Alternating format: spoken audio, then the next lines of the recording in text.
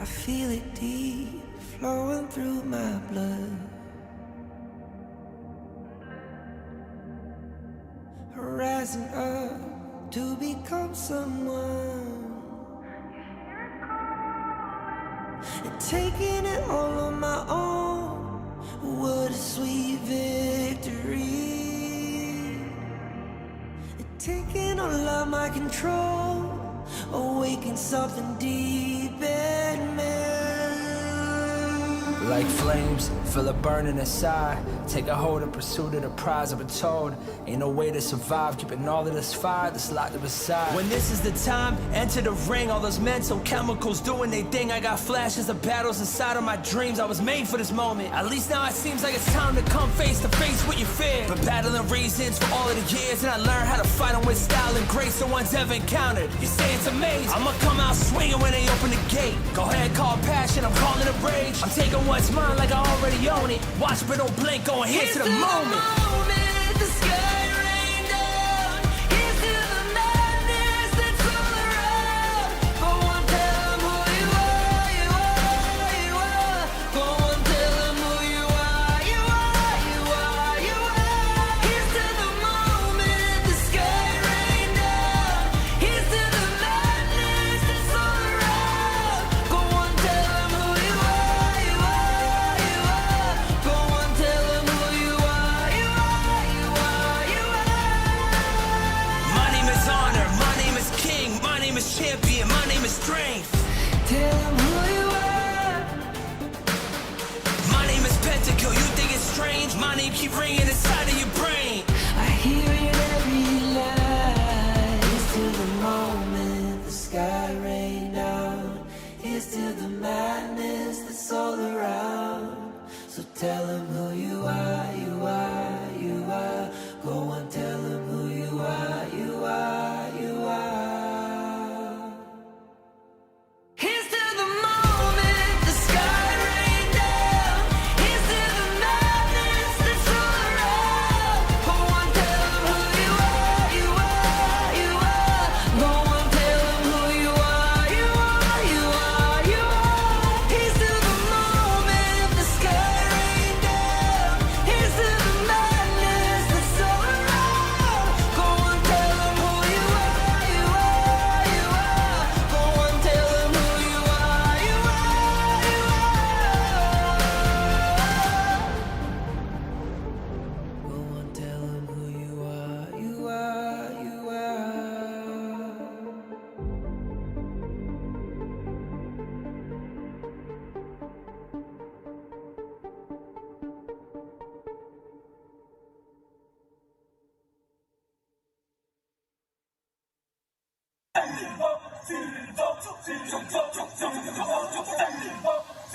King's Invitational Series, let's go.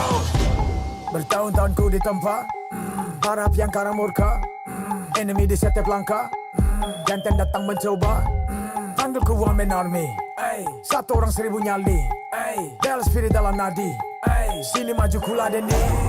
Langkah sudah jauh, mereka pikirku mau mundur dan buang sau. Kehormatan yang utama, di puncakku pertama, berdiri hantam balik semua yang halangi arah. Pikir-pikir lagi kalau kau mau halangi, genderang perang sebab bunyi sini hadapi. Old school tank mentally, dia takkan berhenti, bukan instan imitasi. Coba ku lihat sapu cara bermain agak lain dengan strategi yang saya desain. Aku lah mastermind di balik kekacauan. Satu punchline sapu ku mundur semua lawan. Insting tepuku deteksi ancaman, enemy ku libas seperti Anoman. Show satu pukulan tangan kosong, musuh jatuh runtuh panggil aku Wukong. Masih strong di power, hantam lawan yang menghadap. Sapu cakar lebih tajam, lebih dari kopong pedang. Yang saya incar turawana bukan tata singgah sana. Maka wajar apabila dong bilang sampai jasana. Siapa yang berani mendekat kemari? Saya yang kesana atau kau yang kesini? Jutaan kalian pun saya terakan lari. Seranganku cepat sulit kau hindari. Dominasi, ku kendali, berotasi ke tiap sisi, ku ambil alih. Saatnya kita untuk eksekusi. For my party, push, push, push, push, push, push. Everybody move, move, move, move, move, move, yeah, move, move. Saat datang dengan mode brutal, kendalikan setiap titik vital. Damage magic, serang mental fisik, 1000 taktik, kau kalah cerdik. Mau coba jatuhkan sama mana bisa, siasatmu sudah saya analisa. Terdapat selak, gerak, geriku sulit dilabrak.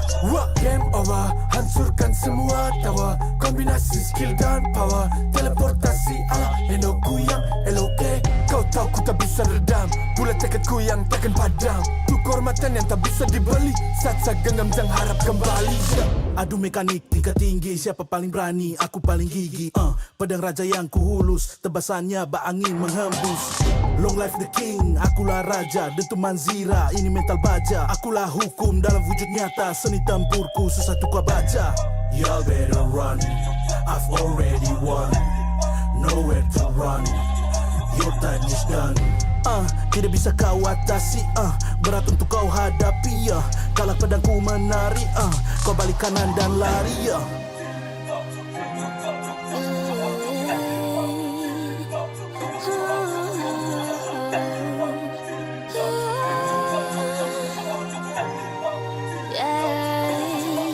Come get me, go di sini sana. Aku cinta, I'm the queen, feel the aura. Raja lita jalan dah. If you want me, profit me way mas. Siapa tadi panggil, cause I'm ready. Siapa bilang aku tak punya nyali? Don't try me, nian ku sebut api. Yes, my lady, you can touch me. You ready, ujar jali. Lagi coba lagi. Tegak berdiri dan kuatkan lagi. Bukan yang paling cepat, bukan yang paling tinggi. Ini menguji kepala, bukan sekadar jadi. Di tangan kiri murka, kanan kehormatan. Aku datang sebagai bentuk perlawanan. Bujuk rayu nafsu ego aku kalahkan. Biarkanlah aku menjemput kemenangan. Di tangan kiri murka, kanan kehormatan. Aku datang sebagai bentuk perlawanan. Bujuk rayu nafsu ego aku kalahkan. Biarkanlah aku menjemput kemenangan.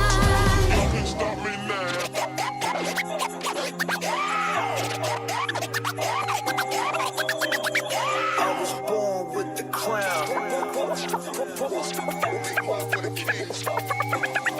Fortune on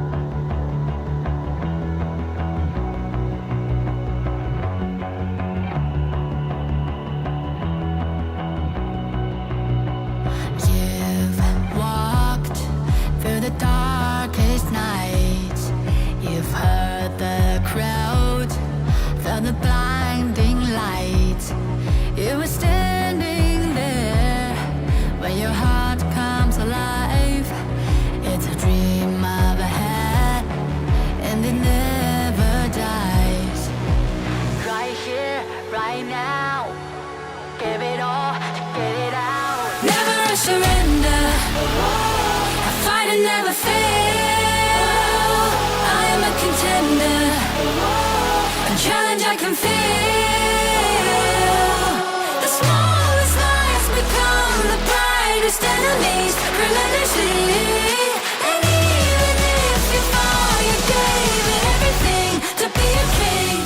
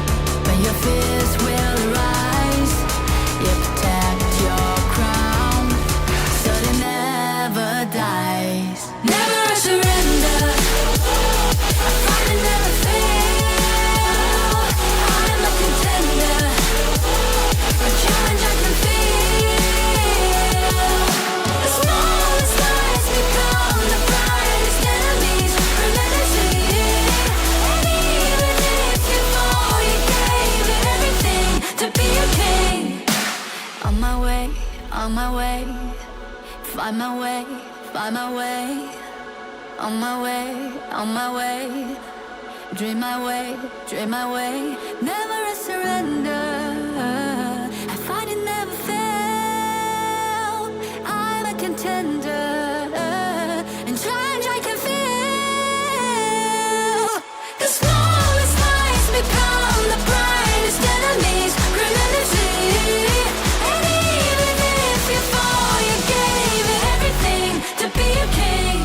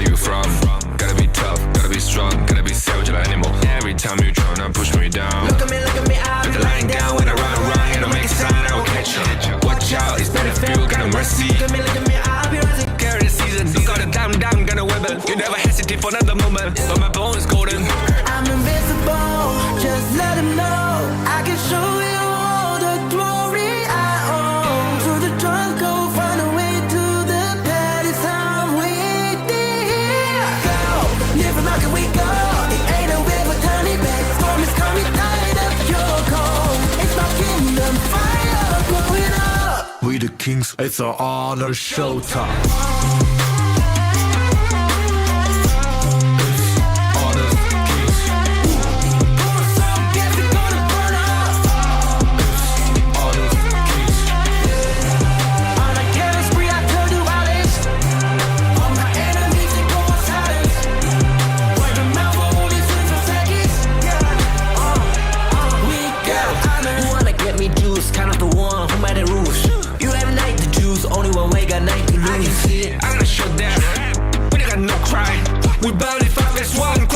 You can cheat. First blood, double trouble, then I take a pen, I kill.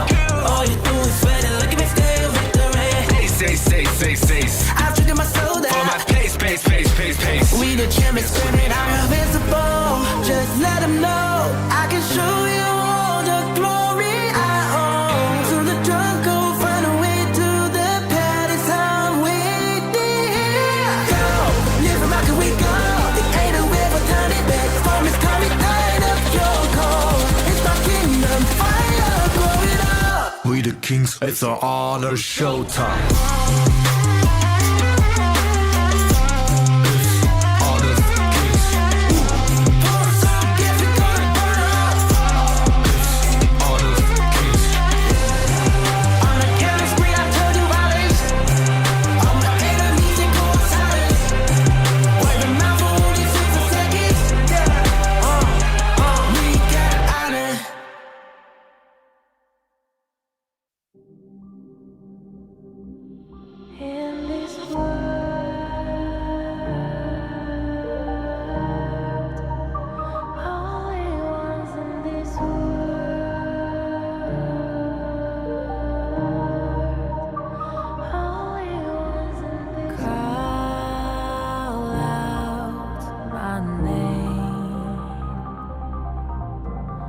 cut through the sound of the rain.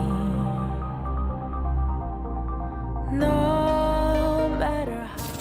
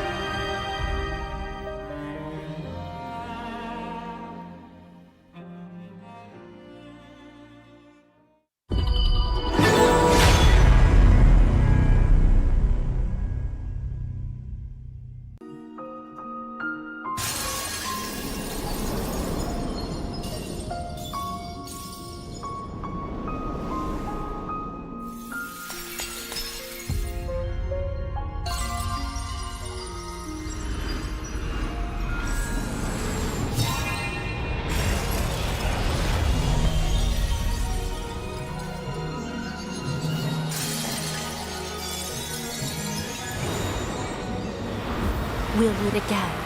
I'll make sure of it.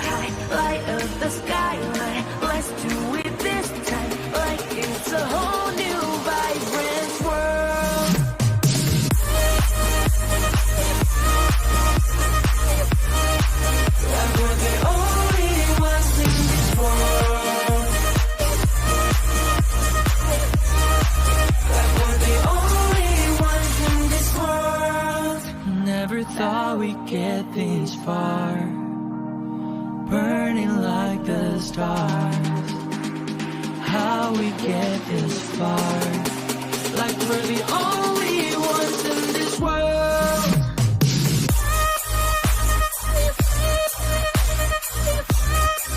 Like we're the only ones in this world. Like we're the only ones in this world.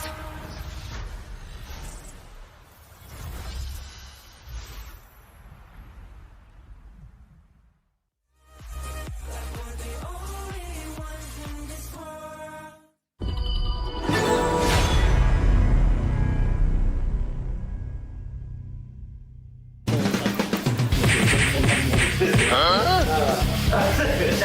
I'll do this.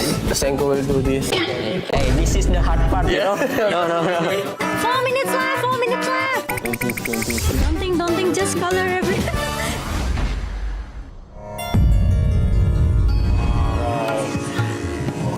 Wow. You guys hear it? Yeah. That is gamelan song. You know?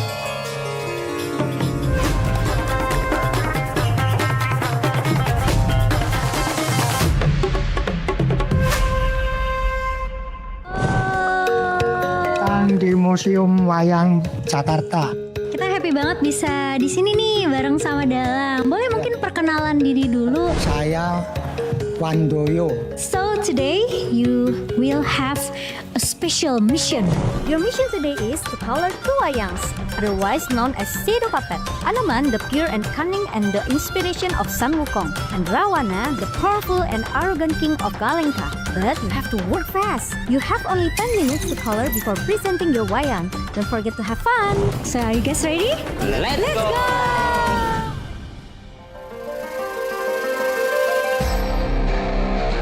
The first step is color the base in white color. I'll do this. Senko will do this. Hey, this is the hard part, you know? No. Pengen banget kalau bisa pengen banget persis, cuma harusnya sih emang tetap masih beda ya, karena kita nggak bisa sedetail itu, cuma at least kita berusaha yang terbaik lah. Berusaha yang Udah kayak terbaik. tim sebelah tuh. We want to beat them, although we have not favorable odds. We have a smaller brush, but we also did it already. Our hair and our face, apparently all white. It's not supposed to be all white. Okay, now you can add another color to finish your wayang kulit.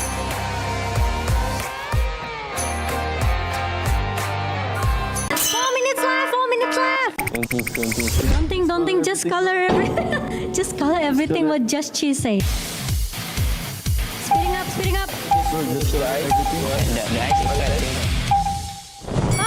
10 minutes is up. Let's compare with the real one. We start from Team A.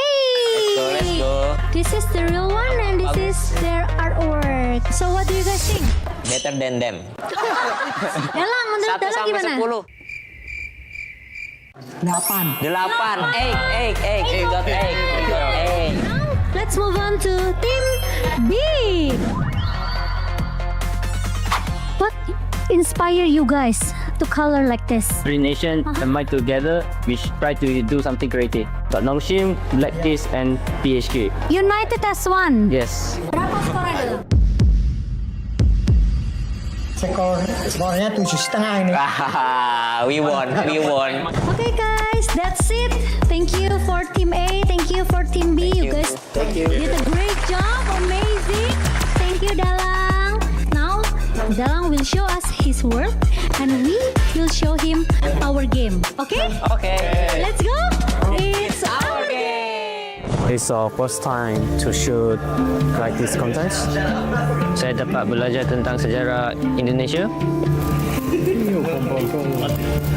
We were coloring 3 nations, 1 table. Itu bagus sih buat generasi kayak gue juga bisa tahu tentang wayang ini, budaya Indonesia juga. Pakai tangan kiri aja, tangan It's kiri. good to experience this, and I'm glad to share this experience with people from all over Asia. Indonesia wayang kulit ada very much.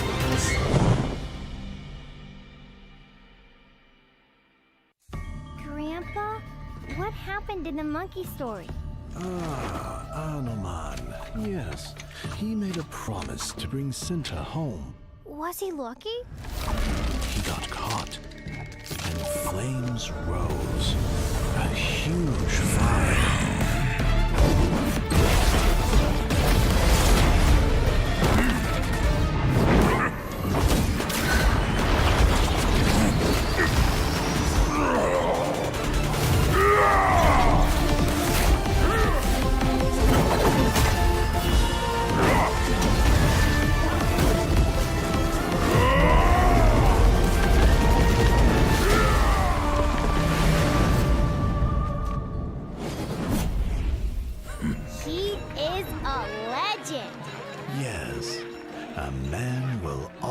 others admire.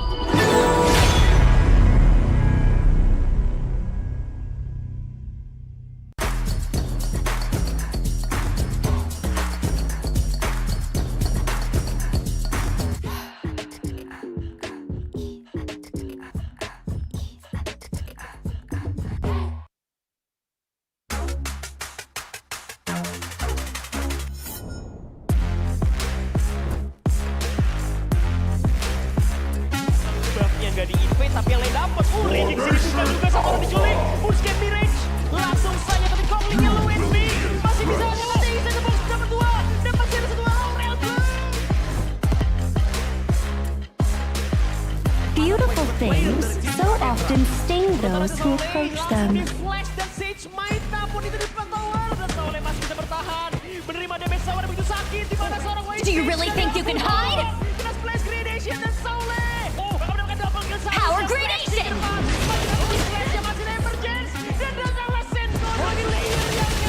You were a worthy opponent.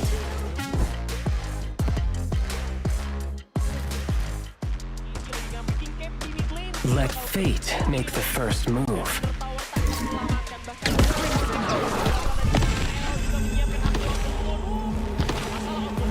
You may surrender now. Wisdom guides me.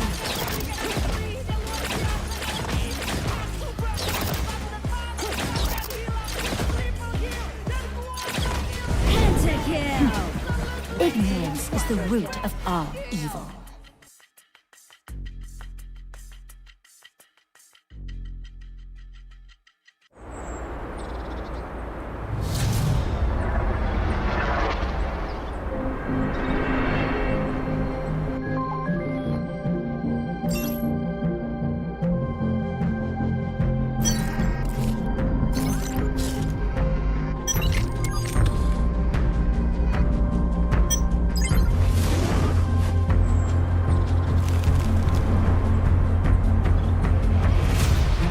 Kami di sini berjuang untuk mempertahankan marwah negara dari tahun lepas.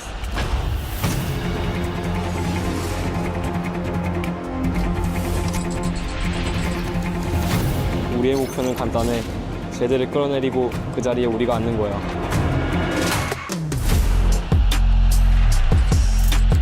Kapag naaganti na kami, patutunayan namin na kami ang pinakamagaling.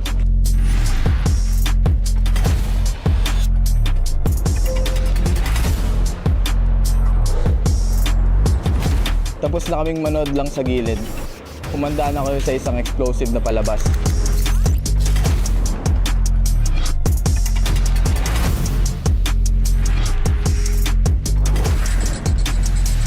Inilah peluang pertama untuk kita, peluang untuk pertunjukan kepada dunia kemampuan Malaysia.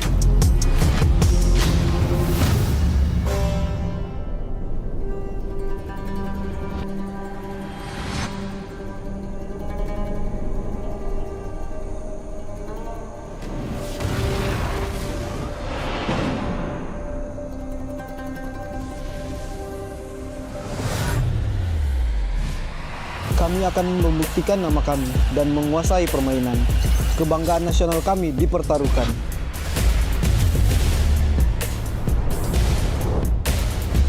Kami kembali, lebih kuat dari sebelumnya. Indonesia punya banyak tim, tapi kita bisa bersatu. Coba ragu sama kami kalau berani.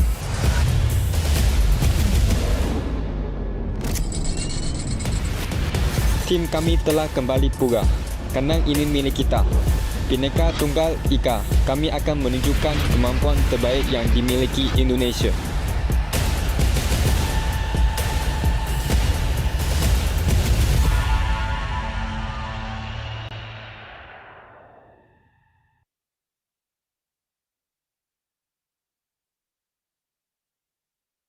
New layer to the day's design. The missions become clear as teams transition to become the architect of their fates. As Boom and Kagendra fight to avoid facing the final boss. 포기하지 않고 열심히 잘 준비해서 한번 이겨보겠습니다. 운동연심 준비해. A fact reinforced as a red giant faced a supernova. Though Nongshim found a flicker in the light, the supernova was too much to handle. Down Nongshim for now. No challenge because we are very good.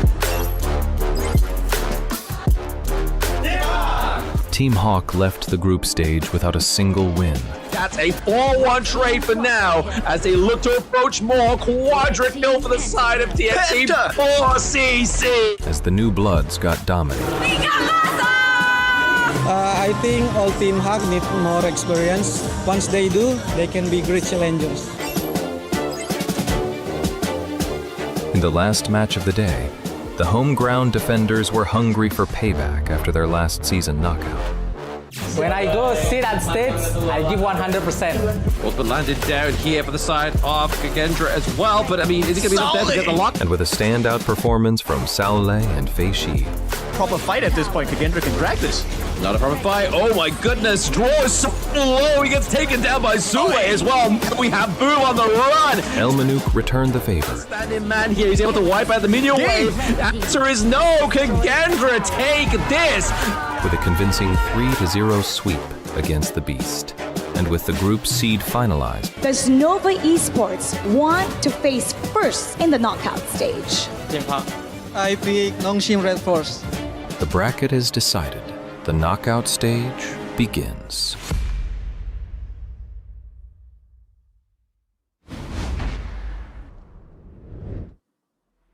How's it going, everybody? Welcome back to the Honor of Kings Season 4 Invitational, Jakarta, Indonesia. It's obviously going to be kicking off the knockout stage. The group stage has been done, the bracket has been confirmed, and we have some little bonuses come through today as well as the Women's Series today, and the Tri-National Clash. I'm your caster today, Blam, and with me is none other than Hola. Hola, how excited are you for the knockout stage? I'm actually excited for all of these series, right? The Tri-Nations Clash is something kind of brand new, throwing that in. It's a really fun mode to watch, and I want to see exactly how energetic everyone gets because you know it's going to be very serious when everybody's representing their countries. But of course, we have the Honor of Kings Queen series, the Women's International ahead of us. This is going to be a fun one to watch as well. There are some really good teams here.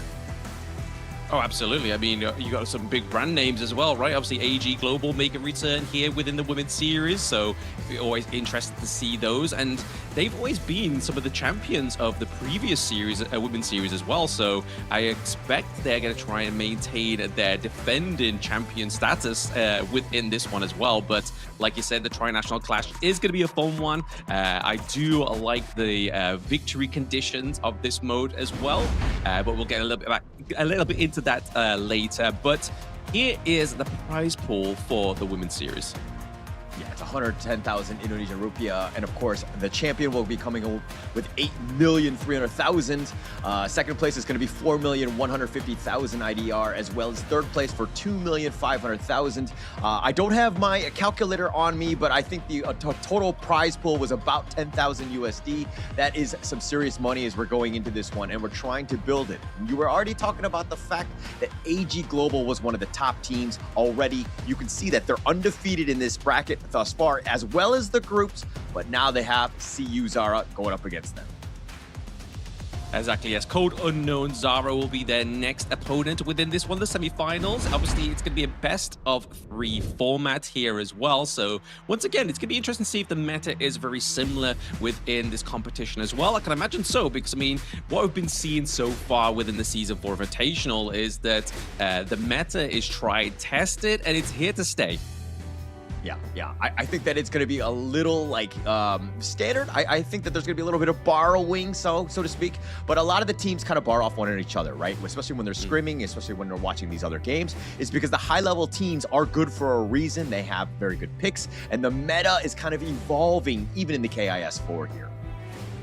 Yeah, I mean, I've just realized with this thing behind us, we look quite angelical, you know, right? Like, it feels like I'm about to bring some amazing message to you people. And hopefully, for some of the teams and supporters later, that the amazing message is that their favorite teams win within the Season 4 Invitational. But yes, obviously, first, Honor of Kings Women's Series. This is the Series 3 as well, right? So we are actually rapidly going through the ecosystem of Honor of Kings esports right now as well. So this is only something that was literally introduced last year, and it always seems to be picking up quite a bit of momentum so far. So I can imagine that these teams as well have their own fans online. So we want to be hearing the cheers for not only the Honor of Kings Women's Series, but also the Season 4 Invitational. Yeah, how do I disagree with you? It looks like you've got a halo behind you. It seems like you have come, you are way holier than thou. It looks like you are ready to go. And I mean, we're going to be going into this game, and I think that there's going to be a lot of these teams that are kind of like eyeing one of them, like AGG. This is going to be one of those big ones, right? We need to see exactly where they stand. Again, they haven't lost a single game, but is, CU Xara able to take at least a game down, maybe even take them to a third game? I still have yet to see that. I think that's the thing, especially the common recurring thing for Season 4 Invitational at least, is the fact that we haven't had like a series upset other than obviously Kagendra versus Boom, but there's been teams that have been able to take rounds off of Nova Esports. So I can imagine it's going to be very similar within this one potentially, but let's go and head over to the stage and see these teams introduced. So let's go to the stage.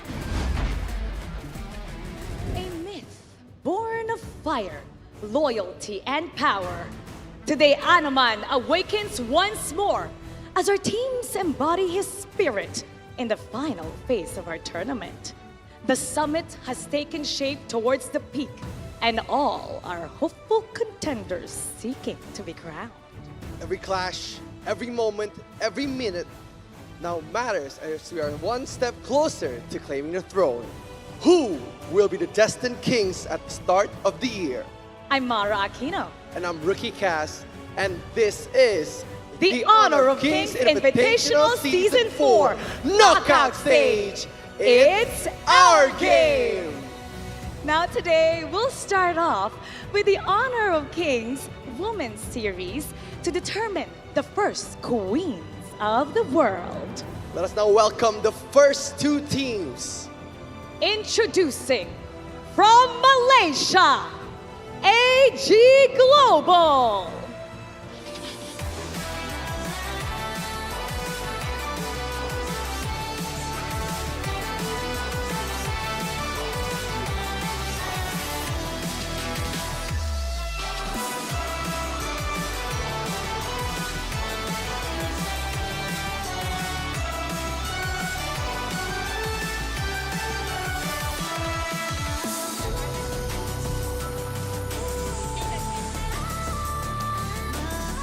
Let us welcome our second team from Indonesia, Code Unknown Xara!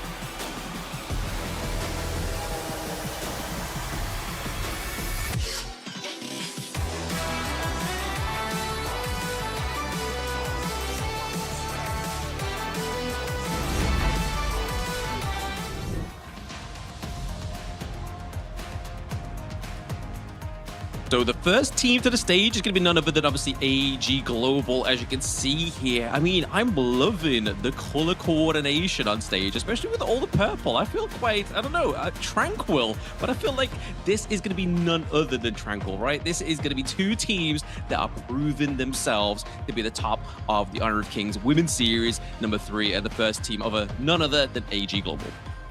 Yeah, and of course, it's going to be Code Unknown Xara here. It's going to be It's Me, Miyuni, I, Turtle, and Feya. They're going to be representing Indonesia. This is a squad that's kind of on the ups and ups, right? This is a team that's AG Global has to put some respect on. We've seen this team kind of step up a bit, but are they at the same level of the AG Global Titans? I mean, only time will tell, and this best of 3 is definitely going to be the telling tale, right? But I mean, if you are Code Unknown Xara, you're looking back at that bracket and seeing that AG Global are currently 2-0 in every one of their opponents, it's definitely going to put a bit of fear in your heart, or at least a little bit of fire under your seat to try and prove this team wrong. Because I mean, they do seem like a little bit all-studded here. I mean, you can see, I believe it is Siang on the stage there doing a bit of coaching as well for the team. I mean, that's another friendly, familiar face that we used to see it in the chair. Yeah, he's getting some, he's kind of going really deep in terms of this job scope with the AG's global squad right here as he's going with the coach. But I think that he's going to bring quite a bit. I mean, all jokes aside, we know Siang is one of the top players. He's going to be bringing that high-level play as well as that meta into these drafts that are coming up in this game here. Exactly. I mean, he's definitely going to have the intel, going to have the know-how, and going to even, like, to the level of, like, behavior on the Gorge as well, and obviously how to take those defeats. Not like AG have taken any defeats so far within the Women's Series 3, right? So definitely not having to do a few tips on that one, but maybe after this series it might be needed. But yes, as you can see, obviously all 10 players are on the stage here within the semifinals of the Series 3, looking to further themselves into that grand finals where they either meet one of the other two teams, which is obviously either HVYE or Bigatron by Vitality's women's team as well, which have they seem to be getting quite a bit of a popularity online as well. Yeah, and I like how you brought up Bigatron by Vitality, because that's another squad that's out there in the lower bracket, or sorry, in the bottom side of the semi-final brackets, and they too are undefeated, right? So AG Global undefeated. Yes. I mean, it's looking like these two Titans are going to be crashing into one another, but of course we have this game. Of course, Code Unknown Xara, they are a bit of an unknown, right? I like the fact that they're dressed in black right now, because it seems like there's a bit of a black hole, and maybe they're able to slow down this AG Global team. Potential to slow down AG Global's team here, because they need slowing down. They definitely need slowing down here, because like we've already been stated, within the bracket they're currently undefeated, and prior competitions as well. I mean, even this team was at the KIC 2025 as well, and they seemed very dominant there. Once again, talking about popularity, they had a lot of fans at the actual stadium as well. I mean, to me, I don't know if this is just a common point here, but these players are definitely a little bit more friendly with a camera, right? Like some of the players we've been seeing within the group stages, they don't want to be seen on that camera, but hey, AG are just throwing up all kinds of emotes and all kinds of signaling here. Yeah, that's actually very, very different, right? We've seen it, you know, even with the other guys. I mean, the Honor of Kings Esports, the men's league.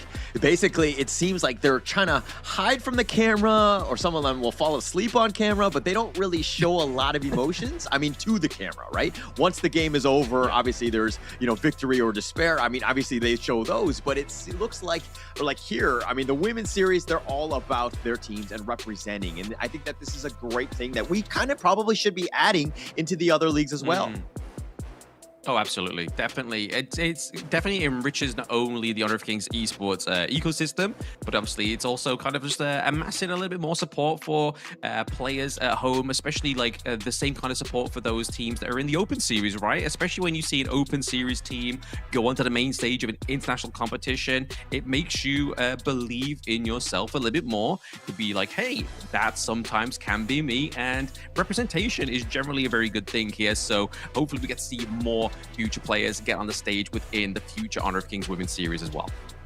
Yeah, and that's actually the best part, right? This game is for all of us, right? It's for everyone, and you know, everyone should be able to play on whatever. It's our game, right? We're good to go. It doesn't matter who you are, what you're going to do, as long as you're able to play, you have access to the game. I mean, it's a free game, and it's a very friendly game, because even in the ranking systems, you're going to be kind of paired in with people that are like your skill level, right? So you're going to have that ability to grow and to kind of learn the game. And I think the game does a really good job of being able to just kind of be newbie friendly, especially with some of those casual modes as well.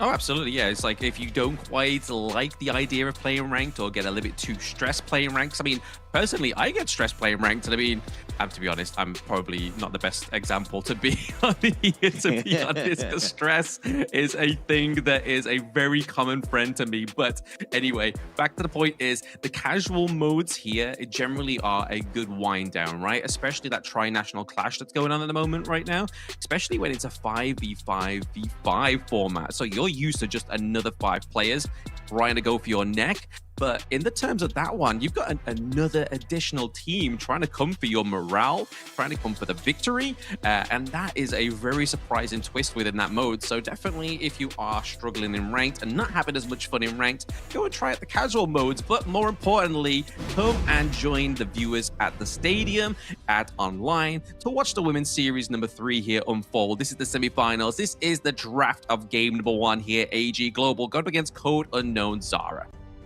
Yeah, and this is going to be a fun one. I mean, I think going into this, there was going to be a lot of questions. We were talking about just going in, is it going to be very meta or not? And you see Seong on this one, he's as serious as it can be, right? You know that they're going to be loaded for bear. They're not going to be messing around, especially in a best of 3. And so it's going to be like the first pick, first draft is going to be ever so important for AG Global here. Very important, very familiar bands here. Other than the shirt, obviously being a prior band onto the side of Code Unknown Xara, maybe a bit of a pocket pick here for OWL on the side of AG Global. But the Dharma here, once again, is definitely one of those picks that doesn't always seem a bit of a priority in the first part of the banning stage, but more so just kind of like, hey, let's take some of those kind of like comfort picks, some of those great performance players, performance heroes from the enemy team. But here is a familiar pick nonetheless. It's Chicha, it's a Ford Magen, and it's obviously a great first pick onto the blue side because you can flex it into jungle, clash, or even into the farm lane. Yeah, you have so many different options with that hero. Plus, it's just like the latest hero or the second earliest in terms of release. Yeah. So this is a hero that some teams might not be 100% prepared for, and just being able to kind of, you know, counter draft it. But it looks like Code Unknowns are going to go a little bit more stock standard. They're going to go with the Bond Weaver, the Diadea, and Soul Guide, which is of course the Augur in here, really shoring up the jungle and giving themselves a fighting chance against Kitty, who you know is going to be wanting to be aggressive from that jungle role. Oh, absolutely. I mean, we've got locked in here the potential of the Agudo, which is obviously a great pairing up against the Augur in here. In terms of obviously early game potential, early game pace in here, and generally one of my favorite picks. So, but again, I mean, you could, if you want to be so fragrant with this pick as well, you could flex into the farm lane also, which is something I've been playing quite frequently. Pairing that with the Zhongfei here, they're going to have a solid front line already, especially once they hit that level 4 point with the Beast himself. But then over to the side of Code Unknown Xara, you've got the lore accurate combo, the Diadea, as well as the Augurin. And if there's one word that really pairs those two heroes together, it's sustain. Yeah, a lot of sustain, and that's going to definitely help them out. But AG Global on their end, they're going to go with the Beast Zhongfei. This is a hero that I know it's a completely different league if we're talking about the KIS4, but it has been very popular there, and there's been a lot of success with that Zhongfei. It's the 5th most picked. It has a 10 win, 5 loss ratio, 66% win rates. It's a very good hero and super annoying to deal with, and you know that Jia Jia is going to just set the perfect Umbrella Outburst come those team fights. Oh, absolutely. Just on point. I mean, we've been seeing some fantastic Unbridled Outbursts throughout the Season 4 Invitational as well, right? Like, some of them have been quite a bit whiff-worthy, maybe sort of like put on a bit of a comedy reel, but then some of them have been so mighty, it's kind of just turned the tide of an entire team fight. So yes, Jaja on the side of AG Global, definitely going to be looking for that runway of pain when it comes to that Unbridled Outburst. But the next few bands coming through here, mid lane orientated onto the side of AG Global, you've got the Majestic Guardian as well as Celestial here, and then over to the side of Code Unknown Xara, you've got the Board Master as well as the Pack Leader, which Chano has been one of those definitely more dominant heroes into the farm lane. But with this pickup of the Byron and the Xiao Xiao, so Breeze Heart as well as the Spark Mace, it looks like that that Forge Maiden is going to be looking to go into the farm role.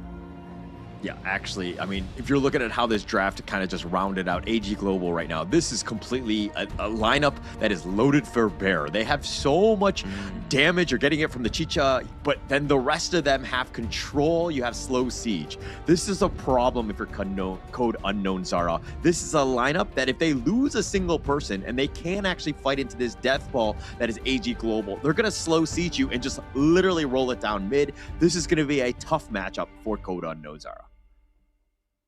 True, very true. But I think onto the opposite side as well is that obviously AG Global, they go for obviously the Forge Maiden into the farm lane, and you're going up against Steady Will, the Flowborn marksman, who necessarily has a bit more of a better range, especially once you get to level 4 with that ultimate, right? The Arrow Storm.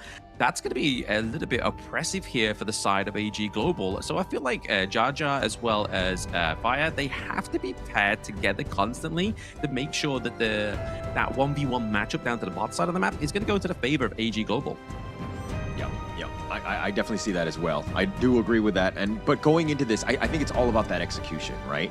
I mean, they have a decent number of ways to kind of protect the Ogryn. All eyes are going to be on the Ogryn and ensuring that she gets as much farm as possible, because this is that win condition. If Miumi is able to kind of be left unchecked and is able to constantly farm and put that pressure on, it's going to be tough, right? But at the same time, you're looking at the AG Global lineup. The counter picks are there. This could be, it's basically like, have they one-upped the draft of Code Unknown Xara here? I mean, a beautiful draft regardless, right? I mean, the Lubang game number 1 here over to the side of Code Unknown Xara. I mean, sometimes we see the Lubang come through when we have the likes of the Lamb or the Masashi come through. Never really when the Ogryn comes through, but I feel like if you look at to the side of Xara, if the Diadea falls early, the sustain starts to drop there as well. So obviously having that sort of like secondary tank, having that global ultimate to be able to drop onto your teammate, give over shield, is going to be quite oppressive here for the side of Code Unknown's Xara, especially taking the teleport as well. So not only do you have the teleport from the ultimate, you have the teleport from the common skill as well. I mean, you could be literally anywhere on the map and you can have a lot of fun doing it, because that hero, just the Battlefield Command, I mean, the teleport, you have so many different options, right? But at the same time, you need to ensure that you're constantly farming. I think the biggest piece is like, who's going to get that prioritization, right? Obviously, the Ogryn, the Flowborn Marksman, these are top 2 that you're looking to get. But Liu Bang, he needs to get his own as well. He wants to be also that secondary tanky guy that is able to just jump in and ensure that they make the proper saves. Yeah, I feel like 1v1 matchup into the top side of the map there. It doesn't really favor Lubang that much. Okay, bit of a knock up here into the mid lane. Yeah, a little bit of damage there, but I mean, it's just a little tick for tat in that sense. But I like the fact that AG right now are being aggressive. You want to contest. I mean, you might not get it all the time, but it's one of those things where you're now in the heads of the enemy team, and CU are not going to like their jungle being invaded here. Oh, absolutely not. They don't want to see any of that resources being taken up on the gorge too early for them. It looked like CU Turtle was able to actually get the Fire Phoenix into the early part of that one as well. So that definitely gives over a bit of an advantage to Xara at this moment in time here. But down to the bot side of the map here, you just saw from the Chicha, the Forge Maiden, is that they have that huge kind of like cone poke skill at a certain level within their itemization, just like that. So it's a good piece of wave clear, but also can be quite impactful in the early game in terms of damage onto the enemy heroes. And I think that, I mean, they're going to be happy with that one-on-one matchup. I mean, Jaja is waiting in the wings for a potential jump in, but once Fire gets going, I think that she's going to be really tough to deal with. Flowborn on the other side, the marksman that is with Turtle piloting her, needs to ensure that she does have that range. She's able to get that farm and to be able to kind of fight in that mid to late game where she can kind of really turn it up with those arrow storms. What you try and tell me, for lack of better words, once Fire gets going, she will be on fire. I see what's going on right there, but I do agree. Yeah, I mean, let her get going in terms of that farm. That's the biggest thing, right? I think all of these players are phenomenal in that sense, where they're able to, understand their assignments and able to play things to that T, right? As the Chicha, this is one where you want to be aggressive, but you got to get some sort of farm so that you're able to do enough damage. Because again, if you're not getting any sort of farm, you're really kind of like a range creep, and it's kind of lackluster at that point.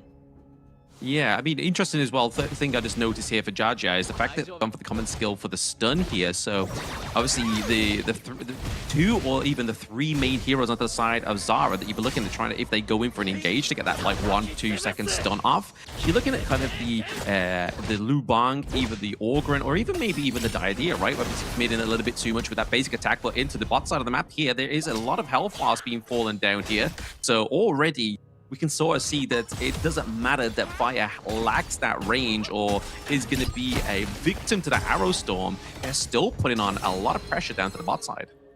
Yeah, and I mean, they didn't get any kills. Obviously, you want first blood, but this really sets the tone, right? Now they put pressure in, and you look at Faya. She's looking to just recall on back, and now you're leaving Turtle all alone, and this is a really tough situation. You have the lane that's going to be crashing in, plus they're now able to jump on top of you. The flash on 4, they're going to deciding to go, but Turtle flashes on his own. Here's the battlefield command in return, and they counter it. They get first blood, and they take down Fire as well. That's a double going the way of Turtle.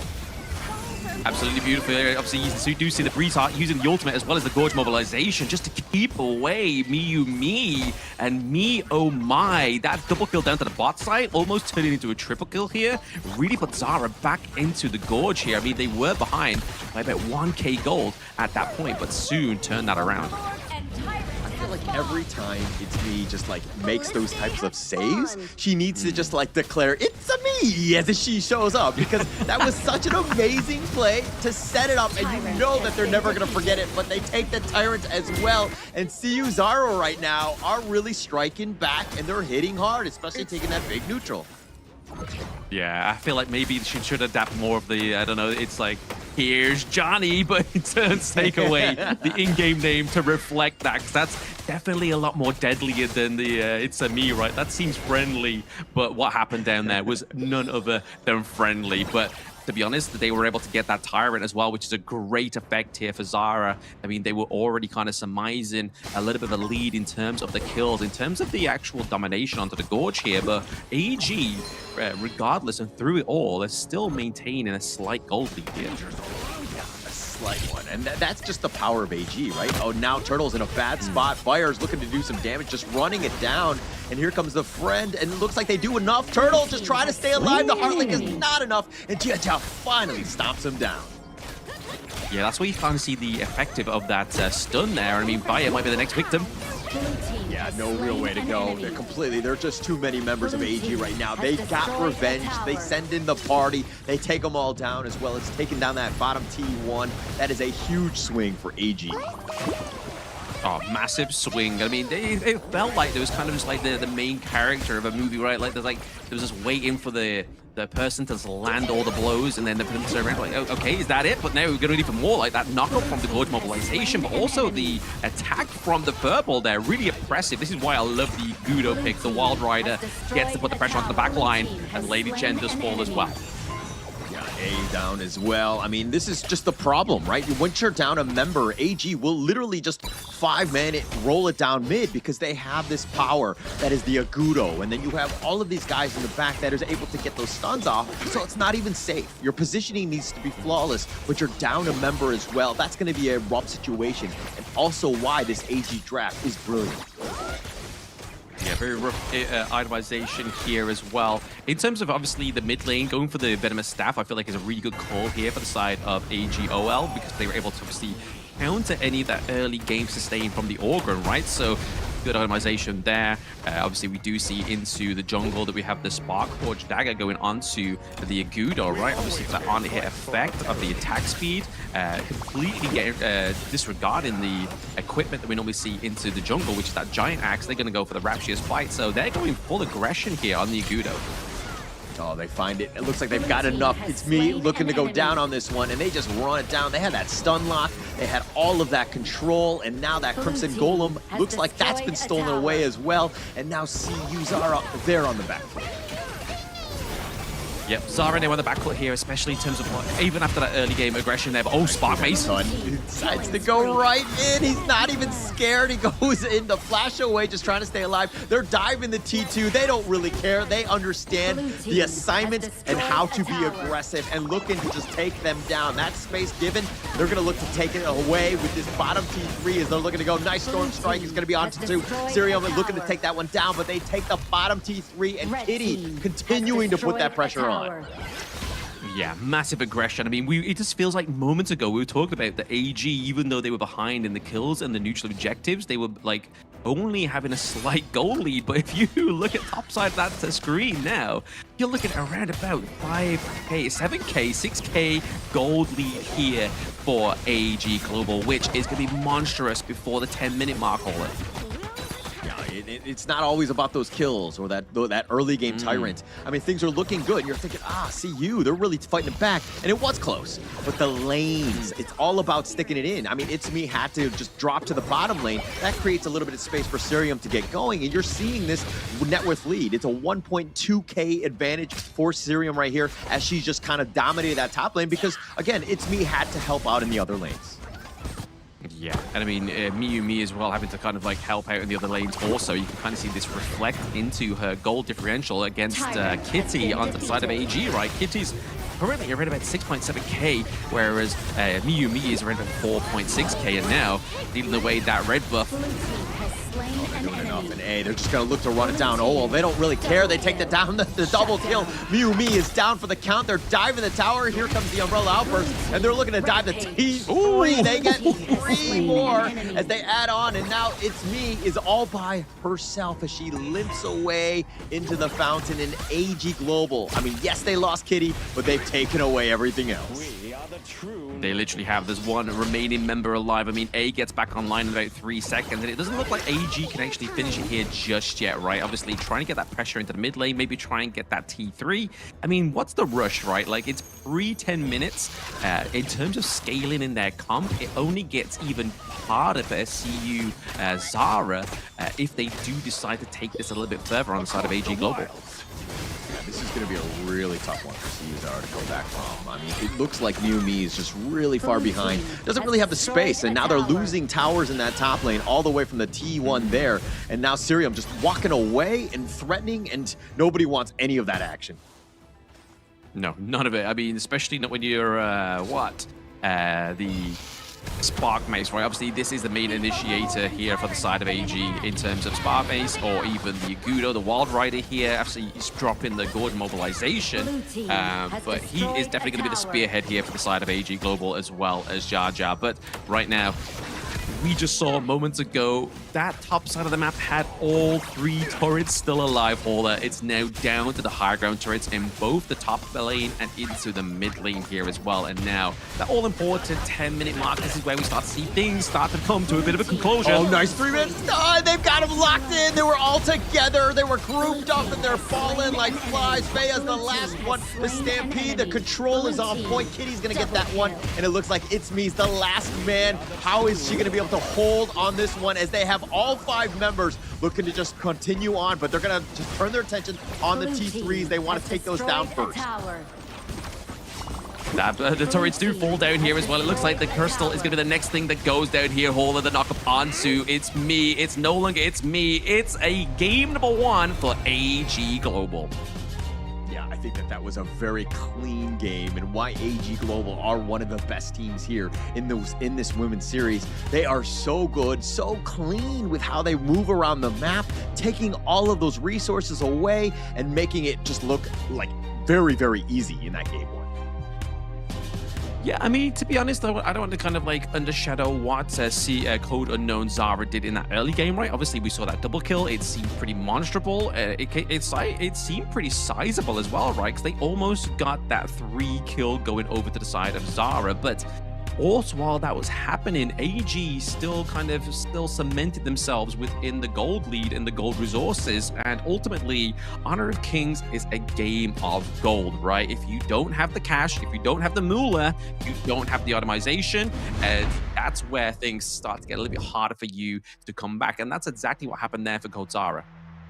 Yeah, and you rightly pointed out, right when Ol got that venomous staff, you knew that things were going to be rough for Xara, right? I mean, the amount of heals and the sustain, they want that. But the venomous staff just limits all of that, and it made it really tough for them to take any sort of team fight. And once you're kind of falling behind, once they're taking those pickoffs, it was pretty much just crumbling in front of them, right? They had no answers to deal with the death ball that was AGG here. Yeah, I mean, Death Ball, Fur Ball, whatever you want to call it, right? Obviously, the Wild Rider into the jungle really played a really good, great key part of the pacing in the early game, right? And I feel like that was the main reason that was able to kind of maintain that gold lead, is because obviously the farm pacing of the Agudo. If you don't try and contest the Agudo at level 1 whilst trying to get that release, right? Because obviously once you knock the release off, which obviously just kind of enables Agudo just to kind of get one of those first camps a little bit faster, if you interrupt that, it goes onto cooldown, and then obviously that really kind of like blunders the pace potential there of the Agudo. So we saw none of that from Code Unknown Xara, so I feel like that may have been probably one of the reasons, or at least the start of the problems for Xara here. But let's look at the breakdown of these post games. Yeah, and I mean, if we're talking about that early game, or that the early lead that Turtle kind of had. I mean, with those first two, kills, they got the nice little play with the Tyrant. It was setting themselves up, but then the rest of them, they were like, oh wait, after that, we only got one other kill, and it was with It's Me. So this is a rough one, especially if we're looking at just the stats in a vacuum here. It just seemed like AG, it was more about the gold graph and how they were able to kind of compound that wealth with, taking all the net worth away, as well as just growing sizable and making it so difficult for Xara to really take any sort of team fight. Yeah, I mean, just look at that though. 9k gold to about, what, 4.6 there onto the side of Miyumi there towards between these two junglers. Like, that's a day and night difference. And this just goes back to the point I was talking about before we got into the nitty-gritty here. The meat and potatoes of game number 1, the post game, is that gold is really the important thing here for your team in terms of either comeback potential or just basically a snowball potential here, which is exactly what happened here for AG Global. They just snowballed all the way through that match. And obviously you point out the automation there, that venomous stab for the side of Owl just really kind of mitigated any of that early game sustain. But he kind of looked towards Kitty as well. Kitty, when we saw the automation in game, they went for the attack speed boots, which is obviously just going to kind of enable Agudo to have a bit more faster attack speed. It means they can clear the camps a little bit easier. But then when kind of things got a little bit more tough, right, they changed to the magic resistance. They got the Succubus cloak because they knew that Lu Bang's magic damage, the magic damage from Diadea, as well as the Lady Gen, could have been a threat to them, but they changed halfway through. So I feel like that's like kind of like, if you're not doing this in your ranked games at the moment, make sure you change your shoes before you go into the mud, right? Because that could be a difference of surviving a team fight or falling, and then that's where the stabilizers fall off the bike here. And if you're AG, you don't want that to happen, and it's definitely something that didn't happen if you look at that gold graph. Yeah, and it looks like, I mean, I'm not sure if I'm supposed to wear those shoes, or change them before I enter the mud pit, but it looks like the MVP on this one is going to be Jia, the beast, the amount of sustain, those controls, the setups. She was setting up everything for this one in terms of just getting those team fights going, and really why this Zhang Fei and the beast and Jia is just so good on this hero. I don't know. I feel like that's too many kills, man. 3 kills for a support. I mean, that's like kin level support, right? Like, he just wants to be a carry. It gets 3 kills. It should be 0, but the assists are definitely there, right? Obviously, 10 assists really shows you here that Jia is a fantastic support player on the side of AG Global. Regardless of that double kill into the early game, it did not make AG Global tilt one bit. They just came back even harder. Actually, that was the most impressive thing, because it's like frustrating. You're trying to be aggressive in that bottom lane. You gave up two kills, and then they go right back at it. They're like, actually, we're still strong. We know. But look at Syrium coming in with that Storm Strike, just the amount of setup, and then the rest of them. You have like this wombo combo, a CC galore team, and you're just able to just run it down, and you have no real way to continue fighting. You have, like, things are getting caught off, and look at Jia. The Umbrella Outburst perfectly set up for yet another kill for Fire, who was just doing, like, what, 91,000 damage of the teams right there, and just was a serious nuisance for Xara here. I mean, the one key part of this whole highlight for me is the team fight potential here onto the side of AG Global, right? Like, it's not just only the knockup from the Stampede. It's not only the knockup from the first skill of the Spark Mace, but it's also the knockup of the Gojo Mobilization. Like, that's where Gudo, the Wild Rider, really sort of like benefits into a team fight. If you drop that Gojo Mobilization, if you see the enemy team clump together and you just drop Verbal on top of them, that's a bit of airtime, but then the rest of your team to come through, especially when you got so much burst potential from the Xiao Qiao, the Breeze Heart, as well as Chicha. So I feel like if you look at their draft as a whole, it just had so much synergy that it was just so hard to counter into a team fight there for the side of Code Unknown Xara. Yeah, the draft, the items, the play. I mean, Sirium right now, you knew that she was getting some tips from Xiang or just like how to be a better Byron in that top lane because her impact was there. She was stock steady, and that's what you kind of want from that Clash laner, of just being able to put that pressure on. If you know that the Liu Bang is going to be in other lanes, it's me, then you have a free reign, right? And she was able to farm, she was able to get that control and to get the perfect angles to jump in. Also, Sirumi, we do see you in the Clash lane as well. Oh, absolutely. Yeah, fantastic there. Obviously, like you said, learning from the masterclass there from Xiang. He is one of the best Clash leaders within the global esports scene as well. But soon we'll be underway here to the next game. Obviously, could potentially be match point here for AG Global, right? They do take blue side once again, so they are going to get that prior blue. But obviously, Xara once again faltering to the red side. So let's see if their red side can be a little bit more reactive to the draft this time. Yeah, I think the draft going to the very end, the Liu Bang, I understand it, but like going up against a Byron, that's not the greatest of lane matchups. Plus, you're looking to kind of just pad the stats of just looking for that save. And it was great early, right, when they did make that 2 kills early, but it's a moment where you're kind of thinking, I need a little bit more from that. I need a little bit more control to kind of deal with this. But going up against a Byron who kind of destroys almost every single 1v1 matchup, it's going to be tough, right? So you need to kind of go back to the drawing board on this one. You have secondary pick. You have the potential to counter pick here. I mean, you put it beautifully there, Hauler, right? Obviously, Byron, Clash Lane, 1v1s. There's not many names that generally go against the Byron very well, right? Obviously, the one off the top of my head is the Lu Bu, but it kind of feels like if you don't get that sort of like lane phase go in your favor, the Lu Bu towards any kind, especially if you're playing from behind, like obviously we saw towards there that Code Unknown Xara did, it kind of falls apart, right? Like, yes, you have the Tremble Mortals to try and get access into the backline, but the backline wasn't the issue there for AG Global in game number 1. It was the front line. It was trying to get that shut down and trying to stop any kind of potential knockup. But we are on to game number 2 draft here, ladies and gentlemen, with AG Global up with 1 point.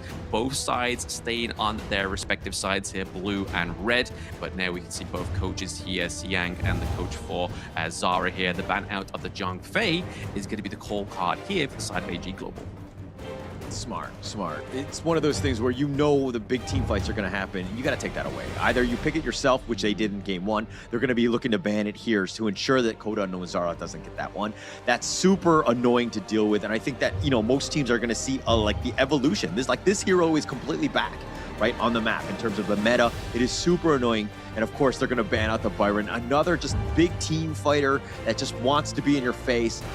Again, just really 2 good bans by AG Global.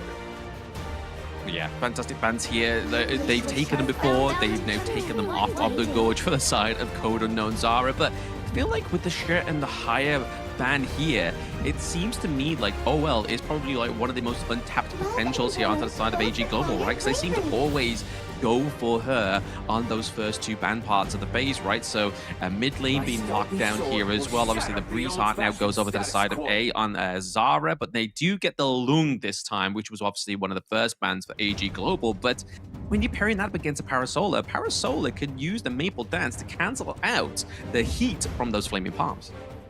Yeah, the Lung has been kind of going back to the KIS4, and that's kind of where I look at in terms of just like the meta. It hasn't had the greatest amount of success thus far because most teams right now are really good at countering it. It is the #1 pick in the KIS4, obviously a little bit different than the Women's Series, but it's something to take note of is that teams have kind of solved it in terms of just being able to counter it. The Zaxiao was one of them, the Nua is another good target there, but going into this, it looks like they don't care. They're going to go the Yang Jian Dolia, another 2 power picks from AG.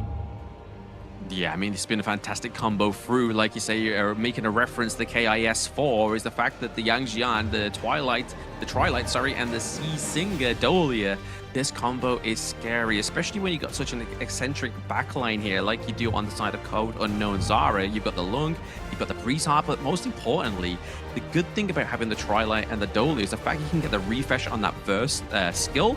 So it's a great means to draw out that infinite vastness there from the Lung, which is probably like the calling card, right, of this hero into the farm lane. Is the fact that he's the only hero that can turn into a dragon and get out of a sticky situation. But when you have such a god mode beast on top of you, how would you get out of that situation when he's just constantly exhausting that resource? Yeah, taking that away, I mean, it's just the Dolia has just been annoying to deal with. But the Lubu, they're going to be looking to go with that with AG Global on this one. And it looks like some of the fans here, they have some stars in mind in terms of who they really like in terms of players. But yeah, when you're seeing like AG Global just dominate the way that they've been playing, I mean, they're going to be more, they're going to get more stage time. They're going to have a lot more presence. So you're definitely going to be able to see just how strong this team is as well. So again, just I'm becoming a fan of AG Global as well. Are you going to put one on your home screen? I mean, I'm not too sure if your significant other might be happy about that, Hauler, but we will leave that conversation for another day so we don't get a bloodbath on the camera when you do return back to the caster cams. But let's go back to the draft here. Let's focus zone in. The Dolia synergy has only furthered here by the side of AG Global, right? You have obviously the Lubu and Dolia combo, which we don't seem get a lot of spotlight, but the fact is you have two Tremble Mortals, right? So if you want a more frightful version of Twilight and Dolia combo, having those two Tremble Mortals just to climb onto the backline there and really do some damage, you can use this Unrivaled Warrior, the Lubu, to do that. But then you also have the synergy potentially here with the I Ching, the Boardmaster. What's better than one board? Two. Yeah, and that could definitely add up, right? And I think that the biggest thing is that they have so many good alts on the side of AG Global, right? And then the fact that this Lubu, sometimes it's kind of lackluster in team fights because you miss the Tremble Mortals or people just step out of it and then they don't really fight into it. So it can be a little bit worrying, but now you have the Dolia, you have that Celestial Melody for a secondary Tremble Mortal to get on top or to get out if need be. You have a lot of options and it makes your lineup way more flexible. Yeah, to put it in layman's terms, for those that have never played Honor of Kings, Dolia is the Oprah of ultimates. You get an ultimate, you get an ultimate, you get an ultimate. So if you like to give over ultimates, if you're a giving and a selfless person, you want to be maining the Dolia, the Sea Singer. But this is game number 2 here for AG Global, going up against Code Unknown Xara. In terms of the draft here, Hauler, who's got your favor, right? Which horse are you betting on? I mean, just in a vacuum, if I'm looking at this one, I think the Chicha Clash, we've seen this, you know, at the KIS4 just kind of dominate. It's completely been very aggressive. Then you have Menki and Jiachao with some control. You have Lung, which is always going to be a stock standard, good farm laner. Lapu Lapu has a control galore, right? But I like that draft. But at the same time, AG, they have that potential with the board. They have the Tremble Mortals, which could be a problem. It's really going to come down to execution. I do like the players. I think mechanically, foundationally, AG Global are definitely, I would say, a little bit stronger. But draft-wise, I do like CU Xara here. Yeah, I'm going to say the draft on the side of CU Xara is definitely, it's got its potential, right? Obviously, initiation-wise, you have the Dream Roam from the Monkey. You also have the Reef Heart Datu as well. You have to have some fantastic engage potential, but you feel like the Lubu was not just a synergy call here for the side of with the Dolia, right? The fact that the true damage is really going to wipe out Monkey, because I've played this before many times in rank. You think, okay, Lubu, that's fine. I can Dream Roam out of there, but he can just jump right on top of you and he rinses that shield that Monkey is known for. Yeah. Could be a potential problem. And a great pick here. I mean, it was one of the later picks for them. And understanding their assignments. This is why Xiang could be that, that edge. And having that draft edge is going to be key going into this game, because it's like all of the strengths that you're talking about from the CU side, and you rightly pointed out all of them, is that, I mean, the Menki, he wants to be tanky, but if he's getting burst through and you don't really have those shields, you're going to have a tough time here. Massive tough time, because I mean that's the whole point of the monkey, right? Is just constantly getting that bubble up, getting that shield, your passive stacked up there. So not only do you kind of tank a little bit more, you also do a little bit more damage as well. But like I was saying, with Cirium on this Lubu, that true damage is definitely going to be a hard task for them to face here. But the one thing that It's Me does have going up against Cirium here into the top side of the map is the fact they do have a bit of range, right? So up until that level 4, you can kind of get away with escaping here. But now we are seeing Gitty, both all rotated top side of the map.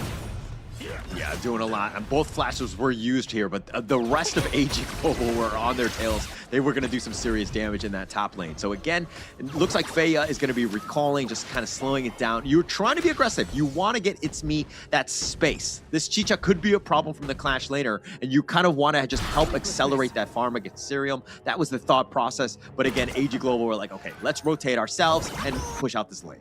To the depths you go! Exactly. I mean, the Parasolar down to the bot side of the map here. Fire against Turtle. She's not going to have the hardest time, right? Obviously, just having that 1v1 potential there. Just as long as you can kind of mitigate those flaming palms with the Maple Dance, that's going to be the key here. Because obviously, you don't want to take too many of those here. But obviously, Feya coming in from behind here, trying to get a bit of a gank. Oh, but Fire just dancing around, understanding, hey, I'm actually fine. I have that mobility to stay alive. It was looking rough. Jiajiao was not really in position to help support, but the way that Fire was able to just maneuver around, and it was like Feng Shui with just everybody. Yeah, very well synergized there. Obviously, just kind of playing one step ahead of your opponent, right? Knowing that you're kind of being aggressive there, but knowing that the enemy team's support is going to be nearby, right? That's just one of the mistakes that a lot of people make just generally with Honor of Kings. They feel like they get a free golden ticket into the bot side of the map and no one's going to contest them, and then all out of nowhere, you got the mid, the support right on top of you, and you die first blood. But that wasn't the case here for AG Global. They're playing with a steady head on their shoulders. Yeah. I mean, that could be definitely a problem, right? A potential, because you want to limit that farm laner. Fire and Turtle are going to be targeted, right? If you take those guys away who are going to eventually carry you to that victory, potentially, you want to limit them, right? So you want to take that out. That bottom lane is definitely going to be key for them, but at the same time, now it's going to set things up for the 4-minute timer. This is another key factor of just being able to put that pressure in the bottom lane. Maybe you get a kill, open up a little space with a numbers advantage, and take that Tyrant early. Oh, absolutely. I mean, the Tyrant early, it's something that obviously AG Global was able to do in game number 1, right? So definitely going to look to make sure that they get that progression, get that marker going for them. And to be honest, if you are code unknown Xara, that's something you don't want to allow happen, because currently right now you're seeing AG with surmountable gold lead compared to that game number 1, and Xara doesn't have that double kill going for them in the favor before that 4-minute mark. So the pressure down to the bot side of the map that existed in game number 1 doesn't exist right now, Hauler. And this is kind of the problem after losing that first game, right? You think that, you had a fighting chance, but now you've lost. You've tasted defeat, and it's very bitter. Nobody likes that. But at the same time, now you're playing a little bit scared. You're trying to play a little bit more stock standard, stay in your lane, just kind of help support, very reactive Honor of Kings. And if you're looking at what AG Global are doing, they're happily taking all of that space that's given to them. They've created a sizable lead already, and it's not even 5 minutes in. And now it's so tough for CU to kind of come back, because you have to force the issue in some way. But a nice little dream roll onto Owell. They're not able to get her yet again, and she slides on out. Such a slippery hero Parasolar is. I love seeing players that really know how to pilot this hero play. It's just a different kind of masterclass. But like you were saying, the board being committed here as well is really going to be pretty impressive here. It's trying to get the T1 takedown, and Feya has to get out. But can they get a bit of a kill here? The problem is the Trouble Mortal into the backline. Oh, Kitty tried to hound it forward, not enough, and Feya just barely staying alive. Here's the Infinite Vastness, has to go back to the mid lane, but it looks like they've got a better target. Me, just trying to run away. Oh my goodness. She's got enough shields, but it looks like Kitty's gonna go down. Turtle with first blood yet again, and looking to just go for more. No, AG Global are gonna run off now. Yeah, that wasn't the first blood I was predicting there. I mean, you saw so many low health bars. Two, to be exact, was Feya, and then Miyumi into the mid lane escape. And the one point I wanted to make as well is the fact before all that even took place, Miyumi's blue buff, the Azure Golem, got taken away there onto the side of AG Global. So when you're playing a monkey without a blue buff, it just makes it a little bit harder to maintain that shield. It keeps spamming that burst skill. But now they're able to try and get that back here. But there's Tremble Mortal in the backline. Tremble Mortals on the backline. Serial finding it. Turtle not able to take off. And it looks like they're going to get even more as 3 members go down from Xara. AG Global, perfect engage. That's exactly how you want to win those team fights and give your team a sizable lead in the early game.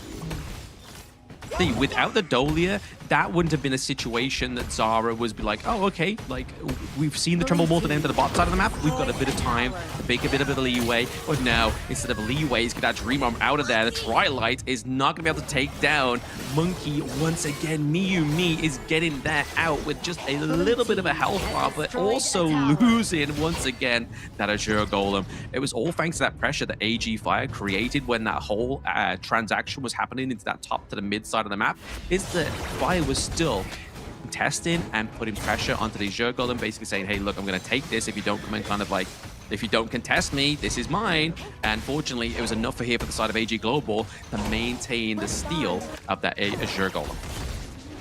Taking that away was going to be great for them, but Miyumi surviving just barely a sliver of life twice, right? She is definitely playing with fire. Fire's on the other side.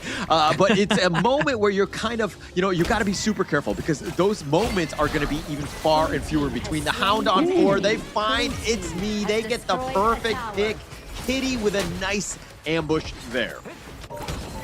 If it wasn't almost 6 a.m. in the morning here in the UK, I definitely would have made a howl noise there for the side of Kitty just diving onto the back line. A is the next victim, and then the T3 get takedown. Bot side of the map here. Oh, the Dream Realm. They're not going to let her go this time, and they get yet another Kitty with a double, and they're just looking to end this game, and as just quickly as this game started, sub 8 minutes, they will take game number 2 in a hurry. I don't think there's even a team here within Season 4 Invitational that can say they've had many 8-minute games, and AG Global come through and it's like, all right, bet, let's make an easy 8-minute game here for us. But we revisit that draft of game number 2, right? So game number 1 draft looks solid. Game number 2 draft, it's hard to fight against, especially with what you've got on the side of Code Unknown Xara there. But I have to give effort, props where props due, right? Xara really did try there. They were able to get first blood once again, but it just really starts to translate here and kind of hits back home for those players that you see in your ranked games that seem to think that, oh, if first blood happens, it's not the winner or at least a statement piece for the game to be in your favor unless you have that gold lead and other resource leads going for you.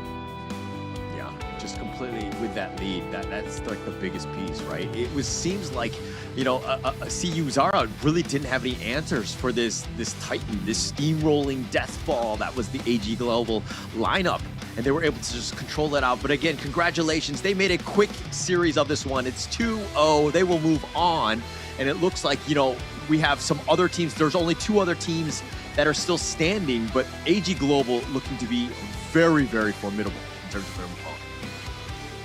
Oh, absolutely. Very formidable. I mean, I don't want to butcher the name, but I think it's Hive and then BTR, obviously by Vitality, will be the match tomorrow that we get to witness there. So that's going to be another interesting matchup that we will see here. But obviously, it is a 2-0 for the side of AG Global. So congratulations for those to becoming the first grand finalist for the Honor of Kings Women's Series number 3. So they are looking to maintain and defend their championships that they have defended so many times already within the Women's Series. Yeah, very impressive win. Just very clean. And I have to say, I got to give props to also Siang, Coach Siang on this one, because the drafts were pretty good. It didn't seem like there was any sort of weakness or any sort of, misplays, because this is a well-oiled machine. They seem to understand what they need to do to ensure that no team can kind of really compete with them. And in a subpar, a sub 8-minute game, that's an amazing one, right?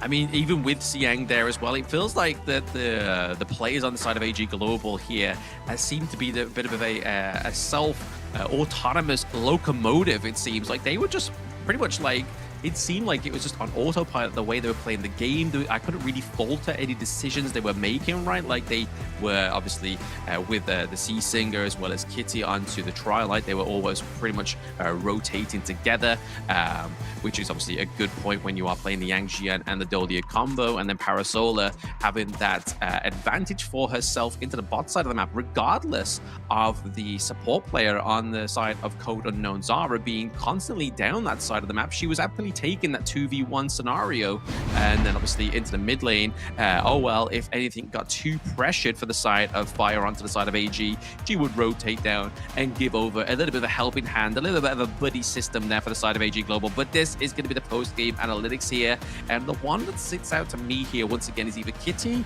or Sirium here with that double kill onto the Lubu. Yeah, I mean, for me, it's got to be Kitty, right? I mean, the 3-1-2, I mean, at the same time, I'm looking at her because it's like, oh, she had the most kills, but she had that one death. That's unacceptable, man. I think Xiang should be doing some yelling. No, I'm just kidding. Kitty had a great game. Her hounds forward with the Yang Jian, always in the back line, and just a lot of damage. And CU Xara just were not online to really compete with this Yang Jian. They really struggled on this one.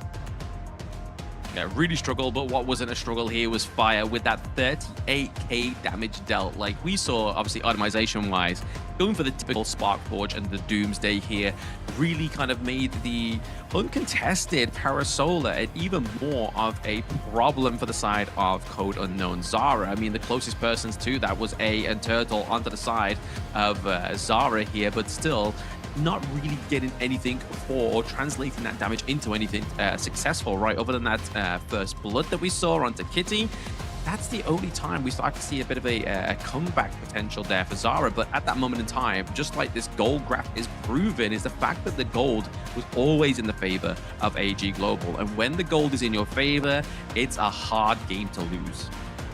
Yeah, very, very aggressive. And the way that they were even able to play from behind or giving up first blood, things are looking bad.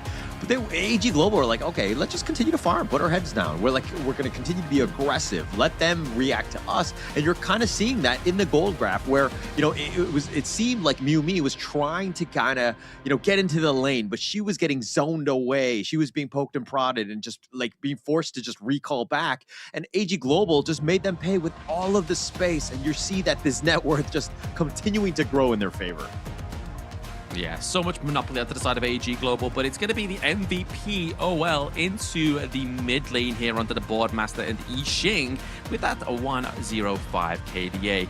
So the impressive part, obviously, this player was obviously the utility of those boards, really capturing the team fight for AG Global. And obviously you're going to see into the highlights some beautiful boards paired up with that Tremble Mortals from the Unrivaled Warrior here. Obviously first blood almost fell onto the side of AG Global on this brawl, but it actually turns into Code Xara's only real victory here. But there it is, the board, Tremble Mortal into the backline. When you feel you're safe, you are stuck between a rectangle and a square, and that is the sign of death when you are Code Unknown Xara.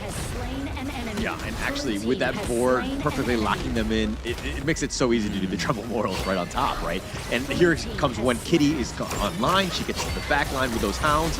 There was really no real way to deal with them. Space created, and they just roll it down this bottom lane.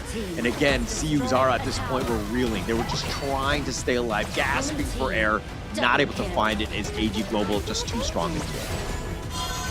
Too strong in the end. I mean, you can see on the top side of the map there as well that Serium was taking that 2v1 against the Repart Datu as well as the Aween Lung there. And it's just like, you know what? I'm happy to take that 2v1 if we take the Crystal. And this is another thing that we've been seeing pretty much of a tale within Season 4 Invitational, is the fact that the teams aren't scared to lose a death if it means they get something greater. And at that point, they didn't even lose the death of the Serium there. She was just there, just constantly just taking the attention away from the side of Code Unknown Xara for them to get the crystal. So that's another well played there from AG Global. And they do make it into the grand finals where they will either meet Hive or BTR by Vitality not tomorrow, but in 3 days' time. Yeah, it's actually going to be interesting to see how that one plays out as well, because right now, if you're watching the game and you're thinking, hey, AG Global, how do we solve this puzzle? It's like, okay, first blood's not enough, first tyrant's not enough, second kill in the game also not enough. Like, there are so many things like they were trying from the early game standpoint, and they were just so cool, calm, and collected. Like, you saw that even on cams. Like, yeah, they were smiling and giving, to the cameras, but they were really not worried whatsoever, right? And that's the biggest thing going into them. So congratulations to them, but that's going to be it here for the women's series. We're going to be going in with the Tri-Nation class, but after this break.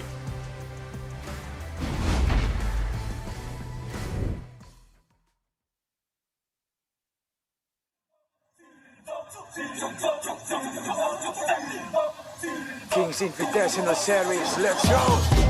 Bertahun-tahun ku ditempa, harap yang karang murka, enemy di setiap langkah, Ganteng datang mencoba, panggil ku one man army, satu orang 1000 nyali, Bel spirit dalam nadi, sini maju ku ladeni.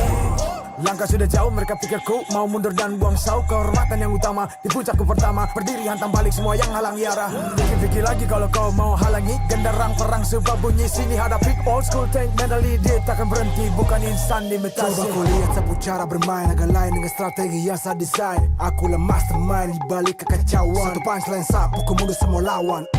Insting tepuk ku deteksi ancaman, enemy ku libas seperti Anoman. Show satu pukulan tangan kosong, musuh jatuh runtuh panggil aku Wukong. Power hantam lawan yang menghadap, sapu cakar lebih tajam lebih dari kopong pedang. Yang saya incar turawana bukan tata singgah sana, maka wajar apabila dong bilang saya bijaksana. Siapa yang berani mendekat kemari, sayang kesana atau kau yang kesini. Jutaan kalian pun satrakan lari, seranganku cepat sulit kau hindari. Dominasi, ku kendali, berotasi ke tiap sisi, ku ambil alih. Saatnya kita untuk eksekusi. For my party, push, push, push, push, push, push. Everybody move, move, move, move, move, move, yeah, move, move. Saat datang dengan mode brutal, kendalikan setiap titik vital. Damage magic, serang mental fisik, 1000 taktik, kau kalah cerdik. Mau coba jatuhkan sama mana bisa, siasatmu sudah saya analisa. Terdapat selak, gerak, geriku sulit tu dilabrak. Wah, game over, hancurkan semua tawa. Kombinasi skill dan power, teleportasi ala Enoku yang LOK. Kau tahu ku tak bisa redam, bulat tekadku yang takkan padam. Tuh kehormatan yang tak bisa dibeli, saat saya genggam jangan harap kembali. Adu mekanik tingkat tinggi, siapa paling berani, aku paling gigi.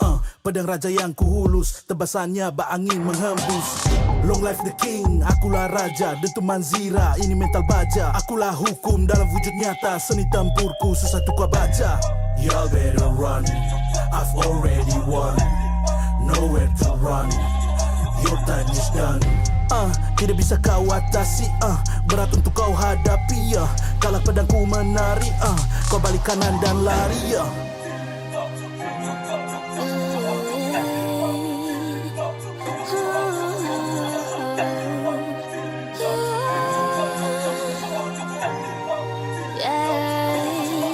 Come get me, go di singgah sana. Aku cinta I'm the queen, feel the aura. Orang jajali ternyalain dah. If you want me, profit me way mas. Siapa tadi panggil, cause I'm ready. Siapa bilang aku tak punya nyali. Don't try me, ni yang kusebut api. Yes my milady, you can touch me. You ready, you jajali. Lagi coba lagi. Tegak berdiri dan kuatkan lagi. Bukan yang paling cepat, bukan yang paling tinggi. Dia menguji kepala, bukan sekadar jadi. Di tangan kiri murka, kanan kehormatan. Aku datang sebagai bentuk perlawanan. Bujuk rayu nafsu ego aku kalahkan. Biarkanlah aku menjemput kemenangan. Di tangan kiri murka, kanan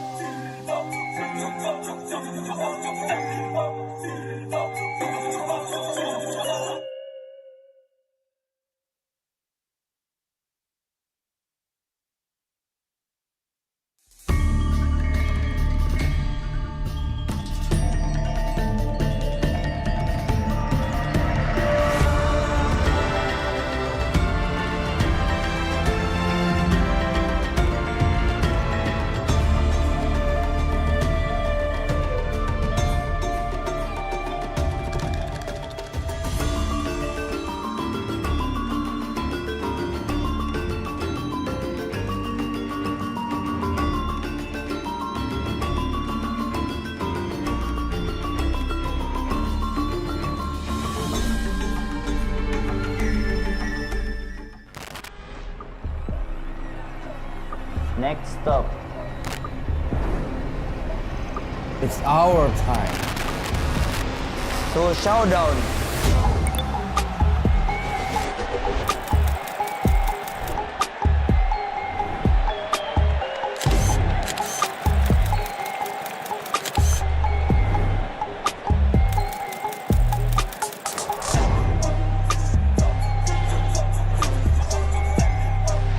Malaysia boleh.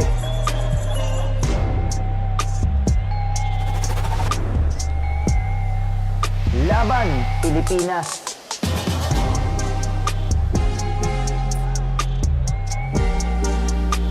Indonesia bisa.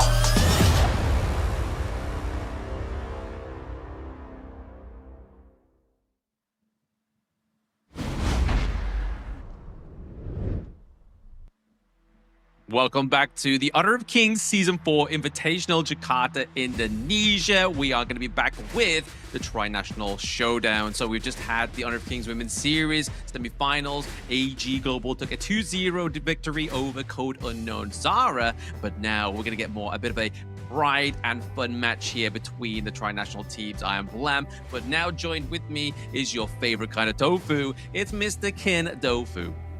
Hello, hello. It's going to be a fun one. So, Tri-National Clash. This one, I think we haven't had the chance to cast it yet. And now, all three teams super stacked. We have friendly faces, familiar faces as well from all three regions.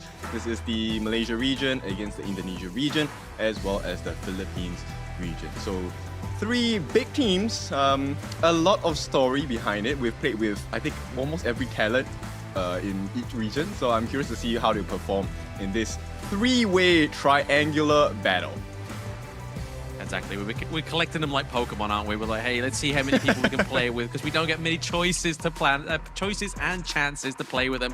Especially me being all the way over in the Great Britannia there. Obviously, lag is not my best friend, so when I am in these offline events, it's always great to play with as many of these influencers and players as possible. But yes, this is going to be one of those pride kind of showdowns, but there's still a little bit of fun as well, right? Like, if you've been keeping your eyes on the Honor of Kings channels, you've been seeing that there has been some not only tri-national showdowns, but some of these crazier casting styles where we've had like 6 people cast in the same game, just absolutely just grilling and cooking each other for the pride of their nation.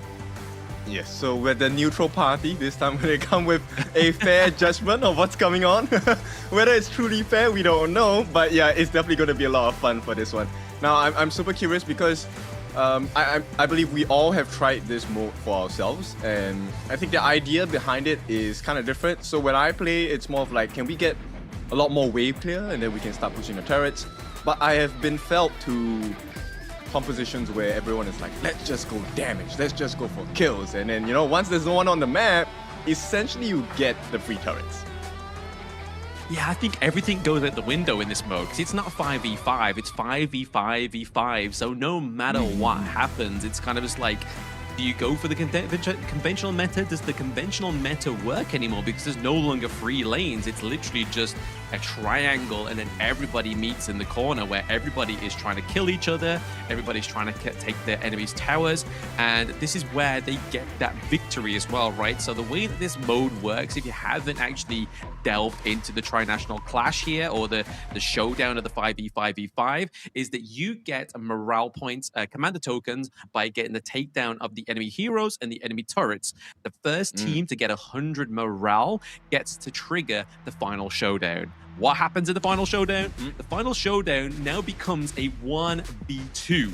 So you are having 2 nations go up against 1 nation, and that 1 nation has to keep a hold of their ground for 90 seconds to win this match. So it is a little bit hectic, but it's going to be so much fun. Yes, it is. And of course, you can collect the points and tokens, or you can destroy the crystal, which I don't think we've seen yet, right?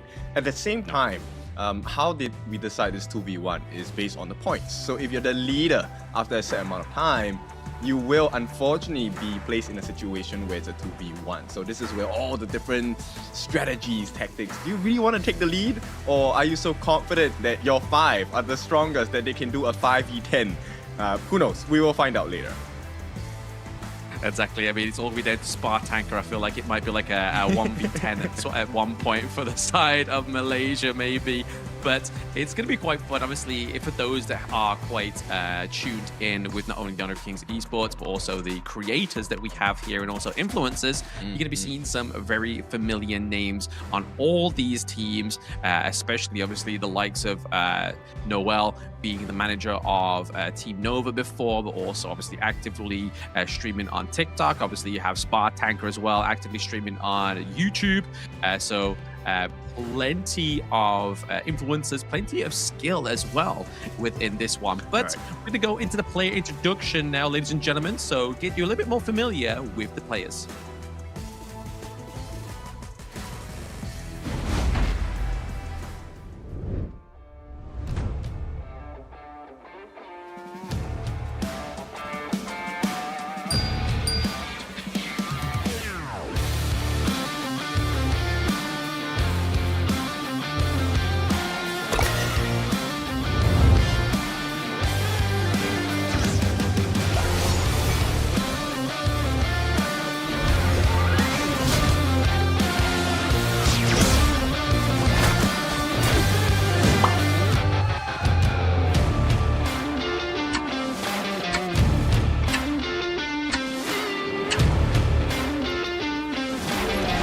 Victory!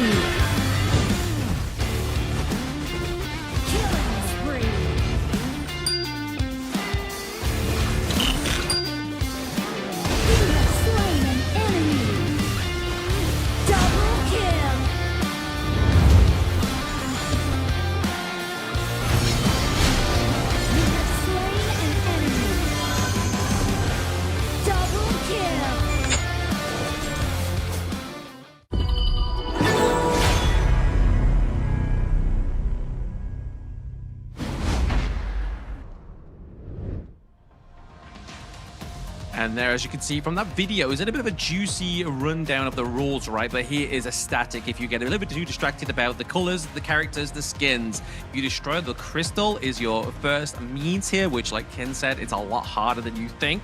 Or you defeat heroes and destroy towers to get commander tokens to boost your morale for your team.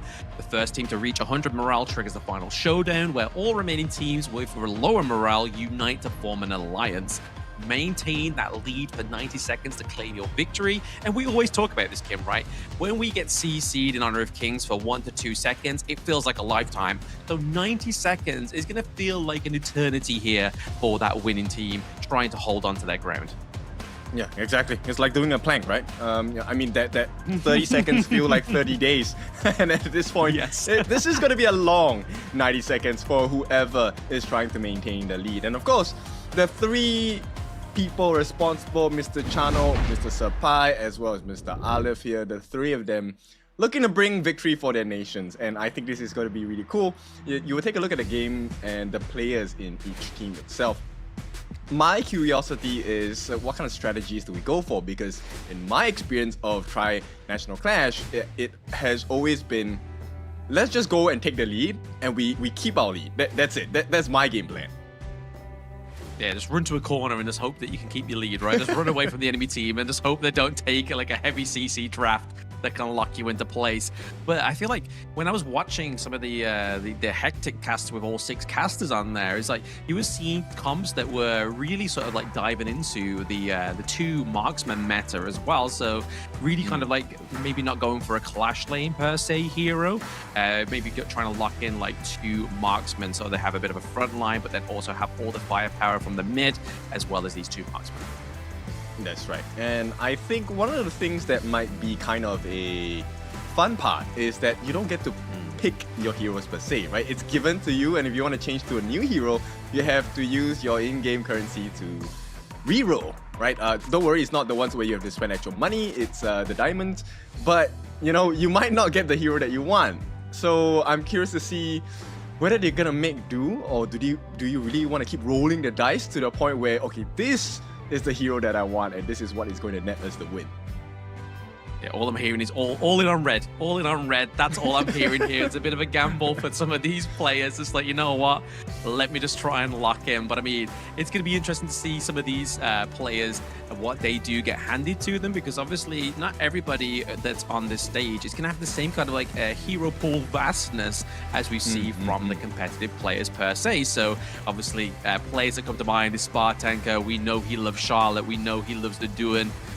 We know Momo loves the Zhangfei, but will they get those kind of heroes? But we're going to head to the stage first, to the host, to introduce this tri-national showdown. The Honor of Kings Invitational Season 4.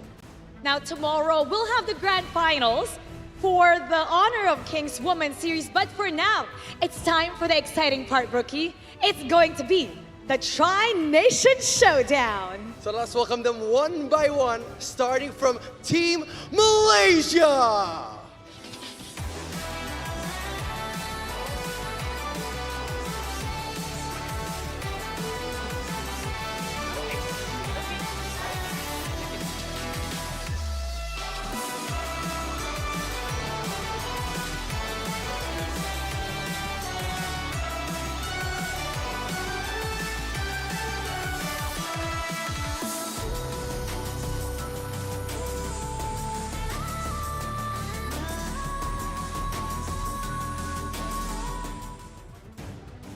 Hello, Team Malaysia!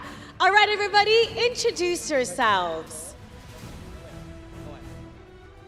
Hello, my name is, nama saya Alif Irfan. Saya adalah team captain untuk Malaysia. Hello guys, apa khabar kepada semua? So I'm Noel representing Malaysia. We are here to prove that Malaysia is the stronger region in HOK Global, no matter pro player or KOL. Hai, nama saya Nick. Jadi kat sini kita orang belum agak nervous. Jadi nervous tapi Malaysia di sini siap membantai semua. Assalamualaikum Indonesia. Nama saya adalah Adam dan saya shoutcaster dari Malaysia. Dan saya di sini untuk mengharumkan nama negara Malaysia. Malaysia boleh. Hello, nama saya Lokman. Saya rasa game ni easy. So, let's go! Let's go, Malaysia! You guys are so great, you know? You continue to impress us all the time in Honor of Kings.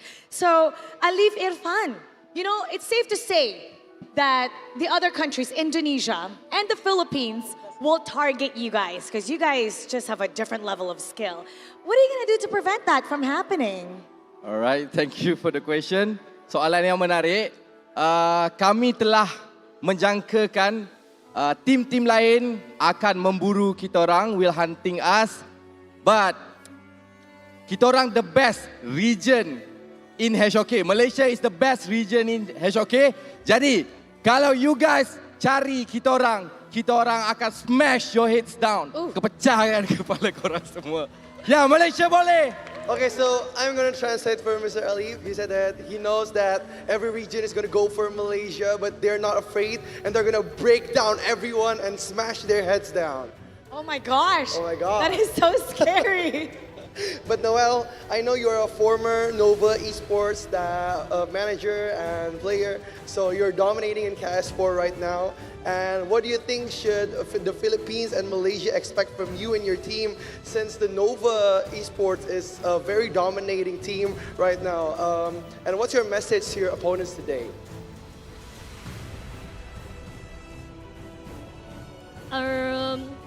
I think Nova Esports will be the champion of Invitational S4, so I'm very confident to it. And I think the Philippine team and the Indonesian team also improved a lot, but Malaysia is still the strongest one. Wow. Malaysia continues to prove that. But you know, Noel, I just have something quick to say. You have gained fans from all over the world. Your face has spread throughout. Can you look at the camera and give your best smile, Noel? All right, let's focus on her and just show her cute smile. Because you gained fans from the Philippines and Indonesia. So I wish you guys luck. And you guys may now take your seats. Go ahead. All right. And now, introducing Team Philippines.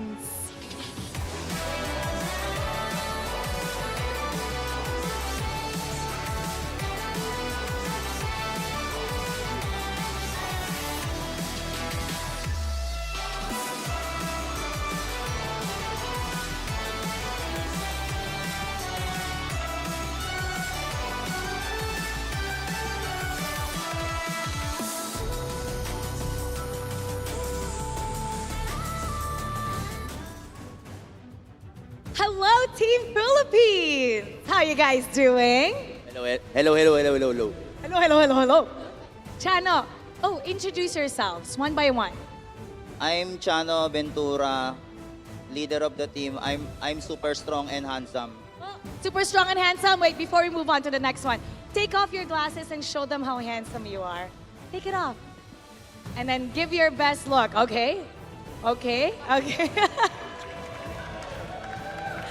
That's Chano for you. Hello, my name is Miko Pobia, and to Team Indonesia and Team Malaysia, I just want to say I wish you all a good luck. You guys need that. Oh! Hi, I'm Casey Bay, social media influencer in Philippines, representing Team Chano, and masarap pa rin ang pansit canton ng Pinas. The noodles in the Philippines taste good. That's what she said. Hello guys, I'm Dilar, and I just want to say kami nanti bantay duwa negara niya. Wow! Dilar, what does that mean, Dilar? Kami siap. Kami siap. What does that mean? Lihat aja nanti. Translate it for us, Dilar. He said that they're gonna beat everyone in their other regions. Wow! Up next. Hi guys, I'm Shay from Team Chano International, Laban Pilipinas. Laban Pilipinas. All right, now we're gonna talk to the captain.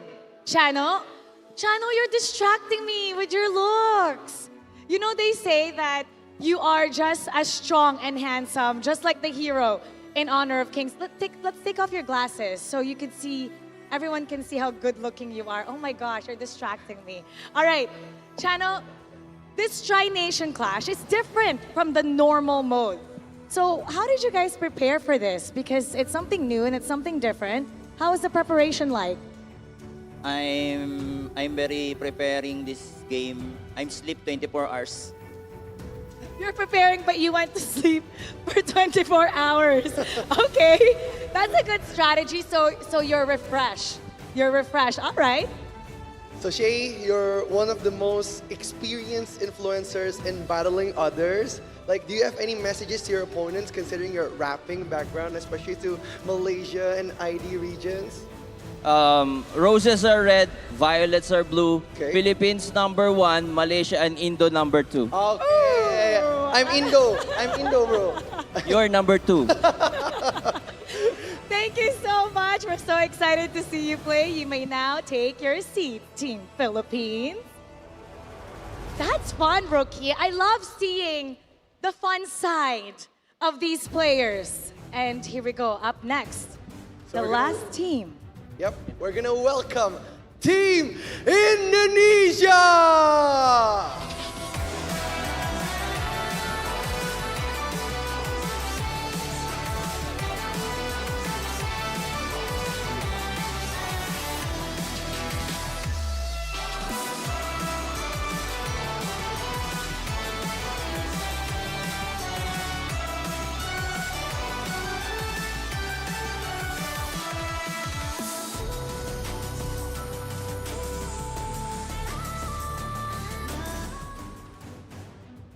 Team Indonesia. Let's pass the mic. All right, Team Indonesia, introduce yourselves. Halo semua, aku Pai. Aku kapten dari tim Hokkien. Hello everyone, I'm Pai and I'm from Hokkien. That's the translation. Halo semua, aku Momo-chan. Tapi mau bilang Pai, kita boleh nggak sih bilang nice try duluan ke Malaysia dan Philippines? Boleh. And she said that she could say nice try to all the other regions because they're gonna dominate them. Wow. Halo, aku Mika dan aku perwakilan dari Indonesia untuk 3 Nation Clash. Hello everyone, I'm Mika and I'm from Indonesia and I'm representing Indonesia in Nation Clash. Halo, aku Wankur. Kita siap bantai-bantai 2 negara ini ya. Oh, hello, I'm Wankur and I'm ready to beat every nation down today. Wow. Halo, nama aku Abang Rul. Jangan galak-galak ya karena kita bisa lebih galak. Oh, hello, my name is Abang Rul and please don't be scary because we're gonna be more scary to you guys. Wow. Now let's talk to the team captain. Sir Pai, it's nice to see you again. I see you everywhere. Every HOK event, all over the world, you're always there. And now you have a chance to bring pride to Indonesia. How does it feel to be representing Indonesia again? I'm happy. Actually, it's been an honor to have opportunity represent Indonesia multiple times. Yeah, I'm happy. And who are you gonna target? Because Sir Pai, I know that you have the guts to tell the truth, to say what's on your mind. So between the 2 nations, which one are you looking forward to crushing the most? Of course, Philippines. Philippines. Yeah, right? because we know each other with Blar and Chano. Yeah, be careful, man. Do you want to say something to Chano right now? Chano will meet in the same lane, okay? Chano, he's challenging you. Don't run. Don't run. Oh, but for Momo-chan, you are representing not only Indonesia, but you're representing Indonesia HOK talents. Do you have any choice of words, especially to your co-talent, Adam Spark Tanker, considering you are already best friends for a long time? Are you going to lock him? Are you going to beat him down today? Okay, not only for Spark Tanker, nggak cuma buat Spark Tanker, but everyone from Philippines and also Malaysia, untuk semua Philippines dan juga Malaysia. If you see me, just run, okay? Whoa! You better run when you see Momo-chan. Thank you so much, and we're so excited to get the Tri-Nation Clash started. So here we go. Casters, masuk!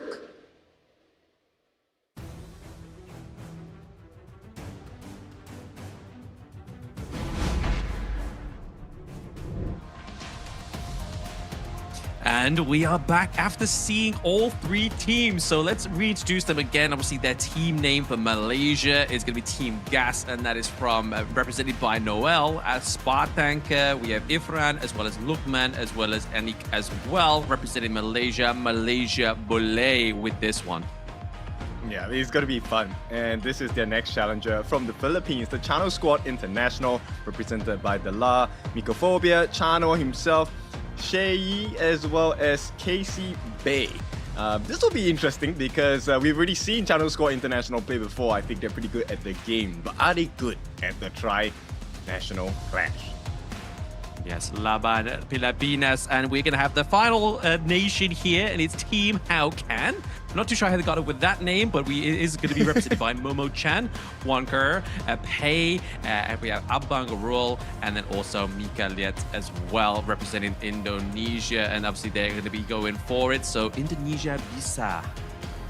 Okay, so you know they obviously have a lot of reasons to want to beat each other. But let's take it from our perspective. Who do you think is the strongest team here? I don't know, man. I don't know if Malaysia can come through with this one, you know? Like, this is a completely different kind of format. Like, I mean, we can be, like you said in the introduction here, Ken, we can be completely non-biased because we hold no kind of bearing here. Our flags are completely different. Let's just say, obviously, Britain would rule all, but that's me just saying my piece. But honestly, right now, between these teams, I mean, they have some star-studded players, right? I mean, some of these talents do play this game a lot, to maybe not to the level as the pro players. They play Honor of Kings quite a fair bit. So I feel like it's definitely a even Stevens with this matchup. Actually, I find this setup pretty cool, right? Like it's a Sova setting, and then we have the 3 regions seated right beside each other. Technically, you could, you know, zip in over, take a look at their phones. Yeah. Just go peer over the sofa. Like, hang on, what are you picking? Let me see what you're going for here. What's the game giving you? Let's see what the RNG's going for. Yeah, that would be quite funny. And of course, Sir Pai, I think we have a lot of history between him, Chano, and Dilar as well. The three of them have met on multiple occasions across the world in HOK.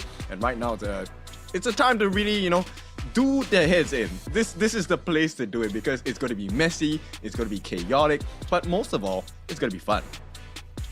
Oh, absolutely. I mean, the most violent team there was obviously Malaysia, right? Obviously, those closing words saying they're going to smash people's heads in. I mean, let's hope that there's going to be enough referees on the stage to actually tackle somebody if they do decide to go for the violent act here when they do get taken down. But the sofas should be a little bit of a bit of a relaxing theme here for these teams, just to kick back. I feel like some recliners are in place here, so people can't just jump out the seats and go for one another.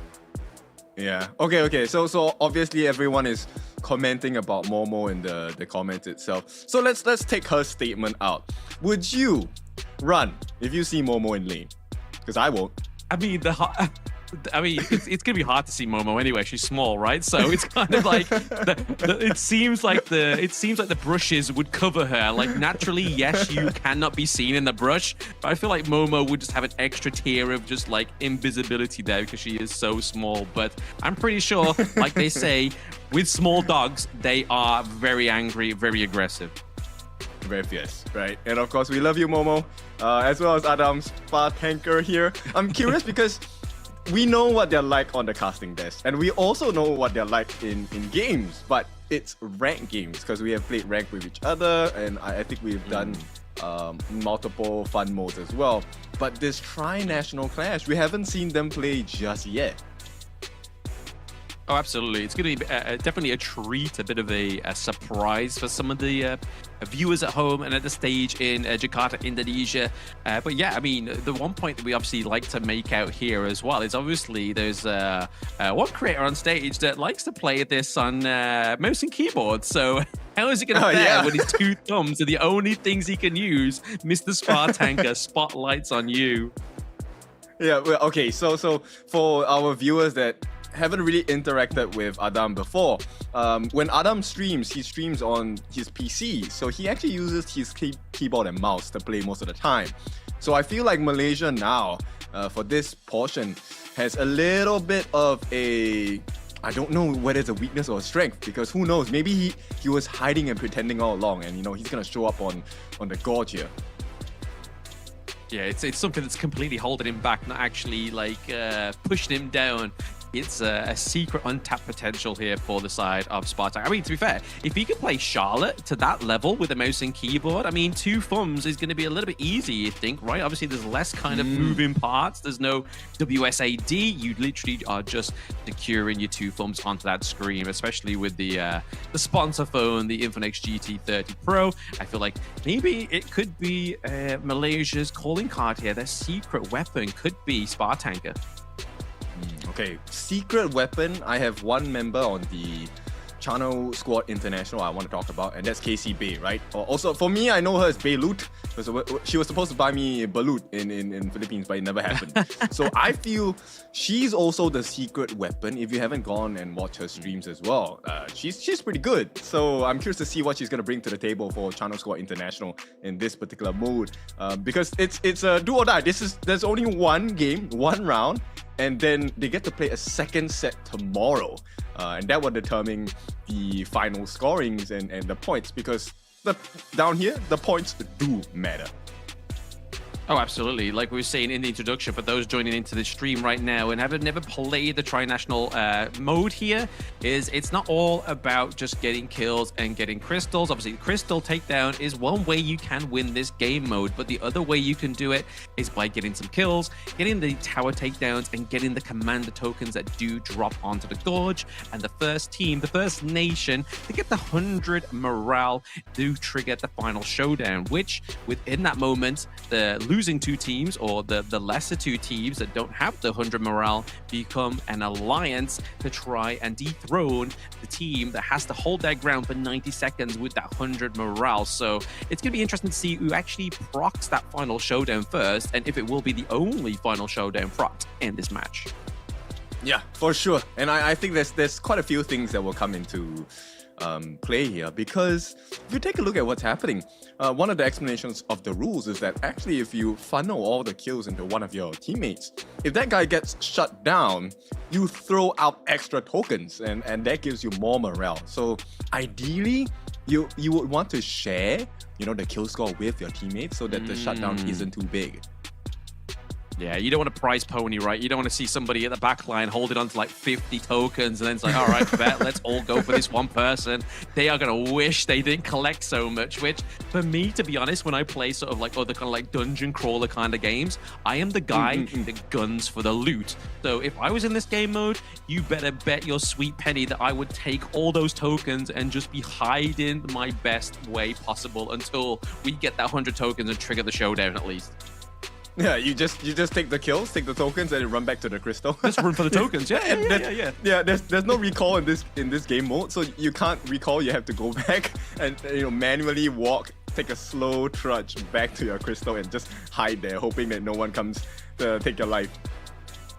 Hey, it's okay. I'm from the UK. We walk every place. So you know what? A walk back to the base is not going to be a task for me here. I feel like it might just be part of my day-to-day.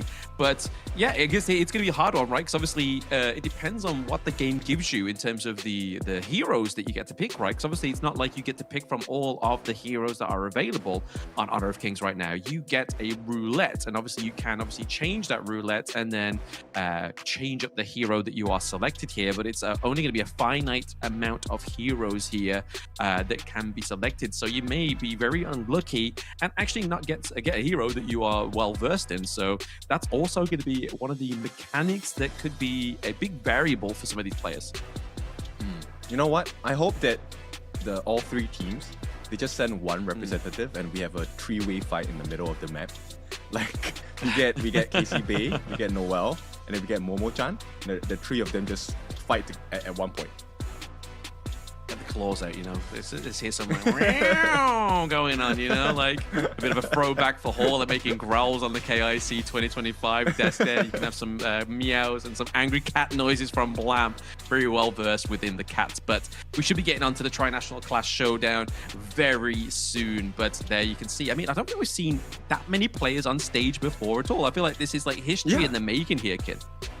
Yeah, it definitely is, right? And to have Sofas as your, I think Sofas definitely much more comfortable. And although their faces are very serious, I think they're gaming in comfort at this point. Like I would love to game on the sofa. I game on the sofa all the time. So this will be interesting to see. The only thing I would think that's really awkward when you're sitting on the sofa is if you're not at the end. If you're right smack in the middle, like where do you put your elbows, right? Like how do you support your phone? You've just got to hope that you're sat in between two very selfless people, right? They're aware that your elbows need a little bit of rest, or you might be just the unfortunate person who sits between people who don't care. There's completely spreading out and like, you know what? It's my space. I took it here. I was here first. It's now my shoulder rest. But I do envy these people, these players sitting on sofas, because recently I've moved and I'm sat on a stool that has no back support. So I'm really jealous here. So whoever loses, you don't get my sympathy here, So there you go. That's my piece. Oh, I know, Blam. I want to add one rule. If you're taken out of the game, for the duration that you're out of the game, you have to sit on the floor. And then oh wow! The other people get to occupy your seat. That might actually cause some medical conditions, right? People might get piles, so I don't think we should promote that one just yet. We'll have to get that verified with obviously the higher ups, but maybe sit on your hands for 5 seconds or something like that, maybe. You can't touch your phone for the entire time that you're down. Yeah. That'd be so funny. Yeah, you can't give intel, you can't kind of overview, you have to sit on your hands and act like a child that's just been told off here. But as you can see, obviously, all the teams here, they're all mic'd up. It looks like they're starting to get ready onto the screens here as well. Spartanka's like, hey, there's no Dune, there's no Charlotte, I'm pretty much done for. No, there's no mouse, there's no keyboard. Yeah. How do I sign this to WSAD? No, we're just joking, of course. Oh my goodness. This is quite refreshing. And I think, they're at the point where they're kind of selecting their heroes, right? And everyone's kind of spitting and making sure that, hey, I want the hero that I want. But there is, of course, a time limit based on like what heroes you're able to pick.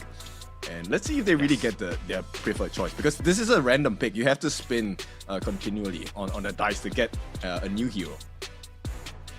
It's like the gotcha of game modes, isn't it? It's like, hey, we've got to play gotcha with the heroes that we get. That's pretty crazy, but here we go. Obviously, we're changing screens here, ladies and gentlemen. It looks like we have got the picks already up on the board here. So very interestingly, we have the Milady, the Alessio, the Zia for the side of the Philippines up here as well. Also seeing some Ganemo action on here. So a lot of ranged heroes so far entering this one. But this is going to be the tri-national showdown, ladies and gentlemen, between Malaysia, Indonesia, and the Philippines. So let's get into this one. Let's see who comes in on top and who's going to form an alliance. Yeah, you know what? Just off the bat, I feel like Malaysia's lineup is just pretty good. Jumping in here from the side of... Oh, okay, Momo-chan is actually quite aggressive here with the Lapu Lapu, with the Ripa Datu as well. So, my eyes are actually on the Mungya here, right? The loose cannon. I'm curious because with the ultimate, I think you can actually get quite a bit of value across the map. Oh, absolutely. I mean, you're hitting 10 other players, not just 5, right? Like, that's going to be a lot of missiles being placed there from the monkey. Oi, Momo! That's going to be first blood. Momo is going to be taken down. And you know what? I think, nobody is listening to her. They don't want to run away. No, they're doing the opposite. It's clearly opposite day here for the HOK Tri-National Clash here. They're like, you know what? Let's actually not take the advice from Momo. Let's just fight her head on. But being head on is taking these couple blades head on going to be a good thing here for the Philippines. I don't know. I mean, at this point, it looks like they're doing okay, right? Because they have the healing deals here. Now, the healing deal is kind of different, because for this healing deal doesn't just heal you, it heals your teammates as well. But it only heals after a set period of time. So you would do well. So you got to kind of rush in. You got to be the bit of a despair for your team. Like, make sure we proc it at the right time. Don't be jealous or selfish with it. But that's going to be another takedown there for Malaysia. That's going to be the takedown of the Liam Po onto the side of the Philippines there. Yeah, it's funny because they get the takedown, but you know what? It's the Philippine channel squad that actually coming in hot at the bottom side of the map here. Now on the other end, I think it looks pretty clear, right? It's IDPH versus MY at this point. Yeah. I mean, the thing is, though, like, the fact is that PH have got that Milady. I mean, you just saw there, that turret took so much damage. And I feel like that's probably one of the better heroes into this game mode, is you have such a great siege hero coming through here that if you take the eye off the prize and the pressure gets put onto your turret, that's it. It's pretty much over there. But, I mean, playing a very good here is going to be the Liam Po here. So Mycophobia actually being really well played, putting the pressure on, just kind of like burst ramming in, getting the CC, getting back out, and then just waiting for the prime moment of here. But Casey Bay taking too many of those couple blades there. Yeah, I mean, at this point, Team Malaysia may have a new phobia after this game. And it looks like it's pretty good, right? Very nice movement coming in from the PH squads here, as the jump in from Mycophobia. Not going to hit too much damage. In fact, he takes quite a lot, but thankfully, they have the Milady here, you know, with the Mecha Boss. She's quite a menace, especially in this mode as well. But right now, I think Team Malaysia are actually doing well, holding their own against two different aggressions coming in. Oh yeah, they're fighting on two fronts here as well. But I mean, to be honest, the Philippines aren't too far behind. They're only 2 points behind, whereas Indonesia is currently trailing behind by the top prize around about 4 points so far. So not quite doing too well for themselves here. But I do have to say, I like the pickup of the Ambrosa, so coming here for the side of Indonesia. So hey, we have to kind of just use that. Oh my goodness, invincibility, just get a takedown. But oh my goodness, Alessio goes night-night, but here could be crucial. Oh my god, Phobia! Yeah, there was a huge jump, and here comes the Ravenous as well, and this is going to be good. Delar actually, you know what, he's pretty strong now. 1v1, he's a big monster to deal with, and they managed to push him away, but don't actually get the life. But in terms of damage, they've done quite a lot, right? Team Malaysia's bottom side turret, T1 actually looking kind of bad at this point. It's pretty low. And right now, in terms of points, somehow our dear ID squad, Team Haokan, they have managed to tie up with Team Garcia. And I think this is great for the side of ID. Momo-chan, okay, I think they have to start respecting her. maybe they will fear her now, but I feel like it is going to be the Shadow Plume that's able to kind of just drive away and clear out the minion wave pretty quickly here. But to be honest, on the side, like the bottom part of the map here for Malaysia, there's so much range coming through, right? Obviously, not only you got Breeze Heart, you've got the Smith and Blade as well, just constantly just throwing blades at you. It's not a situation you want to be in if you are the Philippines, who are currently trailing behind here by 4 points. And now, like you were saying, kid, Indo and Malaysia, they are pretty much tied neck and neck. So it seems to be a bit of a battle for the top supremacy here. Yeah, but if they get this turret here, Mycophobia, he's gonna try and jump in on the backlines so they can get the T1 turret. Great strategy, and they're gonna back off. They need to back off now, right? Come on, move away. And with that, look, 1 T1, they're now 19 points. So Team PH sneak from behind and take away the lead from both Malaysia as well as Indonesia. Yeah, very well played there. They had their eyes on the prize, right? They were playing the slow game. They was like, you know what? We have the Milady. Let's keep pushing here. We do see Noel actually struggling to get away here on the Dream Wanderer, the Dream Weaver. But now it's going to be a takedown onto Malaysia. Okay, that one is for ID here, and it looks pretty good. It's a 2v4. Oh, nice knockup from the side of Team Malaysia, but it's not going to work out too much here. In fact, they have to give away that T1 at the top side as well, and everyone seems to be bullying Team Malaysia. Team Gas, what's going on, man?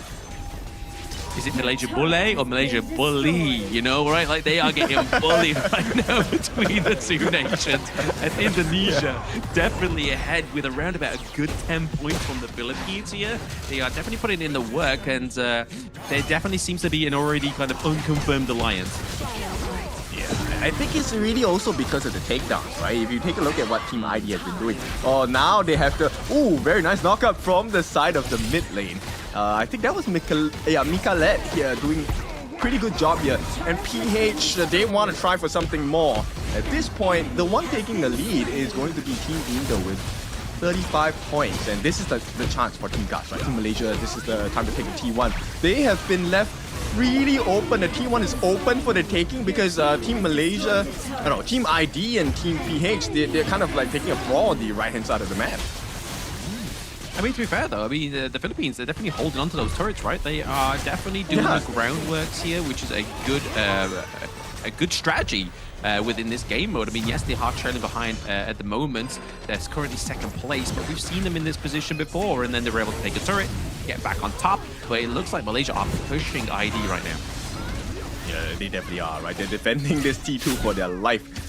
Very nice defense coming from the ID side, but that's only one part of the map. Here comes the right side, Team PH, also putting quite a bit of pressure on the right-hand side here. China Squad International, feel like they're doing well, but they can't get any room. This is the difficulty of this mode, right? You can't really just keep pushing in one direction. You have to try and make sure that both sides are A-okay. Oh, absolutely. A-OK, H-OK, but obviously we did see the Philippines lose the 1T1 down to the bot side there as well, but there it is. Going to be the initiation from Pei there being invulnerable. Okay. Yeah, they're going to try and push them back here, but I think this is for ID. Momo-chan, she's going to try and push them ahead here, and with that, the flash coming in, can they get the finishing blow? They can! Oh, it's going to be huge! A quadra kill coming in for Team ID. In the meantime, Team Malaysia, their T3 is falling. Oh no, they can actually end the game here. Team PH, they make use of this advantage that Team ID has given them. And right now, Team Malaysia's Crystal is open. So regardless of that quadra-kill there that you just saw from the ID region, you saw that Philippines was like, right guys, 4 of them are dead, let's go for the crystal, let's go for the crystal. And a little bit of like a backstab there. This is like, let ID do all the work and we will just push from behind. Yeah, that one was really clear. Hey, they're coming, they got it, and they can't fight, let's go. And at this point, I mean, okay, even though they took advantage of that, Team Philippines, they don't want to kind of end the game here because they're still trailing on points. If they end the crystal here, Team How Can, which is Team ID, will actually take the win because they're leading by 65. They're leading at 65 points. They're almost double of Malaysia's points. Yeah, Malaysia is really trailing behind here. I feel like they just need to put some their backbone into this if they want to try and get some more of those command tokens, because they currently are trailing behind by those kills. That quadra kill definitely helped out the Indonesian team there, Team How Can. But Chano Squad are just ever so slightly behind by around about 10 points as well. So the Philippines definitely second horse into the race here. And like I said, like, hey, Malaysia may be winning all the tournaments in normal Honored Kings, but in Tri-National Clash, they are getting tag teamed to heck here. Oi! Holy, look at that damage. That was quite a lot. I believe that was Mikalette here. She got a very nice takedown onto the members of Team Malaysia here. This is not the Team Malaysia we were expecting, but this is the Team Malaysia we have. And running out of gas at this point. Now, I've been told gas or is actually to be meaning to go. And right now they need more gas because they need to go on the side of Team Malaysia. Team PH though, Channel Squad International looking for a little bit more advantage here. Actually getting one takedown here. This is great for them. And at this point, this is going to net them 66 points. They need to get the tokens. Godlike coming in for Team ID here with that pick on to the Chicha. But this is so messy because at this point, okay, they have finally tied it up. Team PH, Team Malaysia, they're teaming up on both ends, the T2s on both left and right for the side of Team ID. Not looking too healthy at this point. No, they are matching points here. Oh, Philippines actually make it to 81 points right now. The tokens are going into their favor. The morale is coming through. And bot side of the map being protected there by the Divine Enforcer as well. Obviously, Sanctification should be going on to one of the members of PH right now. But I can't quite just make heads or tails who has actually gone over to, because we see obviously the Z is at like level 19 at this moment in time. But Alessio was still set at level 15. As well as the Milady last check. So it could be the Miue that might be... Oh, no, is it the Milady? Yes, I believe it is the Milady that might be leveled up there with the Sanctification, which is obviously just going to be another variable here for the side of the Philippines. Actually, you know what? Team Malaysia and Team Indonesia should stop fighting because Channel Squad International, 83 points. If they take the crystal now, they win the game. It doesn't even matter. They don't even need to wait for the final countdown. And right now, Malaysia is trying their best to defend. They actually get quite a bit of damage. Rider Alpha is not going to hit the mark. Miko Phobia trying to set up for the team, and they will get the finish onto the Zhuangzi at this point. A killing spree coming in for the side of Team Philippines as well. They can pretty much end the game here. ID, they need to stop them here. Stop them from taking the crystal. You don't have enough points. But PH, oh, here comes the defense. ID to the rescue of Team Malaysia as Philippines will be pushed back. But at this point, if ID is the one that ends the crystal, I think they have a chance of taking this for themselves as well. 84 points, they need a little bit more. This morale trailing by about 3 from the side of the Philippines squad. Channel Squad International looking for another way back, but Malaysia, I don't think they can hold on at this point. They're trying, but there's no backdoor protection. ID's going in, Mikalette gets shut down here. They have to turn tails, they have to run. Momo Chan, oh no. She's the one that has to be left running. And at this point, it's going to be Abang Rule. He's the last one standing. He was the one with the quadra kill earlier in this game itself. But ID, they will not make that push. And Malaysia survives. But PH, once again, they come in hot. They are. I mean, they've got a full bot side of the map to themselves, completely uncontested here. I mean, he may get taken down here. This T1 might actually get Malaysia back into the mix right now, but they are playing very well. They are taking the prime opportunities like we've been seeing time and time again. Like ID's putting the legwork. PH is just like, bro, thanks for this. But honestly, these Tremor Smashes have been huge here. Up to 3. Yeah, Miko Phobia is just extremely strong. I mean, he's definitely developing some phobias for this other Team Malaysia here. The amount of times he has landed that Tremor Smash, all 3 hits, in fact, has been quite phenomenal. At the same time, Abang Rule, how much damage can he do? Can he net another quarter kill, perhaps maybe a penta this time? That remains to be seen. I think if he does, he needs to definitely pop it onto PH, right? I mean, if he does another quadra kill onto ID, I feel like there's a little a bit of discrimination going on between these two nations. The fact that you get 2 quadra kills on the same nation is definitely a statement piece here for the side of ID, but they're only trailing behind by around about 6 points right now, and Philippines, they're looking very strong here with 95. Can they proc that final showdown? Ooh, Chano was doing well there. Actually, he got his hands onto Mikalette. Fortunately, will not have the finishing blow here. Here comes that aggression. ID with the flag and the shutdown coming in. Beautiful work. And Abang Rule, can he do more for the side of ID? Because at this point, Malaysia needs some space. They're pushing away, and this means PH is now centered right in the middle. The La are going to be taken down. ID, No more Meteor, no 99. more Ravenous. And it is going to be 102. Yup, this is going to be the final showdown here. 102 points, which means ID now is in a 2v1 situation, but a shutdown coming in. And that's going to be great from the side of Team Malaysia. They want to get the catch up here, to get some shutdowns. That's a lot of tokens, a lot more morale going in. Nice attempt by Momo, but she has to be taken down. What about the points? 87 points for morale for the side of Team Malaysia. Yeah, so still after all that, you've got Pi and two members that Pi. left standing here for the side of ID. They still have about 55 seconds to withstand this pain. But can they? Look at Pi, he's just hiding. That would be my strat right now. Just hide for another 45 seconds at least, and that's exactly what they're trying to do here. Yeah, Team Malaysia needs to be very careful about Team PH because they can definitely swing this around. Right now, T3 is under the threat as both PH and Team Malaysia trying to go in. Team ID, can they really make this defense happen? Minion Wave is still available. There is a little bit of backdoor protection at this point, but it's not going to be there for long. Here comes the next set. And with that, Team ID making a defense so far is looking good, but this is a 5v10, and they are not able to stay alive. Pi on the backline, so he's jumping in. Oh, can they do it? They will take the T3. This is a lot of points. Who is now the leader? It's PH. They have turned this around. Oh no, PH, they need to start running. 109 points. Morale, this is great. 3 seconds more, and Team PH, Channel Squad International, will be your winners. Oh wait, not yet. There's still about 90 seconds. They have to hold this.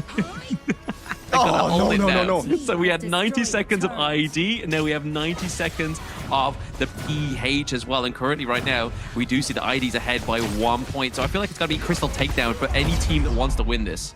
Oh, right as that goes, it is 1 point, and Team ID sneak the win away. What a beautiful game here. That was very fun mode there. It's quite hectic. So if you love fun, if you love hectic, if you just want a little bit of difference here from the norm of Honor of Kings, this is definitely the mode you want to play, the 5v5v5, the Tri-National Showdown, and it is going to be Indonesia. Momo was correct. If you see her, you should run, but I feel like Pi is definitely the person you should be running from with that quadra kill. Yeah, Pi is one. The other one was Abang Rule, right? Abang Rule was the one with the Chicha. Holy, the Forge Maiden, crazy work. And Team Malaysia, I think this one, yeah, you know what? They can win the pro scene, but you know, in terms of like KOLs and talents, no way. I think ID and PH has shown that they are the stronger regions. What a turnaround in this game. Yeah, Malaysia bullied. Malaysia bullied. They got bullied there by the side of the Philippines ID. But I mean, it was definitely a meticulous kind of 2v1, right? Like I said, there was an unconfirmed alliance. You saw ID just crawling for Malaysia, and then PH, as you can see on the mini-map right now, just pushing ever so slightly towards the crystal. They were just putting their legwork, man. Like, Team Gas is Team Stop right now, and we're gonna try and put a stop to them, while ID just try and like get all the nectar from all those kills. We're gonna try and push the crystal, and they almost won at that one point. Yeah, almost. Okay, so we talked quite a bit about the ID teams. I think we need to mention Nicophobia. Dude, this guy was on fire for Team Channel Squad International. Oh, absolutely. He was so sick with those Liampo Tremor Smashes. Like, honestly, I don't feel like he had a Tremor Smash that connected onto anything less than a 3, you know? Like, that was a triple knock up every time that ultimate came through. And it's okay, Momo, she's so happy with that. But let's go to the Hosen stage at this point.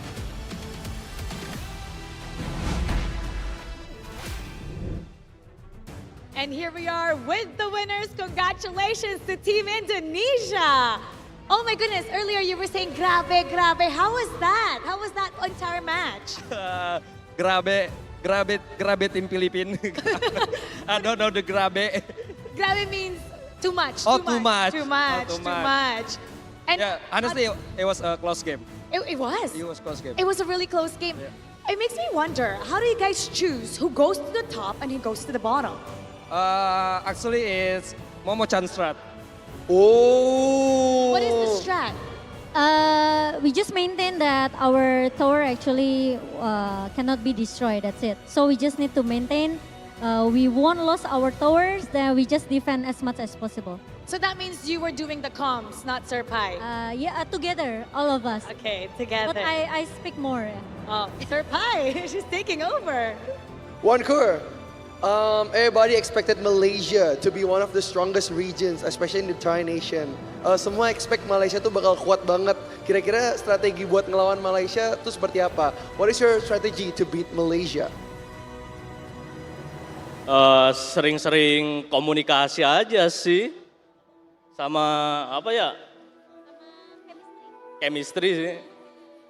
Kasih paham nggak sih? You need to communicate and get chemistry, and they're gonna show us Indonesia is the strongest in this tournament. Wow. Once again, congratulations. You guys should celebrate. Thank you so much. And now we'll ask Sir Pai and the other team captains to come forward. Sir Pai, stay with us. And now we'll ask the other two teams to please come forward.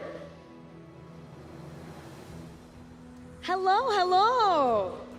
All right, but first, let's take a look at the rankings of today's match. Third place goes to Malaysia, Team Gas. Second place, Team Philippines, Chano Squad International. And first place goes to Team Hauken from Indonesia.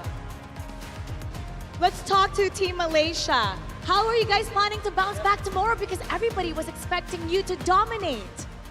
Okay, so ada kesalahan dalam pick hero tadi. Kita tak sempat masa, so that's why tak dapat lakukan yang terbaik. But this is the first game. Baru warm up, ada 3 game lagi, so we will do the best. Wow, but you did your best. You proved that Malaysia is still strong, but you can bounce back tomorrow. We hope you want to see the strongest Malaysia pride. Chano, you did really well. Only 1 point different against the Indonesians. What is the problem you face, and what will you use for strategy for tomorrow? Tomorrow, I try my best. I want to win PH, then I more sleep. More sleep. More sleep, that's the key. That's the key to Chano's win. Now first, for our first place, Indonesia, Sir Pai. So how do you think you're going to maintain the #1 position for the following days? What are you going to do to ensure that? Actually, it's just like our team name, Team Hauken. Like Hauken, we win. Yeah, Hauken. Yeah, I'm not expected as much. We just love to play the game. That's it. That really is the key, Yeah, to enjoy the game. Yeah, just play the game. But you know what? Later on, your country, Kagendra, Yeah. okay, we're going to be going up against Blacklist International. And if they win, it'll be the first time they'll go to the semifinals. With Sir Pai's expertise, what would you like to give them as an advice? I think just play your own play style, play as usual, and yeah, trust each other. That's Trust it. each other, just like what you did in the Tri-Nation Showdown. Wow, but Mr. Alif, your Malaysian teams are well known to be the strongest region right now. And today we have both Nova against Team Hawk. So the brothers will go face to face, head to head against each other. Can you give both teams a message for them, because they're representing Malaysia right now and they're similar to you, they're representing the Tri-Nation Showdown. Or you can give them a support or anything you want? Okay, untuk Team Nova and Team Hawk, I wish you guys all the best. Kalah menang ada pertandingan. Apa pun laku yang terbaik, harumkan nama Malaysia di mata dunia. And you guys, good job and good luck. Okay, he said that you both are representing Malaysia and do your best, make Malaysia proud. Good luck. Oh, definitely. Their teams are making Malaysia proud. And you know what? We're going to go to Chano because, Chano, when you're on stage, when you're around, you have a different vibe. Your vibe is so positive and it just really lifts everyone's spirit. I don't know if it's your vibe or your face, just something about you. So how would you cheer for Blacklist International? Yun, ito lang masasabi ko sa Blacklist, galingan nyo. Patunayan nyo ang Pilipinas ang #1 sa lahat ng ng lahat ng larangan. Then, Chami, lahat na tinuro ko sa'yo, ano mo alalahanin mo sa utak mo kasi pag natalo ko, yari kayo sa akin. He's telling Team Philippines, Blacklist International, to do their best and to show the world that no matter where they go, Philippines will always be #1. And he's telling Chami to remember what Chano has taught him. Otherwise, you're in trouble from Chano. What is it? What is it that you taught Chami? Give us an inside scoop. What is it exactly that you taught him? Yung mga galawan ko, dapat ganun din yung galawan niya. Yun lang. Your moves should be his moves. Chami. If you were to impersonate that in body language, how would that be? Body language. Show the body language. What kind of moves? Wow! Okay. Thank you once again so much. And we'll see another action-packed Tri-Nation Showdown tomorrow. And everybody watching online, don't go anywhere because up next, it's going to be Best of 7. So stay tuned only here in the Honor of Kings Invitational Season 4. We'll be right back.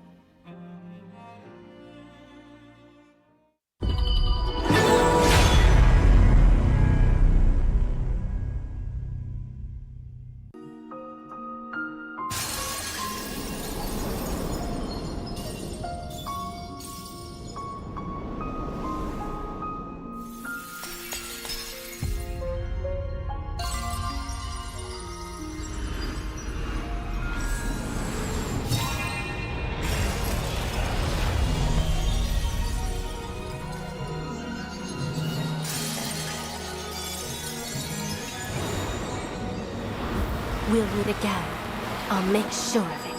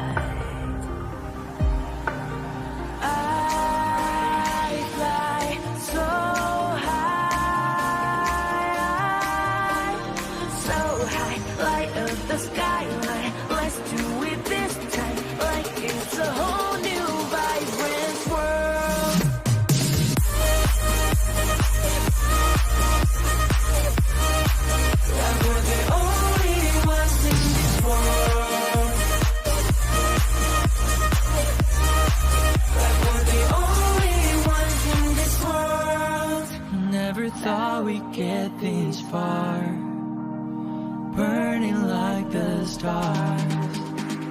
How we get this far, like we're the only ones in this world.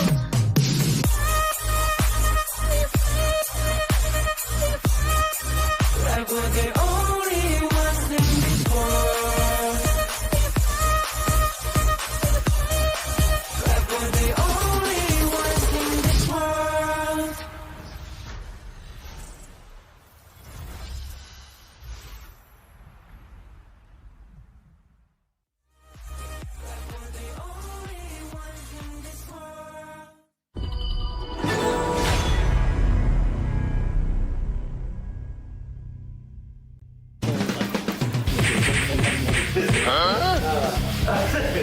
I'll do this. Senko will do this. Hey, this is the hard part, you know? No. 4 minutes left, 4 minutes left.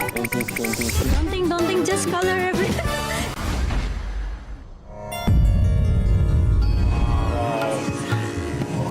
Wow. You guys hear it? Yeah. That is gamelan song. You know?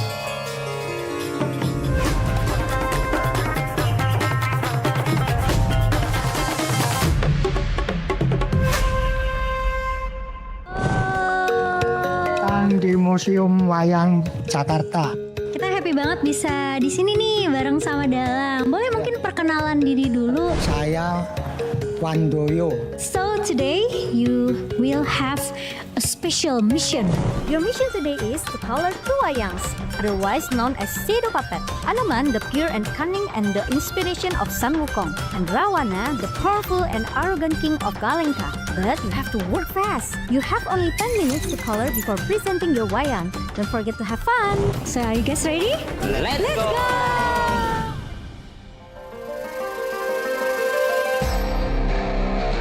The first step is color the base in white color. I'll do this. Senko will do this. Hey, this is the hard part, you know? No. Pengen banget, kalau bisa pengen banget persis, cuma harusnya sih emang tetap masih beda ya, karena kita nggak bisa sedetail itu, cuma at least kita berusaha yang terbaik lah. Berusaha yang terbaik. Nggak kayak tim sebelah tuh. We want to beat them, although we have not favorable odds. We have a smaller brush, but we also did it already. Our hair and our face, finally, all white. It's not supposed to be all white. Okay, now you can add another color to finish your wayang kulit.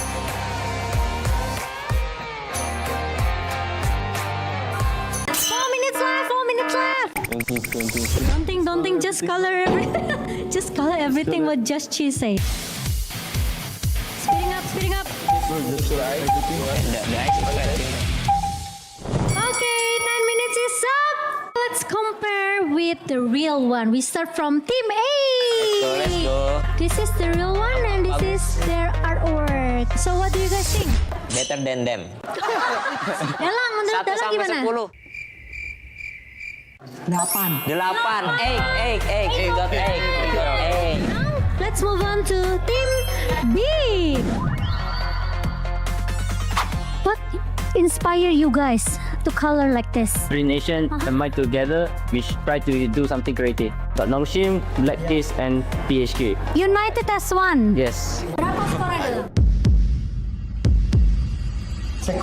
Skornya 7,5 ini. We won. Okay guys, that's it. Thank you for Team A. Thank you for Team B. You guys did a great job. Amazing. Thank you, Dalang. Now, Dalang will show us his work and we will show him our game. Okay? Okay. Let's go. It's our game. It's our first time to shoot like this contest. Saya dapat belajar tentang sejarah Indonesia. We were coloring 3 nations, 1 table. Itu bagus sih buat generasi kayak gue juga bisa tahu tentang wayang ini, budaya Indonesia juga. Pakai tangan kiri aja, tangan kiri. It's good to experience this, and I'm glad to share this experience with people from all over Asia. Indonesia wayang kulit, I love it much. chance.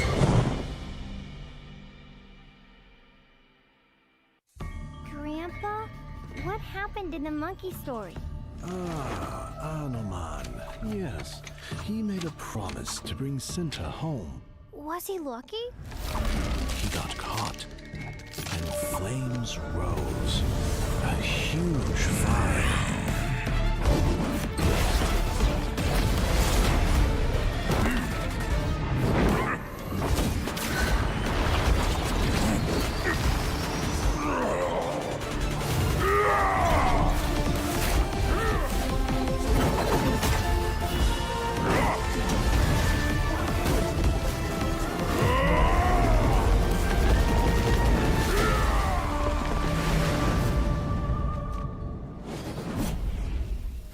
He is a legend. Yes, a man will always admire.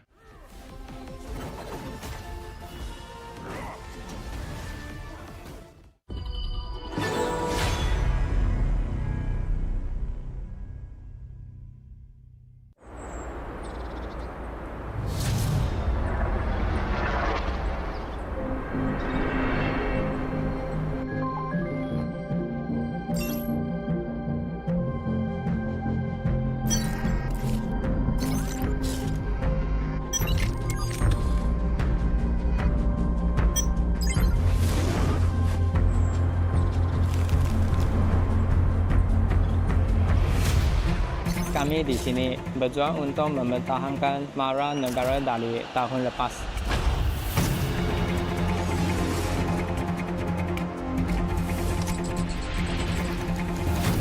우리의 목표는 간단해. 쟤들을 끌어내리고 그 자리에 우리가 앉는 거야.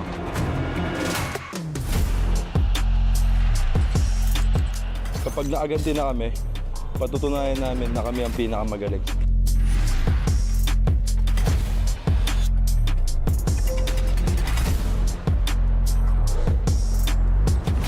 Tapos na kaming manood lang sa gilid. Kumanda na kayo sa isang explosive na palabas.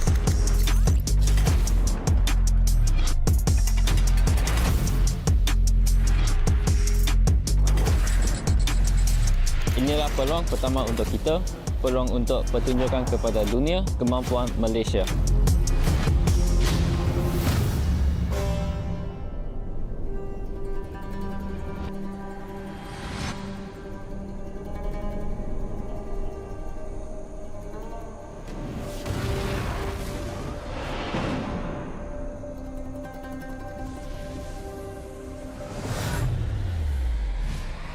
Kami akan membuktikan nama kami dan menguasai permainan. Kebanggaan nasional kami dipertaruhkan.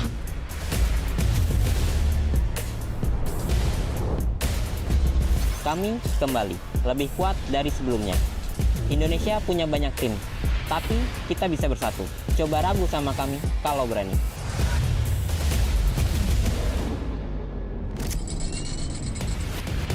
Tim kami telah kembali pulih. Kandang ini milik kita. Bhinneka Tunggal Ika, kami akan menunjukkan kemampuan terbaik yang dimiliki Indonesia.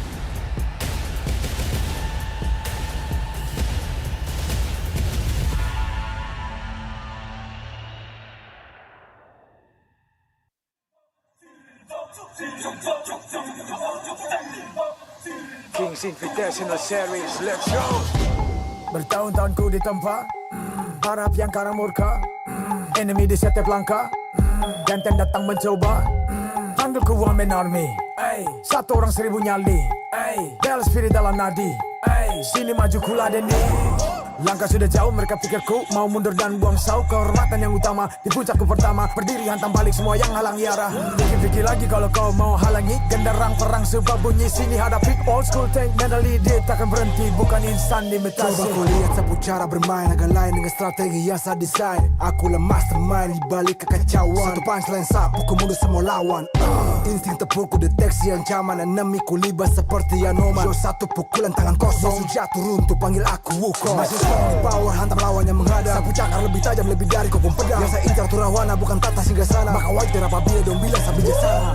Siapa yang berani mendekat kemari? Saya yang kesana atau kau yang kesini? Jutaan kalian pun saya terakan lari. Seranganku cepat sulit kau hindari. Dominasi asik, ku kendali, berotasi ke tiap sisi, ku ambil alih. Saatnya kita untuk eksekusi. For my party, push, push, push, push, push, push. Everybody move, move, move, move, move, move, yeah, move, move. Saat datang dengan mode brutal, kendalikan setiap titik vital. Damage magic, serang mental fisik, 1000 taktik, kau kalah cerdik. Mau coba jatuhkan sama mana bisa, siasatmu sudah saya analisa. Terdapat selak, gerak, geriku sulit tu dilabrak. Wah, game over, hancurkan semua tawa. Kombinasi skill dan power, teleportasi ala Endoku yang LOK. Kau tahu ku tak bisa redam, bulat tekadku yang takkan padam. Tuh kehormatan yang tak bisa dibeli, saat saya genggam jangan harap kembali. Adu mekanik tingkat tinggi, siapa paling berani, aku paling gigi. Pedang raja yang ku hulus, tebasannya bak angin menghembus. Long life the king, akulah raja, dentuman zira, ini mental baja. Akulah hukum dalam wujud nyata, seni tempurku susah tu kau baca.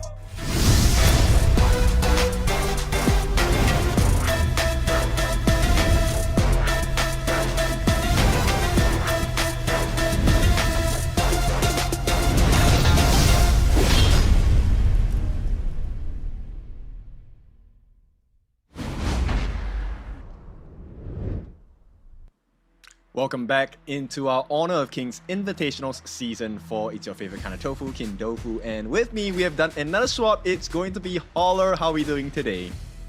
I'm good. I'm glad to be back. And of course, this one is going to be an exciting one. I know Nova Esports specifically chose Team Hawk. It's going to be a little bit personal in the MKL region to kind of be like, hey, we're actually the biggest dog here. It is. It's also kind of like, I would guess, a learning lesson, right? A kind of like a tuition kind of thing. Like, hey, you know, after this, it's going to be MKL, it's going to be Pro League. So, you know, Big Brother Nova here is going to show you the ropes around how to perform in the Pro Leagues. And of course, there is a fee to be paid, and that's going to be potential first position for the side of Nova if they continue the spectacular run that they have done in thus far in KIC4.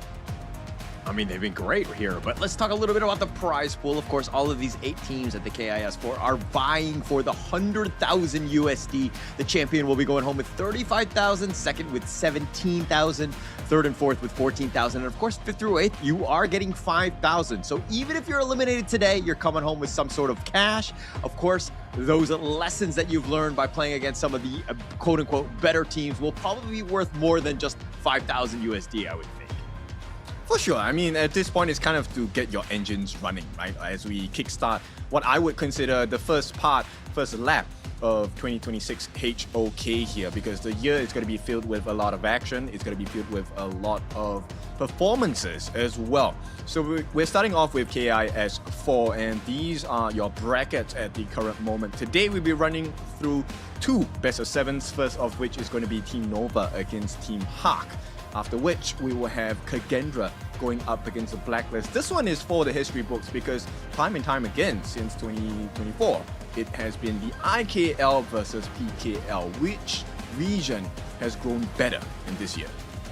Yeah, and that's actually the funniest part about this. The fact that, I mean, Blacklist International as well as Boom Esports haven't had the greatest of times at the KIS, but these are, of course, going to be the first 2 matches of the day. Nova versus THQ, Team Hawk, that is, both representing Malaysia. The second series will be going up against Kagendra, who has just soared in the KIS4. They will be going up against Blacklist International. And the funniest part about all of this is the fact that Blacklist and Boom Esports were the tops, and they chose all of the other teams in their groups.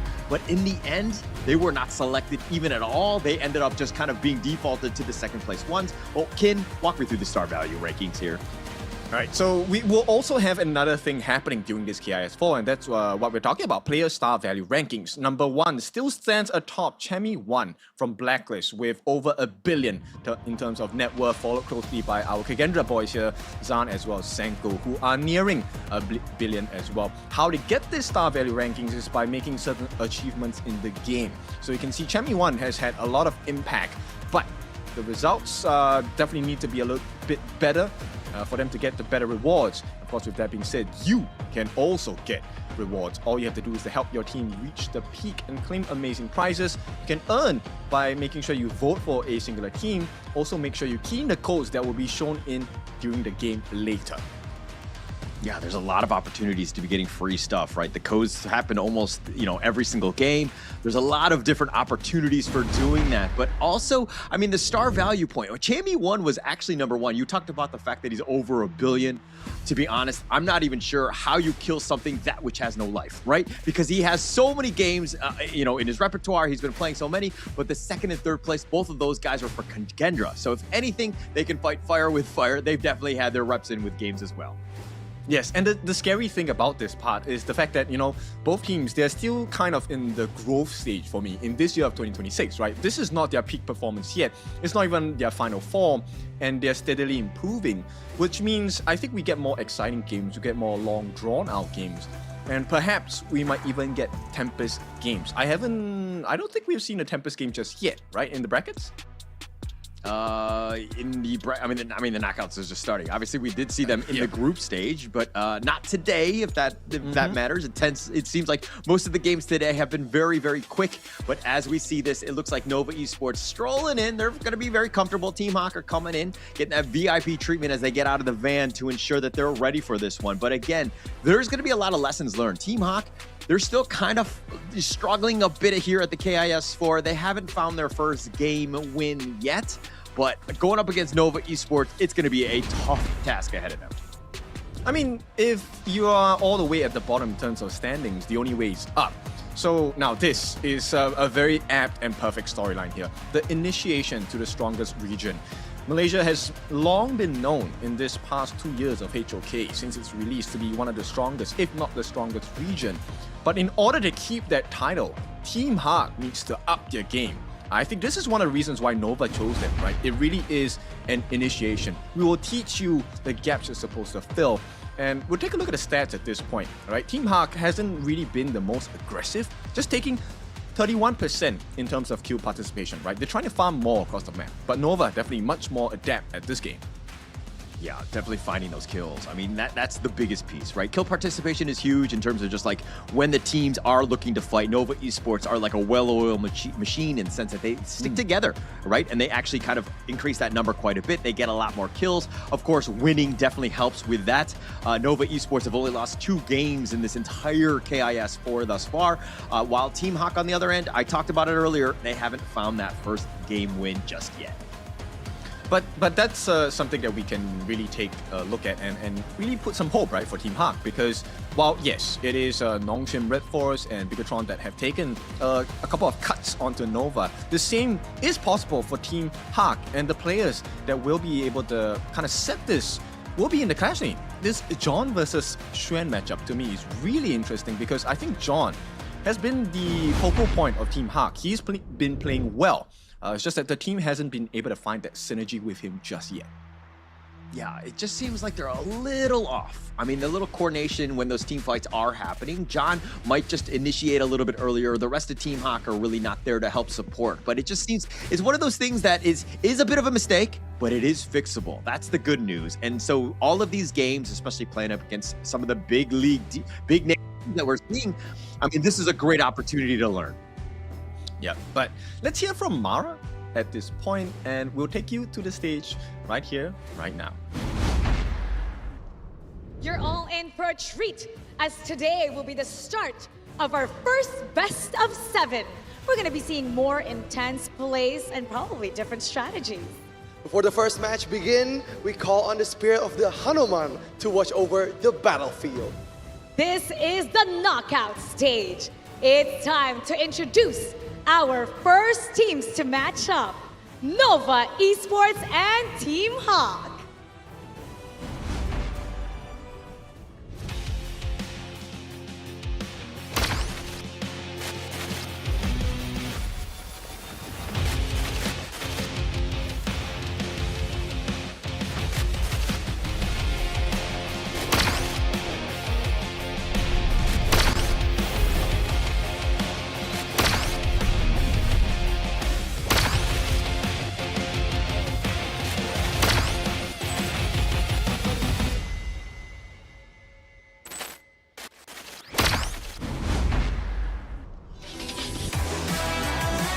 Their light is inevitable, their power uncontainable.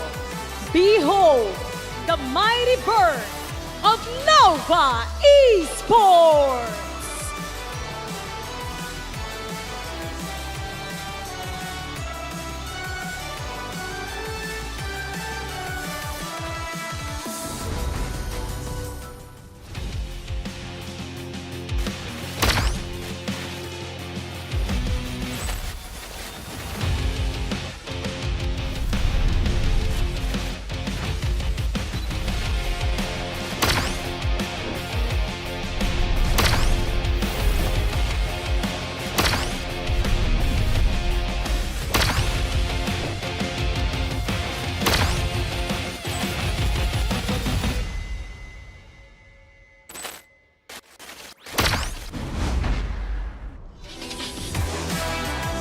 New faces, they bring a new challenge.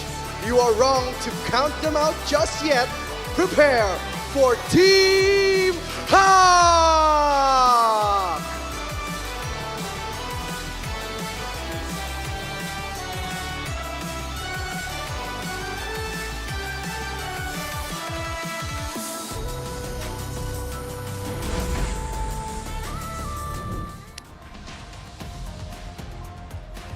Right, so we take a look at the lineup here. We're going to start off with Nova Esports, represented by Wendy in the mid lane, Muji in the farm, Xuan in the clash, Kongling in the jungle, and of course Weipit in the roam. These 5 members have been steady, they've been consistent. Slight changes, Kongling now taking over the mantle of the jungler, but this change hasn't affected them too much. In fact, I feel like they're even cleaner this time.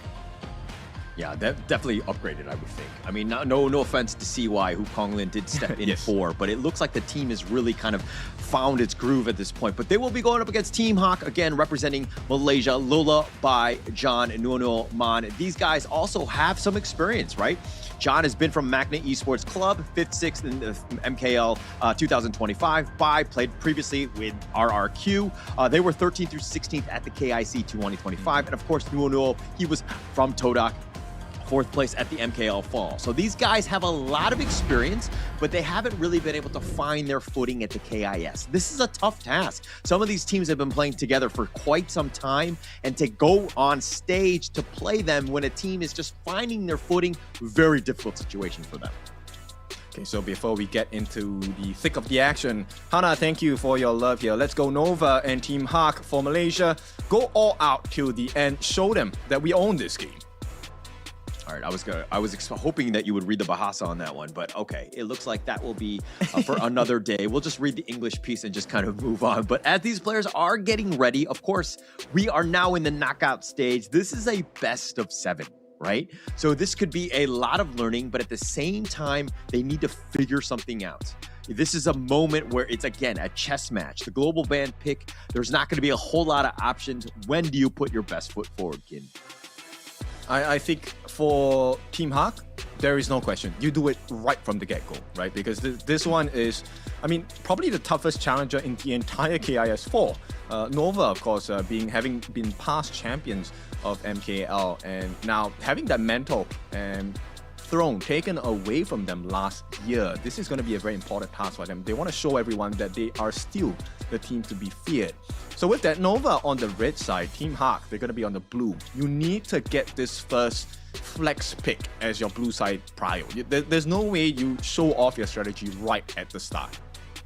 Yeah, I think that's going to be key, definitely, for the draft. I mean, first pick is great. Secure something that's going to be solid. There's a lot of meta picks that are still available. Obviously, I mean, it's just game 1, right? But at the same time, it's the one thing that we've kind of seen from the KIS4 thus far is that teams have been really good at counter picking.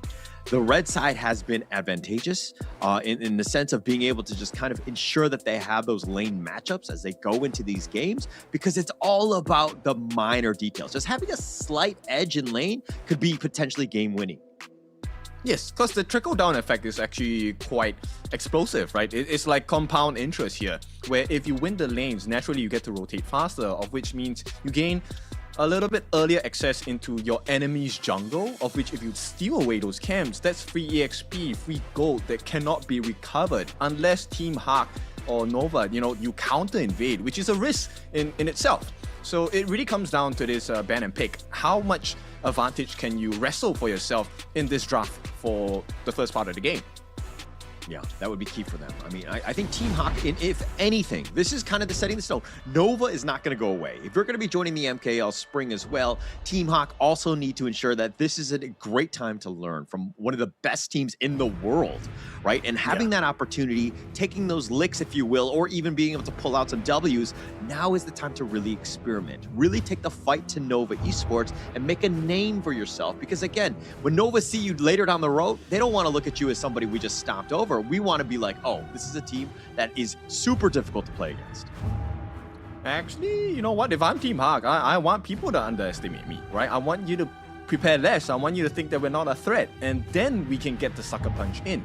And right now, based on the drafts, Team Hawk, they're trying to make this as unorthodox as possible, right? Once you see the Dolia pick, you know there is going to be a Yang Xian combination, or maybe even a Nerza combination here. But Team Hawk, they completely take that out. So there's no Dolia, no Diadea. Nova, on the other hand, no Dharma and Chicha. So this is going to be a different start. Team Hawk go with the Zhang Fei, the Beast. Yeah, one of the best heroes in the KIS 4 thus far. It's been so good. It's top 5 most picked thus far. 15 games. It has 10 wins, 67% win rate. It's just so strong, right? And this is a great starter, but it looks like Nova Esports, the Lian Po, which is the usual counter into the Beast, but it looks like the Lapu Lapu has kind of shifted and geared more towards that counter pick. But going with a Loong here, is that going to be enough, so to speak, for this potential big team fight there? I think it's great, right? Loong obviously offers you a couple of things. Number one, free burst damage onto turrets, even with backdoor protection with your Flaming Palms. That's number one. Secondly, the ability to get out of sticky situations with your Infinite Vastness, where he takes on the Dragon form, his ultimate. That is one of the key things to be able to use against Team Hawk. But the crazy part about this is the fact that the Reefheart Datu, or also known as Lapu Lapu for our newer players here, in the hands of Waypit, it's actually a straight up counter against the Unbridled Outburst ultimate of the Beast. Yeah, it definitely counters it. It does a great job here, but it looks like the Chano, this is going to be a known pick for a counter in the sense of like it deals well with Loong. I mean, it's, you know, it has some range, it has some mobility, it adds quite a bit. But the Loong, this has been the hero of the group stage here at the KIS. Number 1 picked. It actually is only, I mean, with 17 games, it's lost 10 times. So it has a 41% win rate. It hasn't done very well, but it seems like teams have really leveled up and figured out just how to counter this Loong hero. Yeah, because end of the day, Loong is not exactly the biggest AoE wave clear hero, right? He's a single target burst. Auto attacks, yes, you get one more hit onto another target itself. But that's where, you know, this channel matchup is pretty much in favor for Team Hawk, right? Because with the Souls of the Wolves, when you drop those traps, the Lupine traps down, you summon the Wolves in. So it never becomes easy for Loong. You have to kind of aim your auto attacks onto your appropriate targets, which takes away attention as a player. Yeah, it's just a little bit more of the micro game play, right? Making things a little bit more difficult for the enemy team to really snipe you out. So those wolves can be a problem, like, as you rightly addressed here. But going into this one, look, they have a lot of damage. The pack leader, the Chano, is going to be fine from Team Hawk. They have the Byron as well as the Beast to kind of just have that like initiation, counter initiation, stun lock galore. Great. But Team Hawk, I think that they need a little bit more, just a way to kind of deal with the Ogre in here is the Agudo, which has been banned out. What other pick are you looking to go for Team Hawk here? Actually, I think based on the bans of Team Hawk, they're looking for another tank here, which is not a Luna, but Luna will be the answer here. Because, you know, when you ban the Lupu, the Unrivaled Warrior, you're expecting that, hey, you don't want a true damage to cut down the waves, right? And I think the idea behind this is Luna, as the Moonblade, she's able to get her extra armor when she lands her skills as well. So they're hoping that there is no counter in the form of we ignore the armor values, we just go straight for your HP. So I think it's a good idea to ban out the Lupu here. But execution, this lineup from Team Hawk is pretty mechanically difficult to execute. I mean, when you're looking at the Luna in particular, the Moonblade, definitely, right? But you have some potential targets.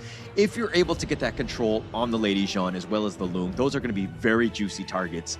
But getting to that one, plus the Ganon Mo, dealing with the potential poking and prodding with that path of passing that the Ogren will be bringing, and kind of just floating in and out of the fight, it's kind of like, can he hit his daggers? Can the Luna jump into the back line? There's a lot of questions going in. But while this lineup is a little bit difficult in terms of like mechanically playing it as a team, But is this draft good enough to take down Novas here? I think it can. Right, there is always this potential, especially Man in this mid. He needs to do a spectacular job of making sure that those couple blades land. If he does, I mean, it's instant burst. The Long, Muchi does not survive this. You can be a great player, but health bars are health bars. Once it's gone, you're dead. Yeah. Actually, one thing that we've kind of noticed is that sometimes Nova Esports like to draft without that frontliner. They have a decent number of them in terms of the Ogren. You have the Lapu Lapu as well. And that's been kind of the story of the KIS4. Having that frontliner, somebody who can kind of provide that vision, keeping your squishy guys like the farmlaner, like the Looms alive, right? You need a little bit of a buffer, right? And having that is going to be key going into this game. But looking at these drafts, for both sides, I do think that the Team Hawk has some play. But again, a lot of pressure is going to be on, of course, as you addressed the Ganenmo and the Luna here in terms of just getting on top of Nova here. Yeah, they don't really have the best early game. If you take a look at Team Hop's lineup here, this is a huge risk. And you know Nova knows their weakness, right? So I'm curious whether Nova would test the lineup of Team Hawk here. If Kongling goes for the initial level 1 invade, even if it's for the Tusk Boars, that is the safer invasion route, right? The other way Nova plays this is, let's just go ham. Let's take away the Azure Golem from the Luna, and Bai is not going to have a good game right off the bat because of that. Yeah, I feel like if the Luna ever loses a blue buff to a steal or whatever it is, or Bai happens to die early in like the first 8 minutes of this game, they might just auto lose. Like that's the kind of pressure and knife's edge that they're going to be on throughout this game, because you know, there's going to be, again, a lot of eyes on Bai and just limiting his farm. Yeah, and right off the bat, we really start to see this, right? Kongling already doing a very good job. We know that this was a soft guarantee on towards the Tusk Balls, but taking away the Crimson Golem, that is not part of the plan. That is not supposed to happen. Nono needs a little bit more help here, but straight away, 3v2, Muchi comes in and joins. You know, Bai is going to be here, but is it going to be fast enough? Duo actually has to use the heal, but he's going to give up first blood. The Flaming Palm, Wizreal. Now Bai is showing up, but he's getting damaged as well. He's going to be shut down on this one, and Man just running for his life, and this is a disaster of a start for D-Mod. A dream start, though, for the side of Nova. Exactly what they needed to get the huge advantage at this game. We are about a minute in, and this is already a 1,000 goalie going for the side of Nova here. And here's the beautiful part for the side of Kongling. He gets the Crimson buff, he gets the Azure buff, and Bai now has no buffs to work with. Nothing at all, and this is going to be tough for Bai to get anything going, right? Starting from behind, not where you want to be. I mean, it's a 1.5k net worth lead already in favor of Nova. I kind of feel like Team Hawk, I mean, they spotted it out. If anything, you give up on it, or you send the house to protect your jungle. But Bai getting gone on the flash out for it, but he's not able to get that final shot. Xuan lets Bai live just with a sliver of life. Yeah, Xuan was definitely making a little bit of a micro mistake. Whether it was on purpose, I'm not sure, but you can be sure Bai needs to thank his lucky stars. He should have been taken down at this point. Nova already have close to 2,000 nice lead. Huge. I mean, this is a disaster of a start. This is not how you want to do it. Nuno actually has to recall already, and now Lolo's going to be left behind. He's going to get gone on. The Ocean of Tears is actually going to stop the recall from Nuno as he has to do the Walk of Shame on back. But this is pressure on the bottom T1 already, and they're going right for the Crimson because they have this thing on a timer lockdown. Yes, and this is exactly what you need to do, right? Take a look at what Nova is doing. When you get the timings of the buff, make sure you send your troops down, you send your members down. Not only do you get the potential for the steal, look at the waves, right? In the middle lane, you don't miss out. In fact, you get free damage on the T1 at the bottom as well. I like this rotation by Nova. This is something like, you know, all viewers should be able to take a look at and really learn from this. Yeah, a little bit of a mistake, even in that mid lane there. Man, I feel like he should be just like pushing the waves as much as possible, forcing somebody to show up mid. Konglin actually, because of the fact that he like froze the lane, he was actually able to just go into the mid lane and just free farm what was left. Had it been onto the tower, he might have missed out on some of those creeps, and a little bit of a misplay, I would say, by Team Hawk to start things off already. Well, we already said, right? This is tuition for the side of Team Hawk. This is a learning lesson. And Nova, you can see Kongling actually shares the wave with Wendy, as he didn't take the entire wave. He left half of it for Wendy, went back to take his buff, and now share the remainder of the new wave with the different members on the side of Nova Esports. So very good use of maximizing all the gold value that's available on the map. Yeah, it's all about efficiency, right? I mean, Nova Esports, the way that they're able to manipulate the lanes as well as move across the map, ensuring that Konglin is, I mean, he's already got the level advantage. The net worth, we'll have to see that separately, but there's guarantee that he's on top right now. He's done such a great job of just being across the entire map, absorbing and taking everything across. Yes, and this is where they actually split the resources. Nova here, trying to go for the double take here. Attempted steal, not going to be working. Oh, it looks like they find it. The Garter Grave, Mon is just running for his life, but he's going to be seer stated in the sense that he's going to be conducted. The Conductor of Souls is going to be on point, but Konglin getting a little bit low. They find by, they turn this around, and now Team Hawk with a 4-man stun, not enough. The Malaysian flags have been planted on both ends, but Nova Esports coming out on top as they got 2 more kills.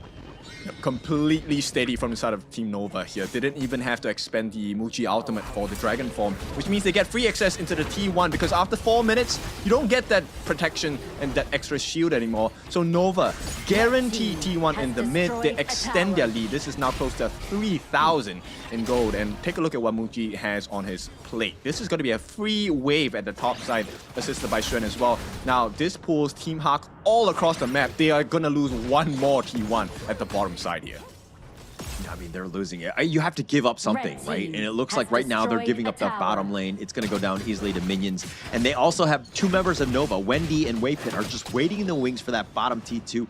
It's great because of the fact that they're providing that vision. Waypit is scouting it out. Wendy knows that he's incredibly safe because he has Waypit up there, right? And so this is a huge moment where they're able to kind of push basically untouched right there and makes it very difficult, again, for Team Hawk to make some sort of ambush. Exactly. And if you take a look at the gold value on the side of Waypit, why am I, talking about Waypit? Because as a roamer, his farm is close to the rest of the side of Team Hawk, which means they can't take him down. Actually, I was going to be like, hey, why are you talking about Waypit? Nobody cares about roamers. Roam lines don't matter, but all jokes aside, I'm a role player myself. But Waypit definitely doing his greatest in the sense that he's got a 600 gold lead in terms of the lane matchup against Nuono, and he's just provided so much. The vision score is going to be on point.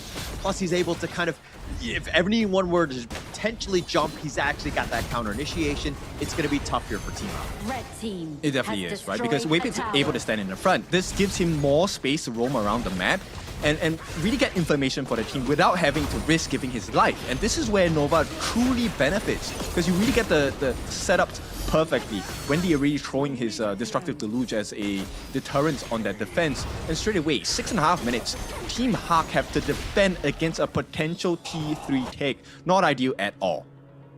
Yeah, not ideal. If you're kind of like, okay, Team Hawk, what do we need to do better, right? Be like, okay, you need to be not defending your T3s at the 6-minute and 30-second mark. I think that should be a marker that, Team Hawk, as well as any team that plays Nova Esports, should have, because the amount of pressure that they provide. Nova Esports, again, look at this map control. There is no farm, no space for Team Hawk. Yeah, absolutely no space at all. T3 at the bottom here, under pressure. And all they need is a big setup from the side of Waypit or even Xuan. Yeah, it looks like they want to go for this one. It looked like John just barely able to just limp away. No, he's going to be picked off. Lola had already been killed as well. As they dive in deep, they just go ham because they understand they have a huge advantage. Bai has been killed as well. They turn their attention now to the bottom T3. Yep, there's nothing left to defend at this point. This is going to be Mon taken out. Huge for the side of Nova. Yeah, absolutely huge. The Infinite Vastness just for good looks at this point, but more importantly, they're going to take the Crystal. Nova Esports just buckle down, and they say, hey, we're going to end this game sub 8 minutes. Let's do this quickly. All right, this is lesson number 1 for the side of Team Hawk. Nova, once again, still maintaining that level of strength. And we talked about this right before the game started, right? This initial invade by Nova, how much damage is it going to do? And to be honest, that was not the amount of damage I was expecting. I expected, Konglin to just take the tusk boards and get out, but they saw something more, and that's why they're the pros. Yeah, absolutely pros on this one. I mean, it started even from minute 0, right? Right when they were invading, Nova Esports were able to do exactly what they wanted. I mean, they had the best start that you could potentially think about, especially when you're like, hey, we're looking to invade, but to take, get kills as well as the Crimson, all of that, it was just so tough for Team Hawk to even come back in this one. And that's crazy, right? Because normally when we talk about, oh, you're losing a Crimson, it's bad at the start of the game, but then they lost the Azure as well, and you have a Moonblade, there's a Luna. You need that mana regeneration, you need the CDR, cooldown reduction. And yeah, I don't think this is his fault per se. They just had no options. Everyone was shut down from the start of the game. Okay, if it's not Bai's fault, whose fault would you think it was? I would think it's... I think it's your fault, because... Okay, you know me too well. Yes, it probably was my fault in the end, somehow. But I mean, I think that this is a great game for Nova Esports. This is exactly what they wanted, right? They understood that they can be very confident and be able to just completely dominate, as you see. Xuan leading that Nova to secure game 1, but to be honest, it kind of felt like everyone from Nova Esports were there to ensure that they got that win. I think it's important, right? Nova is showing you exactly how you take an advantage. Not just hold it, but how to build upon it, right? Because normally we take a look at a case where, okay, you get that Crimson buff. What's next? The ideal movement is, okay, the next time it comes up after 80 seconds, I'm going to take it again. But Nova did one up that kind of play. They said, okay, I'm going to take the Crimson, but I'm going to add on more. I'm going to take T1s. I'm going to take your Azure buff as well. And this shows you how to snowball that growth. And look, Kongling, 6-0-3. Everyone knew that he was that major win condition as well. I mean, the KDA don't lie, right? At this point, I just feel like he's greedy and not sharing the kills, but Kong Lin was just literally running it down, staying alive, had the most net worth in the entire game, and just made a very quick game of this because he was able to farm and he was just efficient across the map. And this is exactly what they're looking for, Nova that is, in terms of that jungler, of being able to just be self-sufficient, but at the same time, take advantage of all of the little advantages that we're giving you across the map. Right, so let's take a look at the stats here. Well, this is why I like, Nova's mid lane, Wendy. Wendy is always very silent and quiet, especially when, the other members are taking the lead. But Wendy always gets those setups. The amount of damage he dealt, 45,000 here. One of the main reasons was because he was consistently throwing his ultimates down as a deterrent against the multiple members of Team Hawk. And they couldn't get the initiation that they wanted. To be honest, Team Hawk's lineup, they can turn this game around, but it requires Nuo, John, and Man to pull off the trio combination to, maximize the damage from Man, and that never presented itself because of Wendy. Yeah, no real chance. I mean, it was like the poking and prodding, that you see from the Lady Jean. He was constantly up in front, just, always there. The maximum range and it's like understanding the reach of your attacks. He was always at the maximum and he was never really under pressure. So he was able to do that, and which is hard to do, especially against the Gan and Mo who can outrange you. But he was not able to hit, the marks in terms of net worth and have that damage to really return that firepower back. That's the crazy part, right? As a Lady Chen, as a Cascada, you're kind of like, okay, my range isn't as far as the Smith and Blade, but you know what? I'm gonna have my other team members create that distraction. And Xuan is this guy that I'm talking about, Martial Genius. We were talking about that last fight between Team Hawk and Nova, right? They just needed a initiation coming from either Xuan or their Waypit Lapu Lapu, and both of them did it anyway. Yeah, they were able to just take control, right? I mean, it just looked like, all of these little lane matchups that we're seeing here, all in favor of Nova Esports, especially in a game that went, again, under 8 minutes. It's going to skew quite a bit, but these are things where when you go back to the locker room and kind of discuss things in terms of what we could do better, you have to start with the lane, right? You cannot be losing that one. I think that there was a huge critical mistake early where Nuo was sticking around and just trying to outfight them when he was outnumbered, and Bai was nowhere to be found. It's like one of those things where, okay, if we're getting invaded, we need to have the team here to defend, right? We have the numbers advantage. We should be able to do this, or we give up on it completely and look to invade their jungle. Fully agree. I think this is one of the core lessons we have seen the professionals teach us in all of the different gameplays, right? What is the answer? And there never really is just one. There are multiple ways to go about it. And Nova is showing you and showing Team Hawk what are the potential options, right? And I like the fact that you mentioned it. Why fight there if you know that you can't fight the early game? Go for the trade. Yeah. I mean, just take the space that's given to you, right? You know that they're there. You had that potential vision. Just go invade their boards. Go into their, and take their Crimson away. But of course, the MVP. I mean, when you have a KDA like that and you're able to run it down on people, it's of course going to be Konglin here. 603. The damage taken, he was that absolute beast. And he always stayed alive, even with that, small amount of health. Because sometimes it was close, but he didn't die a single time. Almost a perfect game there by Konglin here. Yep. I mean, the moment he set foot onto the gorge and the battlefield, it was truly his first skill, right? The path of passing. But this was the passing of the 5 different members on the side of Team Hawk. The moment he came in, boy, it was over. Yeah, it's definitely over, right? I mean, wherever Konglin went, everyone else from Team Hawk were like, okay, we just can't fight. We just can't be here, right? We're definitely not behind, or we're definitely not able to kind of compete. We're not on the same level as this guy in terms of farm. We have zero chance. So again, got to use that space. We got to find things out, and you'll see most of that in the highlights here. Yeah, not even first minute, you get potential, first blood, and this was fed into Muchi, by the way. Meanwhile, while Konglin actually saved his smite, he didn't use it for the Tusk Boss, actually used it for the Crimson Golem here. And once they got that started, it was all about, okay, can we bait them in? Does Team Hawk, oblige? Do they take out Invitation and come and fight? And Team Hawk did, which was, not the correct information and choice, hindsight bias, of course. And look at Schwan, all the way in the back line. There's so much space for the rest of them, and they get the pick off on John because he was isolated. This started with Schwan with that initiation. Wendy was tenderizing them the entire time with just all of his skill usage, and he was just able to pick them off. And Team Hawk right now, it was like once you're down a member, it's like, okay, how do we even deal with Konglin? How do we deal with Muchi, who are always in our face? And that was an easy game win for Nova, a very clean one.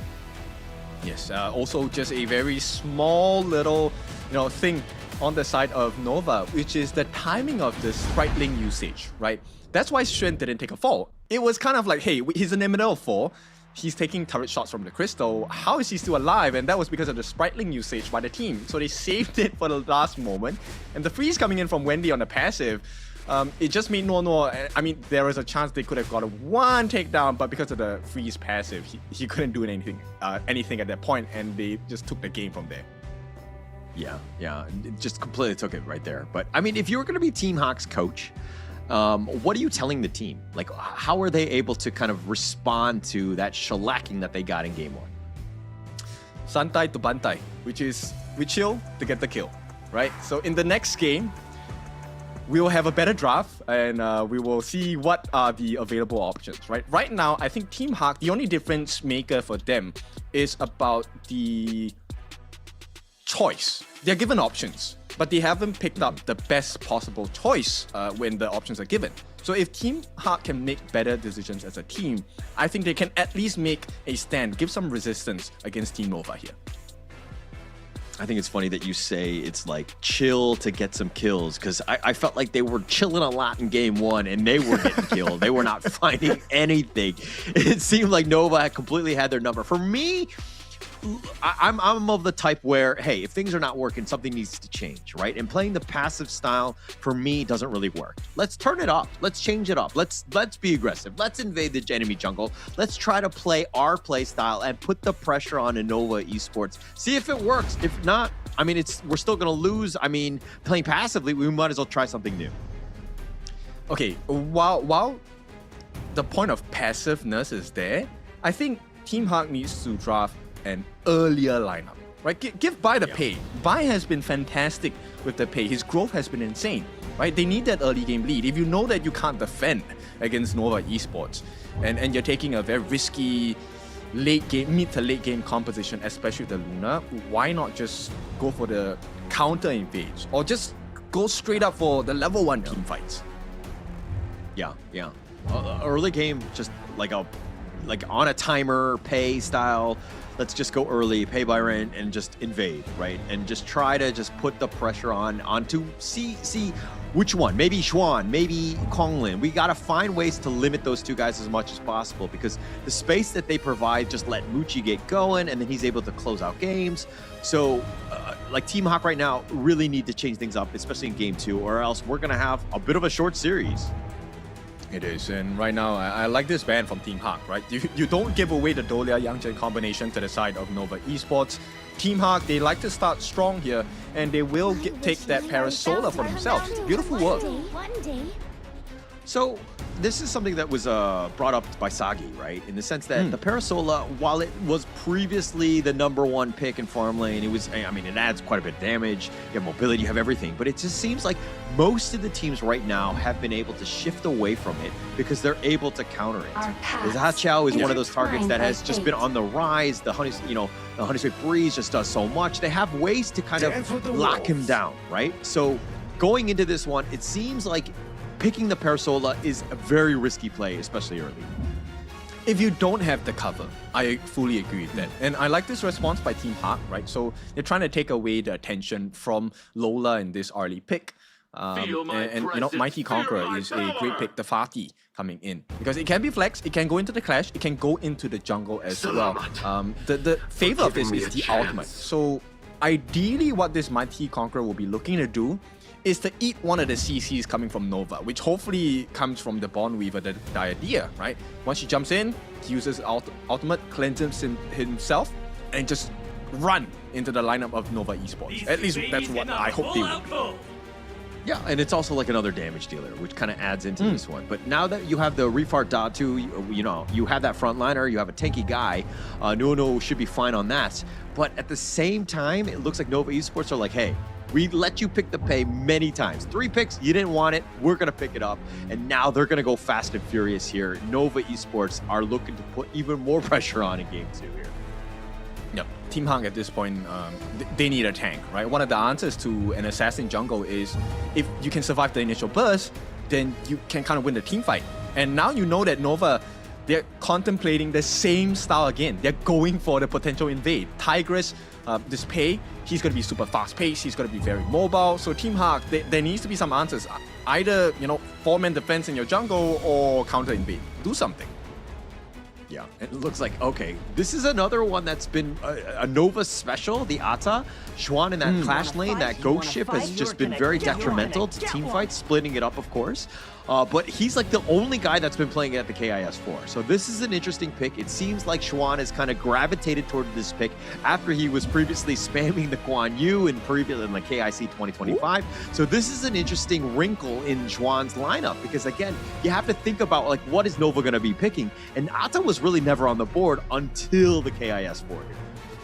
I mean, the buff coming into KIS4, Ata was definitely one of the main reasons why a lot of teams like Nova found success, right? Even in your ranked games, I'm sure you've met a white anchor every now and then, and you realize that actually this guy is pretty hard to kill. So right now, Nova Esports, I really like their draft. You talked about this just now, the Breeze Heart, the Xiao Xiao, definitely a great answer. So for Team Hawk, positioning-wise, I really hope that the Mighty Conqueror, which is going to be in the hands of John, and Lola as the RLE, the both of them, they can't stand together. If they do, Wendy's gonna get the knock-up, and it's bye-bye for both of them. Yeah, it's definitely going to be a bit of a problem here. I mean, they have a decent number of stuns. I mean, you can kind of set up with the ghost ship from Xuan's white anchor as well, but those team fights are going to be interesting. The farm right now is going to appear to be pretty much be funneled into Muji and Konglin on the Nova Esports side. If they're able to kind of just out damage them, they're gonna have a great time. But Team Hawk need to slow this game down. Give yourself a chance to that late game, and then again let John, the Fatih, the Yukio, as well as the Parasol just really kind of accelerate in that late game. Do they really have a choice though? I don't know. This is looking so scary to me. I have to be honest, because the invade is coming from Konglin, right? And this is added on with the heal potential coming in from the side of Nova Esports, right? And Waypit, we know his proficiency on the idea. The question now is, your level 1 skill pick, what do you go for, right? Do you go for the hard link, the heals, or do you go for the bitter farewell, the second skill to even add in more aggression if someone from the side of Team Hawk comes for the defense on that invade? Well, we'll see right away. I mean, that's the biggest thing, right? When Nova Esports, if they want to go aggressive, if you have that bitter farewell, you could really set things up. So let's see exactly how they want to play. I mean, they invaded in game one. It was a great call by them, and it really paid off in the end. So if not, if they want to play a little bit more passively, just stay in lane, Heartlink is probably the way to go. So we'll see it right away. Enemy minions will I mean, arrive in we'll see. 5 seconds. I think it's less of a question at this point about whether they're going to invade. The question more is how is Nova going to invade and which camp do they go for? You're just already being the Debbie Downer, and you sense that they're going to be aggressive. Yeah, they are going to be aggressive. They're not invading just yet. They're making their way around. But look at Kong Lin. He's sticking around with Waypit. This is going to be a 1-2 combination, which is going to be very annoying. And it looks like Waypit did go with a bitter farewell. No, it's not. No, please, no, bye. Oh. Yeah. I mean, Bai's just like, leave my Azure Golem away. I don't really have vision. Nuno will spot it out, but that bitter farewell was starting to make some work. They get the smite, and now Bai's in a bad spot. He gives up first blood, and now Lola is going to get run down, and all the same. No, it's not enough. The fan, the Blossomy fan, shuts him down, and that's going to be 2 early kills for Nova yet again. And once again, he gets even more. Kong Ling here, with the help of his teammates' aggression, they will get the Tusk Boars, they get the Azure Golem, they get the first blood onto Bai as well. Kong Ling was the one responsible for that. They even get Lola down. So every single marker of success that was meant to be is now in the hands of Nova. And this 1k goal lead plus, it was achieved even before the 1 minute mark, just to be clear. And look at how Xuan was actually able to clear the wave so quickly and then just actually go all the way down to take even more away from Bai, who's going to be further slowed down. This is going to be a tough one. I mean, Nova right now firing on all cylinders. And John getting run down, getting pounced, but he's under the tower. And now it looks like it's way too much damage. The stun onto Xuan, but it doesn't look like there's going to be too much of a follow-up. But they did zone them away. It looks like the minion wave is going to go in favor of Nova as well.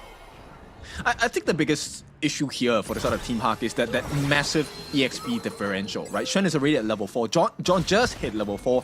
In the mid lane, Man is not even 4 yet. Wendy has already used his ultimate once. So this is a big concern. 2,000 gold at the 2 minute mark. Nova is GPF as a team, 1k a minute. Yeah, but I mean, they're trying to shift.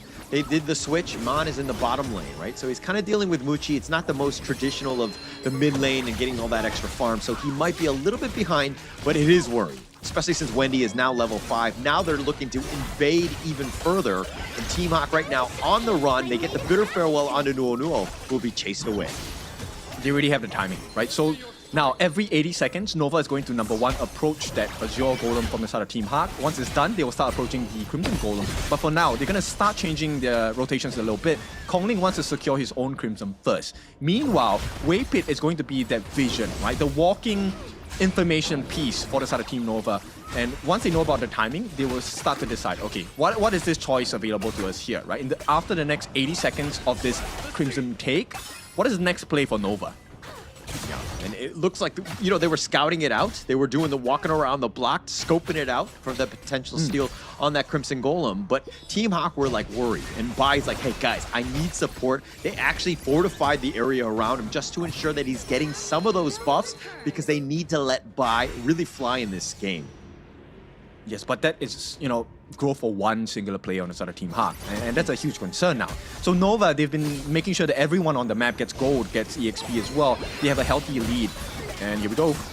Yeah, it looks like they find John. I mean, the shields are going to be on point. He will survive, but that's going to be very close. Now Lola, here come the reinforcements. The nice two-man stun. Wendy's in a bad spot. Waypit is looking to just run away at this point, but Xuan looking to turn. Nuo knows about half-life. The fan is going to do a little bit of damage. The bitter farewell just slowing him down. Team Hawk, though, have been zoned away, but they weren't able to make them pay for invading the enemy jungle.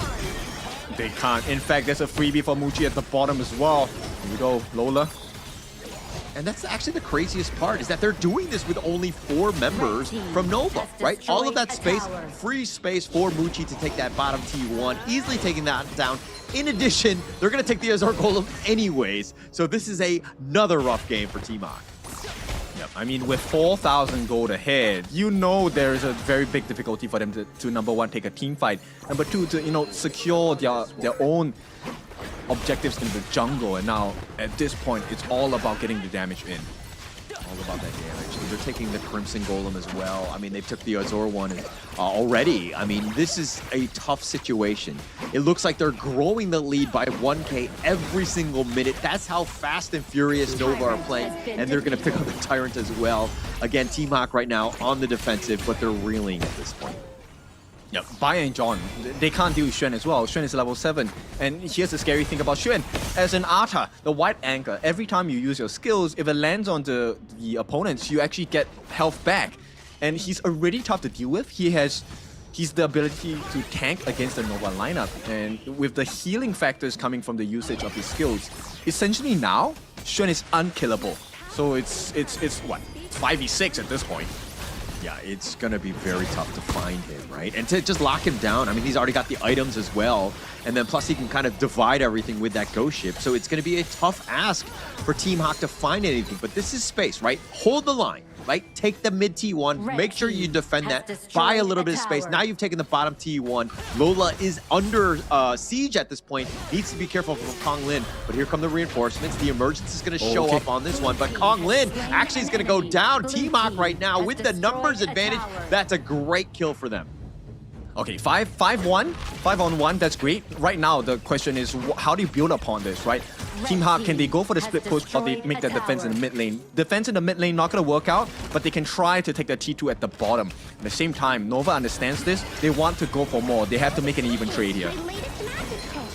But it looks like, John is in the bottom lane, continuing to push. Their Crimson Golem is looking to go, but Muchi's getting a little bit low, just somehow staying alive. But Bai is not going to be as lucky. They find Lola as well. Nova Esports finding 2.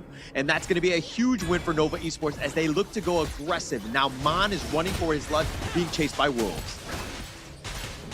He's not going to make it out, right? This is a guaranteed he's going to have a very tough time. Wendy doesn't even need the damage. It's about making sure that he gets him to use his resources. Oh, here's the emergence, just a sidestep on this one. He gets on out, and he will stay alive, but he did commit the ult on this one. But through that all, Kong Lin was in the bottom lane, taking down John, so you are getting some sort of, kills elsewhere. Again, down about 8K, tough situation for Team Hawk. Actually, that's kind of cool. I did not know that mechanic. Man uses a flash in the middle of his emergence to actually get the emergence to land at another spot here. So Team Hawk, there's a good play, individual skills from Man, but that's not going to be enough. Nova already knocking on the door at 7.5 minutes here. They're looking to just take this one down. The top T3 under siege. Team Hawk, all they can do is watch. I mean, they can call the police, but even them, I think they're going to come a little too late. They have the ghost ship. They find him, and they get the pickup on Amon. No emergence on that one, as it was on cooldown, and again, he gets picked off yet again. Yeah, they called for the ambulance, and they got it, but it was a surgeon that came out, and right now, Nova is just doing surgery on the base of Team Hawk. It's a pediatrician, not the right one. Anyways, he goes down, but now this mid T3 is under siege. This is going to be a tough hold. Mon is down for another 5 more seconds. But Nova Esports, the way that they're doing, the Raging Sea is going to be committed. The light step on back, and now they decide to go. They find Bai, they get the pick off. Mon is right back up, but Lola has already been killed. And Nova Esports, just like that, in a hurry, making it happen. And they find the Crystal, and Nova Esports take game 2. Once again, without dropping a single member in this final push. They did give away 1 kill though, which is a blemish on the record, but Nova still a very strong start to the series in our best of 7. 2-0 already. 2 more wins net them the series. Team Hawk needs to find a solution quick. Yeah, I would say Nova Esports get a grade of an A-. You can't die a single time. I think that's unacceptable at this stage. I mean, if you're playing for perfection, Nova, no, all jokes aside, they were just firing on all cylinders, really tough, right? Team Hawk right now, just absolutely reeling, understanding that this is a titan of a team. This is such a scary lineup. I don't know what Team Hawk can do at this point. And bear in mind, this is like combinations of which still plenty are available because it's only 2 games in, right? They haven't really burned out their hero pool, and year on year or event by event, you know that each individual player across all the different teams, they're building their hero pool. So it gets even more difficult now because Team Hawk, Nova is not running out of steam just yet. Yeah, I mean, just 2 games in. And even that draft, you're kind of thinking, okay, it's not the strongest of Nova lineups, but the way that they're able to execute, it doesn't really matter what they're able to play. That's how deep their hero pools are as well. They're able to take any hero and just play to the next level. Another really good game by Nova here. Okay, so let's make some predictions here, right? Okay. What is this next jungle that they're going to pick up on the side of Nova, right? They've already used the Pei, they've used the Ogrin. Are we looking at Fade? a Yang Jin Dolia combination? Fade? Like Fade Yang Jin also can. Yeah, I think Konglin let the guy just style, right? I think that Konglin is just like one of the best. And I think that that's the biggest thing. If Nova Esports, some of the games are, let's just be very honest, a bit of a, easier game for them. They're going to have a much easier time in that sense. So you can probably experiment a bit or kind of let some of your superstars just style, right? And I think Fade is one of the perfect heroes for Konglin. He's done it in the past, so let the man shine even more. Right, so let's break down how this really came to be. That initial invade, once again, was a huge success for the side of Nova. And knowing the Pei, the Tigress, once a Tiger feasts, he's going to get that protein in, he's going to be stronger, the muscles will be flexed. Konglin didn't really rush in for the kills, it's more about the team setup this time, right? And my personal MVP for this game is Xuan, because Xuan was just the great wall that they could not climb over on the side of Team Hawk. Yeah, no real answers. I mean, the way Xuan plays is just like, it's quiet, right? He's not like the most boisterous of people as well, but it's also a thing where he's just so solid in that clash lane, providing so much, and it was so difficult for Team Hawk to find anything. And this is why when you're looking at like creating a team yourself, the clash laner, yeah, he's going to be on an island, and you're kind of thinking, we can kind of throw away that lead, but look at the value that they bring to these games, right? I mean, the damage isn't the highest, so you have to look elsewhere, but the way that the team played around Xuan's vision is why Nova Esports are so good. Yes, the theory behind the draft is so smart as well, right? Xuan is already a person that's really hard to take down. Enter Waypit on the idea. Heals galore, and it's already difficult to take down this ghost ship captain, and now you have to deal with him having heals as well. That's insane, right? Team Hawk, they were trying to go for this very aggressive damage-based lineup, but they didn't have the items to do it. They didn't have the EXP to do it as well. And once again, very steady performance by Nova as they really cut down Team Hawk in game number 2. Yeah, but you're complimenting Waypit on the heals and everything, but where was the heal on Konglin when he died? Huh? Where was he on that one? So, well, hopefully we'll see that one in the highlights to see, because again, he didn't make the save on that one, so that's going to be a blemish onto Waypit. He needs to ensure that he's always near Konglin. But in this game, this gold graph, everything in favor of them. I mean, this took 8 minutes and 17 seconds. That's another quick game by Nova Esports. But again, they're just looking too strong here. Okay, I have an answer. It's because you need to keep your jungler humble, right? You can't give him success all the time. This is a parenting lesson, right? If you win too many times, you're kind of like, hey, I'm very good. So this is a humbling experience. Waypit, we know him. He needs to teach his new jungler to keep on pace. Is this what you do with your rank, your team? Your jungler, you don't compliment him, you don't support him, because you know that if he starts getting good, it gets into his head. He has that ego, and then he might leave you guys as a team, right? No, stay here. But with that being said, beautiful game once again by Nova, and the stats do really tell you, right? This one, I think, once again, he was left, funnily enough, him stranded on an island because nobody else could really help on the side of Team Hawk, and it takes a bit of time. The composition on the side of Team Hawk needs a lot of gold. You have a Nua, you have a Fatih, you have a Arlie. These are all mid to late game heroes. They need early game heroes to be able to contest against Nova, especially when you know that Nova has a very strong tendency to invade, knowing that you don't have the defense here. Yeah, and it looks like Team Hawk right now, I mean, their drafts, to your point, kind of late game centric. They need to kind of shift gears a bit and just go early, right? Set the tone, do something so that you're putting Nova on the back foot, because I think they're playing a little bit too scared, and they're trying to play a standard game, which Nova Esports just absolutely dominated. Yeah, you can't best a team that knows the usual routes. You need to throw those sucker punches, surprise hits, right? The surprise uppercuts.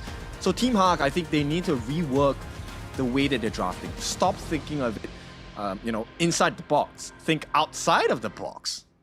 Yeah, like bringing a gun to a knife fight, right? Like just change things up. Like give yourself such a huge. Okay, I'm not saying that at all. I think that's a terrible idea. But the MVP of this one will be Wendy. The setups were real from the Breeze Heart, right? 3-0 and 4. The damage taken, I mean, minimal in that sense, but he was doing quite a bit with 45,000, and he was setting things up for the rest of the team to just really knock them down. Just really well played by Wendy. Yes, and we'll take a look at the highlights here as we look at that initial invade coming in. Bai did try to get that first Azure Golem for the efforts this time, but did not work out. This was also thanks to Wendy, who was helping to get the setups onto the team. And once they have the numbers advantage in terms of not just EXP, but buffs and gold as well, this is where Nova really started to shine.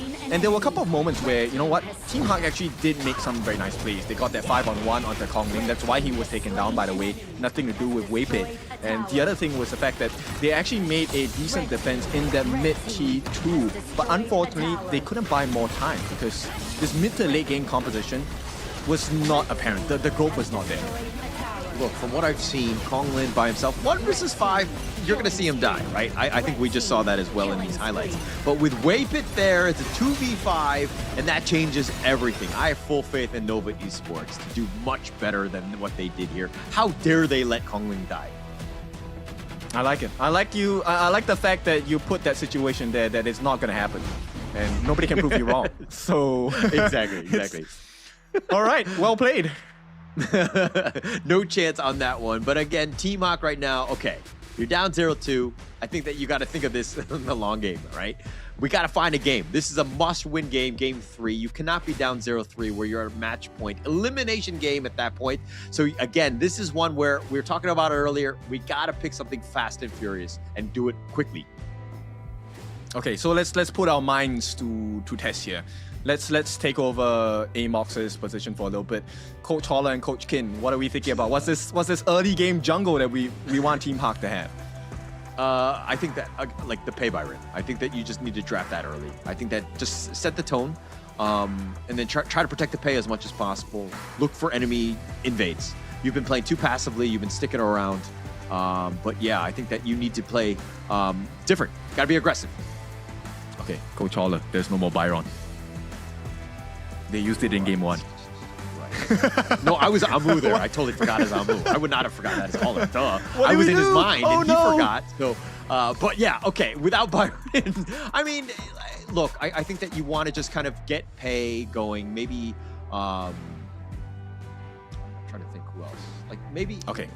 Let me help you out. Let's put Ambrosa in the clash lane for John, right? Let's play the sustain game.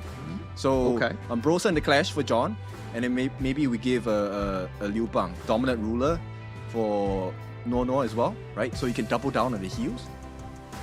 Okay. But I just feel like that's like you're setting it up for like this wombo combo with heals and stuff, and then you're just like, oh, venomous staff, and like we can just counter, we can just, you know what I mean? Like not overcommit, understanding that the Liu Bang's got that battlefield command. Like you have ways around it. I just feel like if you have just more fast, furious guys that are constantly invading and just being super aggressive from level 1, you're going to have a better time because it doesn't really matter about heroes as much. It's about dictating pace. Obviously, if they lose a team fight, they might just crumble, but at least you're trying something new in this game 3.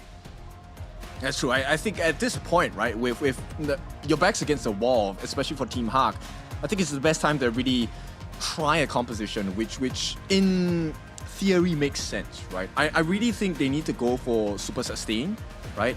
And if you are going to go for an assassin jungler, you need to have more tanks on your team, right? I think the game number 2 pick, especially for the side of Team Hawk, it works in theory, right? In the late game, you are unstoppable. You have an Ahri that's jumping all over the place. You have the Fatih who's able to do the same as well. And then you have the Nuwa with the long-range snipes setups by the stuns on the side of Bai on this Swift Strike. And Lapu Lapu knock up with the ultimate as well on the Rifat Datu. But you need to reach that point. So right now, Team Hawk's game should be about, can we get the engine started first? You need the key in the ignition. You know what? I hate it, and it kills me to say it, but you're right. I know what I do agree with you. Please don't quote me on this because I rarely say that about what you say, but I think that in this case you are correct. They need to change that up, right? I think that that's going to be the biggest thing. But of course, Riznul, give it a little bit of support right there. You know, it's about the Malaysian teams here. And, you know, again, with this best of 7, the fact that the loser goes home, you know, an MKL team sending another MKL team home is a little unfortunate, and it's definitely going to be saddening for them. I think at this point it's a valuable experience, right? Who comes into their first ever international tournament and win everything? Now, I know what this is going to set up in the future of potentially MKL, but for now, we talk about the present. And, you know, expecting Team Hawk to come in and with guns blazing, winning every series, I think that there's a very strong goal. And right now, I think for Team Hawk, just learn as much as you can, right? Nova is one of the best out there. In order to be the best, you have to play with the best and learn from the best. Well, Team Hawk, guns blazing is a bit extreme. I don't think that was really going to happen. But right now, it looks like they've got water guns as they're blazing throughout. Because again, it seems like it's a little weak on that sense. They haven't found their first game win. And that's got to be tough, right? Already losing 9 games already in quick fashion. And then going into Nova here and then potentially getting swept. That is a feels bad, man. And we talk about the learnings and things. But that's got to be rough. So they don't want to be in that situation. And why? Again, there's even more pressure for this team to really win out in Game 3. So Nova Esports here, they take out what I would feel is a great start to the game itself. An Organ in the hands of Bai would be lovely as well, but that's not going to be possible. Lung as well taken out. Team Hawk respond with the Luna and the Zhang Fei ban, but now Nova Esports, they get their hands on the first Forge Maiden here, which is really scary, and Team Hawk ignore the Yangjian. They go for the Evernight Aspiration with the Dolia. Do you agree? Ooh, interesting.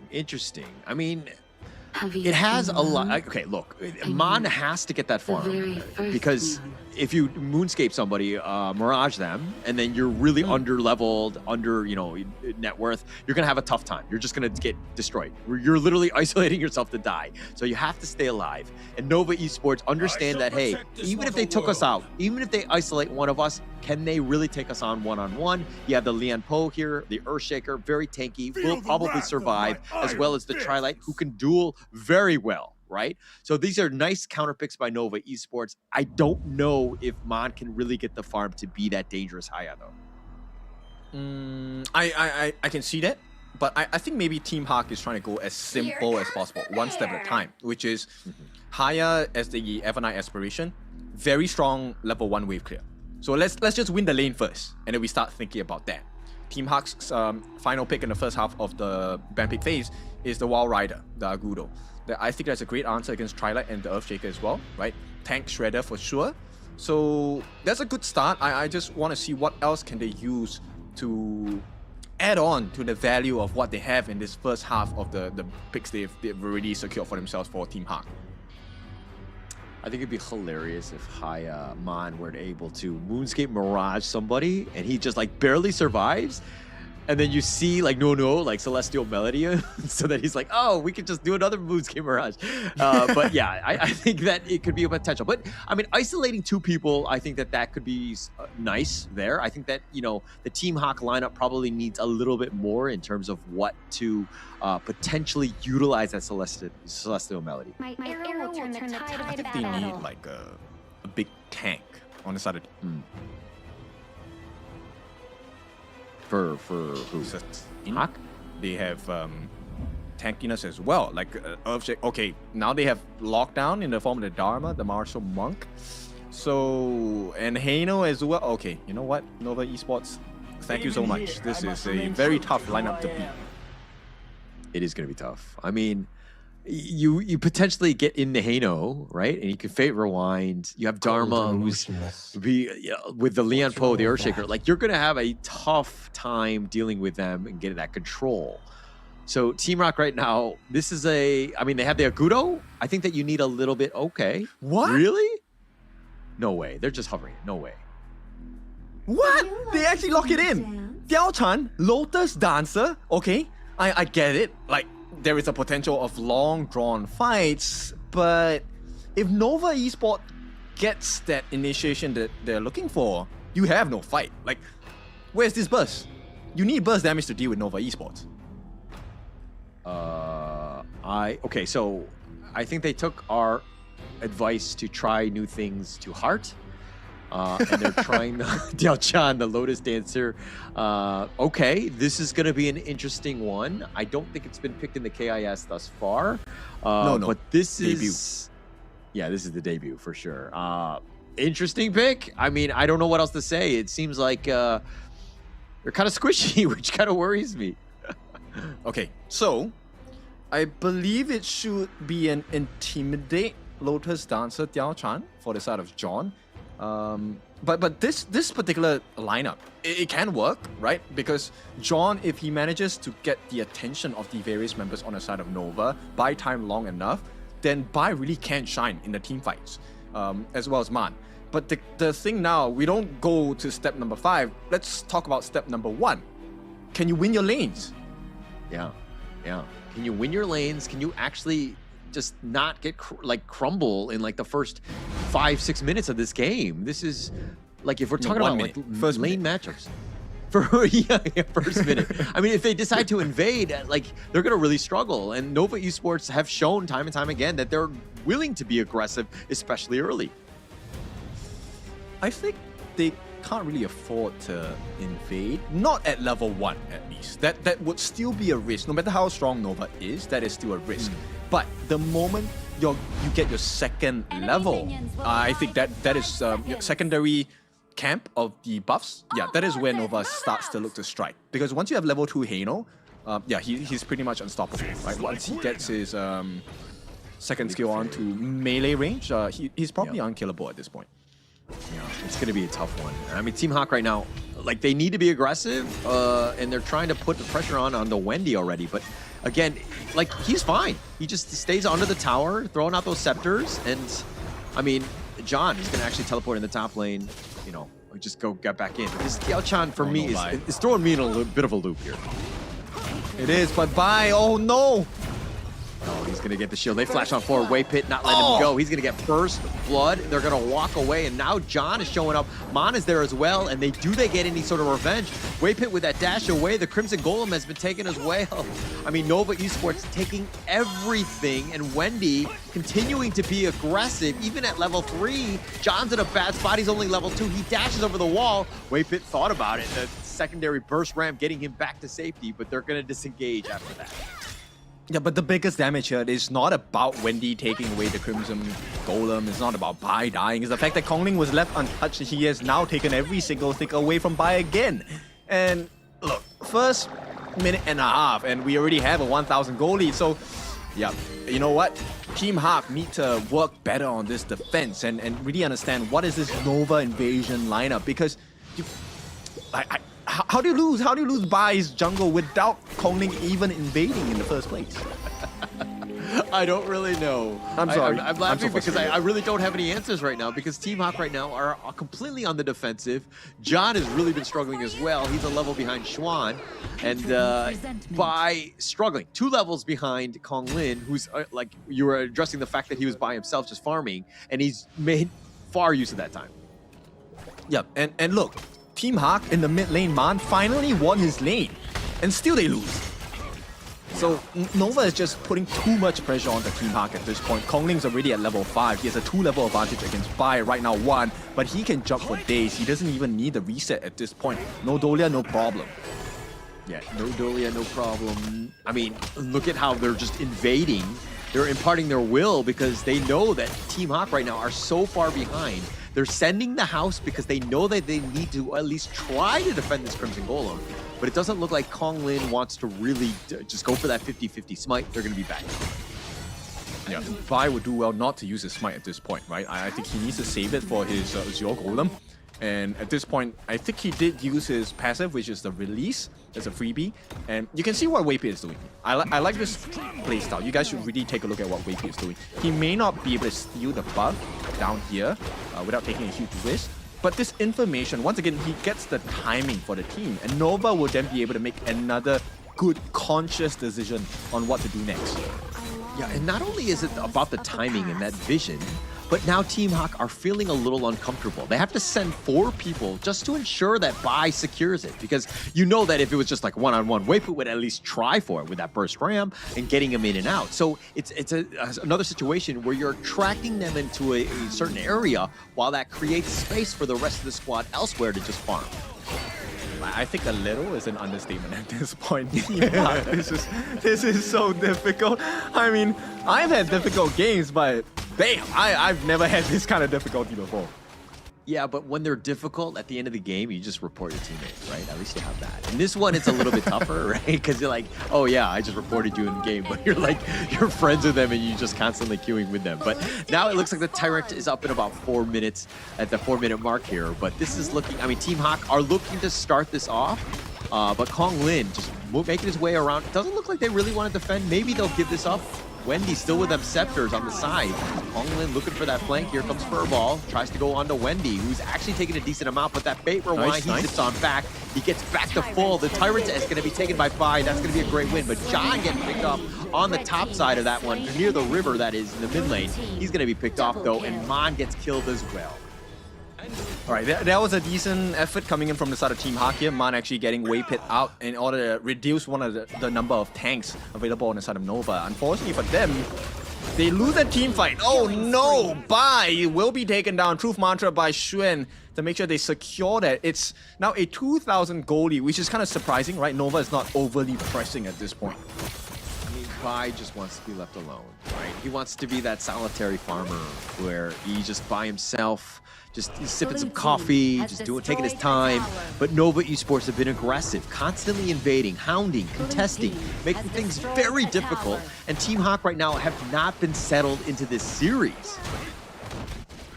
They have not. They've been placed in a very uncomfortable position at this point, right? Where the question is, it's not even about team fights, it's about what kind of resources do we have. And Wendy is just poking them down. Every scepter of fate hurts even more and more.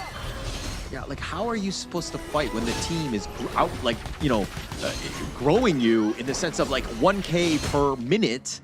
You know, you're so far behind to take any sort of fight, and now you're getting even further behind. It is a tough situation for Team Hawk, and it looks like they're going to go with Heaven and Earth. John had been killed in the top lane as a solo by Xuan, so they're doing everything and winning all of the lanes and putting even more pressure on Team Hawk to do something. Oh, here's the Moonscape Mirage. That's going to be the first one of the day, and it looks like he's going to be locked in. Chicha, though, will get the kill. Muchi, that is, says, how dare you send me to the afterlife? Yeah, Muchi, you know, at that point of position, it felt a little bit risky because he had already used his ultimate. But then that is where the level advantage comes in and the gold advantage comes in, right? So Muchi definitely was able to sustain a little bit longer, get the lifesteal. And with that huge range of snipe, he got the kill on demand. And right now, T3 is under pressure. Team Hawk, they're going to try their best. Yeah, try to do their best, but the Fate Rewind zips it on back. You're like, okay, focus on me. Wendy's like the perfect tank. He shrugs off everything, because if you're looking at the roster of Team Hawk, they don't really have a lot of burst. Lola is not online in terms of that damage just yet, so they don't really have enough. So Wendy can play even more aggressive, being that front liner, and again, just staying alive, which is going to be a tough situation for Team Hawk to deal with. Yeah, Lola needs 6 more levels and about, what, 8,000 more gold at least to be able to make a stand against Nova at this point. But that's just one. Yeah, 8,000 is definitely the number here to hit 12K. Here we go, 1-on-1, John. Okay, John barely surviving on that one. That teleport, that was super close, and I think that he's going to be happy with that. But again, not really much. They haven't taken a tower, so there's really not a lot of space even to teleport. And now Weiput just forcing it down on Nuo, who's just like happily taking this. Yeah, right now there's too much tankiness on the side of Nova, right? Who realistically are you able to take down? The question to that is no. Yeah, really. I'm not sure how you're supposed to take them down. I mean, they're so far behind as well. So that Nova Esports, they're tankier, they're doing more damage, and they're just slow sieging you. They have, you know, this Kong Lin, and he just hounds on 4. They have an Earthbow. They find Nuo, not able to get enough to do the damage to kill him, and Nuo will survive, but they turn their attention on this bottom T3, easily taking that out with all of the space that was provided. And so smart, right? You take a look at that movement by Nova. It's actually to push them back. It's not to get the kills, it's to push them back so that nobody clears the wave of minions coming in, so they get access to the backdoor protection being taken down. And there's a free T3 at the bottom. Team Hawk though, they need more. Yeah, they definitely need more. Oh, nice Trevor smash! Wavepit setting it up. Juan waves the flag. He stays alive. Bai is not going to be as lucky. John is into the fountain. He gets that, but it looks like they're going to take the crystal. And Nova, just like that, will take game number 3. Beautiful setup to end the game, and this really was spectacular because it shows you how controlled Nova are in this series itself. Right now, they're going to be at series point 3-0 with plenty more options for the draft to explore still. Yeah, it doesn't look like they're really diving deep. I mean, they have so many different options. And this is why when you're playing on the international stage and you have the moment and the experience of a best of 7, it's going to make you better in the end because you are constantly going to be tested and you have to dive really deep into that hero pool, and having it just being able to continue on and to know that the draft is going to be key, but you've been there before. This is a well-versed veteran squad that is incredibly scary for any other team right now at the KIS floor. Yes, and while this definitely is a painful lesson, I think this is a much valued lesson for the side of Team Hawk, right? Now you have to really consider, okay, the draft-wise, what do we start with? We know that the weaknesses of Team Hawk is this initial invasion. They don't have the answer to that yet. Mostly because I think it's just based on the ban picks. They don't really have the heroes that equipped to deal with a level 1 invade. At the same time, the secondary part is, how do you play the map as Team Hawk, right? What do you do when you're losing? And I think we've asked some of the pro players this question before, and the answer was always, okay, we try to hold off, we don't really take a fight, and we try to see what value we can have in split pushes or just general wave clear. But, you know, Team Hawk, this really is a tough lesson. Yeah, very tough lesson. I mean, the biggest thing, but it's a glaring issue and it's a fixable one, right? I think that they're going to go back into it and they're going to be like, hey, actually our early game is absolute not good. I was going to use other words, but let's just say, just go with that in that sense. I don't want to be too harsh on that team because like they need to shore those up, right? They need to figure something out. At least give them a 50-50, give themselves a chance because right now, again, they're so far behind in the early game where the mid and late is non-existent for this team. Yeah, they need to figure something else out because if you give a try like over to the side of Nova, and they did this without the Dolia combination, by the way, so this is something that's really scary. Nova right now, the question for them is, my view of them in this is they're playing very standard drafts. I'm curious if they want to try something new in this potential last game in the series and explore what other kind of strategies they can pull against the other teams. Because right now, Team Hawk, you know their position. Backs against the wall. This game, Kongling once again taking 3 kills, the most out of the team, because of the insane lead every other lane has. Yeah, I just had so many different, like, all the lanes they went in their favor. Early game, beginning, just the way that they were able to kind of move across the map and make things very uncomfortable for Team Hawk. Again, just very little answers, very little ways to get back in. And I mean, when you only have a single kill, this is kind of what happens, right? Where you're not able to find the right pickoffs because of the positioning that is far superior by Nova Esports, and they were able to just kind of dictate the pace of this game. And we were talking about how Wendy was that frontliner just with that vision and those fate rewinds to keep him alive. He was 0-0-1. That's very pedestrian, but the damage that he dealt, those scepters were completely on point this game. Yeah, because they were forced to be together, right? That's the biggest issue that Team Hawk had, which is one of the things you want to do when you're behind is let's play the numbers advantage, right? 1v3, 1v4, that will be ideal for us. But when you're playing against a Hano, a Fate Turner here, that is actually to his strength, because the more targets he gets with his scepters, the more heals he gets, the more damage he gets as well.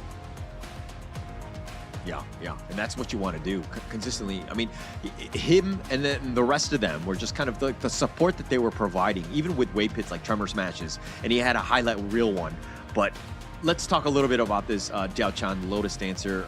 I mean, we were kind of talking about it for the draft. We had some question marks, and this is kind of why it didn't really have too much of an impact. But I mean, did we learn anything from this Diao Chan Clash Lane pick? All right, so one of the ways that a Diao Chan actually shines as a Lotus dancer, right, is the fact that once there's no more CC, she's able to really provide value, because in long extended fights where she's not under crowd control, Lotus Dancer really does shine. You can get a lot of damage and lifesteal from this pick. But the issue is, for the side of Nova, they understand this. They're very professional in their sense. They've been veteran players for a long time. And Xuan saved his Truth Mantra for John specifically. And adding on with the difficulty of the difference in the level of farm as well as experience, yeah, John just couldn't last. Yeah, no chance. I mean, just too squishy, right? I think that the rest of the lineup, I mean, just the really no real way to team fight. I mean, every single like lane matchup that we're seeing, the Haino versus the Haya, like this is like, I think the Haino does just fine, right? It's not too much to worry about from Haya, and every single pick was just kind of in favor of Nova Esports. So it really, again, it just sets your team up for success when you always have that slight edge in all of the different lanes. Exactly. And this lineup, I think maybe at the start of the game, Lola does have an advantage against Muchi. But when your team plays well in the other lanes, that trickle-down effect is so scary because it's never going to be a 1v1 anymore. You're going to have Waypick coming in. You're going to have Xuan coming in. You're going to have your jungler Kong Ling coming in. So once again, it becomes an unfair advantage for the side of Nova. And when a team like Nova has a lead, they don't let go of it. They want to build upon it. Looks like the MVP, the #1 guy. He knows it. He knows it. And of course, it will be Wendy here as he's just play on that fake turner, the Haino. Just too much. KDA, you're like, oh, 001. What? Like, that doesn't seem very good. But like, check the replay. I mean, the damage, the scepters, 86,000. He was constantly just pouncing on people, just making things very uncomfortable. And of course, not dying, which is key as a Haino. Yeah, exactly. This also means that he's pulling attention away, right? That's one of the reasons why we had that, picture perfect Tremor Smash from the side of Waypit as well, because everyone was trying to focus on Wendy, everyone was trying to focus on Xuan, and when that attention is taken away from, the important members on the side of Nova, this is where you really get the beautiful setups they're looking for. I mean, this highlight reel is going to be rough if you're a Team Hawk fan, because the way that, look at how they're just able to push them away. John had already been killed. This is a numbers advantage already. They just clean up scraps, right? Who's left? We'll just take them down. And the prioritization from Nova Esports and their ability to just move around the map and always get the numbers advantage. Take advantage of the fact that Team Hawk are not always together on the same page as a team. Look at that picture perfect 3-man knocker from the side of Waypit. Doesn't mind giving his life at this point because they were going to end the game anyway. And with that, Nova manages to seal the deal, at least for the second half of this best of 7 here, as they lead the series 3-0. One more does it. One more. That's it. I mean, they're a chip at a chair for Team Hawk right now, just trying to stay alive in the KIS4. Unfortunately for them, if they lose this, they're going to be out. But again, a bit of a mountain to climb. Nova Esports, they're definitely the favorites. I mean, let's give Team Hawk a little bit of credit in that sense, where this was going to be an uphill battle no matter what. But getting into this opportunity, you were talking about this positively about them. If they're able to take these losses and learn from them and to take those lessons into MKL as they move forward. But right now, if they want to have a chance at the KIS4, they need to learn very, very quickly. I think quickly is definitely one of the challenges, right? The second part is also about the draft and bans and picks in this particular format. Now, in KIS4, we also practice the global ban pick format, meaning if you use a hero once, you will not have access into it for the rest of the series. But maybe if they unlock the ultimate battle, that would be great. For now, let's take a break. We'll see you when we're back.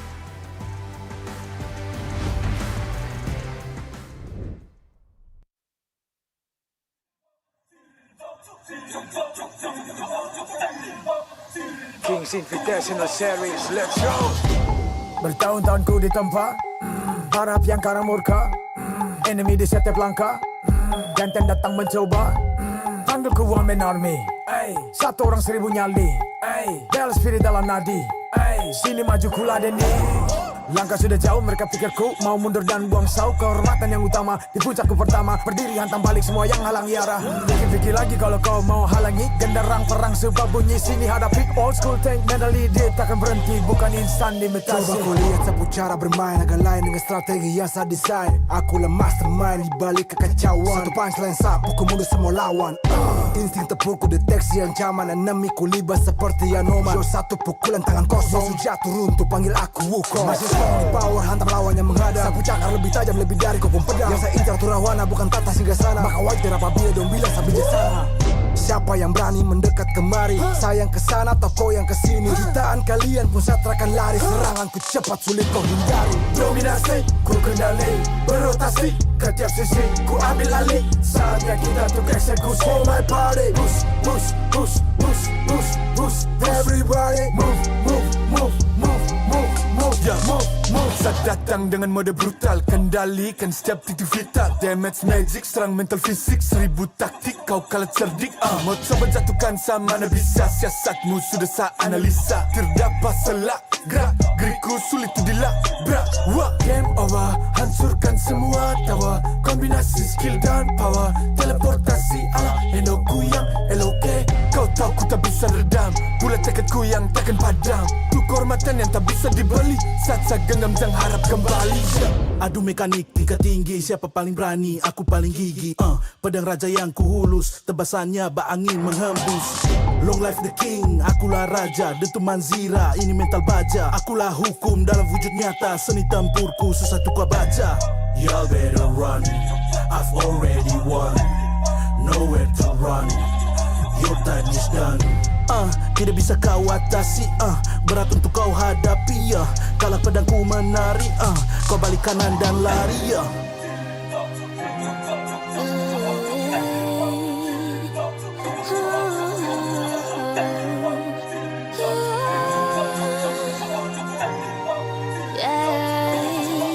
Come get me, go this single sana. Aku cinta I'm the queen, feel the aura. Raja little lain na. If you want me, profit me way ma. Siapa tadi panggil, cause I'm ready. Siapa bilang aku tak punya nyali. Don't try me, ni aku sebut api. Yes, my melody, you can touch me.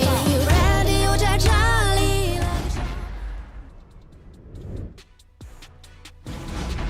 Welcome back. It is time to go into the potential last game of this series here. Game number 4 between Nova Esports and Team Hawk. These have been your global bans and picks in the first 3 games. Right now, what is available for Nova? I mean, they still have quite a bit. I mean, it's just 3 games and they've just kind of dominated throughout. They have like the world is their oyster in the sense that they have so many different options, different directions and what they want to go. I think if anything, right now is a good time to experiment a bit, right? Just you can play something a little bit that you're kind of just testing out to see if it really plays out because you have a little bit of room for error. I mean, not to say that Team Hawk really want to be going up against that, but I think that this is a must-win, obviously, for them, or it's elimination. They need to kind of go back strong, but with Nova just playing a little bit, potentially in this draft, a little bit soft, it might give them a chance. All right, so thank you for your love, Saya Hafiz. Malaysia definitely are able to dominate HOK because Nova Malaysia is there. So let's see if that's going to be, you know, the case. Everyone is very supportive of Nova, definitely one of the strongest, if not the strongest contender in Honor of Kings Invitationals Season 4 thus far. Yeah, and I think the biggest thing about Nova right now is that they're looking to be a very confident squad. I think that, you know, when we talked about the KIC 2025, when they were going in, this is a team that had some question marks, right? Were they able to deal with HBSC, who got the better of them in MKL Fall, as well as the KIC? So this is a time for them to just be like, hey, we are still top 3 squad in the world. We might be the best one right now in 2026, but we need to kind of continue with that swagger. That's going to help them throughout because we have a long roadmap of esports tournaments ahead of us in terms of the Honor of Kings scene. So this is a great time to build that confidence. For sure, because like you said, this is just lap number 1. It's going to be a long year for 2026 HOK, and this is going to be one of the most action-packed ones yet. So talking about this action, Team Hawk now in the prio pick. No, it should be the other way around. So Team Hawk with the red side. So Nova gets first pick. What do they ban out here? There is only one more big tank jungle left for them in this draft for the side of Team Hawk. I think they will ban it out for Nova. If Nova Esports wanted to be BM, they just like don't ban anything. Like, you pick what you want. No, I'm just kidding. They would never do that. But they're gonna ban out the Lung again. This has been the most picked hero in the KIS 4 with 17 picks already, and it hasn't done the greatest. It has like a 40% win rate, but they're basically Nova Esports are onto something, and they want to limit as much as possible, especially Lola here. Yep, I think this really gives into attention for Team Hawk, right? Lola, how deep of a hero pool do you have? If you don't have it, now's the time to kind of build it. At the same time, even if you get your so-called preferred pick, your team composition needs to make sense. There needs to be synergy and chemistry inside. And I think the synergy is going to be the most important. It looks like Nova Esports right now is just completely focusing on Lola. Just like, how deep are you going to go? I mean, the Chicha can be flexed, but it's something that they are going to ban, look to take that away. They're going to go the Yuan, which has been the 2025 hero. It was one of the most popular ones. It has a lot of sustained flexibility as well. Just a great first pick as well. Okay, Team Hawk are going with the War Saint with the Peacekeeper hovering over it. So I'm expecting, okay, Nova has already used the Mayin, right? The Martial Genius. That would have been a great answer to the War Saint. So, and they've also used the Dharma. So what would be a great answer against the War Saint here?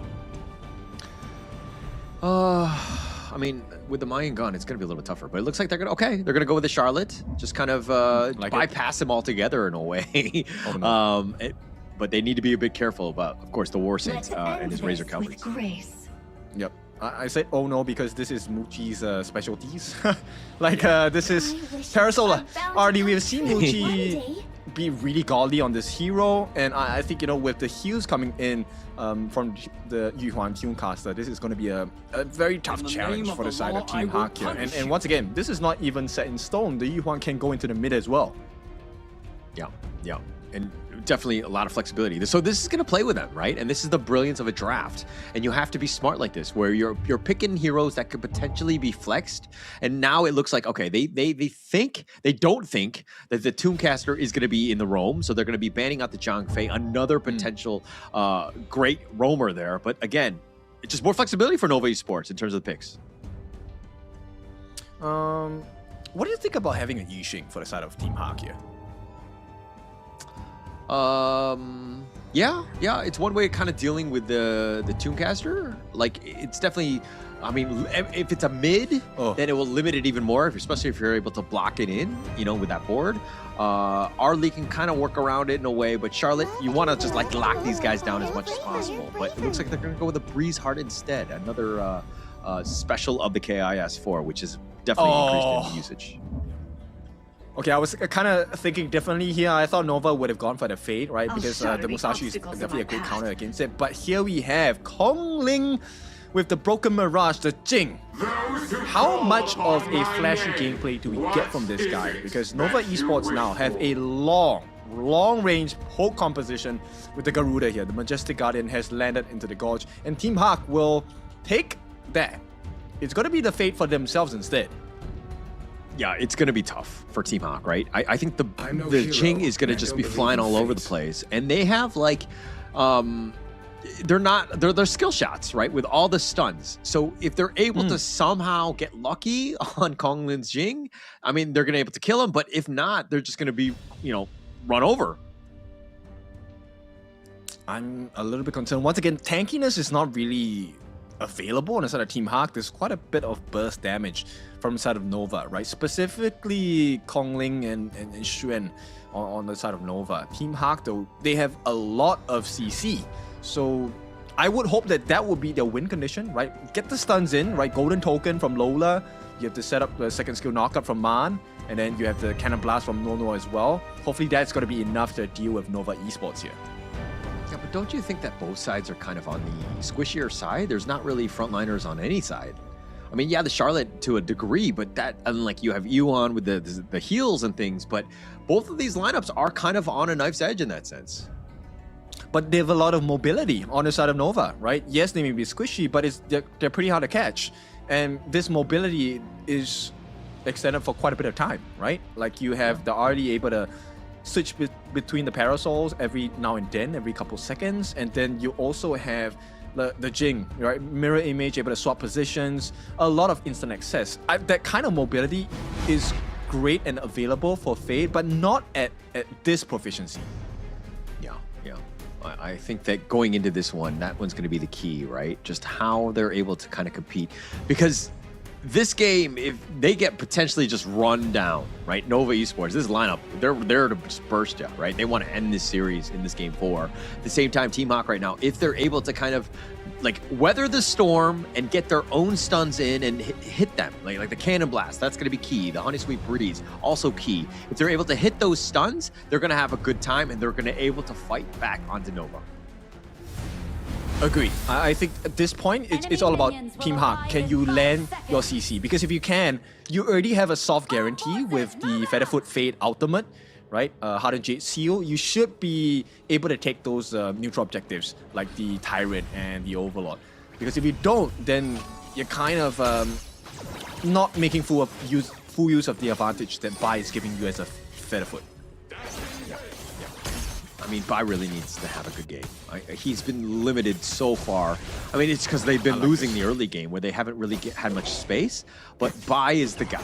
He needs to ensure that if their team is going to win a single game of the KIS4 and they need to do it now, he's the guy that, again, needs to really step up this one. I like this rotation. Bai actually gets the initial invade. First Blood? Oh, Waypit, the flash, he somehow stays alive even at level 1. Team Hawk not able to get the conversion there.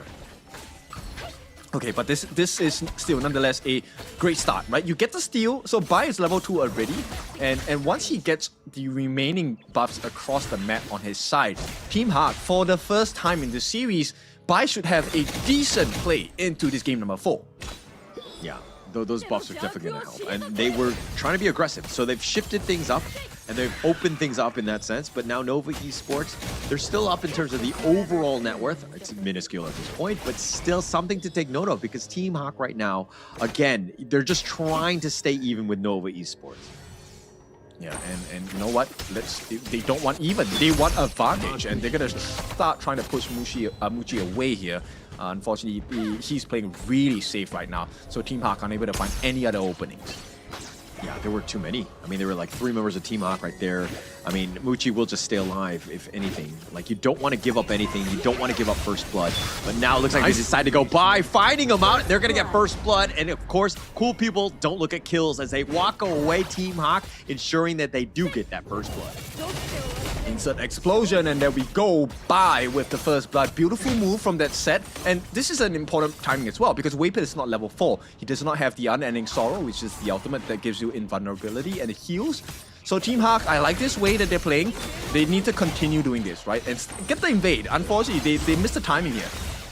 Yeah, missed the timing. Bai, he was actually close by. Might have been able to smite that. It would have been a battle with Kong Lin, but still his positioning wasn't there. So a step behind, and it's all about those inches in terms of just being able to be in the right place at the right time.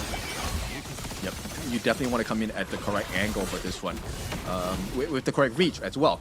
So at this point, Team Hawk, they have a very, very slight lead, but Nova has managed to wrestle them because they're taking away camps from Team Hawk. Team Hawk needs to find value elsewhere. If you can't get the kills, make sure your camps are protected. Well, take that one. But it looks like Nova Esports, 3 members. John with the heroic charge, pushing at least Wendy away, but he's going to go the long way around. He's going to get up on his horse. He's going to be chased, dodges the mini stun, and this is good space. I mean, he might die, which is a bit of a problem, and he's going to look to dive deep on this one. It looks like Waypit ensures that at least he stays by, but it doesn't actually go to a player. Yes, and this is value created in a way, but he has to trade with the T1 damage on the top. So this is unfortunate for the side of Team Hawk. So what they're looking for now is to really get some damage in onto the T1 at the bottom, which unfortunately is not going to be too much. So Team Hawk, they're still keeping up, but they're slowly losing control of the Gorge here. But it's a much better game, let's be very honest, than the first 3 ones. This is a good bounce back game. This is kind of what we wanted to see Team Hawk do earlier, right? But the fact that they're kind of keeping on pace, it's like less than a K, which it speaks volumes compared to the last ones if we're comparing in that sense. But John now just needs to stay alive, but this is going to open things up for the Tyrant here. Oh, it goes in. Okay, Come on. attempt. Oh, he gets bursted. Just the damage is just unreal from Nova. They make him pay. A Nuo. Just one last shot. Oh, he has the shields. He stays alive. Oh. But it doesn't look like Lola is going to be as lucky. He goes down, and now the Tyrant is going to go the way of Nova. Yep, the win condition completely shut down from the side of Nova. There is no hardened Jade Seal here. Maybe Shen has to give his life for that difference maker. But John, he can't even catch up. Unfortunately, Flash gonna be committed by Shen. And once again, Nova are winning everything across the map. Those little things really matter. Really matters right there. I mean, the Flash was committed, and now with the Wings of Judgment just zoning, they're not able to go in, and it looks like Bai not able to take that away. It gets stolen under them as Wendy gets the steal. Yeah, with the last feather, by the way, this one hurts. I mean, feathers are meant to be soft, but this one cut deep for the side of Team Hawk here. Yeah, definitely. It was definitely a painful one. Just being able to just steal that one with that last one. And Muchi spotting it out. John, though, he's going to get going on. And they chase after the mirror domain more for zoning and dealing with the minions. He's going to take some tower shots. He needs to be a bit on the careful side. But in the end, it looks like John will help clean up that top wave. Yep. And this is where you start to see the gold advantage being played perfectly by. He's gone. Oh, he's totally gone. Completely focused. He was going the wrong way as well, and Team Hawk were there, but they're not able to support when you're running the wrong way. And here comes the Wings of Judgment. Oh, the feathers are on, and it's doing a decent amount, at least on the Mon, but they don't have the minions to continue on with the push. Yeah, but that's the thing, right? Like, look at the way they're playing this. They're distributing their resources. It's never a 4-man, 5-man fight. They're putting 2 members on each lane, pushing and making sure they're getting turrets. Maximum value achieved. They don't even lose too much health, or they don't even lose their lives here. It's a very small kill game. But Nova is showing you exactly what you need to do with an advantage. Yeah, and it looks like John looks to go for the Razor Cavalry, dodged out by the Unending Sorrow. Xuan has been killed, so that's a huge win for Team Hawk right now, but now they need to run out. They need to be careful, and they do have the control. They find Nuo. Wendy with that damage is enough, and they'll happily trade the Clash laner. No, they won't. They will just take the trade against Nuo here. I mean, this is what you need to have, right? Which is something that Nova shows us time and time again every game. It doesn't matter whether you lose a member or not. You just need to find the appropriate trades, right? At this point, it felt like this game has been going on for a while, but we're not even at the 10-minute mark. We're still quite far away, 3 minutes in fact. Have we seen a single game go over the 9-minute mark? I don't think we have. I mean, that's just how good Nova Esports here is. It looks like they run down. Oh, John gets picked off. Konglin with just enough, but he trades his life around. Thank you, Tower. And they ensure that at least he gets the trade. Okay, that was decent, but they need more. Yeah, they want to go for more. Nice little box. He's under the tower as well, so that was really well played by Nuo. They make it in pay, and they find at least Xuan as well, and now they're going to continue. Ball, not able to find Muchi. Oh, he does! Oh, but Ball's looking to turn this around. Muchi with the damage. Oh, but the Overlord gets in on the action, and he somehow survives. Nuo is very low as well, and Muchi will limp away as well. It's meant to be a neutral objective, but somehow it turned against Bai in that particular moment. And I mean, the Shadow, the Overlord actually helping Nova here maintain a decent lead. It's 4,000 in favor to the side of Nova. But the biggest thing here is not about the goal lead, it's about the Gorge. Team Hawk, they have lost every single T2 except for the one in the mid. And right now, Nova can get that flank anytime they want. Anytime they want. But this is a much better game. I know that Team Hawk is still losing, but they're actually finding kills, right? This is one where they're, again, backs on the wall, elimination game, go all out, right? You have nothing to lose at this point, so you might as well try. And they're playing better because of it. But again, just Nova are just so good, and this is why they have that lead. I think the difference maker here is if they can find Muchi, right? If Bai is able to get Muchi down, this team fight turns really well. Yeah, it looks like they're deciding to go the mirror domain. Mon, though, getting so low and somehow alive.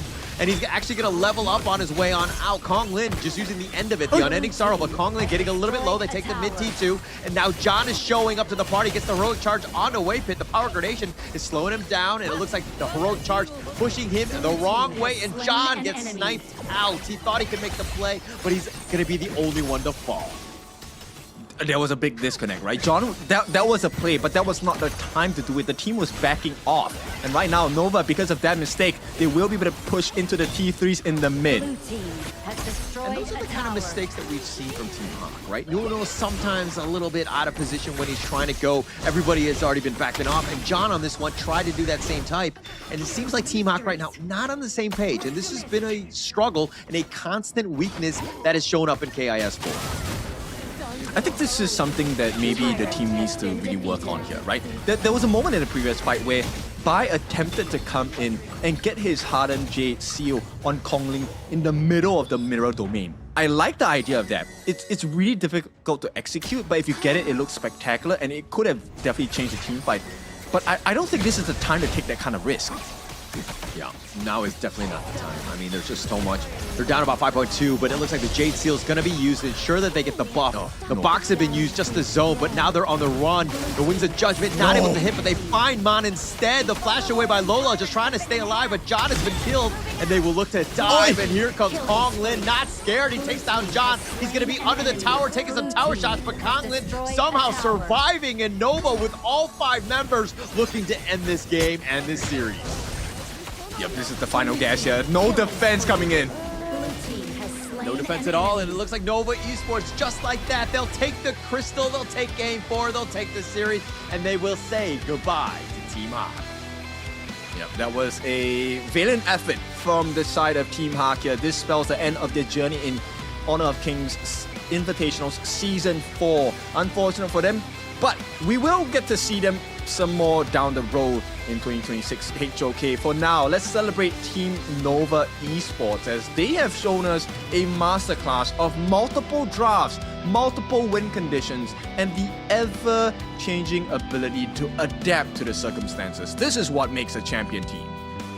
Yeah, it's all about that execution from Nova Esports. I mean, they got to be ecstatic and just very confident and proud of how they played, because Team Hawk right now, it looked like they didn't have any sort of answers. They were constantly on the defensive, and why Nova Esports are the top dogs at the KIS4 and the scariest team and clearly the favorites.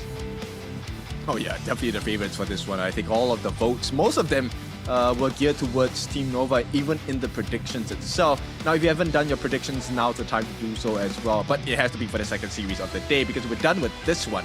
And with a 4-0 clean sweep, Nova advances into the next round of our knockout stages for day number 2.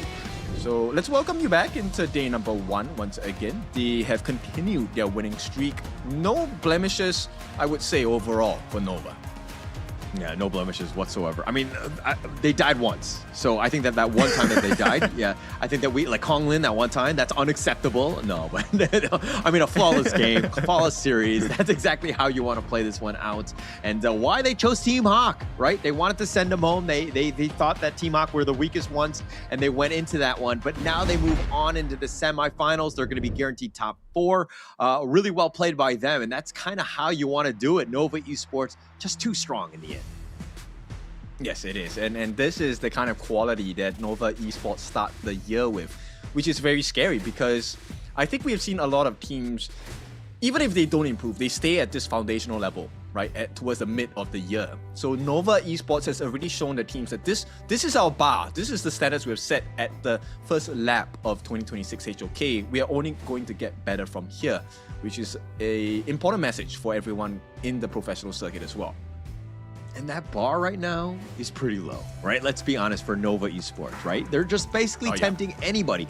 Come to our level. Let's see. Because we have 10 others in the back pocket. We're ready to go. And Nova Esports, you're just seeing whenever a team kind of contests anything, they tend to come out much stronger in the end. So this is a scary lineup that's only good. The sky is the ceiling for them. I mean, it's kind of like life, right? You have to stand up for yourself. So at this point, this is where I'm really curious. I'm very sure the other professional teams all across the globe, they're putting in the notes. They're kind of like, okay, look at that rotation, look at the timing of that. This is the kind of drop we want to try. And the biggest thing for me is, look, Nova look very strong, but that doesn't mean there are no gaps. That doesn't mean they have no weakness. These drafts are beatable, right? But I'm curious who is going to be the first one to do it, if it even happens in KIS4. Yeah, and we're going to have to find out. I think that there's really, when you're watching that game and you were talking about timings and all that, they're all positive, right? But they were chosen by Nova Esports. They were dictating everything in the game. I mean, they hardly died and they barely made any mistakes because of it. So you're kind of thinking, it's like, okay, where are they weak? We need to find that out. And it doesn't seem like really any team has shown where Nova is vulnerable. Not in the full series, for sure. But we've seen a couple of punches, right? Like Bigatron by Vitality. Yep. We've also seen Longshim kind of punch Nova in the face once in the series. As we go and continue with this best of sevens, I'm curious to see if anyone... I would definitely be curious to see anyone just put this blood force into Nova here. Yeah. I think that, like, if the other teams are watching, they need to find just being aggressive, right? Nova dictates the pace. They're great with map control, didn't give any sort of like ways to get back into any sort of series, especially when they had the lead. And you're seeing just like with these stats, I mean, Wendy has always been like top 2 damage dealer. Like he's always there. He's so reliable and one of the best mid laners because of this, and he stays alive. And 64,000 on the Garuda, always with those Wings of Judgment, getting that steal on that Crimson Golem. He was doing everything right. Yes, and because of his successes as well, this allowed Muji to really shine in this game as a farm laner on his early specialty, right? But we give props where props are due. I think this game, Bai really did impress me a lot more. His recovery was much better. The Fade Featherfoot pick looked great. It really was just the chemistry and coordination from the side of Team Hawk. If they can improve on that, I think that there is a healthy chance they can start to put up quite a lot of strong fights against other teams across the globe. All right, if we have to go with like serious predictions with like MKL, I think that like let's assume that there's like 8 teams in the next season of MKL. Is Team Hawk going to be top 4 for you, even in the MKL? Just knowing what we know right now of the teams. Obviously, some teams are out like HBSC and things like that, so that's shaking things up. But do you think Team Hawk can really jump into the top 4 though? You will get my answer on the next episode. I don't know. I mean, okay. I wanna know what the odds are. I wanna know what teams are in MKLs first before I give you a random answer. But for now, right, the answer is looking like it's Nova domination at this point, 4-0. Yeah. I think that it's only gonna make, you know, all the other teams in the MKL, you know, shaking their boots, so to speak, because you just saw how strong Nova is, and they're just able to kind of impart their will on the enemy teams. But going in, like Team Hawk right now, I think the biggest thing for them is it didn't seem like they were 100% ready to play on the big stage yet. And it's not really fair for them, right? Getting thrown into this one with the team that they had and the very little time to prep has been tough, especially since Nova's been around for like quite some time. They have a lot of ideas. The coordination is on point, all of these things, which is good. But Team Hawk, this is something where they need to go back to the drawing board. They need a little bit more time to simmer, I would say. Yeah, for sure. And once again, to be able to learn from Nova Esports in this particular experience itself is definitely very good. I think if Team Hawk manages to get all the clips here, you know, do the proper reviews of not just the bands and picks, but also about the execution of the draft, find out, just find out what the gaps are. Nova Esports do have gaps, right? We've seen that even for last year in other events, in international events, they can be beaten, right? And they can be beaten flawlessly as well. But this guy is the one that was truly flawless today. The MVP, Muji, first time on the board in this series. MVP with the Parasola, the RD, 3-0-7. Just really well played by Muji. I mean, he was able to just kind of out-style on them. And this is why Arlie is still strong, even though it's might not be the top of the top in terms of the meta of a farm laner. But he's able to do his damage. He's able to stay alive. And we'll see a lot of that in the highlights here. Yeah, this one was what really gave me a lot of hope for the side of Team Hawk here, right? By getting that first blood, very nice coordination. But once again, because of the space that both Wendy and Waypit are able to generate for Muji, he is always left unattended to. And when you leave Muji alone, that's where he deals the most amount of pressure against you. Like, if you're looking at some of these fights where Team Hawk was able to fight back, I mean, he gets the jump in, but the rest of the squad was there. There are moments where John went in by himself and the rest of the team was just like already retreating. So, like this is one where it was a little bit ongoing. Oh no, they did well on this one. But there was a moment where John tried to go in, wasn't able to go in, and that was when the overlord. Oh, this is the play, right? Where he tries to go in. Everyone else from Team Hawk was just running, and so Nova was just running him down. Yeah, so much better decision making from the side of Nova. And this is where it really shows you, right? The better team wins. And it cannot really come down from a singular effort. It needs to be a team effort here, of which Muchi, free damage in, they get the T3s, and once they get the team wipe here, the ace, that was a freebie for the Crystal itself. So once again, beautiful work for the side of Nova as they clean this series with a clean sweep 4-0. Absolutely clean, and it looks like, I mean, they're not even really celebrating, right? Like Nova is, because it's like a business as usual. They are so like experienced, they're veterans of the game. They understand that this is a long tournament ahead of them. I mean, yes, they made the semifinals, and we'll see them here, and they're going to wait to see exactly who their opponent will be, as we have Kagendra and Blacklist. That will be coming up next, and that will be a great series as we have that one coming up. Yes, I believe everyone is waiting for that particular series itself. I think they were talking about it even in the comments. We do see them as well. Everyone, I think I like this a lot because there are two camps. There is the Kagendra camp, there is the Blacklist camp, and you can't say anyone is wrong because both teams, they have shown up in this particular competition itself. Maybe one more than the other at certain points of the game, but individual players, synergy, chemistry, they're all there right now. Yeah, actually, I mean, I've been very impressed with Kagendra. This is a team that has really shown up, and they're on the home court in that sense, and they've been kind of one of the best, right? Which is not something that we say all the time of Kagendra on the international stage, but they've completely shown up. But Blacklist, on the other hand, they've taken down Nongshim, which is the only team, and they were kind of on the bottom, and they are going to look to prove people wrong.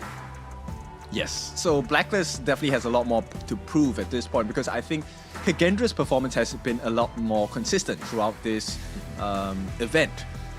Okay, maybe not as consistent. They did lose me a couple of prediction points, but you know what? I wish the best for both teams because right now we need to let them prepare as we take to the stage. Mara and Rookie, please take the stage. Nova proves that they are the biggest threat this KIS for. Congratulations, Weipit. Congratulations, Sean.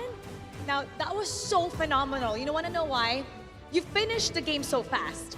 Game number 1, over 7 minutes. Game 2 and 3, over 8 minutes. And game 4, 10 minutes. So the entire thing was about 35 minutes, which is equivalent to one long game for somebody else. It looks like you know your opponent, Team Hawk, so well. What did you guys do to prepare? Because so flawless. Wait a minute. We watched their game and we know their weakness, and we know how to play. So you know how to counter based on the weakness that you've studied. So effective. Yes, and Swan, with Team Hawk's elimination, your brothers from Malaysia, what advice do you have for them, for the Malaysian brothers, to further improve their skills in the next tournament? Jangan putus asa. See you in MKL Spring. Okay, he said, don't give up. They'll see them in MKL Spring. Oh, that's nice. There's always another chance for everybody. Now, up next, it's going to be Kagendra versus Blacklist International. Whoever wins that will face you in the semifinals. Who do you think it is? Blacklist. Blacklist, why? Because I'm Blacklist's biggest fan. Oh, you're Blacklist's biggest fan? Wow, okay. Since you're the biggest fan of Blacklist, which player, pick one player who you think will really perform well out of all of them? Chaz. Chaz. I know you love them, but take a look at the camera right there. In case you face them, what would you like to say to Chaz? What would you like to say to him? We will beat you again. Good luck. You will beat them again. Good luck. In this tournament, it doesn't matter who you love. You have to take them down to get to the top. Once again, congratulations. You are so phenomenal. We hope that you guys will continue showing that strength of Nova Esports. Of course, and Swan, Pit, you're one match away from the grand finals. Don't forget, there's a lot of fans that are supporting you in Malaysia and at home today. What are some words you would say to all the Nova fans around the world? Percaya pada kami, Noah boleh. Wow, trust them because Nova can and they will take the first spot. I believe in them, so don't go anywhere because tomorrow and after this, we still have more to come. We have Kagendra's matchup against Blacklist, so see you after the break.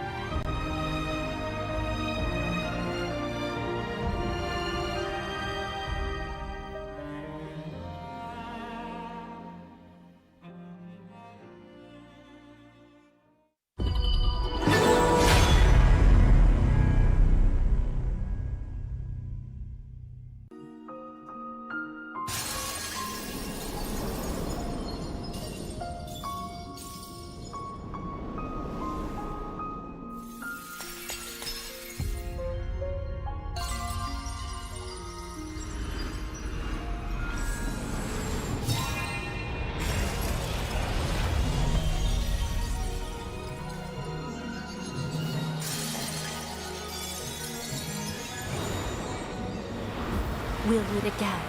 I'll make sure of it.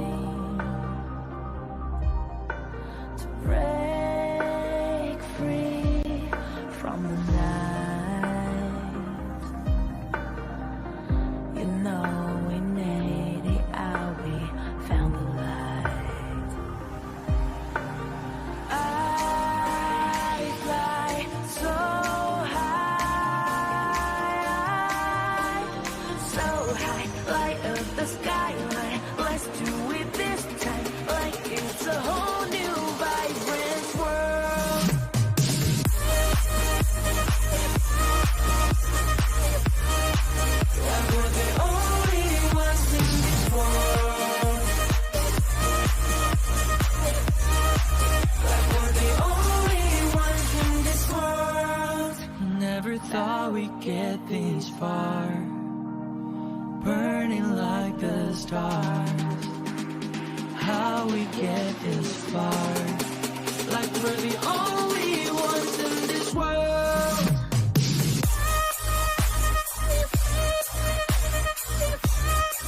Like we're the only ones in this world. Like we're the only ones in this world.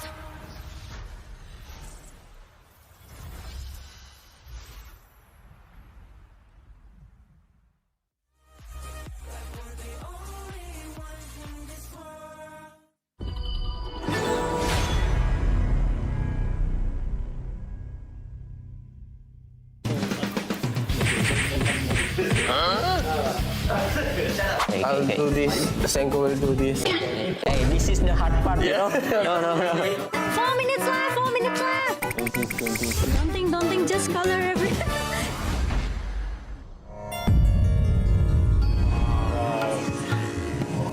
Wow. You guys hear it? Yeah. That is gamelan song. You know?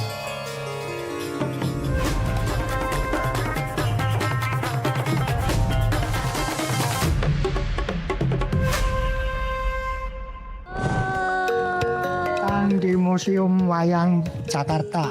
Kita happy banget bisa di sini nih bareng sama Dalang. Boleh mungkin perkenalan diri dulu. Saya Wandoyo. So today you will have a special mission.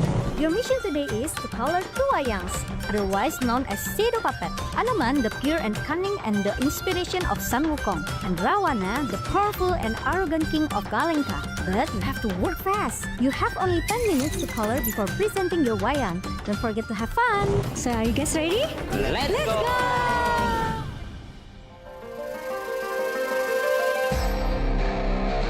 The first step is color the base in white color. I'll do this. Senko will do this. Hey, this is the hard part, you know? No. Pengen banget kalau bisa pengen banget persis, cuma harusnya sih emang tetap masih beda ya, karena kita nggak bisa sedetail itu, cuma at least kita berusaha yang terbaik lah. Berusaha yang Nggak kayak terbaik. tim sebelah tuh. We want to beat them, although we have not favorable odds.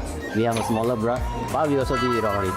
Our hair and our face, apparently all white. It's not supposed to be all white.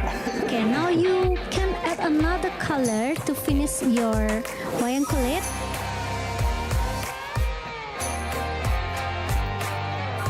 Four minutes left.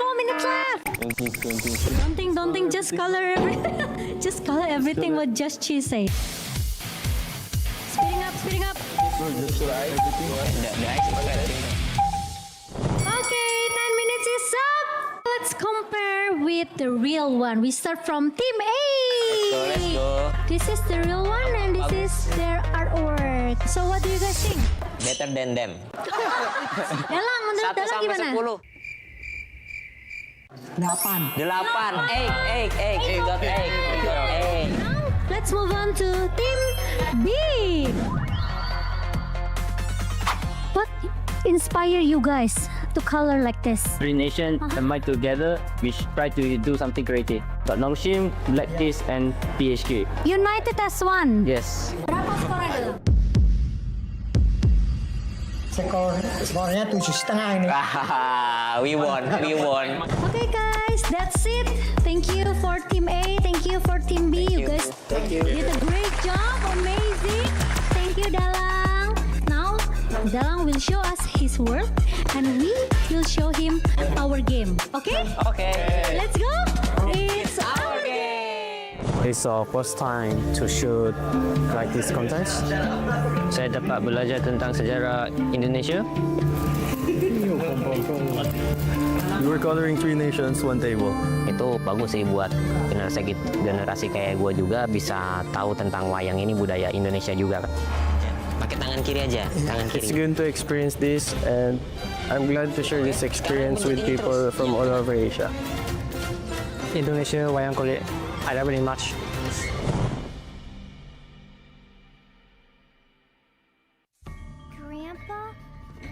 happened in the monkey story? Anoman. Yes, he made a promise to bring Cinta home. Was he lucky? He got caught, and flames rose. A huge fire.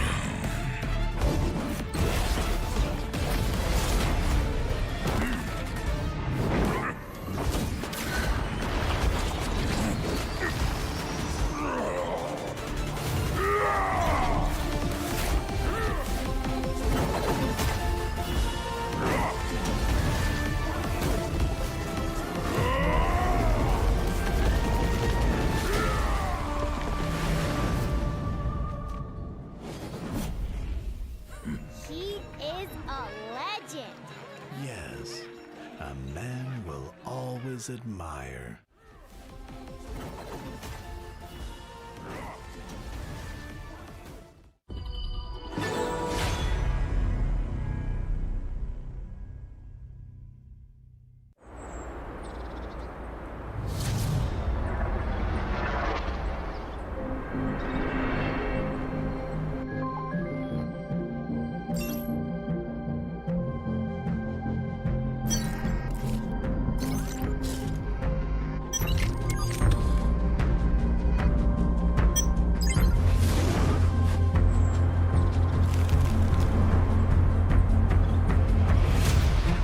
Kami di sini berjuang untuk mempertahankan marah negara dari tahun lepas.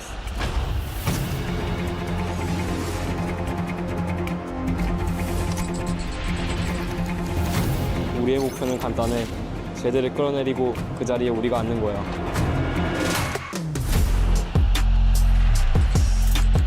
Kapag naaganti na kami, patutunayan namin na kami ang pinakamagaling.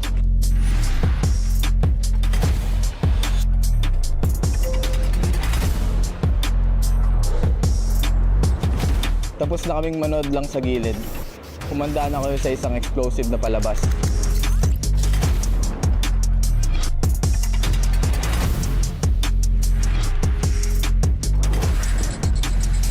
Inilah peluang pertama untuk kita, peluang untuk pertunjukan kepada dunia kemampuan Malaysia.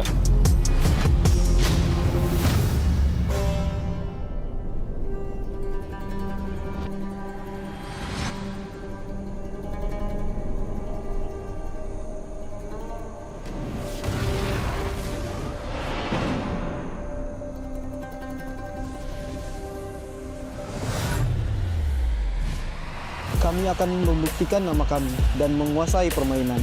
Kebanggaan nasional kami dipertaruhkan.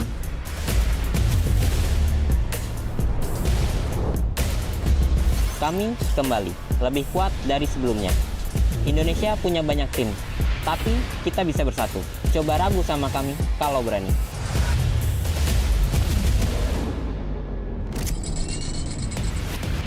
Tim kami telah kembali pulih. Kandang ini milik kita. Bhinneka Tunggal Ika, kami akan menunjukkan kemampuan terbaik yang dimiliki Indonesia.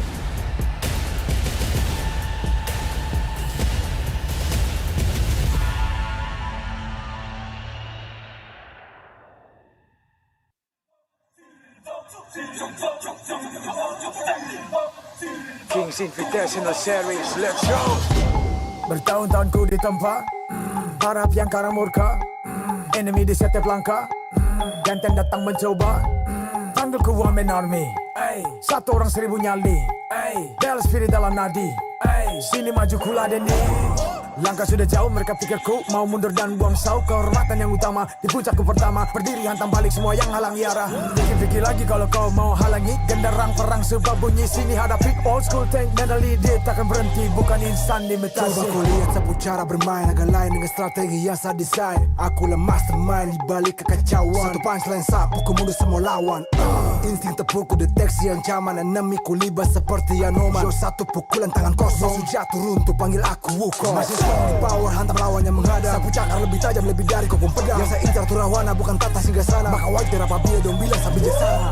Siapa yang berani mendekat kemari? Saya yang kesana atau kau yang kesini? Jutaan kalian pun saya akan lari. Seranganku cepat sulit kau hindari. Dominasi, ku kendali, berotasi ke tiap sisi, ku ambil alih. Saatnya kita untuk eksekusi. For my party, push, push, push, push, push, push. Everybody, move, move, move, move, move, move, yeah, move, move. Saat datang dengan mode brutal, kendalikan setiap titik vital. Damage magic, serang mental fisik, 1000 taktik, kau kalah cerdik. Mau coba jatuhkan sama mana bisa, siasatmu sudah saya analisa. Terdapat selak, gerak, geriku sulit tu dilabrak. Game over, hancurkan semua tawa. Kombinasi skill dan power, teleportasi ala Enoku yang LOK. Kau tahu ku tak bisa redam, pula tekadku yang takkan padam. Tuh kehormatan yang tak bisa dibeli, saat saya genggam jangan harap kembali. Adu mekanik tingkat tinggi, siapa paling berani, aku paling gigi. Pedang raja yang kuhulus, tebasannya bak angin menghembus. Long life the king, akulah raja, dentuman zira, ini mental baja. Akulah hukum dalam wujud nyata, seni tempurku susah tu kau baca. Y'all better run, I've already won, nowhere to run, your time is done. Tidak bisa kau atasi, berat untuk kau hadapi, kalah pedangku menari, kau balik kanan dan lari,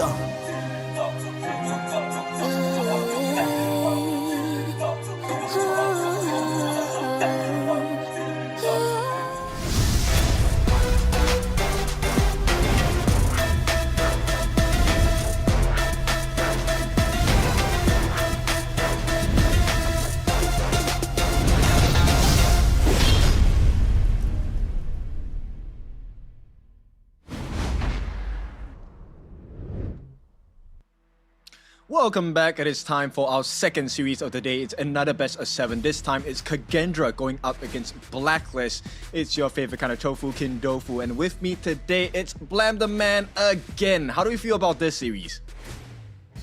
I mean, I'm very excited for this series because obviously Kagendra, last time we saw them, they were able to obviously knock and dethrone Boom Esports from the second place, right? So now have Kagendra earned the right to become the PH gatekeepers in Season 4 Invitational. Obviously, the results of this series will tell us the title. I like it a lot, right? Because now this really sets in stone that storyline of the IKL versus PKL. It was pretty tight last year, but I feel like, you know, PKL definitely got that one up last year. Now going into 2026 of HOK, it feels like the IKL teams have stepped up quite a bit. And this series might be an inkling into the future between the two regions battling it out once again. It does seem that way, right? Obviously, we do have Season 4 Invitational that is kind of already sort of like underlying this kind of rivalry that we're seeing between these two regions, which we said obviously last year.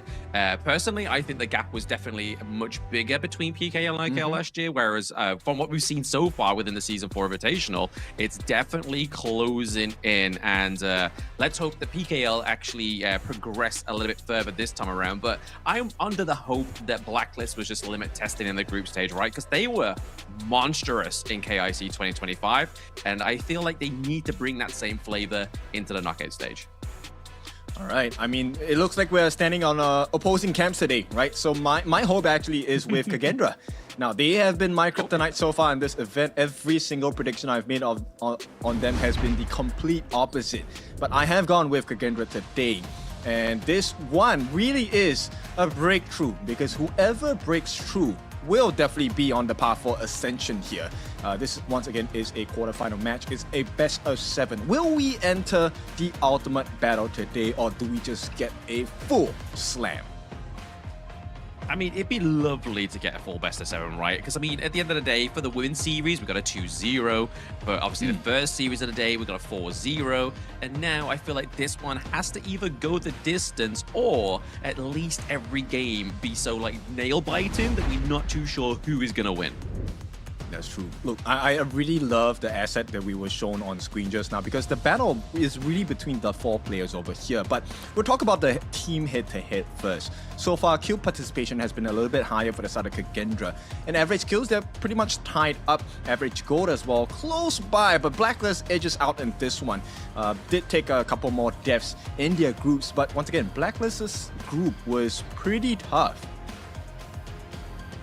Oh, very tough. I mean, they chose the opponents though, right? So it's like, no sympathy for me. Like, no sympathy for me that they obviously only got second place there. But it's kind of just like, okay, Blacklist, yes, obviously they did have a tougher group, but they were the reason why they had the tougher group. I mean, it all works out in the end because obviously they're now facing Kagendra, and they probably feel like that maybe now that they're actually falling into their knockout stage performance, they may actually see a much better head-to-head going into the next few days. But right now, if we're looking at FaZe Shirt going against Just Chi, it's definitely looking to favor FaZe Shirt at this moment because Kagendra, yes, we can obviously say they have an easy group, quotations, because obviously it's a very loose term, but definitely having a solid performance into the Season 4 Invitational, bar day number 1, I have to say.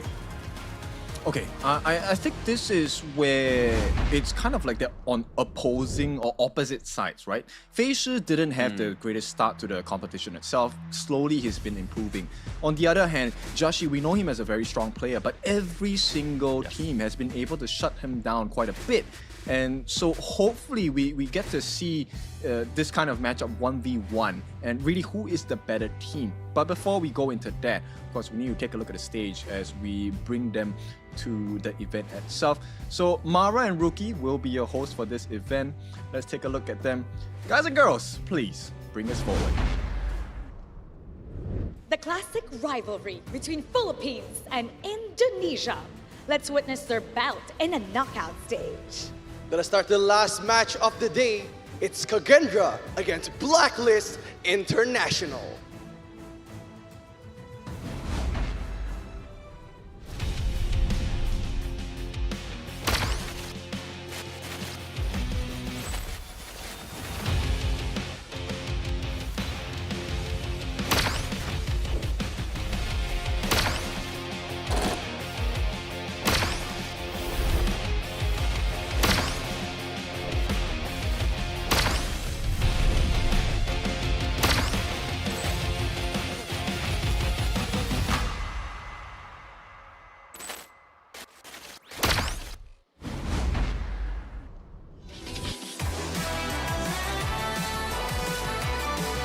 The El Manuk soaring high, try to reach new heights with flag as wings to carry the national pride. Here comes Kagendra!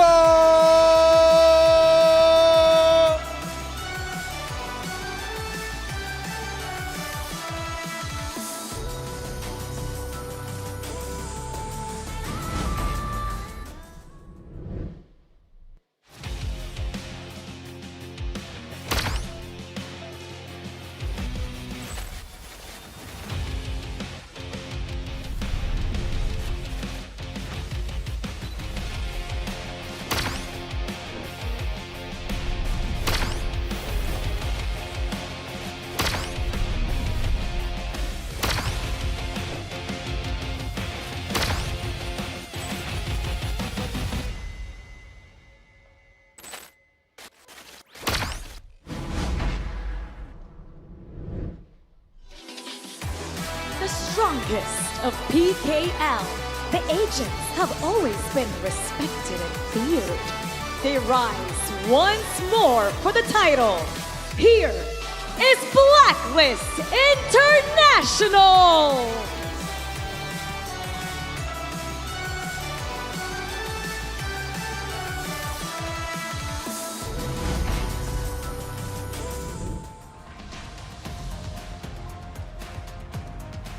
Alright, so we start the ball rolling here with Kagendra. FaZe Shirt in the jungle, Zan in the farm lane, Senko in the mid, Saole in the clash, and Lu in that roam. Now these 5 members, they have been steadily improving throughout the entirety of KIS4. But the challenge is going to be huge here because we're talking about Blacklist International here, Blam.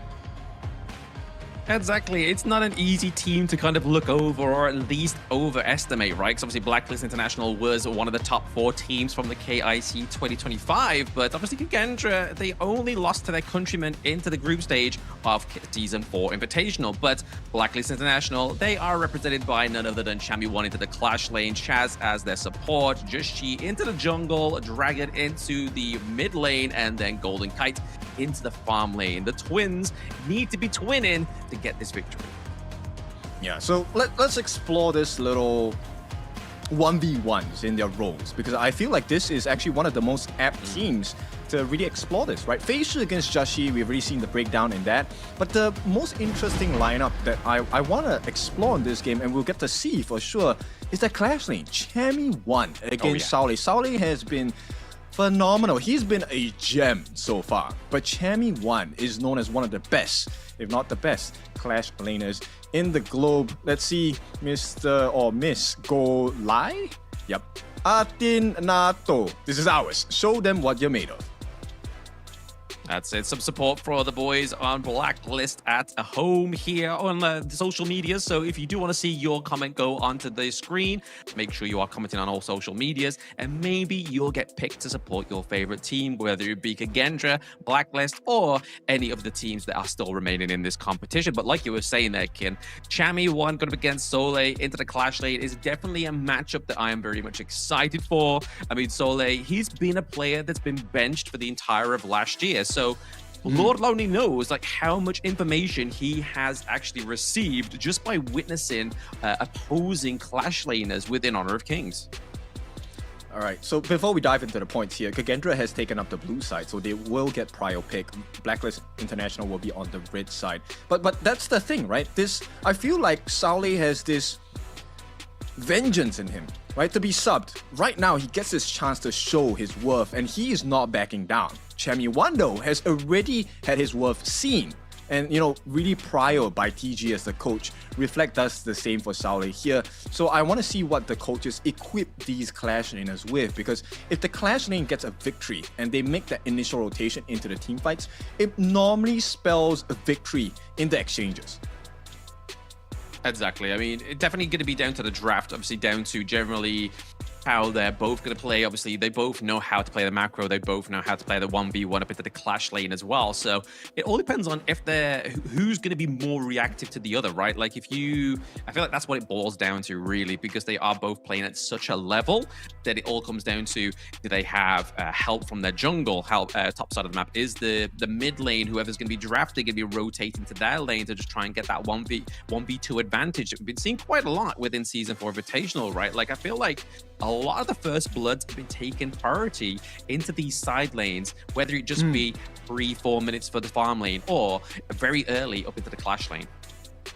Thank you for bringing that up, because that is the next lane we're going to look at, right? This Zan versus Golden Kite in the farm lane. This is another one. Both farm laners know how to play in a safe position, and they know how to take advantage of any lapse in concentration in the 1v1s and even in team fights. So this then brings us to, you know, their duo partner in the roam position here for the side of Lu on Kagendra, and then we have Chaz. Now, I don't know about you, but my view, Lu's #1 best roam is Shangfei. And then for Chaz, we know Chaz's is the Peacekeeper. So I wonder if that's going to be the game changer here. I mean, I feel like Chaz is always evolving, right? Like, obviously, right now it's a Peacekeeper Mutsu, but we've had previous times in tournaments where Liam Poe, right? Obviously, the Earthshaker, being able to kind of just always phase check. And that's the one thing I always think of when I think of Chaz is intel is the wintel. He always is there gathering the correct intel for his team and setting up all the support that they need. And speaking of support, you can see here, countrymen alike supporting both of their teams, waving their flags, very proud.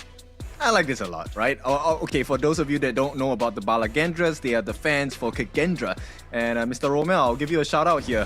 One of the #1, if not the #1 fan of Kagendra, as a look to pit your best against Blacklist International. I mean, the support has been phenomenal. You have seen Otto lose there, who is also one of our talents here, along with Casey Bay. Kagendra, like we mentioned, they are going to be prior picked. What do you think they want to take out first? I mean, they're already looking to take out the Lung, right? So maybe just putting that pressure down to the bot side of the map there. I mean, Golden Kite is not generally... When I think of Golden Kite, I don't think Lung. I think of Chano. So whether they're going to go for the Chano for themselves, for Kagendra in game #1, but the Chicha being banned out here is pretty much kind of like written in the stars, right? Because if you don't ban it out in the first phase, and you're a blue side, you're generally going to pick that because of just the flexibility of that hero. Yeah, I agree. And with that being said, that is going to be a window closed here. Kagendra going to go with the higher band, the Evernight Aspirations taken out of the picture. So we're going to get a honest, stock standard kind of start to the build here in terms of the team composition. And okay, this is just my gut feel. Now we already have our first pentakill in the tournament by CC from Dominator. I think there is a potential pentakill from either of these teams. Yeah, I mean, I feel like Golden Kite was the only one to get a pentakill within the KIC 2025, right? With the Chano, as I was just talking about. So they have the potential. They've shown it before. The Mai Shunui, the Fire Ninja coming through here for Kagendra's Senko is a pretty stock standard first pick here onto the blue side. But a good little bit of a counter here. Obviously, getting that Tigress comes through here for Just G means that he's going to be predominantly looking at farming up very quickly, pretty much all the time, so that he's able to kind of give over the advantage into the early to mid game. But the Zhangfei here for Chaz is definitely one of his key ones. Salamat. Okay, I like this. And the instant reply from Kagendra, right? Taking up Lu for that Lapu Lapu here, the Reef Heart Datu, which is a great answer against the Beast, because it's not about making sure that you get the catches, it's about delaying the exchange, right? So when Zhangfei uses his Unbridled Outburst, the Lapu Lapu ultimate also gives that same amount of stun duration. So it's an even trade. Now Blacklist, they want to wrestle that advantage, and Dharma is definitely one of those big answers. Very nice combination as well, Unbridled Outburst into the Truth Mantra, and then Blacklist just cleans house. I mean, with this locket of the Dharma as well as the Beast here, Martial Monk Dharma here, do you reckon the mid lane we're looking towards potentially the I Ching here? Because obviously we've been seeing such great combos with not only the Zhangfei and the I Ching, the Boardmaster, but also the fact with the Martial Monk, because creating those walls, creating your own walls rather than relying on those already placed into the Gorge, means that you can take that Truth Mantra and make it land wherever you are, no matter the lane. I like it. I like the idea. I mean, we've seen it so many times. And Blacklist International, I think they've also kind of planned out, okay, Kagendra, they're going for something crazy here because they take out a Shi, which is, it tells you that they want to dive, right? Because Shi is a great answer for divers. No Jing, do they go for the Luna here? Kagendra, take out the I Ching. That was a perfect answer. I think they know exactly what we're talking about here. Exactly. So into the mid lane here, obviously go up against the Fire Ninja. I can imagine that maybe potentially we see something with a little bit more CC, or maybe even a little bit more poke, right? Maybe go for something like the Xiao Xiao, try and get the knockups from the second skill potentially there. I mean, we have seen quite a lot of Hino as well, but for the last few days, not really come through the Fate Turner. But we're going to get the Laurel Princess coming through. Erin into the bot side of the map here to go up against Zan's pack leader. I think that's a great answer. And also Kagendra, they kind of shut down the potential here. I mean, it's already locked in for the Martial Monk, but the Spark Maze, the Byron's a great answer against the lineup of Blacklist International and Kagendra. So they go for the best of both worlds here, potentially the Swordmaster Musashi, who not only does a lot of damage, but also has high tank ability. So I like the defensive structure of Kagendra's lineup. Now the question is, for Blacklist International, this mid laner, I don't think the Xiao Xiao would be great. I would rather you save it for the RLE. I think they need maybe more like a Lady Zhen or maybe even someone that is able to poke from far. Yep, and there we go. Nice. Yeah. I mean, as soon as the Musashi got locked in there, I was really thinking towards the Princess Frost, because obviously, yes, the fact is you do have the duel to the death, but if you are Dragon, you're going to be waiting for that ultimate to be procced, and then you drop the Winter is here, and then that's it. It's a lot harder to use extreme speed at a slower tempo to get out of that situation you find yourself in, thanks to your ultimate. But really here as well, it's going to be interesting to see if he uses the Illuminating Slash to kind of cancel out some of those first skill abilities from the Laurel Princess here. So there's no slow, there's no kind of like AoE damage building up within these team fights. That's true. I think at this point, the first skill, which is the Illuminating Slash from the side of Facial, is going to be great against Golden Kite. But the duel to the death, I think it definitely has to be safe for Jashi, right? Either Jashi or at this point, I don't think it's going to be used on chairs here. But yeah, we'll see. There's many opportunities for Kagendra to take the one-up. But as we have already seen in the first series of today, this early game, do we get that invasion coming from Blacklist? Oh yeah, I mean, the early game from the last series, I don't know if it's just like maybe just a one-off there, because obviously the difference between the teams, let's say between Nova Esports and Hack, they knew that they had pretty much like an easy way in, easy way out in the early game, especially when they got that triple kill, you know? Whereas I feel like Kagendra, they can't underestimate Blacklist that same level, because if they do, they may get punished. And if you get punished in the early game, you then got to try and regather that momentum, the resources that you've just lost just by taking that really risky, ballsy move. Yes, and I think both teams already understand how clinical they are, right? Kagendra of New is a bit more, no, not a bit, a lot more disciplined. They know now not to push themselves over the edge. Once they have a slight goal lead, even 1,000, they start to really work around the macro game. And I hope Blacklist is able to take a page out of their book and really take a look at just holding on the lead and waiting for Kagendra to make the mistakes.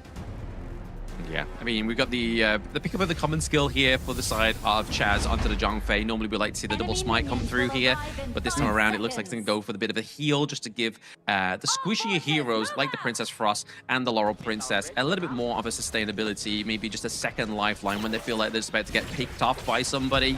Drop that heal, they're then back to sort of like a very safe health bar to get out of there. But this is game number one between Kagendra and Blacklist International. It is the knockout stage, so somebody is going to go home. Yeah, unfortunate, but this is the price of the start of lap number 1 for 2026 HOK. Chaz here has got information for the team on the side of Blacklist that, hey, they've started on the Crimson buff for Phase 2. So this is going to be useful. I want to see what Blacklist does with this particular piece of information and how the rotations will go from here. I mean, there seems to be a bit of contention into their own jungle here, into the Blacklist, right? You can see the rotation up from Senko is going to go and try and meet Dragon and Chami into the top side of the map here, and still at the same time just trying to procure their own resources here. That does go over to Golden Kite, so they're not going to be at the behest of Kagendra stealing away these small minor victories into the early game, because that's really what matters, right? Is if they're able to get enough of these small camps, it all surmises into a bigger victory for Kagendra.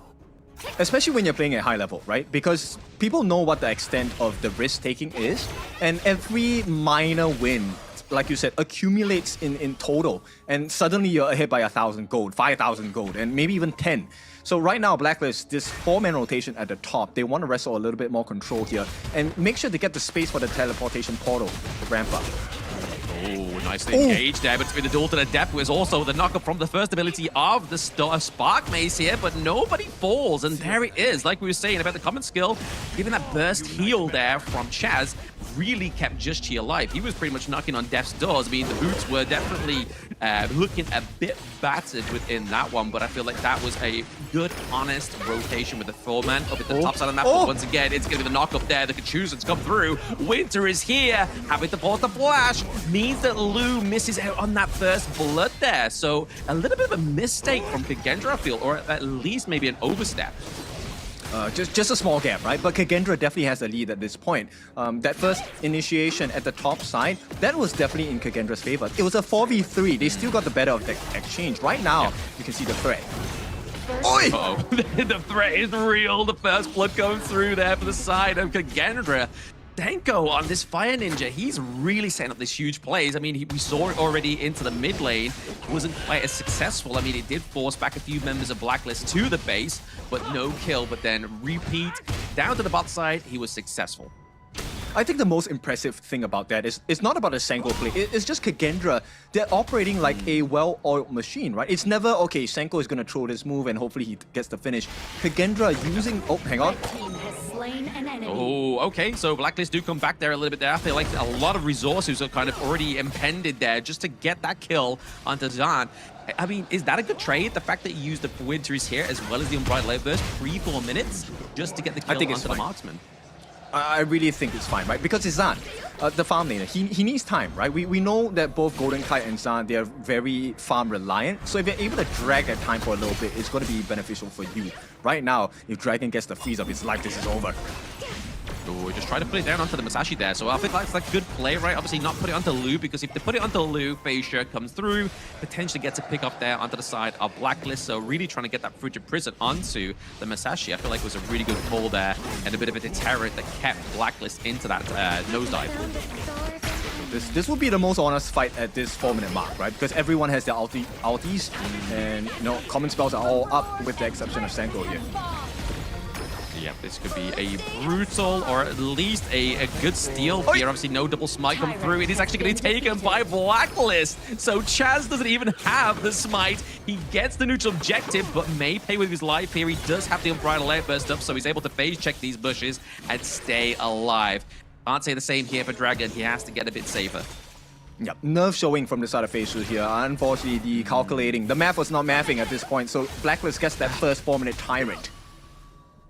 Yeah, a little bit of a premature smite there for the side of Kagendra, but hey, lessons will be learned. The winter is here. He's actually going to freeze Facia into place just a little bit sooner, but nobody there to actually find that fast rotation onto the side of Blacklist. And right now, I feel like they don't need to gun for the kills right now. I feel like their main eye on the prize should be looking at trying to neutralize that gold lead between the two teams. Yes, because for every win that Blacklist is getting across the map, they haven't translated into a big win. It's going to be a 2v2 pillow fight at this point. Yeah, a little bit tip of that top side of the map there. It's going to be the Truth Mantra into the wall there. Masashi looking pretty low. Facia, oh, okay, flash fused by Chami.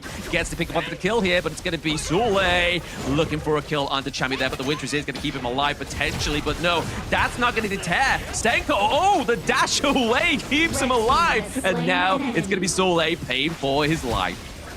Big plays from the side of Blacklist here. This is great for the PKL side. Exactly pushing, dragging Kagendra out of space here. And this is a potential big damage onto the T1 at the top. They're going to stop their aggression because there's no more value in trying to overdive here. And Blacklist start working on that Overlord. This is looking like a Blacklist start here. They found a way to recover the gold, but Senko unable to get the steal, which means Blacklist recover. They tie that gold lead.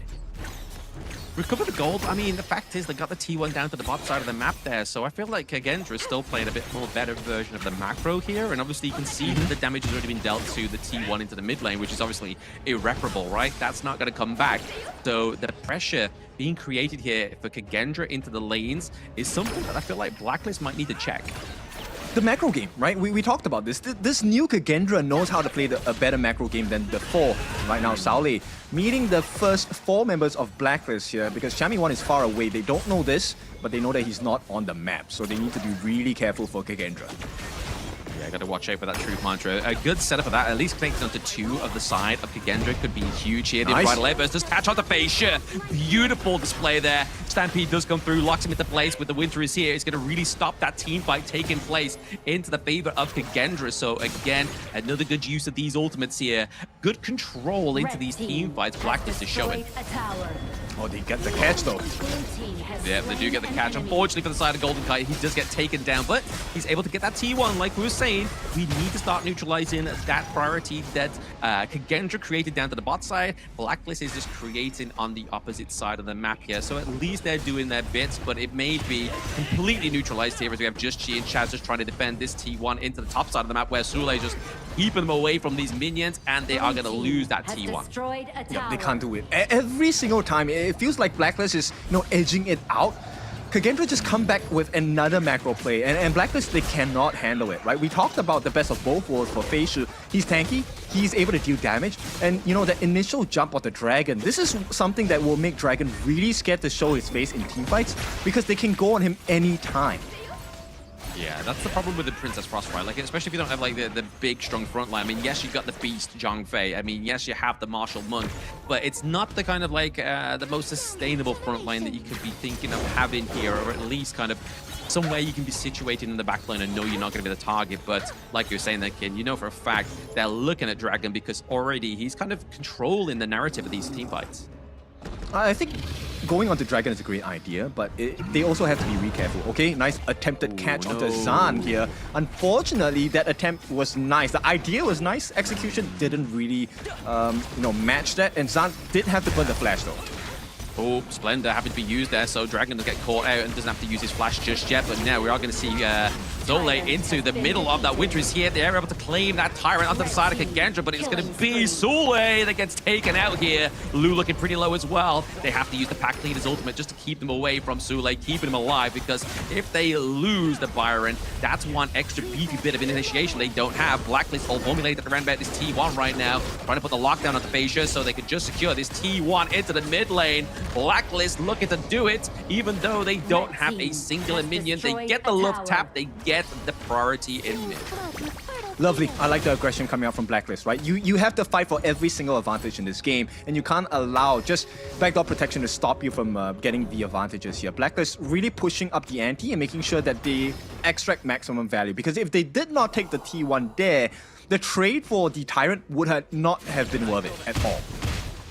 No, absolutely not. Absolutely. Losing a neutral objective, not getting the T1 into the mid lane, definitely would have caused disaster here for the side of Blacklist International. But I mean, you see the itemization here being built onto the Laurel Princess. Definitely go more for sort of that AP damage, nice freeze. right? But once again, nice freeze into the brush. It forces Lu with the flash. They get the takedown. As we just talked about Golden Kite's itemization there, he gets the pick off, and they are looking to try and contest that. Azure Golden weren't able to quite get it, but still able to get the lockdown onto their support. Means that they're going to kind of lose a bit of a backbone here for the side of Kagendra for now. Yeah, I like this, right? The magic build onto Golden Kite. Hang on, one more. Dragon is going to be forced to use the Splendor at this point. Saole looking for an opening for the team to buy space.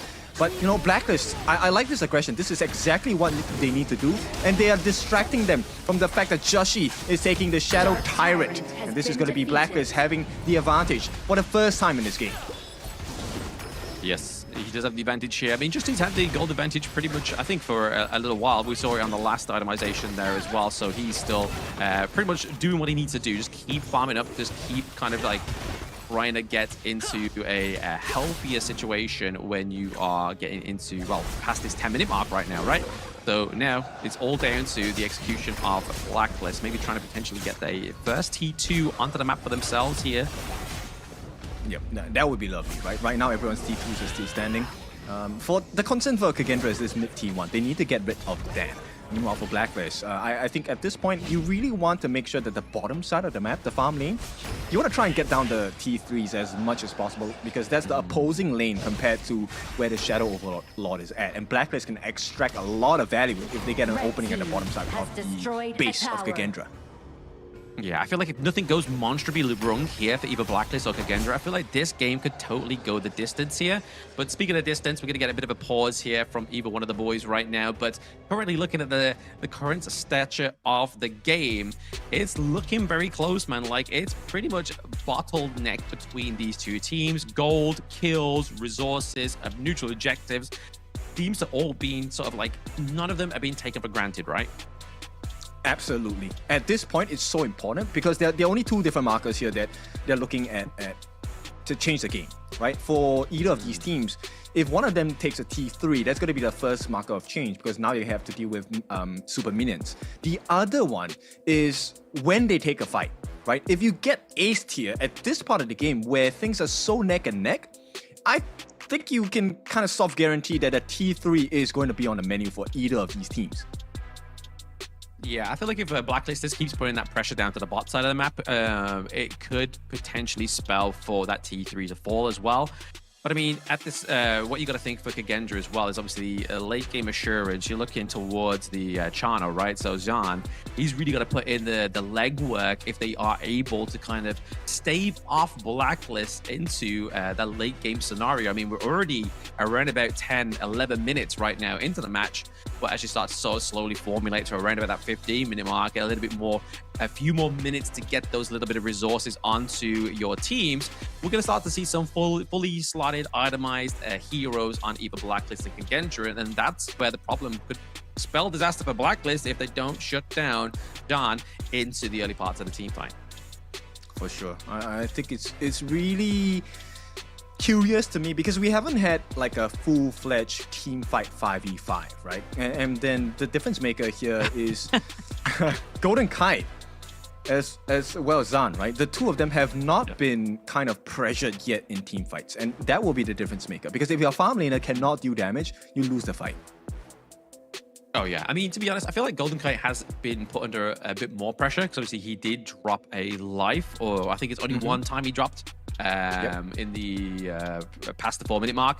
But other than that, it's kind of just like, yes, Zhan, I feel like he has lost like 1 health as well. So Marksman not really being the focal point here. But like you said earlier, Kin, is that focusing the Princess Frost really kind of takes the control aspect from the side of Blacklist. Because I mean, if they drop Princess Frost, the control is really going to be heavily reliant onto Chaz and Chami1. And we've already seen once time already that Chaz whiffed that Unbridled Outburst. So the execution needs to be there in case Dragon drops and obviously Princess Frost falls.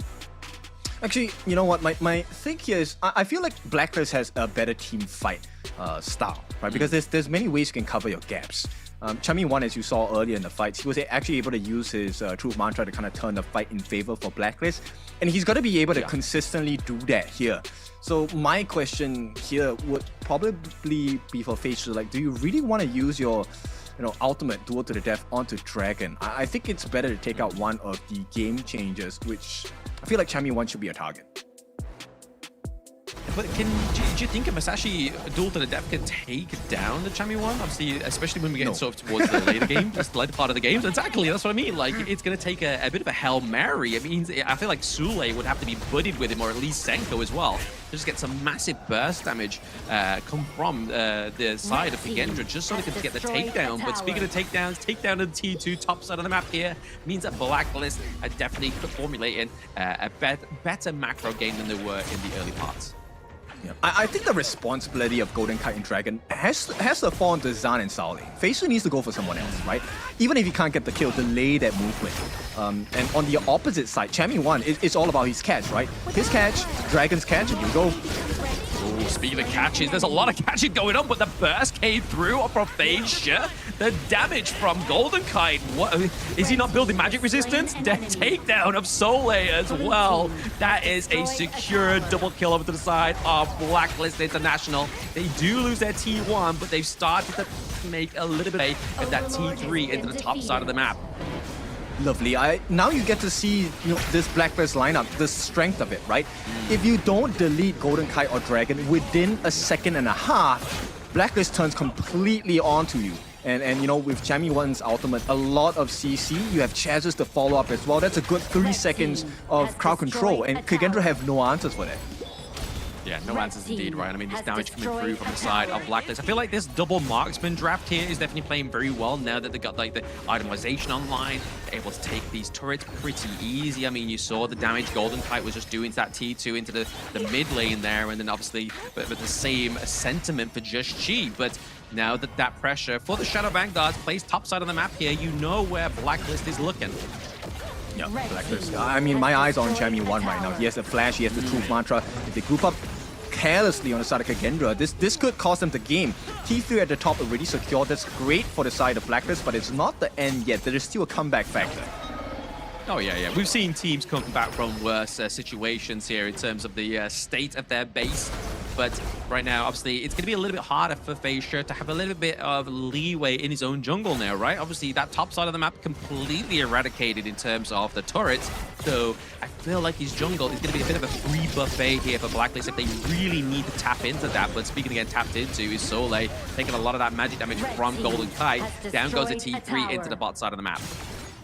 I like this. I like this Blacklist. The way they have learned and grown in this game, very well done, right? They now play that map advantage. They have taken all the T3s at the top and the bottom.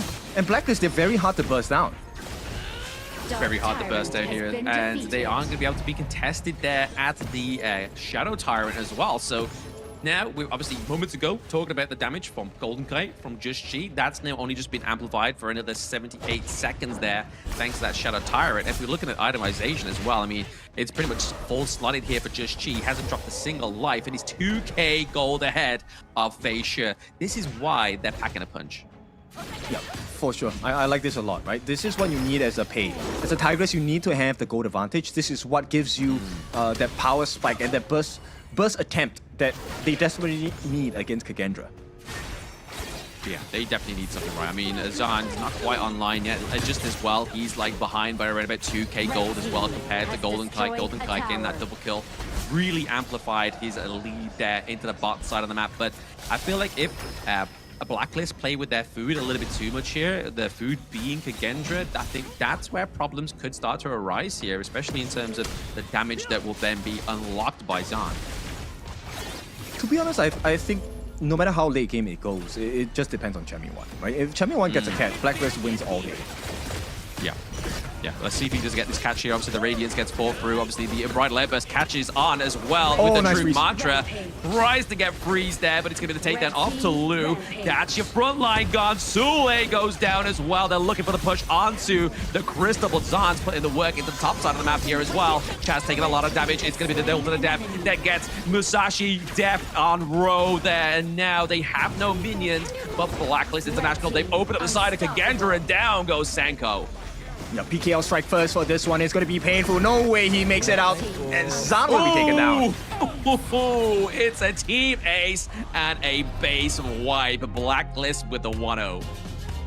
Beautiful work from the side of Blacklist. They stayed patient. The early game was definitely very much in favor of Kagendra, but Blacklist took the same script and played the map really well. Took the T3 on the top first, worked their way at the bottom. And once that base was barren, they knew exactly what they had. They had so much tankiness on the side of the support Chaz on the Zhang Fei. And with the help of Chami 1 making the catches along the slow by Dragon, it really was death's door for the side of Kagendra. So they strike first on the side of PKL. What else is to come? What else? I think it's a Chano buff from the crowd, you know what I mean? Look at him. He is literally emoting all over the gaff. He is happy with that first win for Blacklist International. And I would be so right. Obviously, Countrymen come through, not quite having the greatest of group stages, but now they're looking to pay the revenge for not only themselves, obviously losing into the group stage, but losing their Countrymen, losing to Kagendra as well to Boom Esports. I mean, it is only game number 1. It is a full best of 7, and obviously Global Ban pick is in play as well. So a great draft from Blacklist that we won't see again unless we get that Ultimate Battle. Yeah, but even with Ultimate Battle, I don't think this is the lineup they're going to choose, right? There's so many more options. And at this point, this is what I like about teams that are evenly matched in terms of like skill level, drafting, coaching, and stuff like that. Because it really was the most minor of differences based on the draft. If they had secured and maintained that goal lead on the side of Kagendra, this game would have been a little bit more difficult for the side of Blacklist. But I like the itemization, and this really was the difference maker, because now you couldn't use the duel to the death onto Dragon anymore. It doesn't secure you anything because he has Splendor. And at the same time, they have a free combination by Chaz and Chami 1. Chaz gets the Unbridled Outburst. You have the free follow-up on the Winter is Here along the Truth Mantra. And if there's more than 2 members caught, taken away, Kagendra have nothing left. If you take a look at the last fight, or second last fight, they did that combination, didn't lose too much health. They're in a, now 3v5 position, and Blacklist wins those fights all day. Oh yeah, just from the sheer amount of control that they have from the Zhang Fei, from the Princess Frost and the Dharma, right? But my point that I want to kind of like hone in on to for those at home is the fact that, yes, obviously, I feel like every lane for Kagendra was expensive bar the Musashi, right? And what we know about Kagendra so far is the Fei Shi is obviously one of the crown jewels of Kagendra. So I feel like the fact that they didn't expend such a expensive jungler in terms of obviously assassin, backline access, damage dealing jungler into this game number 1, I don't feel like it puts Kagendra too much at fault in terms of the draft, whereas the other parts of the lane, I feel like are a bit of a detrimental loss here, especially Senko losing the Fire Ninja as well as Zahn losing the pack leader as well. I think if this is the type of gameplay that you want, to be honest, I think the Fire Ninja not being in the hands of Senko anymore, it's fine. Because we know the PKL teams. Now that their greatest weakness coming from last year was the macro game, right? Playing the map. Blacklist has shown that they can start playing the map much better now. And Blacklist has already shown that PKL is a region that does team fights so well. So Kagendra needs to shift their mentality here, right? Senko taking a fighting lineup in terms of the Fire Ninja. Let's change it and see whether they can win the macro game instead. If they don't, then I feel like this series is in the bag of Blacklist. Yeah, I mean, they definitely want to get out of that bag. Kagendra, obviously, they've gotten so far within the IKL, within the Season 4 Invitational, already improving on like their last year's performance, always coming like pretty much close to last place. But still, there is work to be done when you're going against the giants that is a Blacklist International.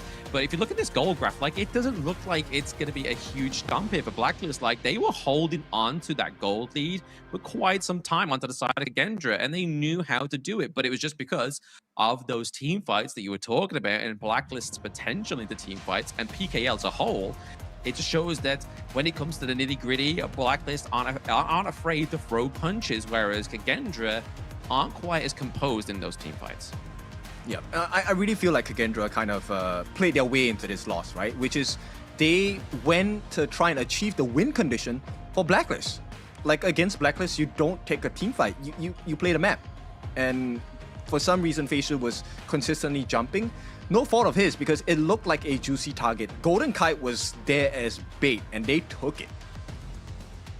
They took it at all as well. Like, Golden Kite was like kind of like a bit of a golden carrot. I mean, that should be his username in that game, right? Just being dangled in front of the team of Kagendra, and then just completely being prized away. And then you're into the jaws of the Shark. The Shark is literally numbing you alive, which is Blacklist International. But looking at these head-to-heads here, obviously damage-wise, it's a far superior onto the side of Just Chi here with around about 39k a lead in the damage, and then GPM as well is to be expected when you pick up such a hero like Tigers. That's why Blacklist from the PKL, they are a very strong region in the team fight department, right? Jashi made a very conscious decision not to show himself in the team fights. He allowed his tanks and game changers to be in the front. So Chance was consistently in the front, looking for an opening onwards with the Unbridled Outburst. And Chammy was just waiting for FaZe to get the dive onto anyway. It doesn't matter who he catches on the side of FaZe, because Chammy was ready with that truth mantra. And that was how every single fight turned out. Chammy once slams FaZe to the wall, you're out of a tank and damage jungle, and you lose the 4v5.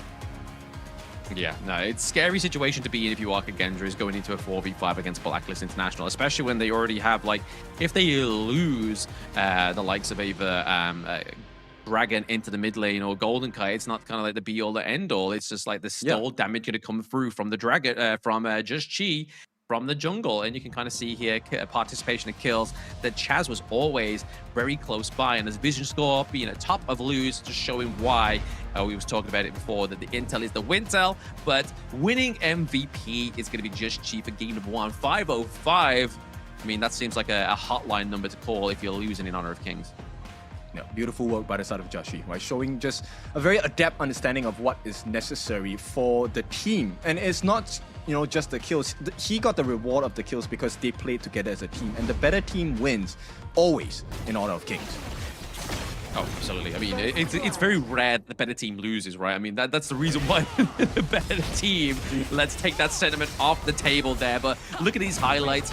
Obviously, Kagendra had a good early game. They really were putting the pressure on the Blacklist, but I feel like it was just the motion and the steps out of danger that was really kind of clutching these like 3v3s, top side of the maps, or even these team fights. Just knowing how to sidestep certain skills on the enemy team was enough control for Blacklist to just completely manhandle that engage that was otherwise going to go in the favor of Kagendra. Yes, and I think you really should take a look at Chammy 1 here. The role of Chammy 1 in this particular team fight, he's not meant to take people down. He's just meant to buy time, right? Because once you buy enough time, the imperiled state will wear out, and you know, once you're back with a portion of health that you have supposedly lost, you already have the numbers advantage, you have the gold advantage, you have the itemization advantage, the level advantage, everything in your favor. You don't lose these team fights. And PKL being a very strong team fight region already, this was a very nice showing in game number 1. Yes, a good showing here for Kagendra, but also a better showing for Blacklist after such a shaky group stage, and is kind of already filling the destiny here for me that Blacklist was just limit testing in the group stage because there was no real elimination on the line there. So why try your best if you know you can get into the knockout stage and not be picked up by Nova Esports in the first match, right? Like, that seems to me like they played 4G chess all the way from the group stage draw. Debated. I mean, at this point, It really feels like that was the game plan. So if we'll check with them later, if that really was the game plan from TG or the entire Blacklist International organization, props to you. That was really smart. So as you said, it's just game one, but that was a convincing game one from Blacklist International. The question is, can they stay stable, consistent, and what happens in game number two? Because Kagendra, I think it makes sense. That was not the most expensive draft. There are definitely much more expensive ones, but Kagendra had to be really careful because if you give them more momentum that is necessary, Blacklist International, we might get another fall today. I mean, singularly, there is some expensive draft picks within Kagendra's draft, right? Like, obviously, the Byron, I would say, is probably a vocal point there. The Lapu Lapu as well, considering that we know that Lu likes to play the tanks as well. So I feel like those two side lane picks here being taken off of the Gorge for the side of Kagendra, as well as the pack leader. Pack leader seems to be showing true colors within this competition. But a huge priority for them, and obviously performance on this hero as well. To me, I feel like those are probably the three most expensive picks for the side of Kagendra. Yeah, and I think we take a look at what's expended by Blacklist International. They took the Erin, the Pei. Okay, Pei is an expensive pick, that's for sure. Erin, maybe not as much. But the Beast, Zhang Fei, this is one mega tank that is gone from the picks on the side of Blacklist International. So we'll see what they're going to try and supplement this with. They still have the Lianpo, the Earthshaker. They still have the Reef Heart Datu in the form of the Lapu Lapu. So many options to explore. It's not the end of the road yet. And we know Blacklist International, they have much more to offer. They do have a lot more to offer, but I mean, they also have the likes of the Dolia synergy that we've been seeing quite frequently as well. Obviously, Dolia has been no stranger for the first part of the banning phase as well within Season 4 Invitational. But then they also still have the likes of the Lianpo, like you said. They have the Lapu Lapu, but they could even go for the Lubang, right? Obviously, something that always kind of throws us up is when they go for something like a Lam or a Masashi, pair it with the Lubang. It does very well for of those teams. So let's see what they decide to bring in the latter games, whether they even need to, right? Because I mean, the way that Blacklist played that game number one, you could easily write this as a 4-0. Yes, if that's the way they're gonna bring the entire series into like the duration of this entire series, then I think Blacklist International have, number one, gotten a great start, but this also puts a little bit of shakiness into Kagendra, right? They have performed well in the group stages, but if you break a team's confidence now at the knockout stages where the stakes are so high, I think this might be, you know, the kryptonite for Kagendra. Yeah, exactly. I mean, it's a good job they got some of the countrymen into the audience there for the side of Blacklist, because you can see just she like looking like, I hope there's no angry IKL fans gonna like jump the stage when we win sort of thing. So maybe just keep your eyes on the phone for now and eyes on the victory if you are Blacklist International. Blacklist does get the blue side this time, so it looks like Kagendra has chosen the red side, looking for a little bit more of that reactive approach to the draft in this game number 2. Well, it is, they've gotten a bit of time to reflect on their actions. And so, Coach Reflect, let's see what else can he bring to the table for Kagendra, because they will need to tie this series up. We have seen Blacklist International run away with leads, and this is not a time you want to allow them to run away. Absolutely not. You don't want to allow Blacklist to run away, because obviously we already keep saying it, like they were top 4 in KIC 2025, so they are contenders for the throne of Season 4 Invitational. Banning out the Pei, I feel like is a good shout here, knowing that Fei Shi cannot have that pick now. But do you reckon we're going to see the Forge Mage and Chicha follow through into this ban phase here? Now they're already game 1 through. Obviously banning out the Byron, they don't want to give over these huge picks to Chami as well. I think this depends on one ban and one ban only. If we don't get the Dolia, if the Dolia gets banned out, then maybe we can take a look at that, right? Because if the Dolia Yangjin combination is in play, I don't think the Chicha makes a lot of sense. The sustain of the Yangjin is going to be too much. Unless it becomes a 4v1 situation where you take out the rest of Blacklist and leave Jashi as a lonesome player. Yep. Kagendra, I think they understand, right? No Dolia ban means there is a Yangjin. I don't think you want to give the Chicha over to Blacklist as well. Ooh, interesting. They're going to go for Golden Kite's first pick here, the pack leader potentially, rather than going to lock in something like a Dolia, which now Kagendra could go and do, right? Like, they get first 2 picks. They could go for Dolia, Yang Jian if they really wanted to. There's the Dolia already. They're just missing the other part of the piece. Do you really want to go Yangjin here? That's the thing, right? Because with the wolves, souls of the wolves itself, actually I think Golden Card is well protected. The Hound catch, not as easy when there's like 8 or 10 wolves in your faces. My stealthy sword. I mean, that might not be the price, right? They might be looking to go for something else that's going to be into the back line. I mean, it's not always going to be the farm lane that's looking to be the prize pony of the Yangjian, but I feel like Kagendra here locking in the Lung is probably just a save face that they make sure they get a good marksman pick into, rather than being at the victim of the second part of the ban phase. But Blacklist International, they give Chaz another tank. It is the national hero, Rifat Datu, Lapu Lapu, as well as the new hero, the Evernight Aspiration.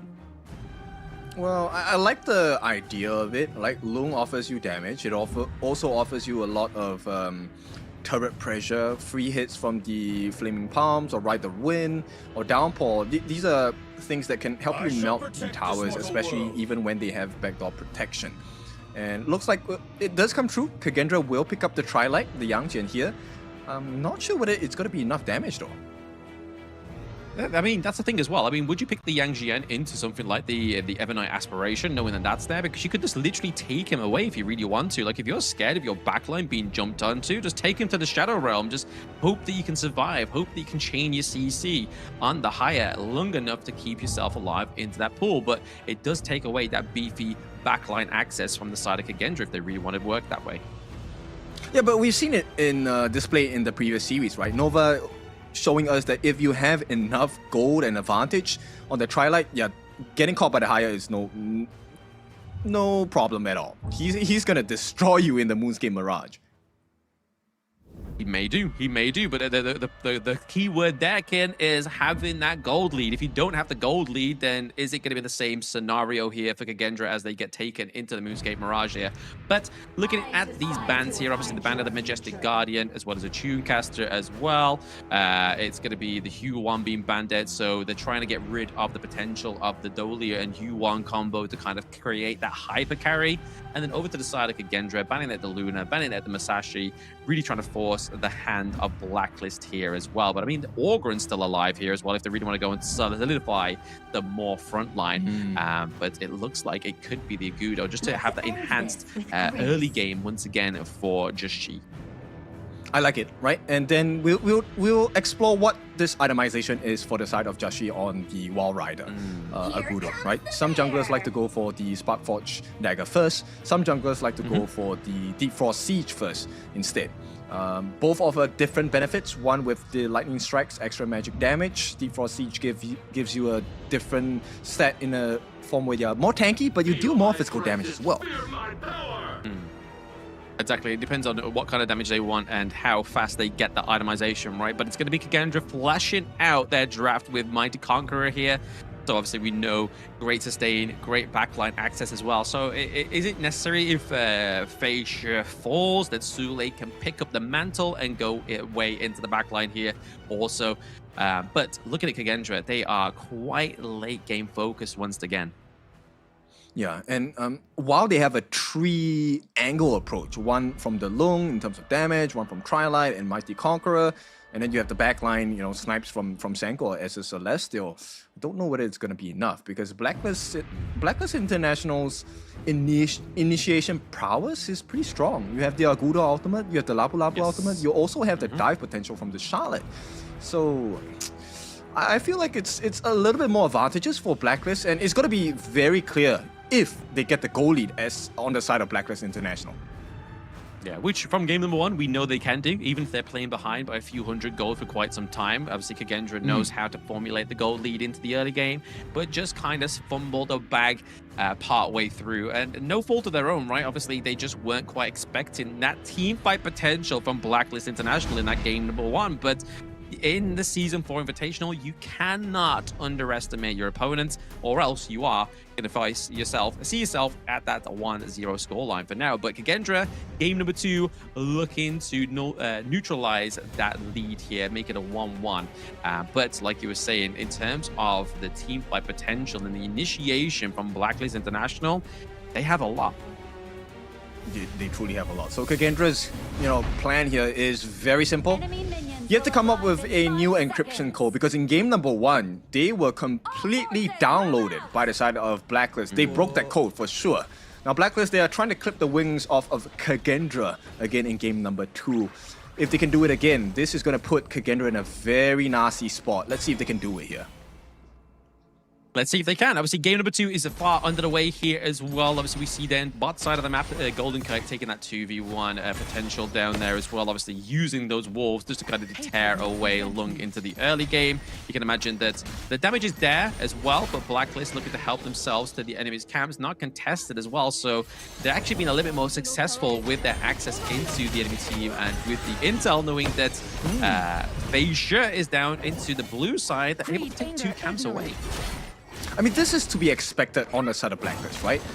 The Evernight Aspirations picked by Dragon, very fast wave clear in level 1, so that rotation was definitely expected. And the Tusk Ball take, look, Senko as a Nuwa Celestial, you don't win the early game wave clear at all, especially when Lu is not helping you in lane as well. So Kagendra, this is nothing new to them. It's now at this point, how do they recover in terms of farm against Blacklist International? Very true. I mean, you don't want to kind of overstep this 2v1 in top side of the map here as well, but you do see the Blacklist actually rotating up to try and make a priority for this Space Sprite right now. Just tease level 4, you can use the Gorge Mobilization, the Annihilation just comes, not Annihilation Merge just comes through, but Feisha is able to get out thanks to those creation blocks there. Very nice play by Kagendra, but the pressure has been still placed in top side of the map as they secure the Space Sprite. And that's what we mean by, you know, team play. Senko coming in to save. If he had allowed Facer to get shut down there, this would have been a horrible game. The Wild Rider for Jashi is one of the fastest jungle clear heroes in the game. And Facer as the Yangjin does not have that kind of speed. So the fact that he got his life saved by Senko, that was a huge moment for Kagendra because they're still keeping pace. Yeah, that would have been a huge effect to his GPM onto the side of Kagendra. But we've already seen from the last game, obviously, Just Chi was able to out GPM him, but obviously it's down to the hero selection. You are paying, you're meant to be farming up that quickly. Same with the Agudo as well, right? Obviously, as you say, it's one of the fastest farmed farm lane here, the jungle heroes on Honor of Kings. So you're going to look to try and basically capitalize on that. But speaking of capitalizing, he's getting that last hit on that Firebeak there for the side of Blacklist. So even though they tried to invade the jungle, they weren't able to get the prize. It's things like this, right? When you take a look at pro play, you're always wondering, okay, how do they actually get the last hit? There's like 4 different members down there making pressure, but still they get the last hit, even though it's not into the hands of Golden Kite. But like Dragon being able to take it away with a basic attack or 1 skill usage, that's really impressive, right? The difference in levels between pros, amateurs, and hopefuls. Yeah, exactly. I mean, there's always going to be levels between the skill, right? Obviously, knowing when to just drop that first skill, knowing when to just land that basic attack to claim that last hit is just kind of like makes you the difference between a good player and a great player, right? Top side of the map here, Chami just trying to put pressure on to Soleil. Looking for that teleportation down to the mid lane here because we know it's only around about 30 seconds time when that Tyrant comes up, and Lord only knows that's going to be good into the favor of Blacklist unless Kagendra can steal this one away. Yeah, I mean, the power spike for Blacklist is definitely in this first, I would figure first 13, 14 minutes of the game. The moment it hits towards the later parts of the game where Senko is fully farmed, Xara is fully farmed, Facer is fully farmed, Saule is fully farmed, the late game is definitely much more in favor of Kagendra. It's not a guarantee, but it's going to be a lot more difficult for Blacklist International. So they need to take as many turrets as they can. Any of these neutral objectives will definitely help their cause. Looks like the Doomsday being built here by Just Chi. He's going to go for looking to take down the health percentage damage here for the side of Kagendra. A little bit of tip attack going on around the Tyrant, but it looks like it's going to be secured here by Blacklist International. Got Chami in the wing here, just trying to keep away Soleil into that team fight. And now Just Chi recuperates into the mid lane just to give over a little bit of aid to his Clash lane. Yeah, but a perfect disengage, right, from inside the Blacklist. Most teams don't really make this kind of smart move, which is they get caught out after they take the objective. But Blacklist was really clear about the direction and the angle in which they wanted to exit the fight. Kagendra had no way to really get the catch, right? Chami won. As mobile as he is on a Charlotte, this was a beautiful move to try and bait out Sauli as well. I mean, we talk about late game obviously going over to the favor of Kagendra potentially, as you said there, Kim. I mean, we're looking at over to Blacklist as well. They do have the Rose Spencer that is a late game hero as well as Golden Kite. So it's not like Blacklist don't have a late game orientation as well, right? No, definitely not. But it's, of course, a much stronger chance for Kagendra, right? Because they have many more players that can do a little bit more late game damage, which is why it's so important this early part of the game for Blacklist you definitely need to get the T2s. If you don't get the T2s here before the 15-minute mark, it's going to come back, and you have to pay some taxes for that. Gonna come back and bite you in the behind, right? That's what potentially could happen to Blacklist if they aren't able to kind of monopolize on those T2s much earlier in the game than expected. But that Annihilation just there, just kind of wiping the minions, I guess. Maybe just desperate times call for desperate measures. Yeah, I think that's a misclick right there. His thumb probably slipped because that was not an angle for any of the minions. I mean, is that your excuse? The thumb slips? Yeah, my thumb slips all the time, so. On execute? Is it when you're selecting your common skill? Is that when your thumb slips? Yeah. I really want to get the heals, I want to get flash, but somehow, it lands on execute. Oh no. So. Yeah. It's like that meme where people are like, oh, they're falling and they're meant to be picking something up, but then it goes all distorted and they end up on bed. That's you picking execute. It's like, oh, I swear I picked heal, but oh no, I've got execute. My finger slipped. Yeah, tech issues, it's fine. We just make do, right? Yeah. At this point, tech pause. It's a 1,000 goal lead for the start of Blacklist International, which is healthy, it's great. And of course, knowing this with the pick of Jashi, if you're new, the Wild Rider, able to take turrets for free even with backdoor protection. So Blacklist is fulfilling that win condition that we're talking about, right? This early game, 7 minutes into the game, they've taken all the T1s across the board from Kagendra's map. And this is a start to a potential great end if Blacklist International can keep this up. If they can keep the momentum up, then obviously it's really looking hard here for Kagendra to try and bring this one back, right? Like you said, obviously late game, you are looking more towards Kagendra in terms of their firepower, of their potential of damage output there as well. And currently, there's not been a single bloodshed in this game number 2. So that's already kind of showing here that either Kagendra's playing very coy here and playing very sort of like away from Blacklist out of these team fights, or it's just Blacklist are just waiting for that key moment. They want to make the kills count, I think this is all making sure that they get the turrets first, right? Because the response from Kagendra, it's effort, but it has not netted any result. And Blacklist needs to keep this at this exact juncture, right? They don't have any answers on Kagendra. They can't force that push in the mid lane, right? And until you get that mid T1, there isn't much space for you to roam around the map because your T1s on the side lanes have been taken. If you take a bad team fight with no vision information from Blacklist International, you lose the fights.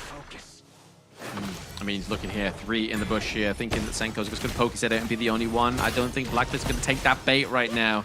Looking to kind of lean out the minions under the T1 here, but it's going to be easily done by Kagendra to neutralize any of those minions crashing through, but just using that to phase check and see if Sule is in that brush, and he was correct to do so, right? Like, he was waiting in the wings, waiting to get the shutdown here, but it looks like it's going to be the Tyrant going up to the side of Kagendra this time around, so sharing that one, but the takedown of the Sule is going to be the first blood going onto the gorge here for the side of Blacklist International. So now their macro plays, the macro Maestro is off of the gorge for 20 seconds. Is this where we start to see Blacklist formulate around these sidelines, get those T2, potentially T1 into the mid lane?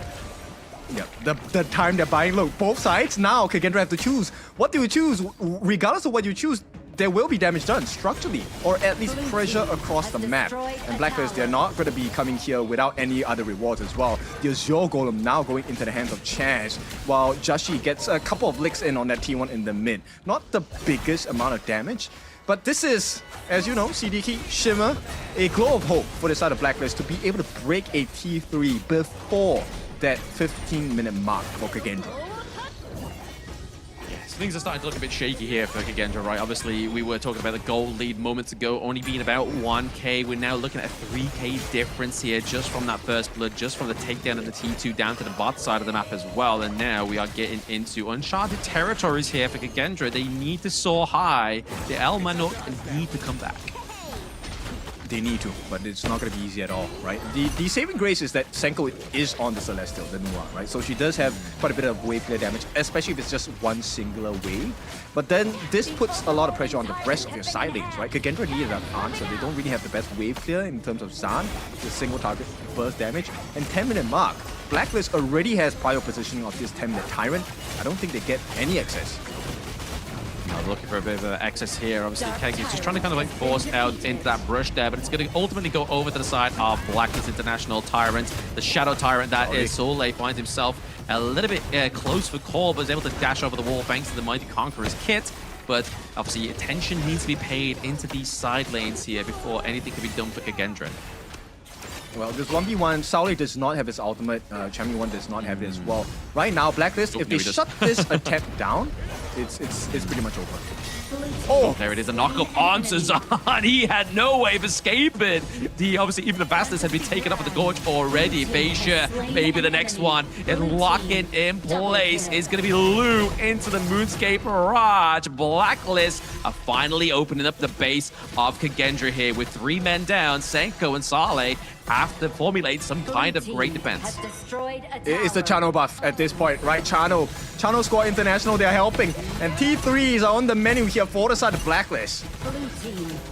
There it is. There's a T3 being taken down. Like you were saying earlier, kid, that's exactly what Blacklist needed to do just post 10-minute mark right now is definitely where they need to get this monopoly into the enemy base here. Champion 1 just able to easily take these trades and these blows from Soleil when he's 2 levels ahead.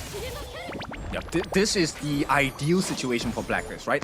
T3 on the top pre-15 minutes, that's the first kind of condition you want to fulfill. But the second part is that they have cleared that mid lane all the way to the T3 on the side of Kagendra, which means Kagendra don't really have too much space around the gorge. This is a very dark map for them. And when you don't have information, the jump burst potential for Blacklist, they're going to destroy you. Yeah, I mean, the fact is they've got no intel, they've got no control of the top side of the map as well, right? So that means that Blacklist just have ease of access to not only the Shadow Overlord, but also whenever the Crimson Golem gets on here as well. Like, it's going to be so easy for them just to kind of go in, take whatever they want with no repercussions. Yeah, Lu unable to find any value here because Face is still too far behind. He's level 13. Joshi already hitting max level 15 here. And with the gold lead they have, it's about, what, 6,000 gold ahead? No, 8,000. That's crazy. 8,000, yeah. Yeah, you're taking 2k away from them. What, are you some kind of taxman? Are you the British taxman by any chance? Give me back my 2k gold lead here, thank you very much. But we do see the advance into the T3s, into the bot side of the map. We always knew it's those glasses. And there it is, the T3 takedown. Yeah, it's not the end though. The Shadow Overlord is flying down. And if Kagendra make one mistake, this could cost them the game here. Exactly. I don't think one mistake from Blacklist is going to be kind of like detrimental here, considering that Kagendra have no minions coming out of their base just yet. And then we have the Vanguards already just slowly but surely sieging the base. Facia onto the back line here, trying to go for a bit of a Hail Mary play to get a takedown, but it's Zan that gets taken down to the bot side here as well. The knockup onto Senko stops him getting into there. It's just going to be the Crystal going down in game number 2. Blacklist slowly but surely with a slow siege. They want the takedown onto Soleil as well as Lu, but he gets back into safety. Just attack the Crystal, boys. The game is here in your favor. Chaz knows the deal. He's going for it. The Vanguards take Crystal in game number 2. You cannot team fight the #1 team fight region, PKL. Blacklist does it again. And this time, this is a much stronger version of Blacklist International, right? First part of the game, very good map control, making sure they take all the resources of the gorge into their favor. And when the fight is ready to be taken, that is when Blacklist International strikes. And once again, they have broken the code.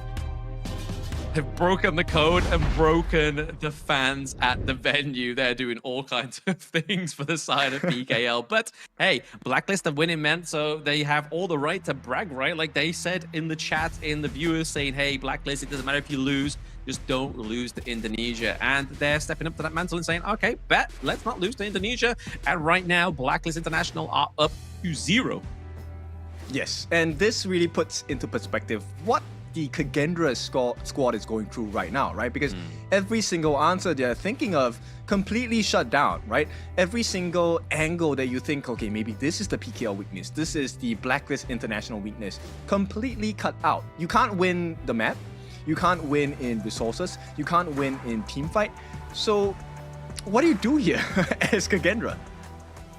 Just smile and wave. I mean, I feel like that was the strap from Reflex, you know? The coach was just like, lads, if you don't get any kills in the early game, if you lose your T2s a little bit early, I think it's just smile and wave. The strat is going to be just let's GG, FF15, let's go for game number 3. But now they find themselves in a very sticky situation here on the side of Kagendra, because now they're 2 games into the global ban pick, but now they're obviously very further away from any kind of victory here, whereas Blacklist just need 2 more wins.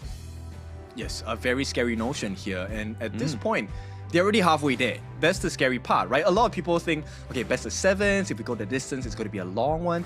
But Blacklist are already halfway there. And if they take this next win, that's series point on the line. Not what I had on my cards today. I think a lot of PKL fans will be like, no, that was totally on my cards. Well, congrats to you, because I am not having a great day in terms of predictions here. I mean, we all know what happens when you bet on Kagendra. They do the opposite, right? So you bet on Kagendra to win. We know your affiliation with Blacklist International, Mr. UK Taxman. You wanted them to lose in this one, but Blacklist International looking at this one. Not a single death in game number 2. That's how correct the code was for Blacklist. I'm just taking a page out of TG's book. Right? This guy has played the long con, and it's working. Taking the page of a checkbook. Yeah, well, this checkbook seems to be working for the side of Blacklist International, right? Keeping the same roster, making sure they put the right investments in the team, it has worked out. These are the same 5 boys that have gone through HOK since 2024 when it was first introduced. Now, in 2026 HOK, KIS 4 is working out great. It's working out very well for him, man, to be honest. I mean, looking at this, look at Golden Kite's damage, 101k. That's exactly what you see on a Chano, right? Obviously, Zan would play the Chano in game number 1. Didn't quite have that same kind of success story as we see here for Golden Kite, but I feel like it was all kind of just set up because of the great team fight potential that they had on the side of Blacklist, right? So much initiation, and then all Golden Kite really needed to do was just kind of like, whilst the team was running away, up your ultimate, run after them, basic attack, move at the same time. Very impressive. Very, right? And this actually starts off with the Wild Rider pick, the Aguro for Jashi. One of the things that they managed to achieve this game was the fact that when they dropped the furball down, right, Gauge mobilization, that kind of switched Kagendra's minds. That's the first part of the formula. The second formula, if you'll notice, I'm not sure whether they will show this in the highlights or not, is the fact that there were multiple times that you see Dragon on the higher, the Evernight Aspiration. He actually saved his ultimate for Saule here. And when he procced that Moonscape Mirage, it forced Saule to use all his skills, sometimes even the flash, to get out of the fight. And this means Golden Kite had all the time in the world. This twinning effect that you are asking for in the start of the game from Blacklist International, they did it all. Exactly. They clearly had their 24-hour sleep like Chano did earlier for the Tri-Nationals clash. They have solidified and set up the link of the twins. They are now pretty much hive-minded, and it's showing onto the Gorge, right? Obviously, 3 kills, 3 assists, not a single death here for the side of Dragon. And obviously, regardless of having the lack of damage, it's the utility like you were talking about, Kim, with the Moonscape Mirage. Just locking Lu in place so he just can't either do anything or give over any heals. Really kind of took a hit to the sustainability of the team fight of Kagendra.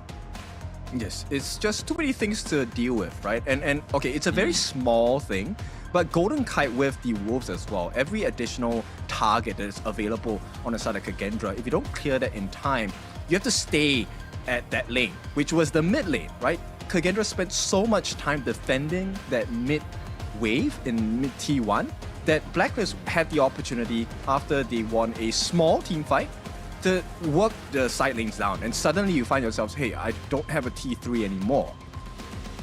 Yeah, I mean, they're just putting the wheels in motion, right? Like, obviously, they were able to get the T1s without any real team fight, but then as soon as they fell, I mean, they even got the T2 into the clash lane. Yeah, which one is it? I believe it is going to be Golden Kite because of the damage. There it is. Golden Kite with the damage to pack leader. It's kind of like, guess who? Is he got long black hair? Like, who is it? But no, it's going to be Golden Kite with a 305 KDA. But more impressively, that 101k damage dealt. Nah, we're joking. We know the difference. If you haven't noticed, the difference between the twins is the hairstyle, right? That is how you tell apart the identical twins of Golden Kite and Dragon. But this game, Golden Kite, he really had what I would consider as one of the most smooth transitions in this game, right? Never once was there truly a time where he was threatened to be taken down, because everyone was able to stave off the aggression on the side of Kagendra. More importantly, they kept Feishi at bay. That's the crazy part. Yeah, kept him at bay. Didn't really have a good solid start there as well. There was no real use to the Dolia and the Yang Jiang combo. But I feel like it goes back to the point you made into the draft there, Ken, is the fact is that you're normally using that to get the lockdown onto something like the farm lane, right? But then when you have a pack of wolves around you, if you drop the hound and he goes onto a wolf, what are you going to do? Dive onto a wolf and just get the cooldown reduction off of the first ability and then hope for the best? You're probably already in too deep at that point. Yes, and you're wasting your damage. That's the thing. You need to get your damage onto the appropriate members on the side of Blacklist International.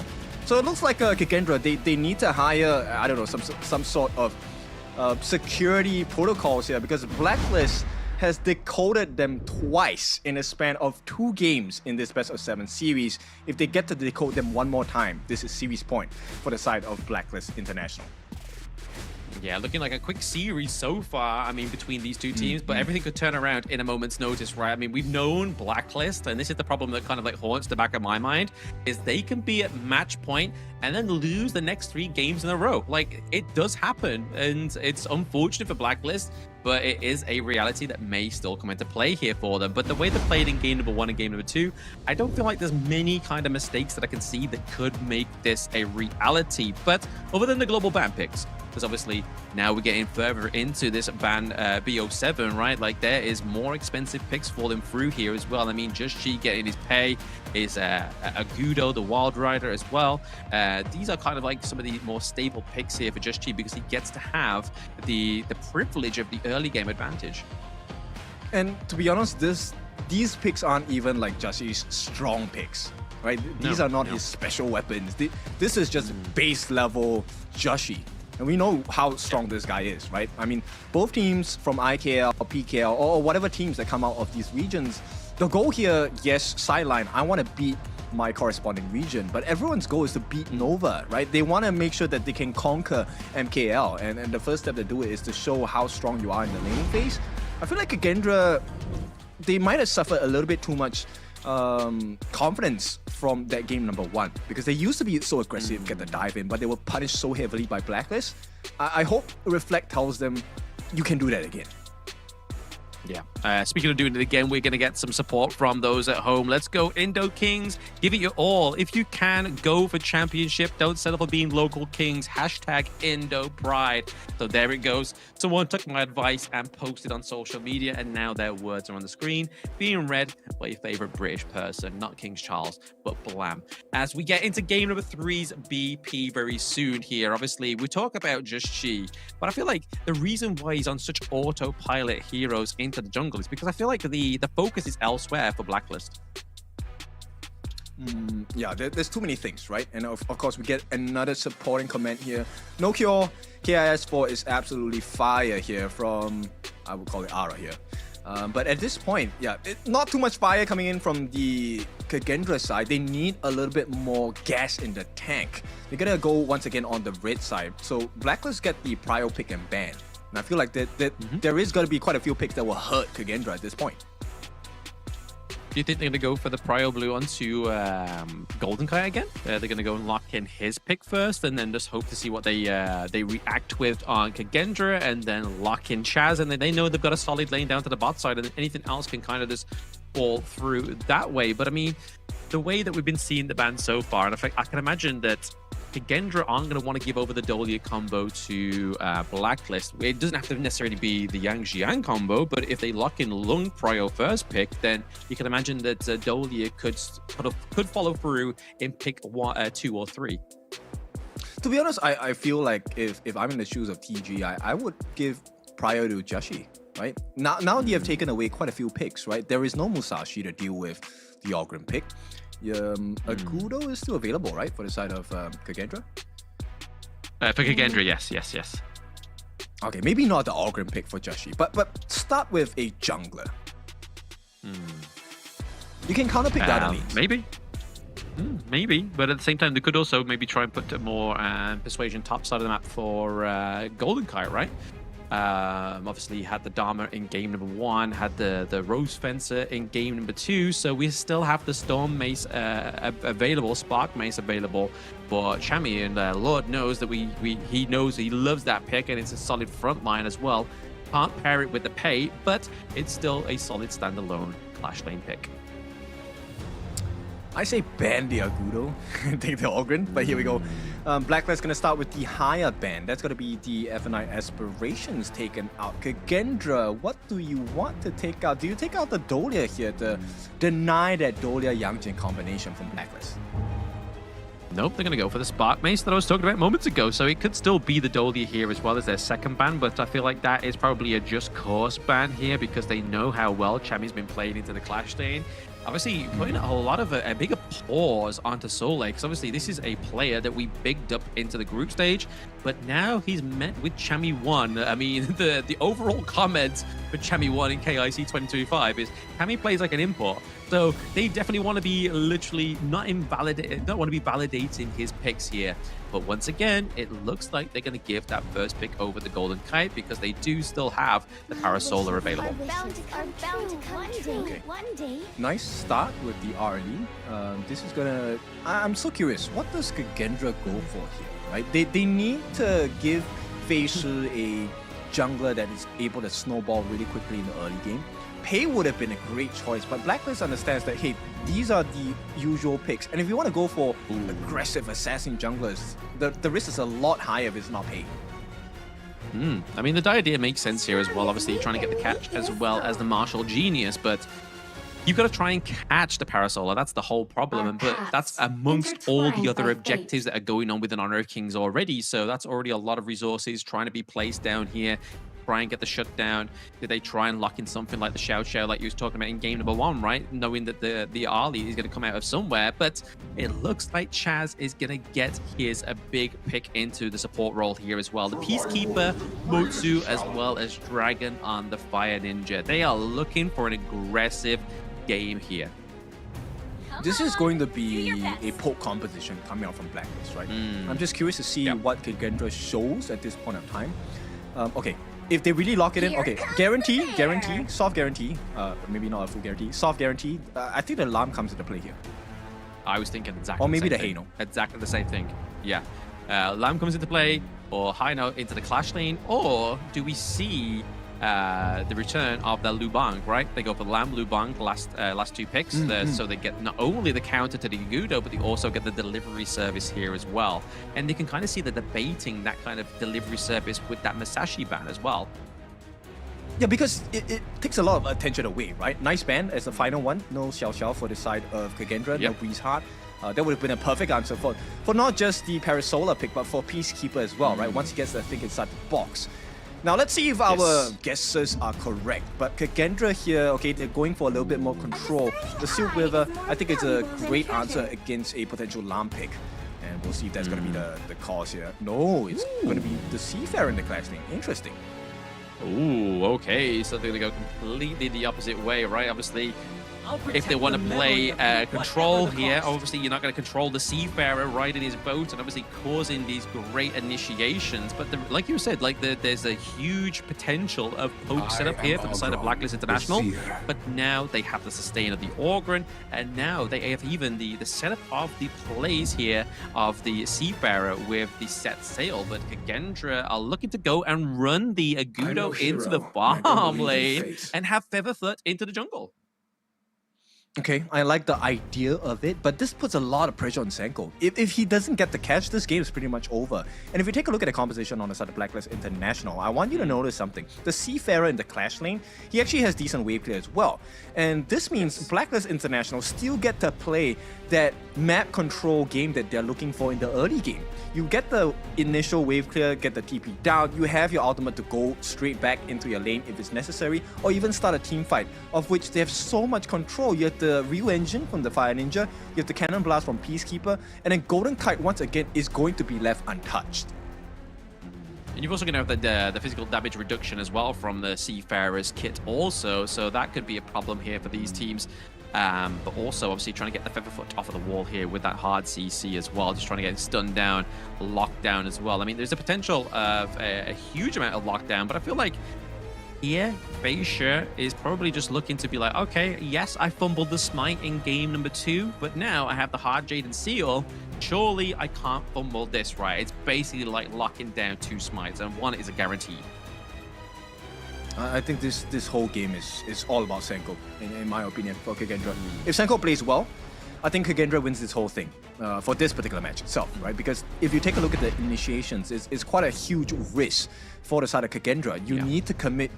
Sauli needs to put his body on the line if he wants to make the catch as a martial genius on the Mayin. Agudo, you need to throw the ultimate down for Zan to be able to get the lockdown. The only safe way of approach probably is Lu and Senko. These two. Yeah.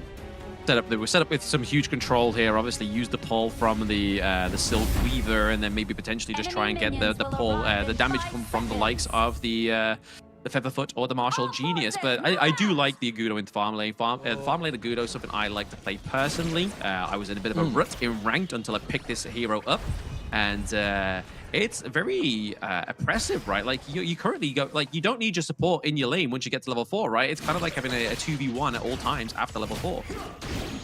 Yeah, it definitely is. And then you also have, you know, the roll and the tumble furball, which means you kind of escape out of sticky situations, right? After the rework, you don't really get stopped when you hit someone with your second skill.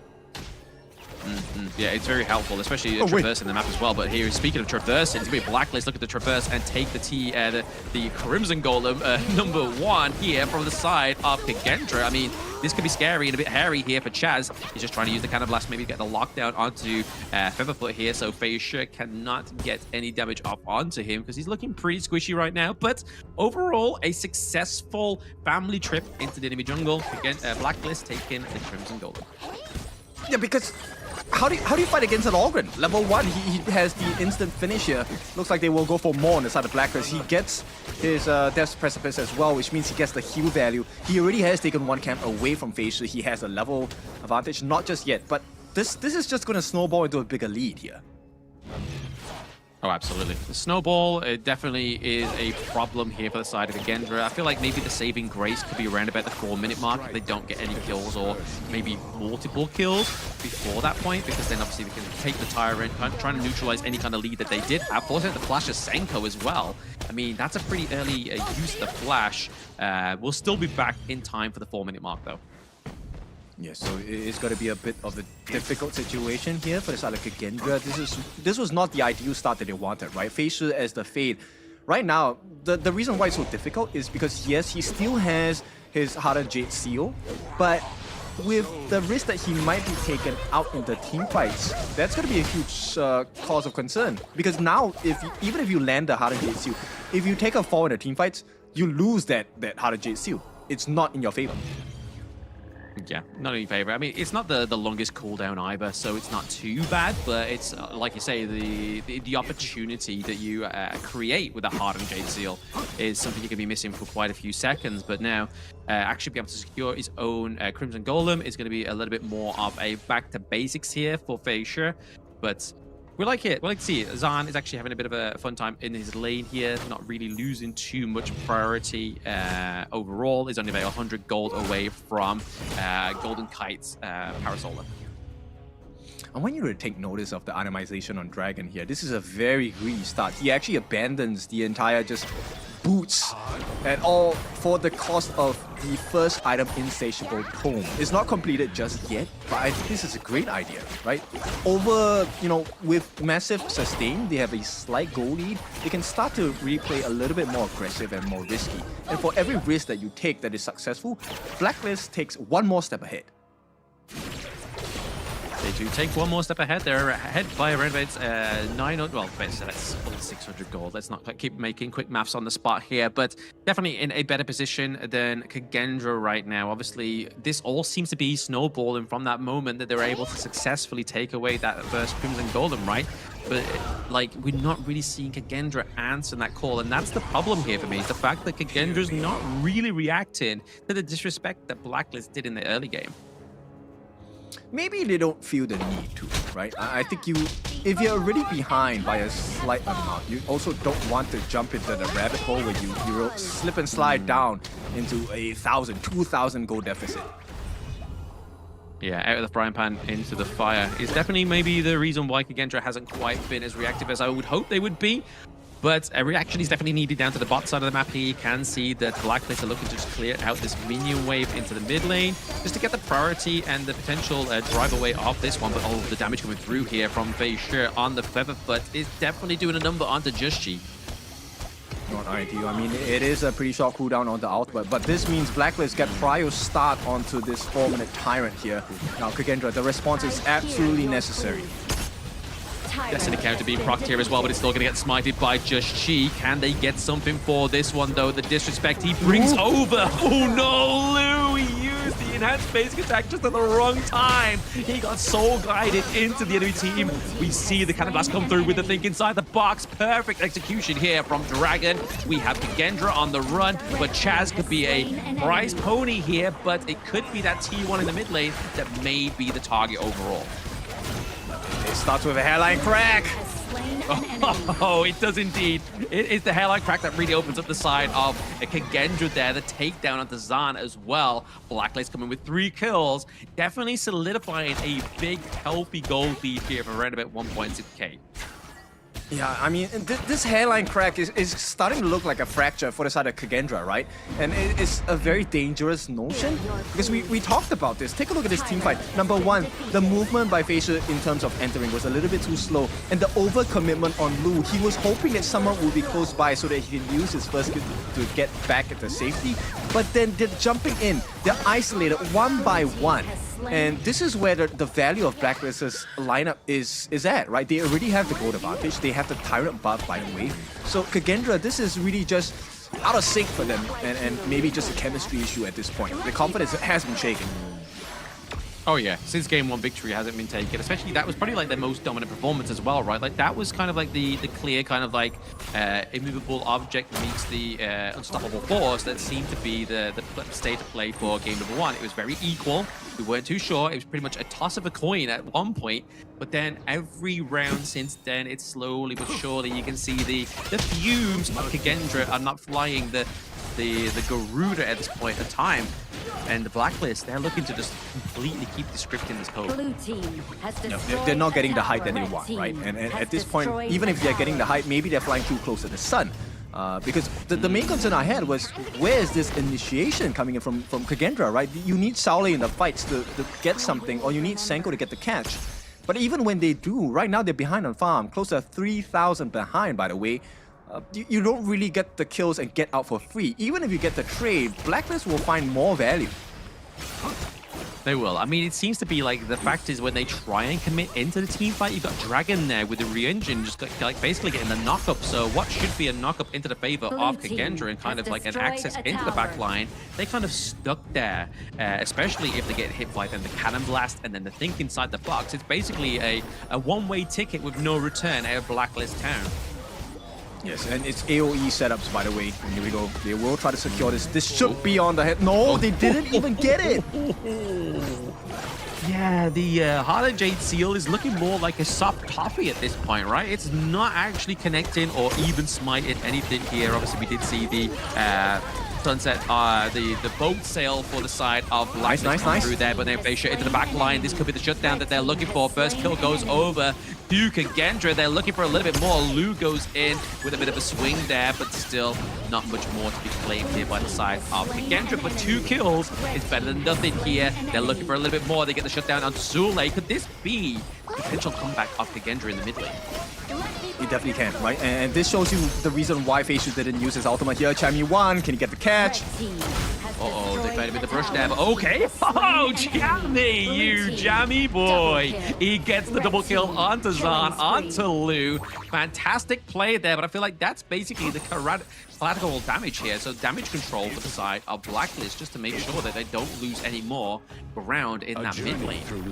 There we go. That's the shimmer of hope they were looking for. Kagendra, that was a great fight for them to take at this point. So understanding that they may not be able to take the Overlord away, and at this point it isn't the biggest loss, but to be able to find the angles to get the lives of Blacklist International members, that's going to be really important. Now the trade-off here is that Blacklist International now, they have full prior over this Tyrant. It's not the Shadow variant just yet, so Kagendra can count their lucky stars at this point. But they need more fights like this for Kagendra. Did you? Yeah, Kagendra, if they take a few more fights like that, get like 3 kills and only train like maybe like 1 or 2 members, I mean, that could have been completely mitigated if they didn't decide to be greedy. Like, they was like, you can tell that the comms were like, go, go, go, and maybe somebody was a little bit hesitant to be like, no, don't. Like, we don't know where the intel of the likes of Chammy is. And out of nowhere, he comes out. Like, Johnny just gets the double knockup, gets the takedown. Kagendra could have been in a much healthier situation if it wasn't for that decision. Yeah, I think, I mean, it's also based on the cooldowns, right? I think Senko didn't have his Silk Imprint at that point of time, so that was a little bit unfortunate for the Kagendra side. And now I think they will want to go in. Whoa, what a nice catch. Yep, they get the pull, they get everything, every bit of CC on there. The Destiny counter as well as the Gorge mobilization. The Hardened Jade Seal is now back and hard for the side of Kagendra. Yeah, we're going to take down onto Chammy there, which is a good call, but they still have their jungle alive, right? Just Chi could look to go for the Overlord here, just to counter the acquisition of that Shadow Tyrant, but we can see Feisha is traveling up top side of the map here. Golden Kite doesn't get caught out here, but he's able to use the Parasolar. Soleil is playing Olay, but there comes Dragon just to keep his brother alive, but there it is. Think inside the box. He's getting up to lock down Lu. We're seeing Soleil on the run as well. A beautiful play here by Zahn, just getting the pick up onto Just Chi. Nice. They don't have any smite, but now, whoa! The double takedown of Feisha as well as Zahn. That might have just saved the game for the side of Kagendra. Why I say that is because Golden Kite actually took a fall as he took Feisha down as well. This means Blacklist cannot take that Shadow Overlord, because if Golden Kite was alive at that point, at this particular point of the game, he does have Frenzy. He can lifesteal his way back up, get the Shadow Overlord, and suddenly Kagendra now have to face with pressure on the T3s. But thankfully for the side of Kagendra, that's not going to be the case. Chammy 1 finding value with the camps. Blacklist have to reset. They do have the reset for now. I mean, it's a good point to reset rather than be a little bit overzealous here. I mean, they can't afford to be. They don't really have the minion wave over there in the bot side of the map here as well, but I feel like they don't have the intel that's needed to make a good move forward here. So I feel like maybe just reformulating, getting these buffs over to the likes of Golden Kite and Just Chi here as well is probably the right call for Blacklist. Yeah, at this point, I think Blacklist needs to win the team fight. That's the most important part, because you can't risk the opportunity of the Shadow Overlord being taken away by Feisha's ultimate here on the Hardened Jade Seal. So Blacklist, this is the risk they're taking. They cannot be caught, Joshi! Uh-oh. Oh no, there's too much in that one brush there. I think that was a bit of a mistake. He shouldn't have gone into that brush. Maybe just wait till his teammates came through. A little bit of eagerness there from Just Chi, but they had no intel. Somebody had to make that move in the darkness. And speaking of getting moved into the darkness right now, Feisha gets knocked off the wall, but it's still going to be the same result there. The takedown onto Dragon is going to be fatal. Okay, they give the life of Saoli in the defense for this attempt onto the Shadow Overlord, and Kagendra, I think this is a worthwhile trade as long as Chammy 1 does not get the T3 at the bottom right now. They have to summon it. Yep, he's going to be caught out. The set seal is going to be used to try and traverse back into the defense of Blacklist. Unfortunate for them, the T2 will be traded out on the top side. So Kagendra playing the map a little bit better this time.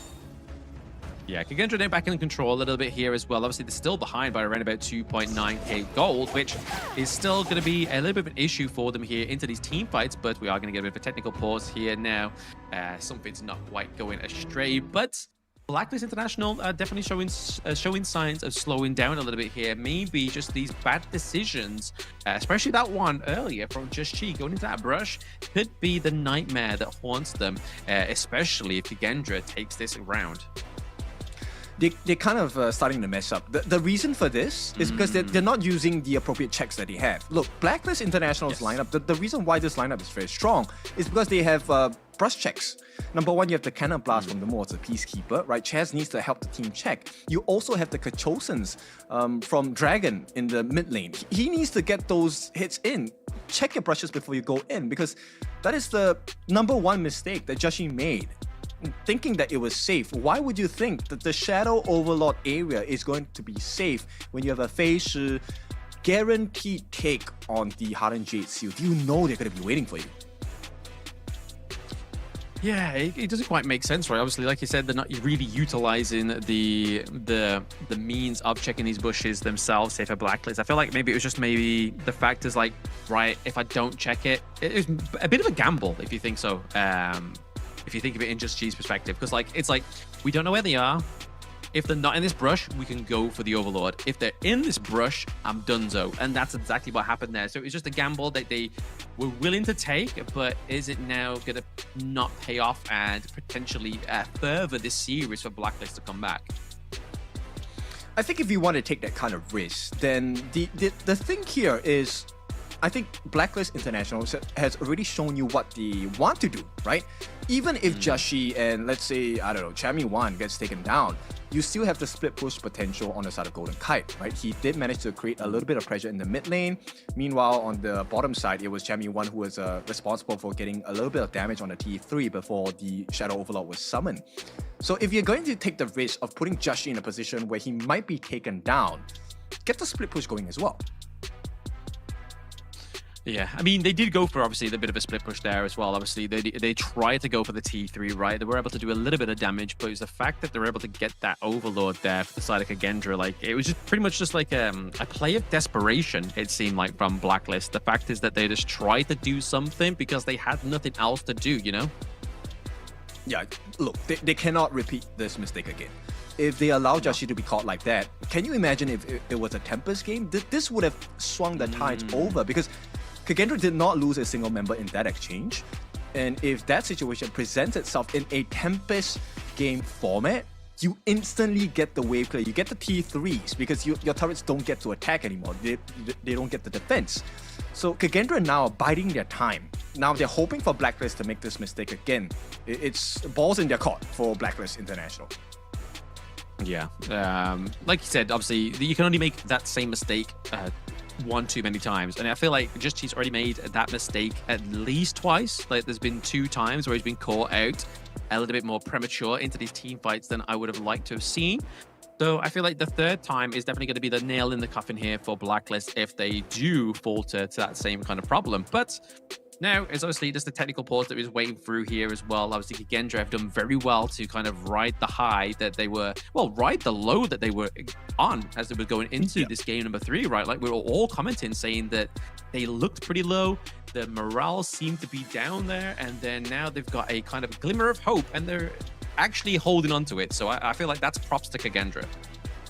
Yeah, I mean, okay, I don't really surf. In fact, I don't know how to surf, but there are low tides, there are also going to be high tides. And maybe with this bit on time, this is the point of the game where Kagendra can shift into the high tides and surf on this momentum. Now, they're going to start trying to make their way.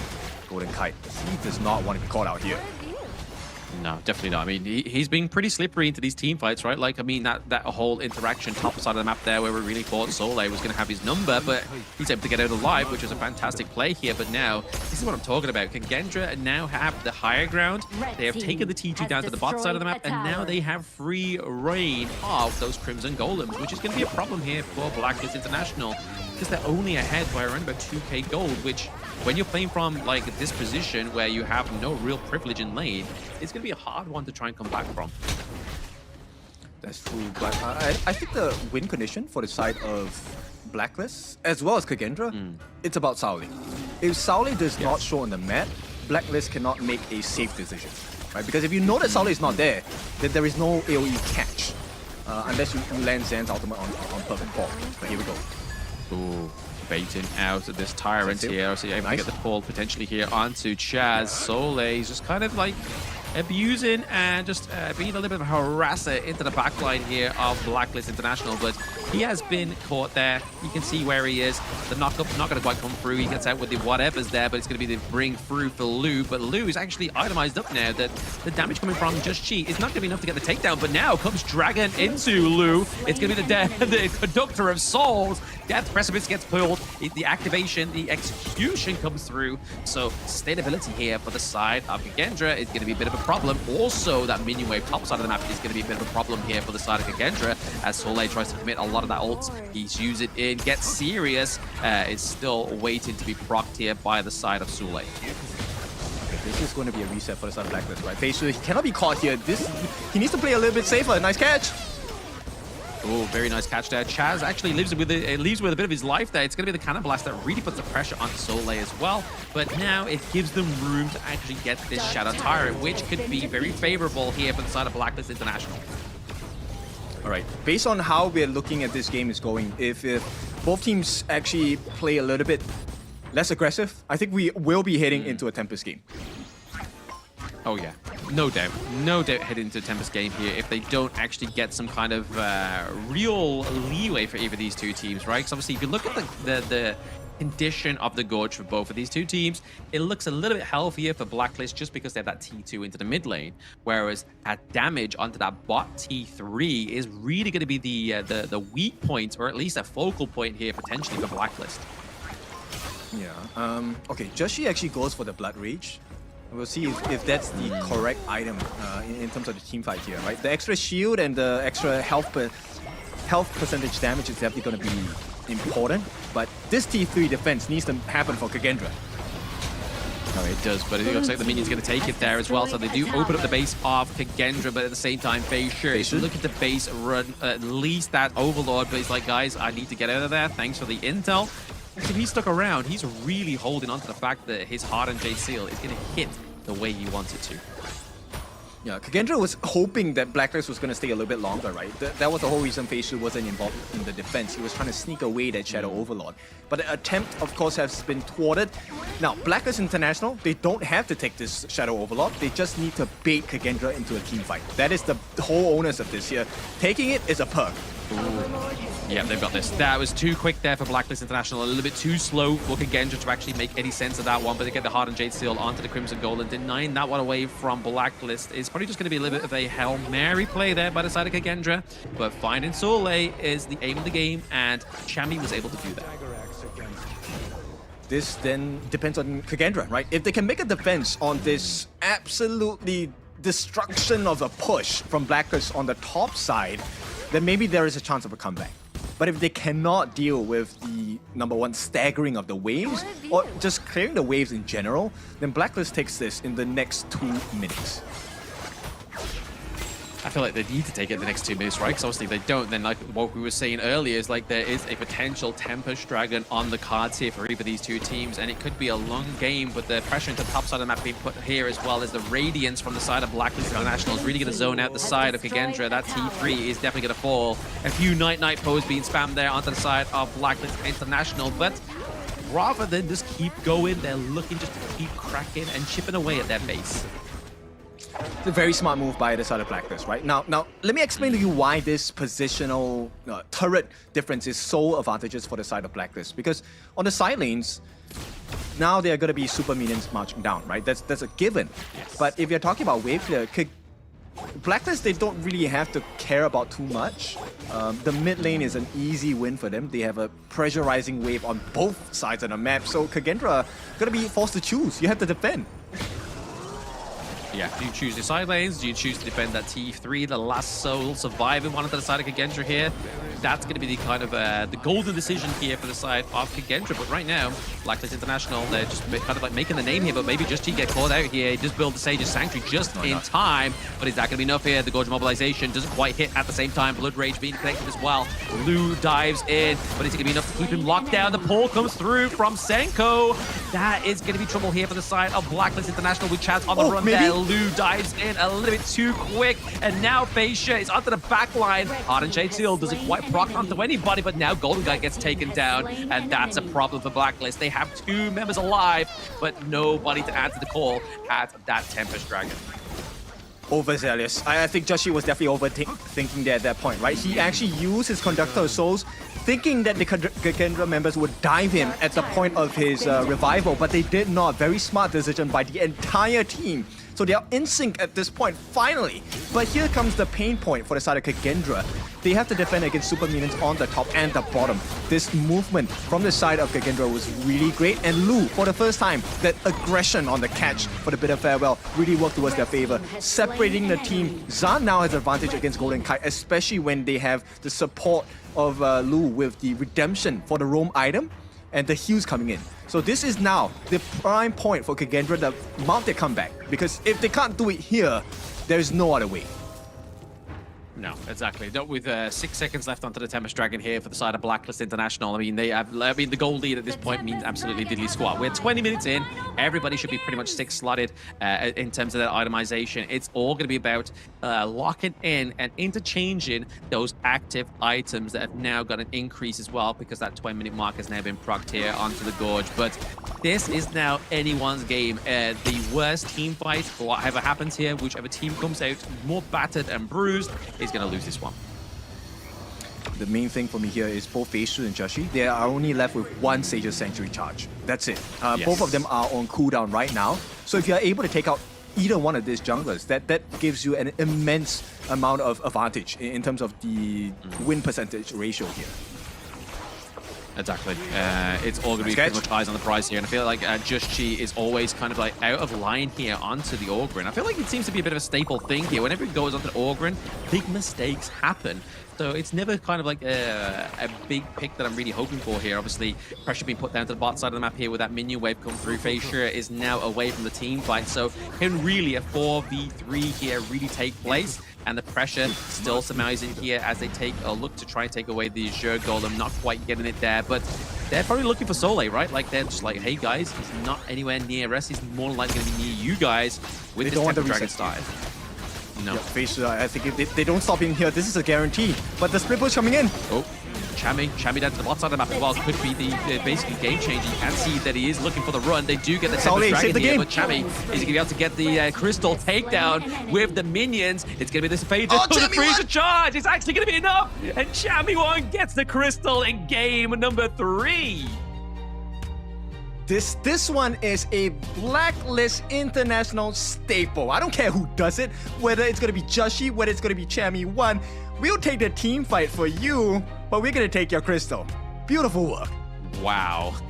Like I said, like, it's all down to the activation items at that point, and that frigid charge was enough. And look at that, we see that Auto Loss is very proud of that one, being one of the BKL representatives there, as well as one of the talents. But very well played there. They knew, Blacklist, that they could not take the team fight because so many times Just Chi was just getting caught out left, right, and center, just thanks to Senko on that Silk Weaver, as well as just sort of like the Gorge mobilization from the Wild Rider as well. This was all enough to lock him into place and just pull him into the enemy team, and then the damage was just too much at that point.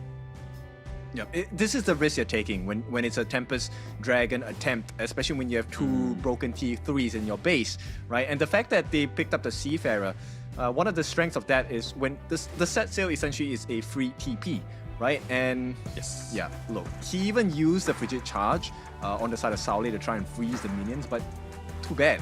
You don't care about the minions as long as they stay alive. Chami 1 is just going to get those swings on his anchor, and what a play from Chami 1, but entirely on the side of Blacklist, Hive Mind. They knew exactly what was going to happen there.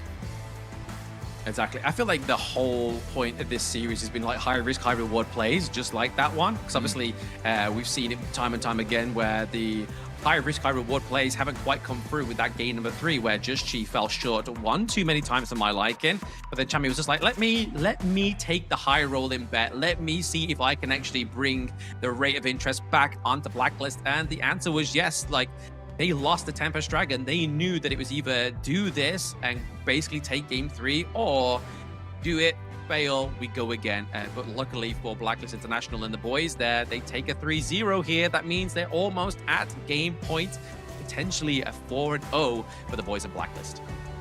And to add on to that benefit, it's a Seafarer pick. Now, that is not exactly the most meta pick at this current patch of the tournament at this point. But to be able to net a win of a not so expensive draft, this definitely works in the favor of Blacklist International. And of course, the amount of control that they have, this is what makes this draft so scary. There's so much crowd control. And Kagendra took a huge risk here because if you take a look at their lineup, they're not very tanky.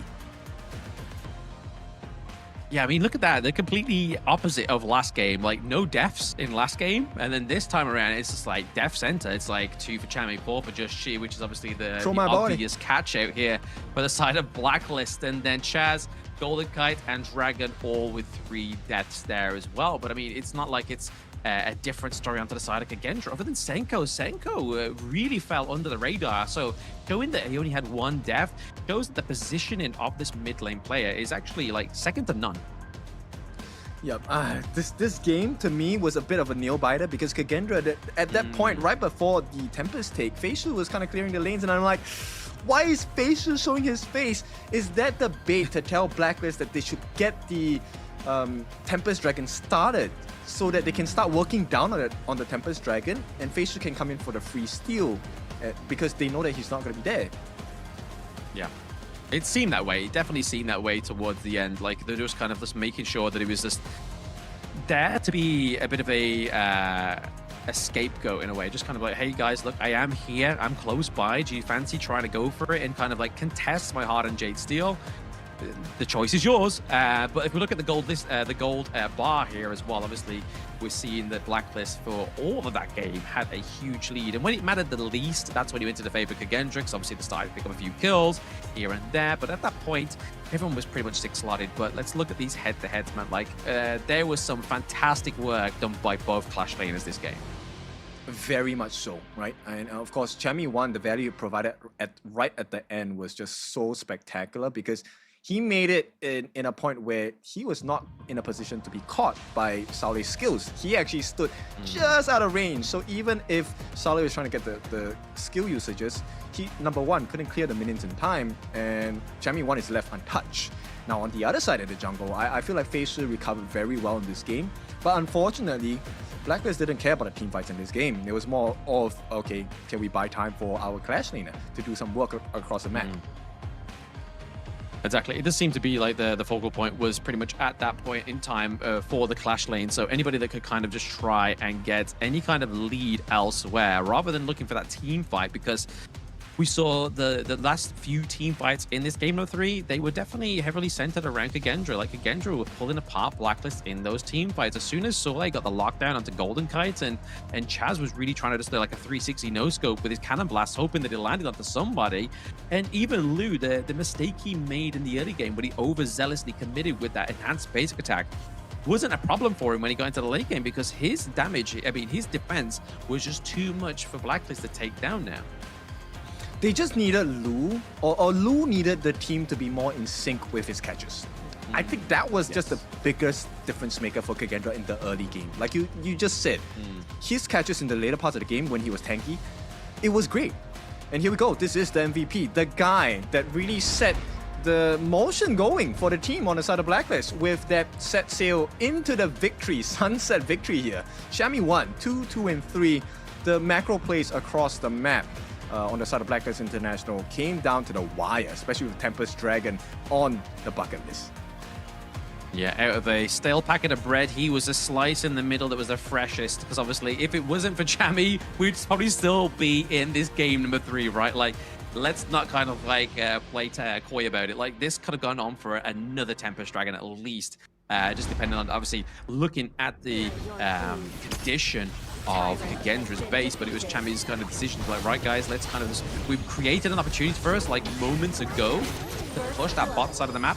So I'm going to go and try and take that golden opportunity, and it's paid off here. But if we look at the highlights here, obviously early game was definitely going into Blacklist's favor. Like, Kagendra just weren't having the team fights that they needed, but I feel like it was all down to the fact that they just weren't quite scaled to the point where they could take a team fight from Blacklist. But now you start to formulate around this 8-minute mark, 9-minute mark, where they started to get some higher ground for themselves.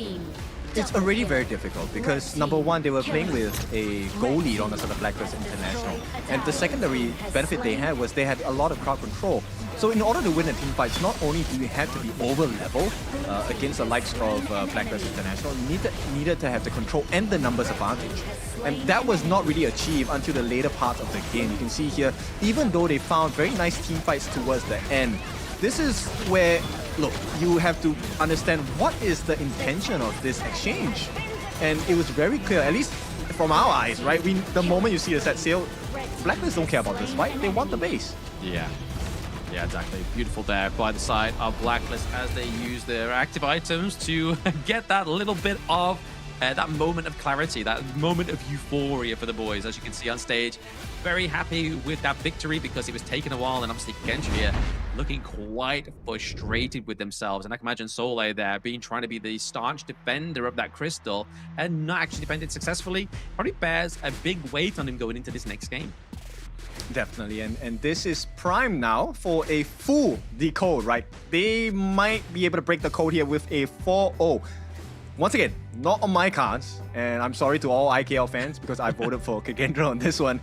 Yeah, but not in this fashion, man. I mean, even if they lose, this was not the fashion in which I envisioned Kagendra would have the series taken away from them if they do. So, IKL fans, you know, you have the hope with me. We can turn this around. Exactly. They've got to hope to see if they can turn it around, right? Obviously, that's going to be a devastating 4-0 to be left out of the competition here for Kagendra after a great performance in the group stage. And obviously, Boom being 3-0'd by Kagendra. I mean, this seems to be like a little of a poetry, right, for the side of Blacklist International. But before we conclude this game, we're going to go for a short break, guys. So make sure you grab your snacks, grab some drinks. See you soon.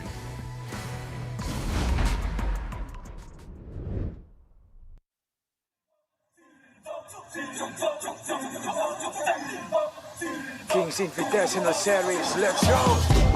Bertahun-tahun ku ditempa, harap yang karang murka, enemy di setiap langkah, ganteng datang mencoba, panggil ku one man army, satu orang 1000 nyali, bel spirit dalam nadi, sini maju kuladeni.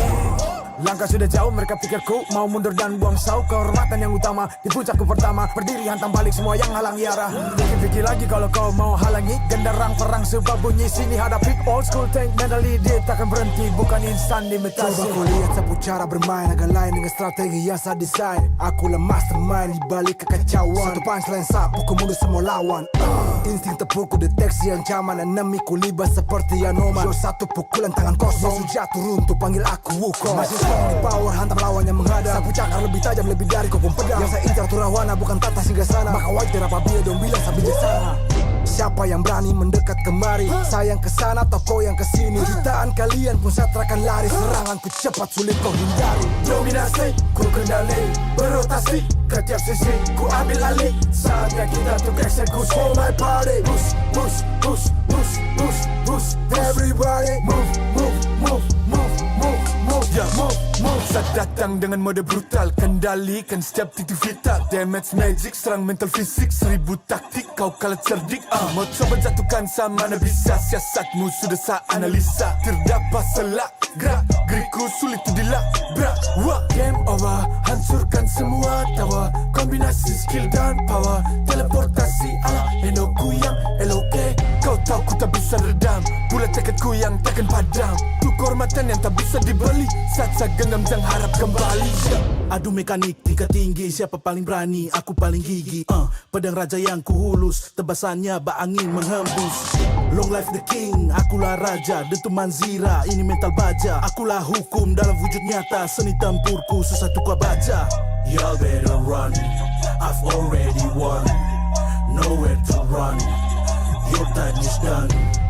Tidak bisa kau atasi, berat untuk kau hadapi, Kalau pedangku menari, kau balik kanan dan lari,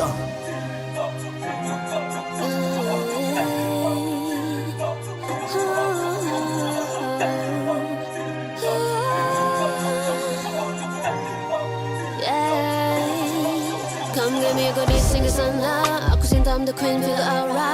Orang jajali ternyalain na. If you want me, profit no ema. Siapa tadi panggil, cause I'm ready. Siapa bilang aku tak punya nyali? Don't try me, ni aku sebut api. Yes, my melody, you can touch me. You ready, oh jajali lagi shop. Welcome back, everybody. After that short break, we are going to be potentially heading into match point here for Blacklist International if Kagendra cannot pull themselves up by their bootstraps. This is obviously the season for Invitational in Jakarta, Indonesia. So if you are local, make sure you are dropping by to check out these amazing games we've had so far today. But joining me now, we've tagged out Kindofu. It's your favorite kind of baller. It's Hauler. And joining me for game number 4.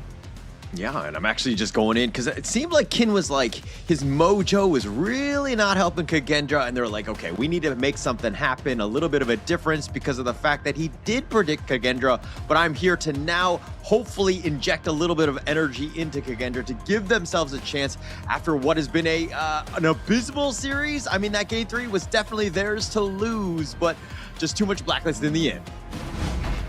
Exactly. I mean, I think Abysmal Series is kind of just like maybe a little bit too much of another tone here, but game number 1 was definitely like a head-to-head, right? Like that seemed like it could have gone either way. Game number 2, pretty much wind had been knocked out of the sails of Kagendra. Game number 3, they were given a glimmer of hope and they actually did something with it. But bit of a support here for Kagendra. Show him what's what. Go hard, boss. KIS4 is truly spectacular. So thank you, Riz, for that one. But yes, obviously we now have Riz supporting and we now have Ola being the wind in the wings for Kagendra El Manuk.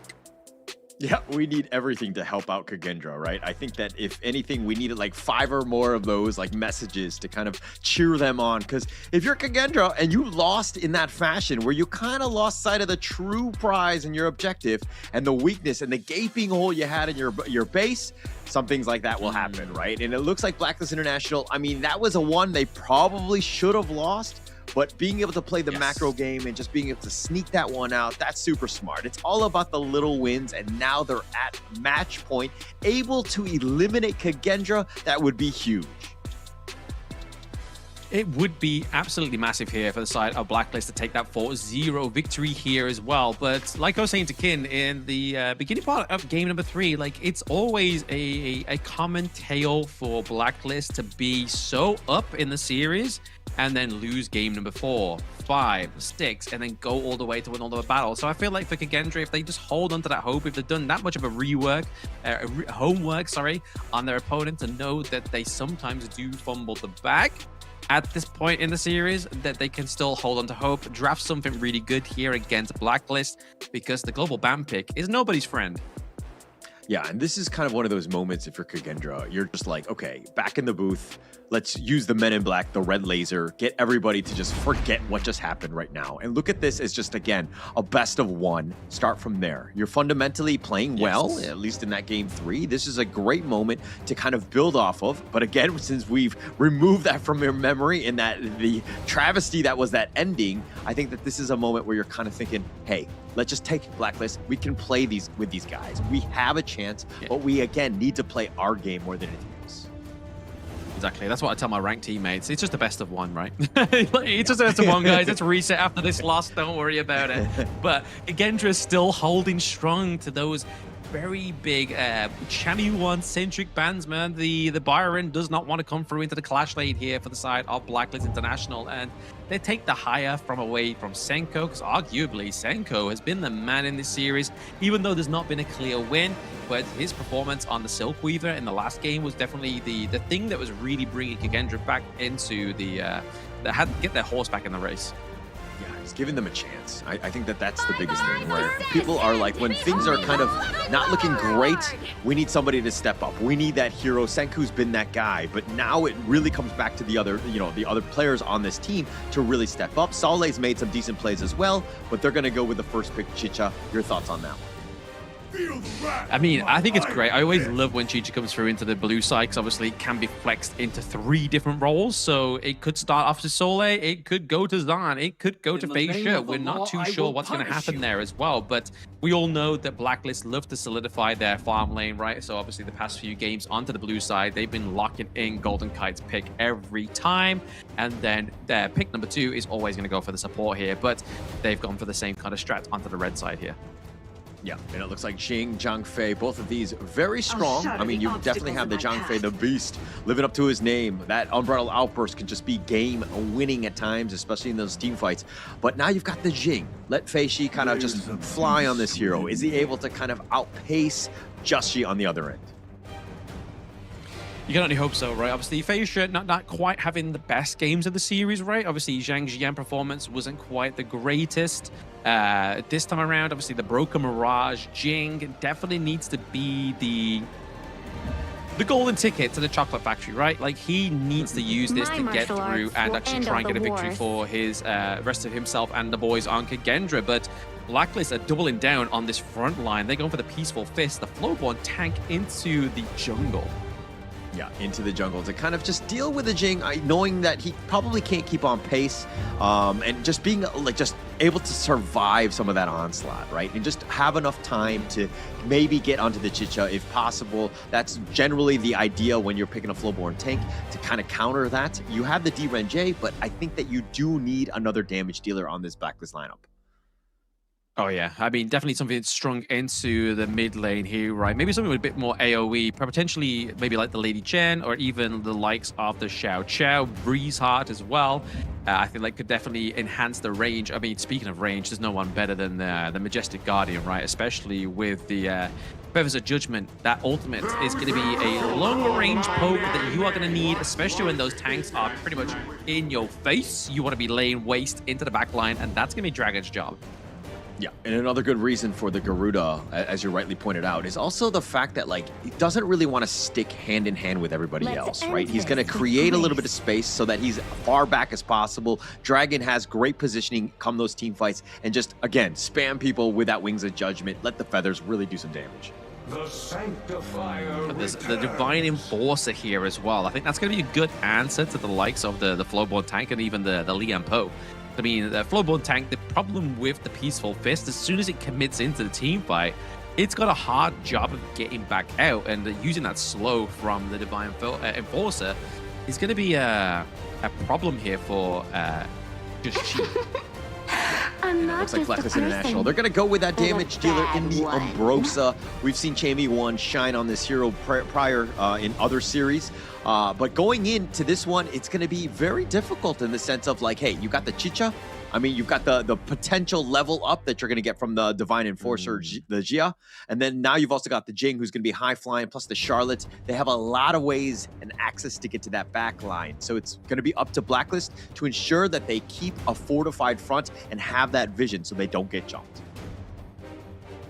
Yeah, interesting Nightbloom pick here for the side of Chamie 1. Obviously, the Clash Lane picks are sort of slowly dwindling here. I mean, they still had the likes of the Mighty Conqueror if they really wanted to, right? Or, I mean, that we were obviously flirting with the idea of the Lu Bang, but I feel like Lu Bang into this would be too much tank. Like you were saying, Horler, there's just not enough damage there onto the side of Blacklist International without something into the top side of the map here. But I feel like they're going to go for another kind of like macro play, right? That Nightbloom is going to be able to kind of emulate the same kind of turret takedowns as we saw in the previous games.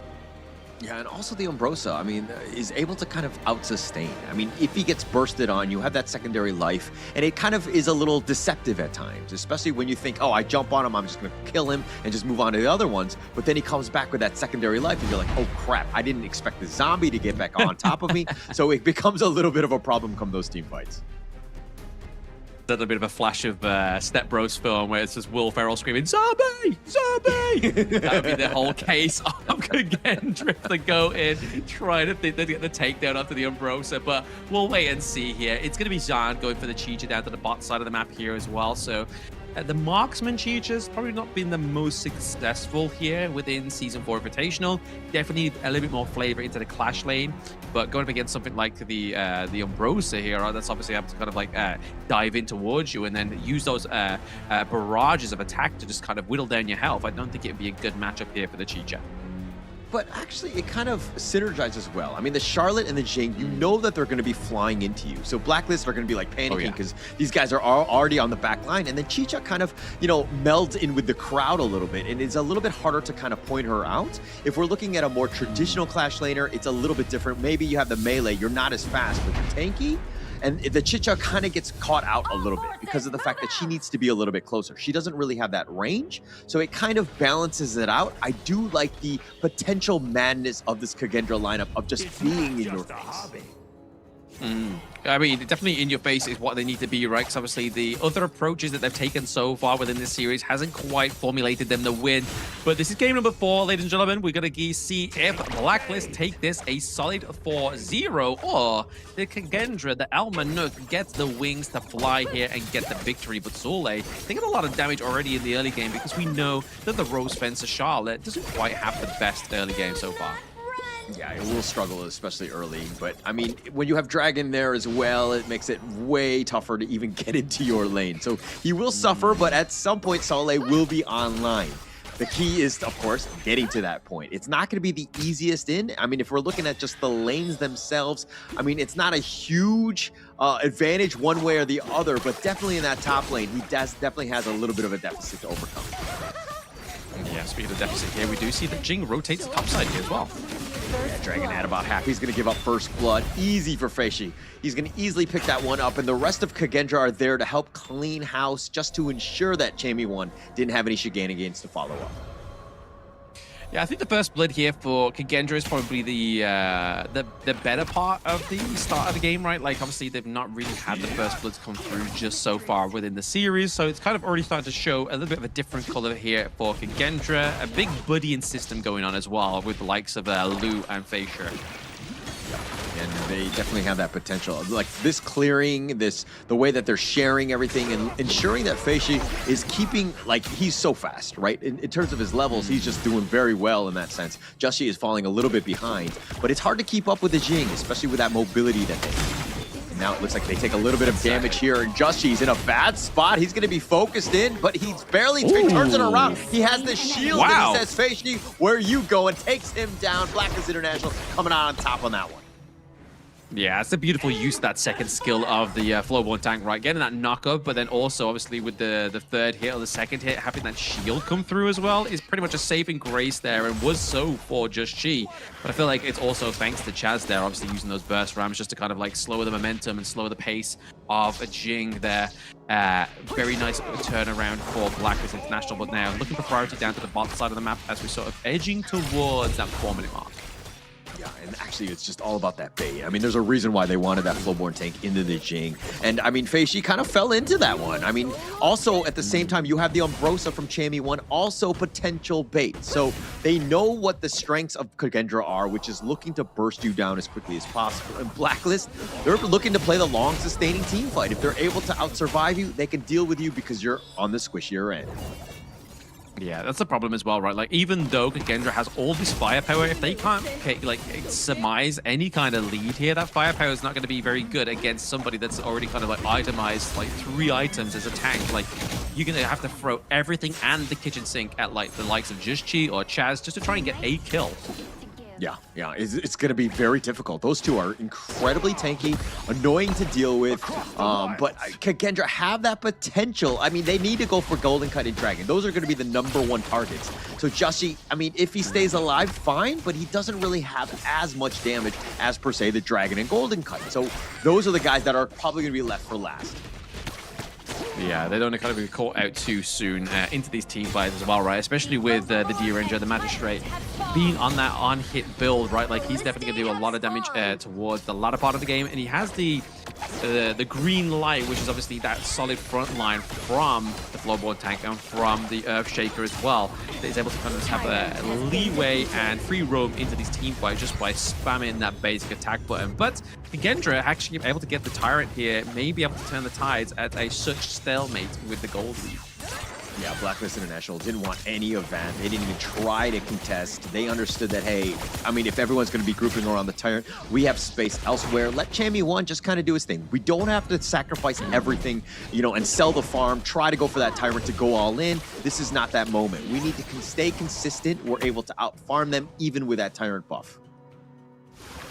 Yeah, Blacklist is kind of like tending the crops, right? Like, they just don't want to kind of like bite the face off to spite the nose, you know? Like, they just want to kind of make sure they're able to gain these resources to make sure that they have a good kind of like mid to late game, because I think that's what they're kind of like building up for here, because I don't feel like at the early game that either of these two teams has any real potential here, but Lou using the Unbridled Outburst, actually not the Tremor really Smash. doing Chaz much has here to for the flash burst. away. It's going to take a couple shots on this one. The Universal Law is going to do a little bit of damage. They find Golden Kite, and now they're going to turn it into a bottom T1. Kagendra with the play, but Blacklist are trading for the Overlord here. Yeah, trade for the Overlord, potential go for the T1 into the top side of the map there. Chami's still working away at that one like a roll-well worker, but at the same time, it's going to be those Wings of Judgment that just really drive away Senko into any kind of means of trying to come back here, but the T2 takedown as well. Kagendra really trying to open up the bot side of the map here of Blacklist. Oh, they learned from Blacklist in last game, right? That bottom T, you know, that alleyway is open come, you know, Tempest Dragons or, you know, that late game. But just opening it up, taking down that bottom T3 would be a gaping wound for Blacklist to have to fill up and to always ensure that whenever they make any sort of movement, the bottom lane is fixed before they do anything else. So it will be key, especially as we get into the mid game here. Yeah, that pressure that's already been created here by Kagendra is going to be a bit of a problem. I mean, it'd be more so of a problem if we saw Kagendra having actually a more sizable lead here, but it's still looking at on a rate about like a few hundred gold, which when you're a Jing, when you're only about like 700 gold ahead of a floorboard tank, it's probably, you need to make sure it's a bit more of a lead than that to actually formulate that win. Yeah, and I mean, this is the problem, right? You want to obviously be much faster, and you want to be putting the pressure on and all those things. But you also have Senku, right? The Xia will also bring in the Sanctify so that you can potentially get more levels. I would think that you would probably want to, you know, expand on Zan's Chicha instead, but it's a potential, right? In case Feishi is starting to fall behind, or you want to go a little bit faster to put a little bit more pressure on, he's definitely an option. Yeah, exactly. I mean, he's definitely got those two ball pits to actually put his hands into, right? Depending on where that centrification is going to go. And either option would be fantastic here for Kagendra as they're playing the game and definitely having a bit of a lead here so far. And definitely looking like it's Blacklist game to lose here. The Wings of Judgment just looking to zone Joshi. He's going to actually plant down the flag to stay alive, just deal with the minions. Chaz is still there as well. Kagendra tried to go for the ambush, thought they had a potential kill, weren't able to catch anything. Because again, Blacklist International, they're pretty tanky and kind of annoying to deal with.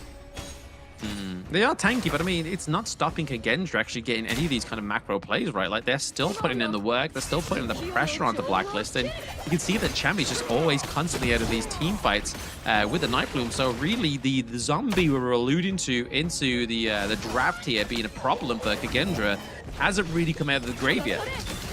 Yeah, and this is why Chami just has to stay in that bottom lane, right? Ensure that that is always being showed up. I mean, he just can stick to that lane while the rest of Blacklist can kind of be moving from the top and the mid lane so that they've got that much farm and to kind of contest as much as possible. But the focus for Chami protecting that bottom lane, of course. Yeah, look at this. Keep protecting the bot side of the map here. It's going to be Sule just keeping any kind of real advantage that Kagendra have down to the bot side, especially on they decided to go in Feishi, just going for that mirror domain, finding Golden Kite, doing a decent amount. He's at half-life. He's going to be dashing out, and Sole is going to be taking out a lot of that damage from the front line, and he gets gone on. The Tremor Smash is potentially looking to go. They find Zod in a bad spot. He's going to be picked off. Golden Kite just barely staying alive, and they find Sole as well, and Chami won. This is why he's an absolute monster on the Umbrosa, as the damage that he's got, taking them all down from the back. Yeah, Zan slowly falling here as well, potentially the mid lane falling as well, but more action going on. Justy just being a bit of a bait here. Yeah, well, Joshi baited himself, I think, a little too close to the sun as that tower was taking him down. Plus, they had Senku and Feishi there. They take him down very easily. So, Joshi, a little bit of a misplay. His positioning was just off on that one. I don't know. I think it's method to the madness, you know? Like, hey, I'm going to lose my life, but you still get the T1 into the mid lane, so they can't really push that. That would be my justification to my ranked teammates anyway. Well, unfortunately, I would report you, okay? Let's be honest. Like, you could have just taken the T1 and stayed alive. You had no reason to suicide and continue on with that approach. But nonetheless, we're still fine. Blacklist International still in the driver's seat, but they could have had a much bigger lead, again, if Joshi were just able to survive. But it looked cool, okay? Like, you don't look back at your teammates. You look like you just go in, you die, you're like Bruce Willis in Armageddon, right? Like, that's the whole point that he was going for onto the side of Blacklist International. But still, we are in this game. Kagendra, it's not going to stop him anyway, because it means T2 top side is definitely being pushed by the minions. So Blacklist needs to start tending that farm a little bit more better here. I think they're going to sacrifice this one. I mean, the Tyrant is already in half. The Wings of Judgment looking to zone. He's not really hitting the mark.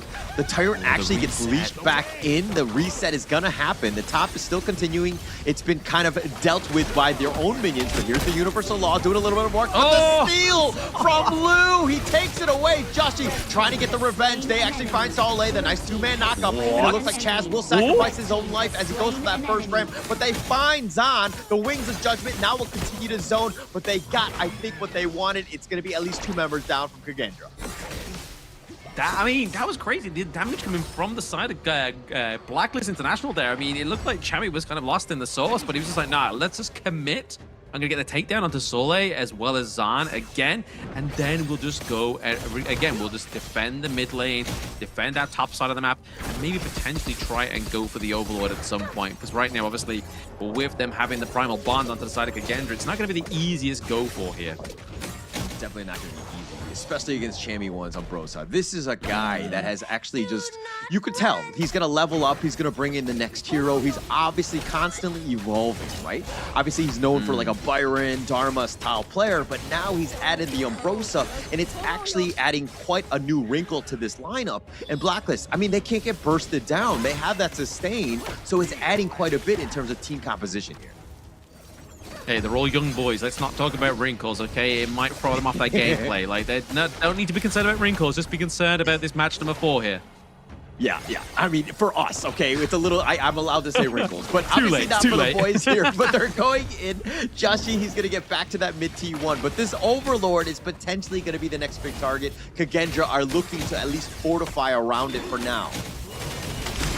Yeah, looking just to kind of formulate around this one. Maybe they get steal this time around, but it's going to be that double smite from obviously Beishir as well as Lou having the smite as well. So they may as well just like throw 3 smites at the Overlord and just claim the kill because they've not lost a single neutral objective just yet on the side of Kagendra. This is also why the Zhang Fei is actually very strong. Like, you don't really need, like, a flash. You don't need heal. I mean, you can, and some players do, but when you have that extra smite, it just adds a little bit of versatility, right? They have to respect it. You have that burst, come those big neutrals, plus you can steal in the early game. It makes a lot of sense to do this on the Zhang Fei. So I really like it. It adds quite a bit, and man, it has been an incredibly strong hero in the KIS4.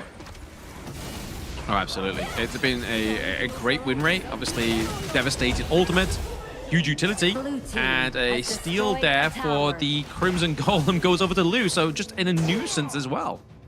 Yeah, and just being able to take that away, right? Like, just like that. And I mean, Golden Kite would have loved it, Joshi as well, and now they've been slowed down. And it's all about the little things. But Kagendra, down about 1K. This is still not in a great spot for them because Blacklist have been farming so efficiently across the map. But now they're going to use the Wings of Judgment. Again, just trying to keep this T1 alive, and they will yet again because their wave clear is pretty real. Denko's a proper troublemaker for these tanks onto the side of Blacklist, though. Like, you see him drop them circles down, the damage reduction coming through. It's just so crazy, the actual damage reduction and how much it melts down the side of Blacklist International. Like, they've got to make sure they try and get Senko down, because I feel like he's been untouched this entire game. Yeah, he's so far back, though. His positioning, understanding exactly how Gia should be played. He just needs to cycle his spells. As long as he's staying alive and casting those spells, and they zone quite a bit, it's super annoying for Blacklist to kind of get onto him. They have to find a way to get there, and not really too many other heroes have that mobility to make the jump onto that backline. Speaking of jumps, obviously we get the burst ram over the wall here from Chaz, just trying to scare away the Rose Fence's Soleil, but they're looking to contest this Tyrant. They've not really had the biggest break here by Blacklist International, but Beishir. Right. Yeah, they actually go in. Joshi actually has to use the Blood Rage. He will be kind of just backing off. Sorry, with those shields. I mean, the Tyrant is actually about half. Nice little burst ram. He wants to kind of go, but where's the rest of them? Chaz was all by himself with that Universal Law. He goes down, and the Tyrant was picked up by Feishi. That was a disaster for Blacklist.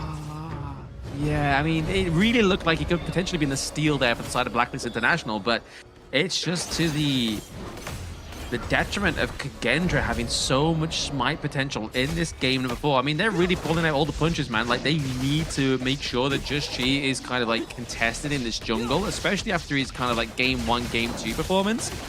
They know they have to put this brother down. Yeah. And I mean, Joshi is the type where sometimes when he gets caught out in some of the games, especially in game 3, he did kind of suffer. He was kind of like too far out, probably sacrificing his life for not really too much, even dying early in this game. So he needs to just kind of like tone it down just a bit. Obviously, you want a jungler who's always aggressive and always, you know, again, being that front liner, but you kind of need to find a little bit of a balance. You need to rein it in just a bit. Yeah, speaking of balance, I mean, this is definitely going to be the off-balance of Blacklist here, as obviously we see Kagendra's minions pushing bot side and top side of the map here as well. They need to surmount some kind of ultimate defense here from Blacklist, or they're going to lose these T3s. Yeah, they're trying to go for this one. Oh, nice Tremor smash on it too, but where's the follow-up? The Umbrella Outburst is going to be used by Lu, and now they turn it around. Chaz is looking a little bit low on this one. He dodges the Universal Law. Joshi's there as well. They're going to be backing off. They weren't able to get any sort of catch. No catch at all, which is unfortunate for the side of Blacklist, right? I mean, to be honest, you could feel like Chaz maybe was going for the goal of just getting rid of that Unbridled Outburst, right? Expecting that they were going to think, oh, Lu's going to pop this down, everyone's going to run into this little, like, bottleneck into their jungle, and then we're going to get a huge Unbridled Outburst. But unfortunate for the side of Kagendra, didn't quite come through, but they were able to get the Shadow Overlord. So nonetheless, I feel like they come out of this one as champions, you know? Yeah, definitely coming out as champions, but the net worth says a different story. It is tied, right? I mean, it feels like Kagendra are definitely winning. They're taking all the big neutrals as well, but the way the Blacklist International are just kind of moving around the map, taking resources, it doesn't seem like Kagendra are doing a great job of really choking them out and taking away, again, the resources. I mean, it just goes to my point here as well. Obviously, I said earlier, is Senko actually being contested? He hasn't. Is 0-0-4. He knows his positioning. I mean, I'm not shocked because of how he played the Silk Weaver in the previous game. He was untouched then, and in this going into this next game, he's not untouched. He's completely untouched here. He's literally like unlovable, but in a good way for Kagendra. That's exactly how you want to play it. That's what you want on your team. Always ensuring that he stays alive and he's not really at risk. And again, Blacklist, if we're looking at the draft, one weakness is, again, they don't really have a great initiator. Everything, like the Leon pull from Chaz, is kind of like a secondary one. You don't want to be letting him start things off, especially since you've got that Unbridled Outburst there. Justy's trying to be that guy, but again, he's really not doing too much. And now they decide to go. Senku goes a little bit golden. The Tremor Smash is not really going to connect. Senku gets a little bit low on this one, but it looks like they find Feishi. Senku finally falls in the end. They get the nice little burst ram and the control on his Sale. They're looking for him. They're trying to chase him down, but they don't have the control. And now Dragon flashing away. Sale looking to be strong, tries to go for Golden Kite, tries to go, but he actually gets picked off. And now with the Vanguard in the top lane, I think that's going to be it. But Justy falls. They got 3 members from Kagendra.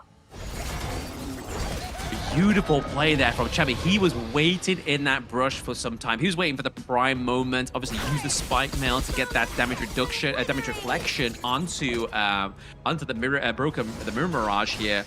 Jing Fei and it was enough to get the takedown. And obviously, Senko finally met his maker as well after using that Splendor as well. This could definitely be what Blacklist needed to get themselves back onto the gorge here, because looking at their base, it's in a dire situation here if they aren't able to get some kind of comeback here.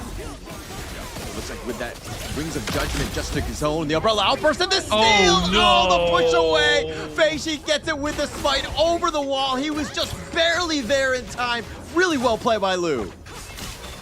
I mean, that was a masterclass by Kagendra. It was pretty much like Blacklist was given that on a platter, but then out of nowhere, Feishi comes through. He's like, actually, denied. That's mine. No credit for you, Blacklist International. And then completely just took the wind out of their sails here. I mean, this could definitely be the kind of like, let's just like wait till next game. But I feel like this has to be the final frontier for Blacklist International, right? Like, the Tempest Dragon is up again in 50 seconds time. Do they go for a Hail Mary macro play?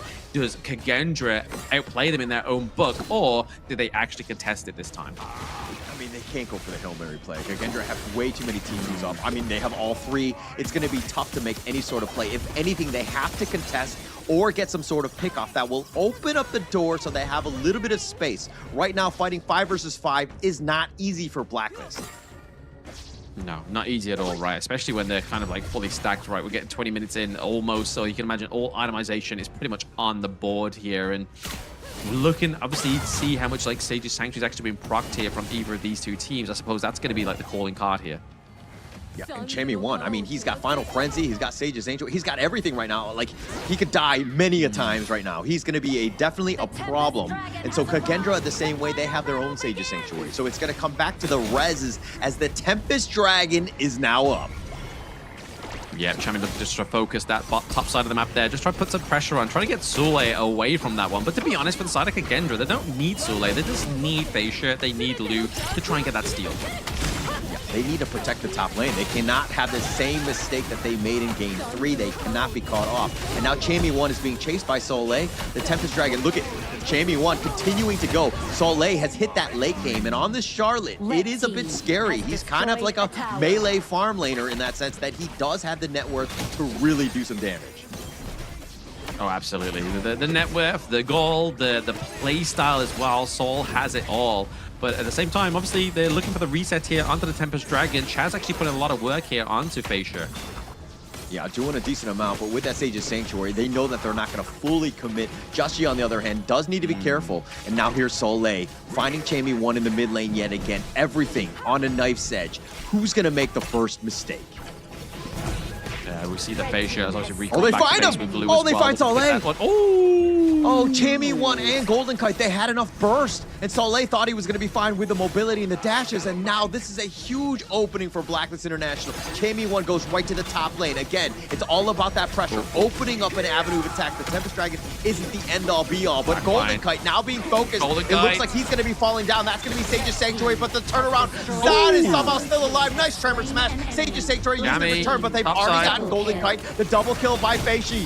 Chammy 1 in the top lane doing Chammy 1 things by continuing his split push, playing the macro game. Here's the Sage's Sanctuary for Joshi. That one's been popped, and it looks like he's going to be picked off as well. And now with 3 members down, Chaz is still somehow alive. He's going to be back in the fountain, but now Chammy 1 was only able to take the top T3. The Tempest Dragon is open for Kagendra. But look how beautiful that was, though. Like, obviously, they had no minion wave in the mid, bot side, or even top side to actually make a big capital on that big team fight. I mean, yes, they now get the Tempest Dragon here. It's going to be a heck of a defense here for the side of Blacklist International. But Chammy really running down that top side of the map here is going to create... It's going to be a slim opportunity for them now as we get into pretty much the end game of this Honor of Kings game, but it could spell still some kind of hope for Blacklist. I mean, they still have a chance. You can never say never with this squad. If there's anything that we've learned, right? Just finding an opportunity, that's all they need is a chip in a chair, just being able to stay alive. But now they need to somehow hold. This is going to be very difficult. The Tempest Vanguard doing a little bit of work. That top T3 is already under siege. They've taken the mid one, and Blacklist International, again, being pushed back. It looks like that top T3 will fall in the end. Kagendra right now are looking to just close this one out. They're just got to be not overzealous, right? Obviously, Kagendra of old will literally just take a fight and like literally whiff it here, but at the same time, Blacklist are going to hold on for another 30 seconds. That's a lifetime.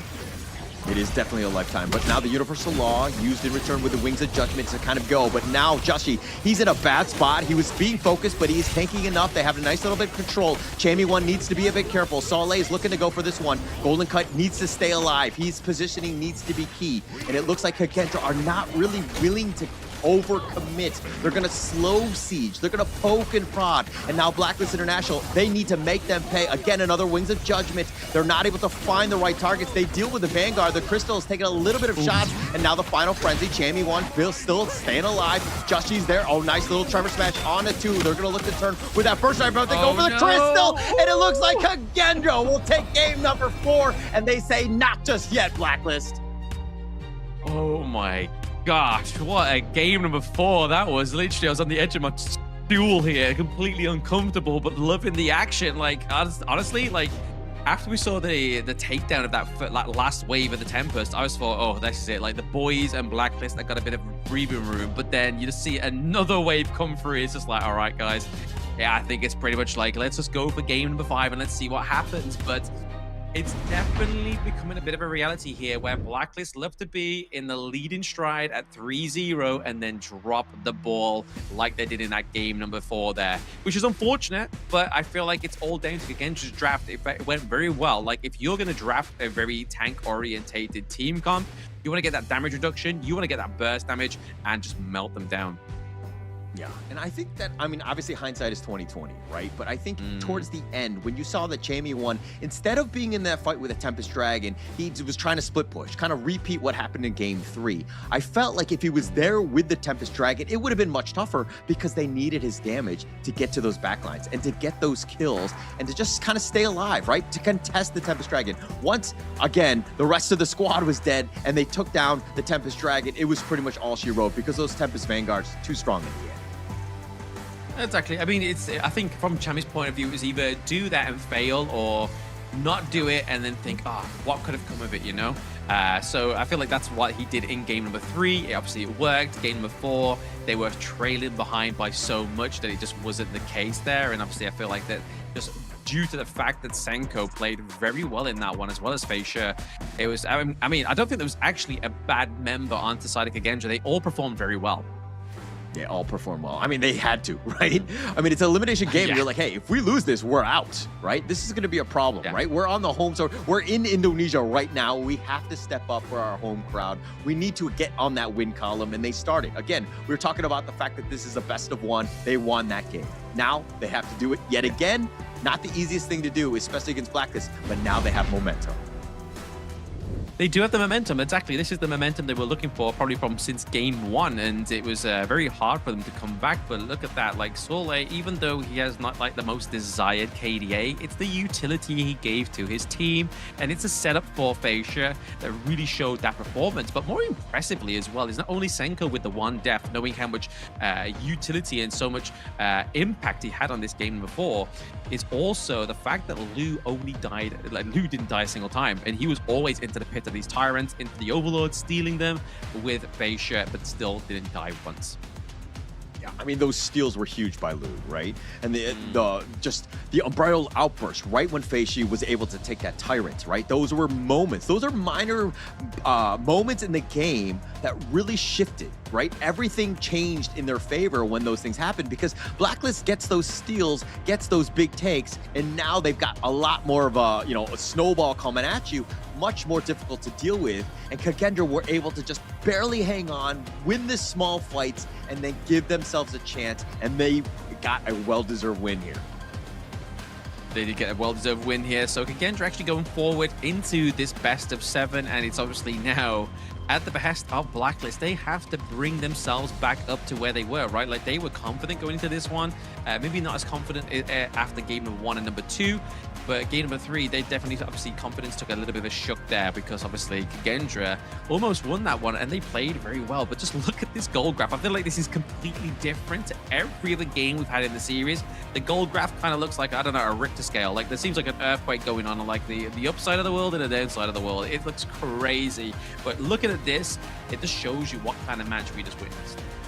Yeah, there's an earthquake in the upside down, right? Like, I think that this is kind of what things are at. It was so crazy just how back and forth both of these teams. Obviously, Blacklist looking to just end it. Kagendra says, not just yet. We're going to continue on, finding ways to get back into this game. And yes, they had a lot of map control. Blacklist was fighting back, but in the end, just Kagendra, just enough to take this one. Just enough to take this one is definitely going to be enough to get them back on the horse as well, right? I mean, yes, it's still like a country mile for them to go to actually win this series, but taking that 1 point from Blacklist shows that it can be done, right? Like, they are no longer just a zero scoring team against Blacklist International. I mean, it's a much harder fight than Boom, but it's still a good progress here for Kagendra as you're seeing these head-to-heads as well. Yeah, and it's looking like, I mean, they were very close. I mean, everything that we're talking about. Senku, for me, look at that 240,000 damage potentially. I mean, he was just doing so much work. Again, you kept pointing him out. It's like, he's not dying. He's not dying. It's because he's so far back and he was able to just stay alive. And that was the biggest thing. And him also with Zahn able to do just enough. He was able to stay alive at moments, to key moments, finding the right targets. He too was doing a lot of damage as well. Oh, absolutely. I mean, what, like 146k damage on the Chicha was absolutely insane, but it's kind of like the unhit duo going at each other, right? Obviously, you got the Magistrate as well as the Forge Maiden just kind of battering each other with all that on-hit effects, and then the ones who's taken the most of that battering is going to be these guys, right? I mean, 169k to 179k. Both of these supports putting in the work, taking the hits and licking at those injuries and just trying to do the best here. But it's going to be MVP, Mr. Fascia, double thumbs up, saying, look, guys, we lost the first 3 games, but don't worry, we got game number 4. That's all that matters. All that matters here. I mean, he's 5-2-3, took a lot of damage, 116,000, but he dealt 179,000, so he was always there. His impact to just being able to jump in. And Blacklist International, again, when you see a Jing flying at you, they struggled because they had no way to really catch him and to slow him down. Oh, exactly. I mean, even if they have 2 tanks, right? I mean, even if you go in with a burst round, which normally kind of like a bit of a pace slower here for the side of Blacklist International, from the Earthshaker, Liampo, it's generally a good thing. But when you're trying to like aim it at something that can switch places with its Mirage, it's kind of like, well, I tried, lads, but it moved. Yeah, it happens, unfortunately. But here are the moments. These are big ones right around that Tyrant where Kagendra got the better of Blacklist. I mean, they took a good number of big neutrals away and made it very difficult for really Blacklist to kind of take any sort of fight. Their team fight was far superior and why they were able to kind of stay around in this game. But in the end, it was just about those small wins. These Tyrant, this steal the Umbrella out first with Fascia. Boom! What a beautiful steal by Fascia. Yeah, I mean, this is the utility of the Zhang Fei, right? We was talking about it in the draft that this is one of the most high-priced ponies and picks into the support role. But nonetheless, just overall, the impact that this hero has in terms of tank ability, also utility with the ultimate, is absolutely insane. And it's a reason why some of these teams literally either drafted pretty early within the best of 7 or look to go for it a bit later on in the series. And that's exactly what Kagendra did here. But still, there is a plenty of wins to be had here if Kagendra are looking to win this series, whereas Blacklist, they just need to get 1 more singular point. Yeah, 1 more. But that's the thing, right? This is why Kin was like, okay, Holler, get in there and cast, because I don't feel like himself being on the desk is going to give him enough mojo, Kagendra that is, to really help out, because he did predict Kagendra on the win. But I'm here now, and you can see I injected a little bit of energy into Kagendra. It seems like they're playing the way that we had seen them in the groups, which was far superior and just kind of a dominating style. They're back to it. They played very well in that one.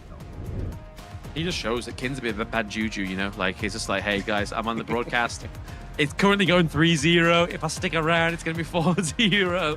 And it was just like, yeah, no, get him off. Like, everybody in the GBK arena, they had pitchforks. They were about to fling some feces onto the stage if Kim was staying for this game number 4. So we got rid of him. We got Hauler, and we obviously sprinkled a bit of good luck for the guys on Kagendra here. But we are slowly but surely elevating, or at least declining, in those heroes as well. I mean, for both teams, we're looking at 20 heroes that cannot be played. And then you add the bans on top of that, you're looking at 25 heroes apiece. Yeah, and actually going into that one, I kind of looked at the Blacklist lineup and I was like, actually, the draft is pretty decent. It has, I mean, the team fight is what you're looking for. Obviously, the execution and the things that, some of the mistakes that they made really made them pay in the end. But they had a chance. Yeah. That was one where, again, Chammy 1 could have looked to carry with that Umbrosa and they would have had a great time. But it seemed like they just didn't really utilize their heroes to the maximum and they paid with their lives. But again, they're still in the driver's seat in the series. They're up 3-1. They're up 3-1, and Kagendra takes the blue side again. We see that Blacklist actually chooses the red after taking that defeat there. So maybe cooking up something for the red side here. Obviously, they do like locking in their farm lane duo historically, but tank-wise right now, obviously, there's not much really left here for Blacklist International in terms of support tanks. They've had the Liampo, they've had the Lapu Lapu, they've had the Zhang Fei, and now it's kind of like, well, where do we go from here? Do we go and go for a Diadia draft of some sort? I think it's all down to Blacklist here to see what they go for. Like the moats as well. He's a maestro on that one. The Dolia as well has had a lot of success, but the Dolia is the type where you need to draft around it, right? So it looks like the other Dolia special and like the Yangxian and like kind of comboing it with it. So if they have one, obviously that's something that they can kind of pull out, but it looks like they're going to save it, but now is the perfect time. I mean, it's game 5. I mean, the Chicha being taken off here is probably the best thing that can get Chami into the clash lane, but did they take away the Byron this time? I mean, if they do take away the Byron, oh no, they're going to take away the Martial Genius. They're taking away the Mayeen here. So if they give over the Byron to the side of Black, used it, do they then lock something like the Lu Bang down into the support role and then give over the Lam to Just Chi? Now that we don't obviously have the Agudo, they're looking a little bit less blessed in the counter department for the. I'm not a huge fan of the Liu Bang. I just think overall it has. I mean, if you have like a high flying assassin style that needs the secondary jump, makes sense. But I just don't really like it overall. I think that it needs to be like a really specialty in terms of like the draft composition. You to really set things up. This could be annoying, especially if it gets to the back line. Oh, I mean, speaking of annoying, this is an annoyance in my ranked games. The Mecha Brat, Mr. Lushan. I mean, oh, okay. I mean, we do, obviously, this one flies under the radar when you think of tanks into the support role. Is you don't normally think of Lushan being that pick, but his disruption ability with his skills, but also, again, just the split push potential that we've been seeing pretty much for the entire of this series. We do get Golden Kite onto his Lung as well. So once again, Blacklist taking the red side just to lock in that farm lane duo. So this Liu Shan is all about the Bigatron's Ormson, like back at KIC, where it completely was a tower disruptor in every single lane because they had such a hard time to deal with. It is super annoying, even ranked games, of course. But on the pro level, with these guys piloting it, especially like a player like Chaz, it's going to be annoying to deal with. And Kagendra understanding that, they're going to go with the Ogren of Lady Jeanne to kind of create some of those pillars that will make it very difficult for this Mecha Brat to really get on top of those towers. From the side of, I believe it was maybe even BTR, I think it was just absolutely laying waste to the tanks of one of the teams, right? Like they landed that combo, which is absolutely melted. So seeing this come through, I feel like it's going to be a bit of a problem here for Kagendra, because you know for a fact if Dragon can find those prime bushes and get that combo through, there is going to be no Ogren. There's going to be no soul guide. There's going to be no soul onto the side of Kagendra. That is so static, right? If you see Soleil like rocking around, going for that proper angle from the back, and he's stuck with the Blazing Brilliant, I mean, he's going to be pretty predictable in terms of where he's going to be, right? But you need to be a bit careful. That could be the to stand still and just kind of unload on people, but now it looks like they're going to go with the Featherfoot, the Fade, and Joshi, he says, I'm angry, let me carry this game and this series to a victory.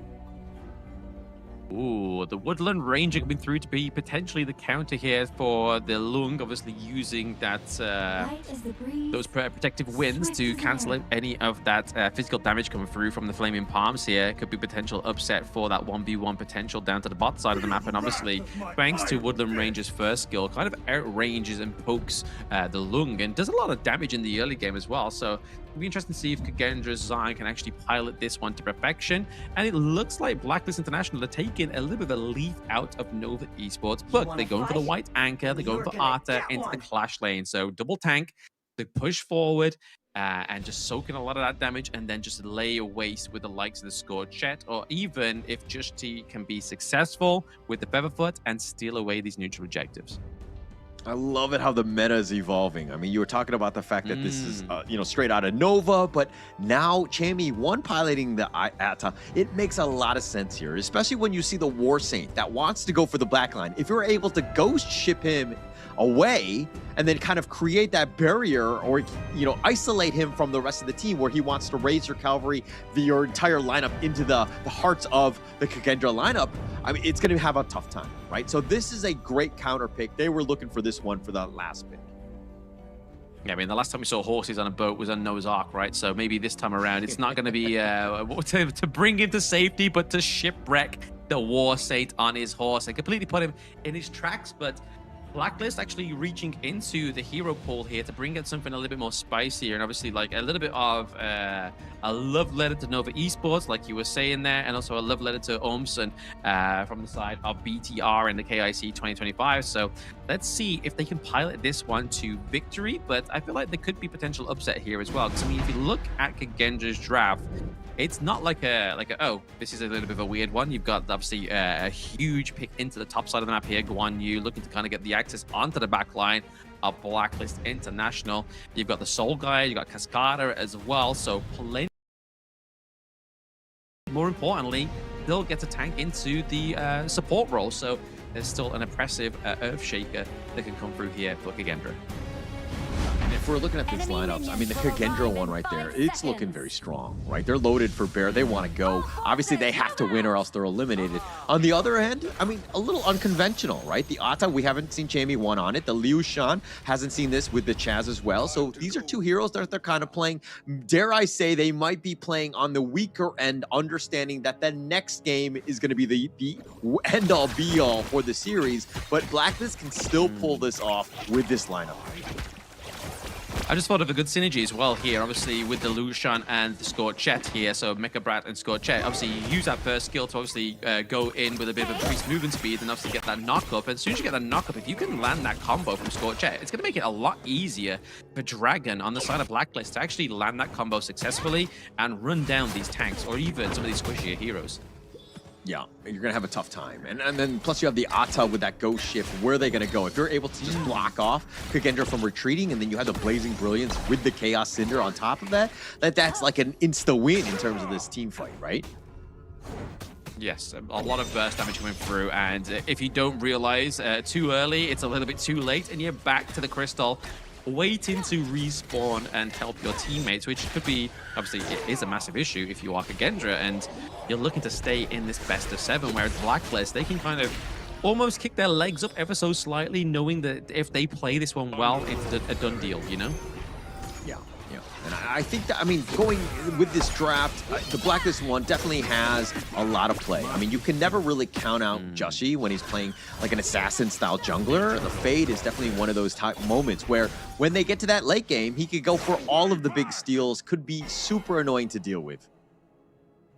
Oh, massively. If just she can pilot it like Faye Shirt did, then it's guaranteed kind of like a guaranteed annoyance here for the side of Kagendra, but I feel like Chaz could also be a massive annoyance here as well, having forced a flash out.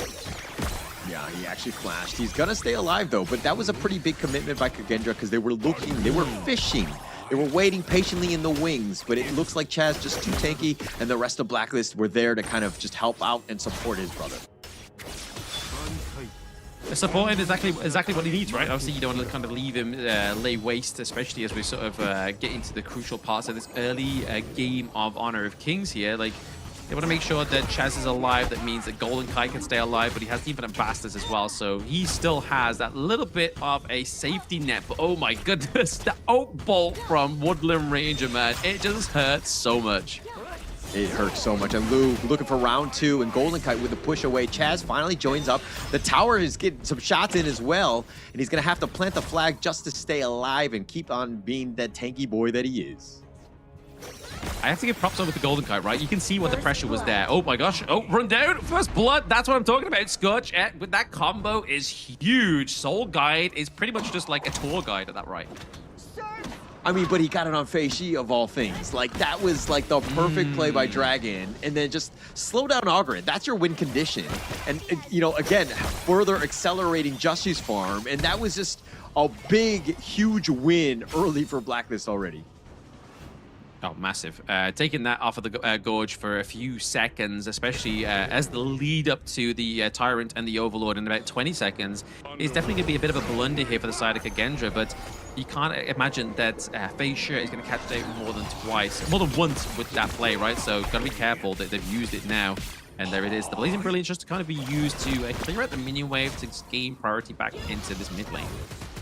Yeah, if anything, you know that Kagendra are gonna really not like Hello Kitty by the end of this game. That's gonna be super annoying with the Chrome skin as well. But now it looks like the Tyrant is gonna be looking to be taken away. They actually get the pick off, but the Tyrant has been going the way of Kagendra. Nice two-man stun by Lu, and here comes the reinforcements. They want to go for this one, especially with Soleil prowling around on the wings. Nice little burst ram, but here comes Chami1 looking to turn this around onto Soleil. He gets knocked up. The Blazing Brilliance, just not enough damage. Soleil wheelies on his way out.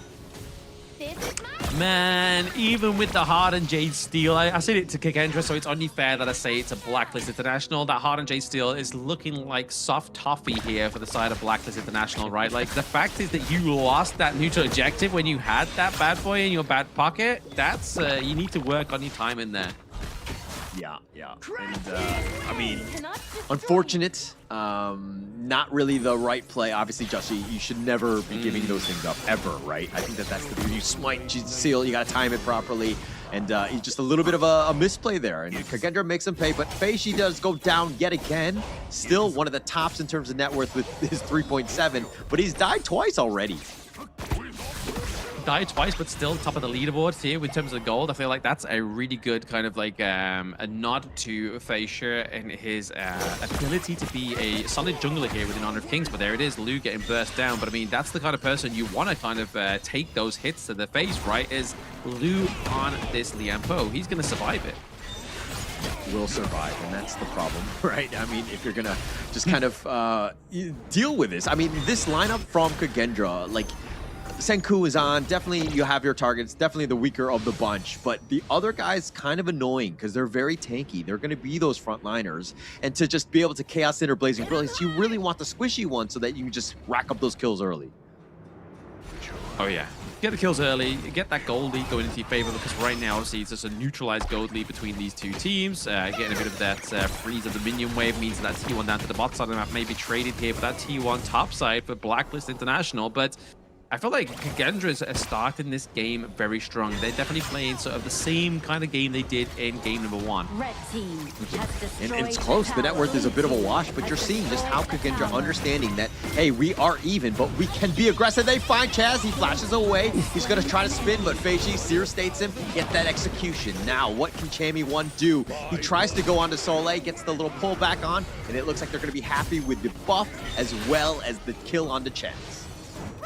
Yeah, very unfortunate there for the side of Blacklist. Obviously, Chaz did try and flash out and stay alive, but it's going to be that seared state that just gets that execution, which is very annoying for obviously the players that think they're going to get away out of that one scot-free, and then just that's it. The execution comes free. You're like, oh, gosh, man. Like, I thought I got away, but no, it's the pesky augur and execute mechanic there that really came through here for Kagendra.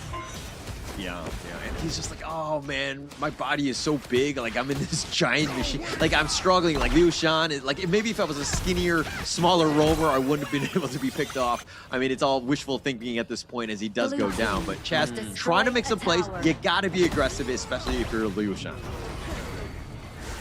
You gotta be aggressive. Obviously, you gotta take the hits. You gotta roll with the punches per se. Because obviously, he is the tankiest person as well as obviously Chami1 on the Blacklist team here. But if you get caught out a little bit too early, it means that there's a lot more pressure onto the back of Chami.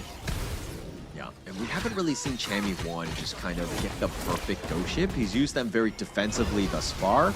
This hero can be very tanky, the Ata that is, but it just seems like they haven't really been able to find the right angle for that. And so Blacklist, again, playing a more defensive style, Kagendra are, again, being very aggressive, and they're looking to invade this Azure Golem again.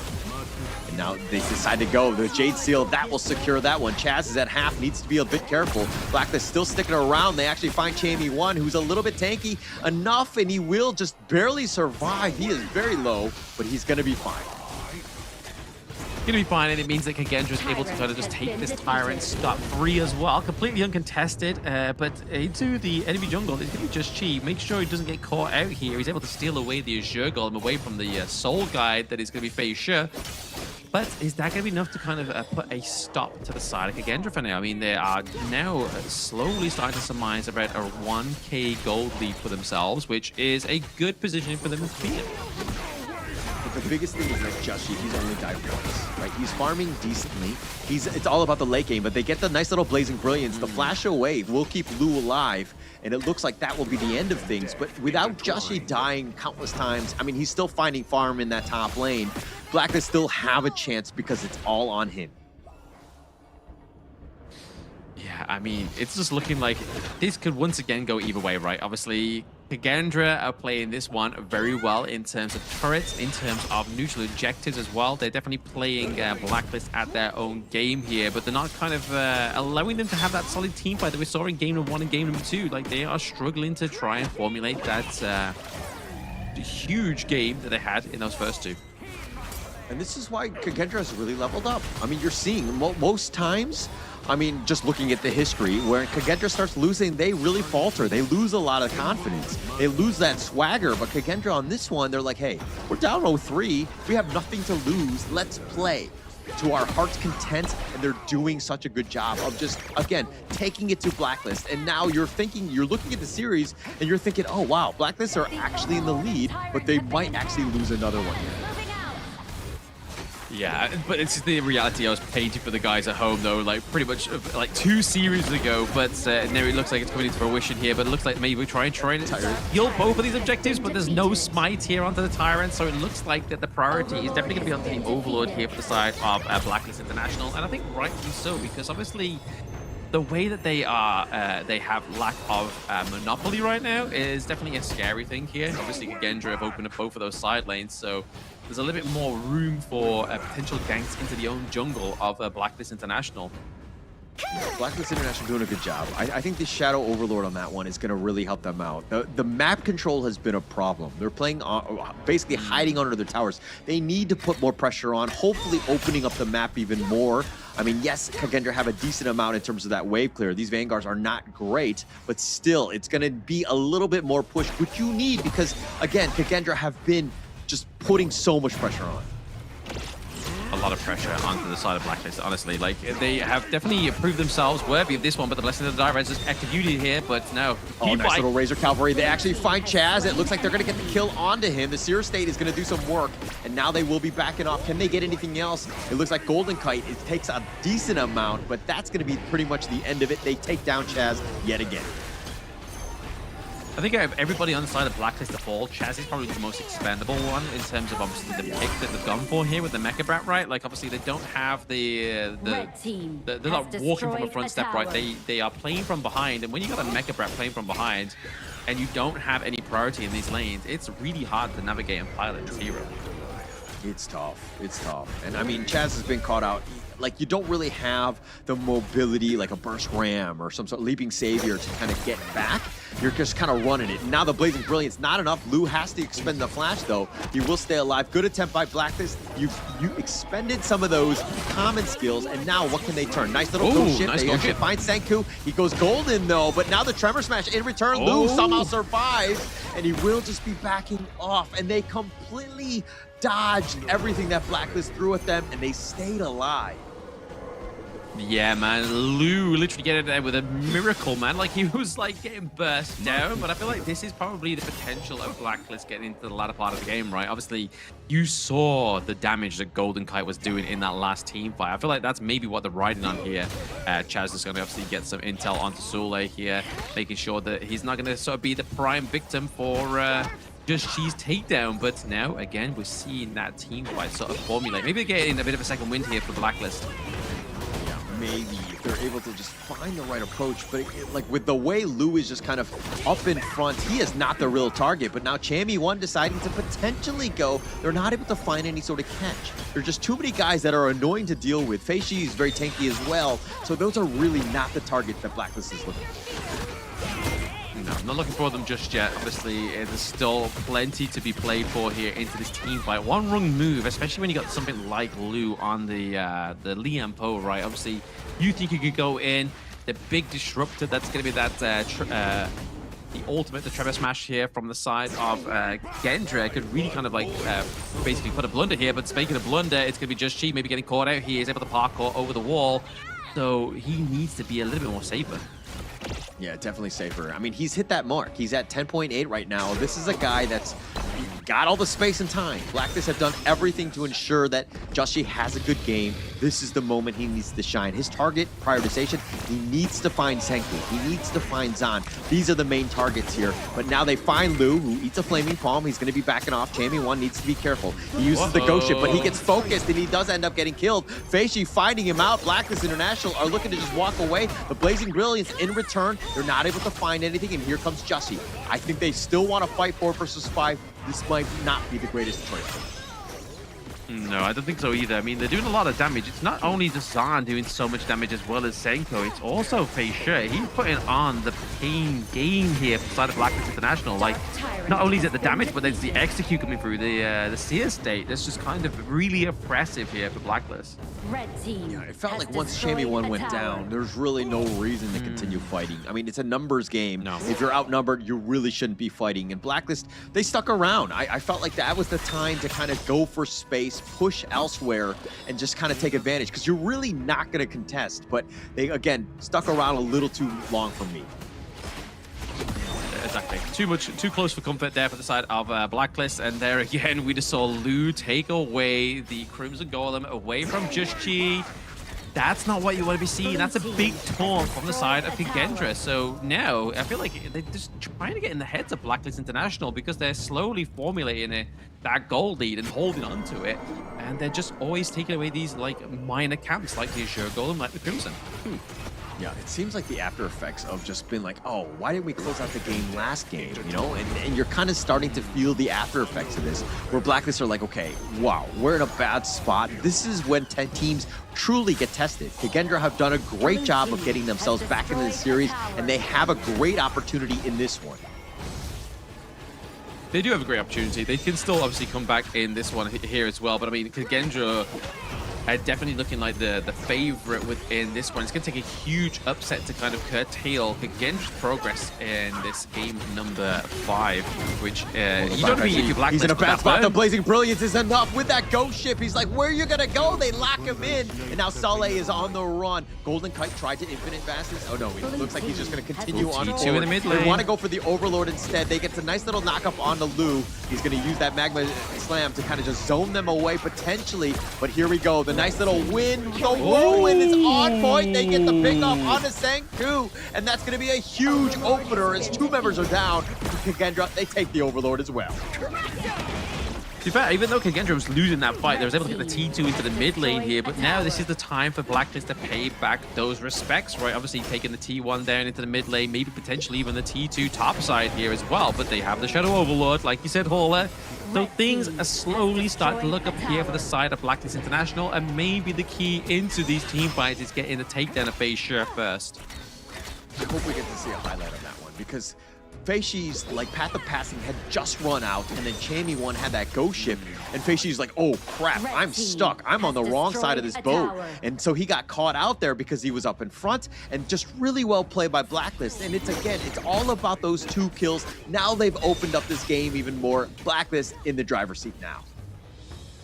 Yeah, looking to be ahead with the Benjamins as well, right? Obviously, gold favor is going up for the side of Blacklist International. Feisha as well as Soleil looking to rotate top side here just to make sure that Just Chi doesn't quite get that push that he wants here, and maybe even potential takedown, right? I mean, we could potentially see a takedown of a jungler, and then obviously in 20 seconds time, you see the Tyrant come online, which could be scary pickup here for either of these 2 teams. Yeah, but it looks like the Tyrant in the top lane. That's going to create a little bit of space. Chaz finally hitting some towers, was able to do some work on that bottom T3, and now we're entering, dare I say, the late game as the high ground is now open. And I like the positioning where they've taken this this bot side T3 as well, right? Because obviously it's on the opposite side of the neutral objective, which will be the Tyrant, if they do get to that point, which they have 2 times in the series. So this could definitely pay dividends here for Blacklist, but Sule. Joshi, all the heroic charge. They've got a lot of control on him. He gets on top of the ledge. And here come the reinforcements with Chammy1. Nice ghost ship with the path of passing, negating most of that. And now it looks like they've got Dragon there. The damage is real. And they find Feishi, and that's going to open things up even more. They actually find yet another. They find Zan out, left in no man's land. And Blacklist International looking to close out this game and this series. Yep, with 30 seconds left on Facia as well as Zan here, it's definitely going to be a bit of a brutal blow here to the side of Kagendra. It's now Blacklist's attempt to try and go for these T3s. Oh, Champion One actually tried to flash forward, tried to get somebody caught out now, but here's the crystal. It's getting gone on, and they have the damage, and Blacklist International will move on. There we go. You get your first Filipino representatives going through into the next part of the knockout stage. And obviously, it wasn't the easiest victory for them, especially after taking such a dominant 3-0. They were looking a little bit in murky waters after that game number 4. Game number 5 wasn't quite as good as we expected, but they were just waiting for the prime moment. They were waiting for Facia to be a little bit too confident with those engages. Just that one mistake, right? When he got caught out top in the Blacklist jungle there, and then once that happened, they were king, and Blacklist International made them pay. That was just enough to ensure that they got it. Kagendra, I mean, props to them for fighting the good fight. They had a great chance, but just too much Blacklist in the end. Congratulations as they move on into the semifinals. Exactly, they break the code once more, and for the second season Invitational, they look to punch their ticket further into the competition. Maybe this time, they actually get to go all the way to the grand finals, but it'll be obviously their opponent waiting for them on the other side of the bracket to see if they will let them get through to that point this time around. But they've done it again, and honestly, Kagendra don't get to have the PH Gatekeeper title, unfortunately, in Season 4 Invitational. Yeah, and it looks like Blacklist International, again, congrats to them. They show why they're SEA's elite here. Despite our early shakiness, Blacklist International showed why they're the SEA's elite against a rejuvenated Kagendra, who really did play well, at least in the KIS. I mean, yes, they only took one game off, but this is a team that we've seen largely improve, and I want to see more of them, and we will in the IKL. Exactly. I mean, the next step, obviously, is for Blacklist. It's going to be the ultimate test, right? It's the team that everybody wants to beat, and the team that's beaten Blacklist already is Nova Esports. So they go through into the semifinals to take on Nova to hopefully try and topple them this time around. Obviously, they didn't face each other in KIC. They faced each other for the first time in Season 4, but that was the group stage. And knockout stage, Blacklist has definitely been better, but can still be even greater. Yeah, you know Blacklist just won, and they're like, wait, who are we playing next? Nova? Wait, what? Wait, did we do this right? Like, do we want to do this? Like, oh no, this is bad. But they have them in Nova. Obviously, it's anyone's game, and they have that potential. But Nova Esports, another scary lineup, a scary team that they're forced to play with in the semifinals.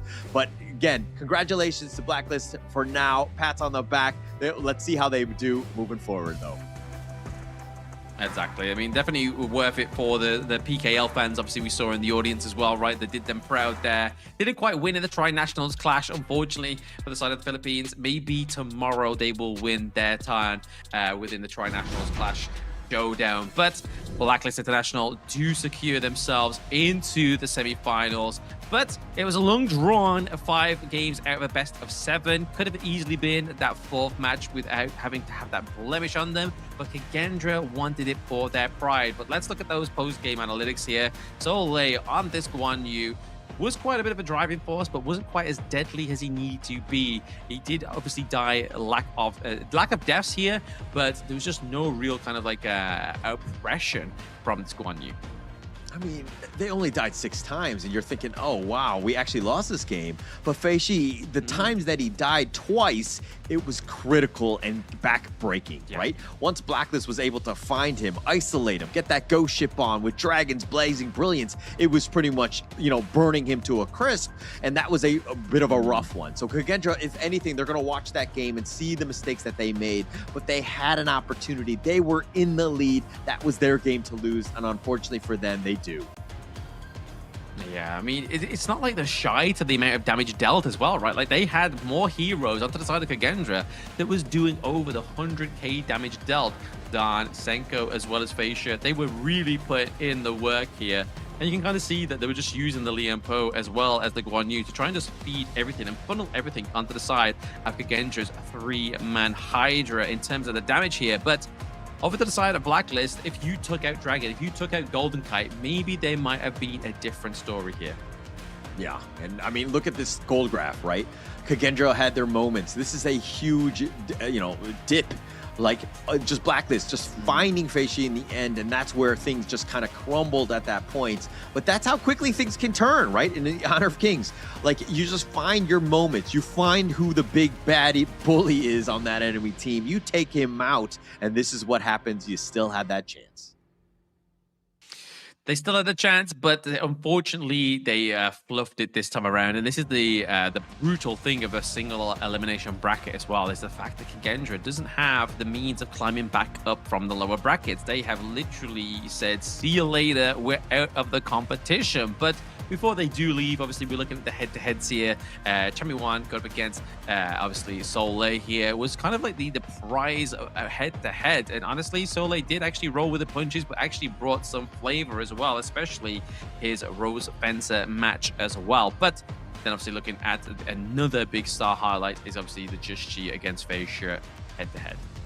Yeah, Feishi was doing way better, right? Just having a great time on the Augur and thought things were looking to go very rosy and all that, but Just Chi in the end was able to kind of get the better of him. Just enough damage, and especially with Dragon as well, who's going to be seen here, just the ability to do those, to get those kills. There were very few kills in this game, 6 only onto Kagendra's side, but Blacklist was able to just take him down 4 times. Like, that's a guy who was understanding who needed to die, and Dragon had a great game here.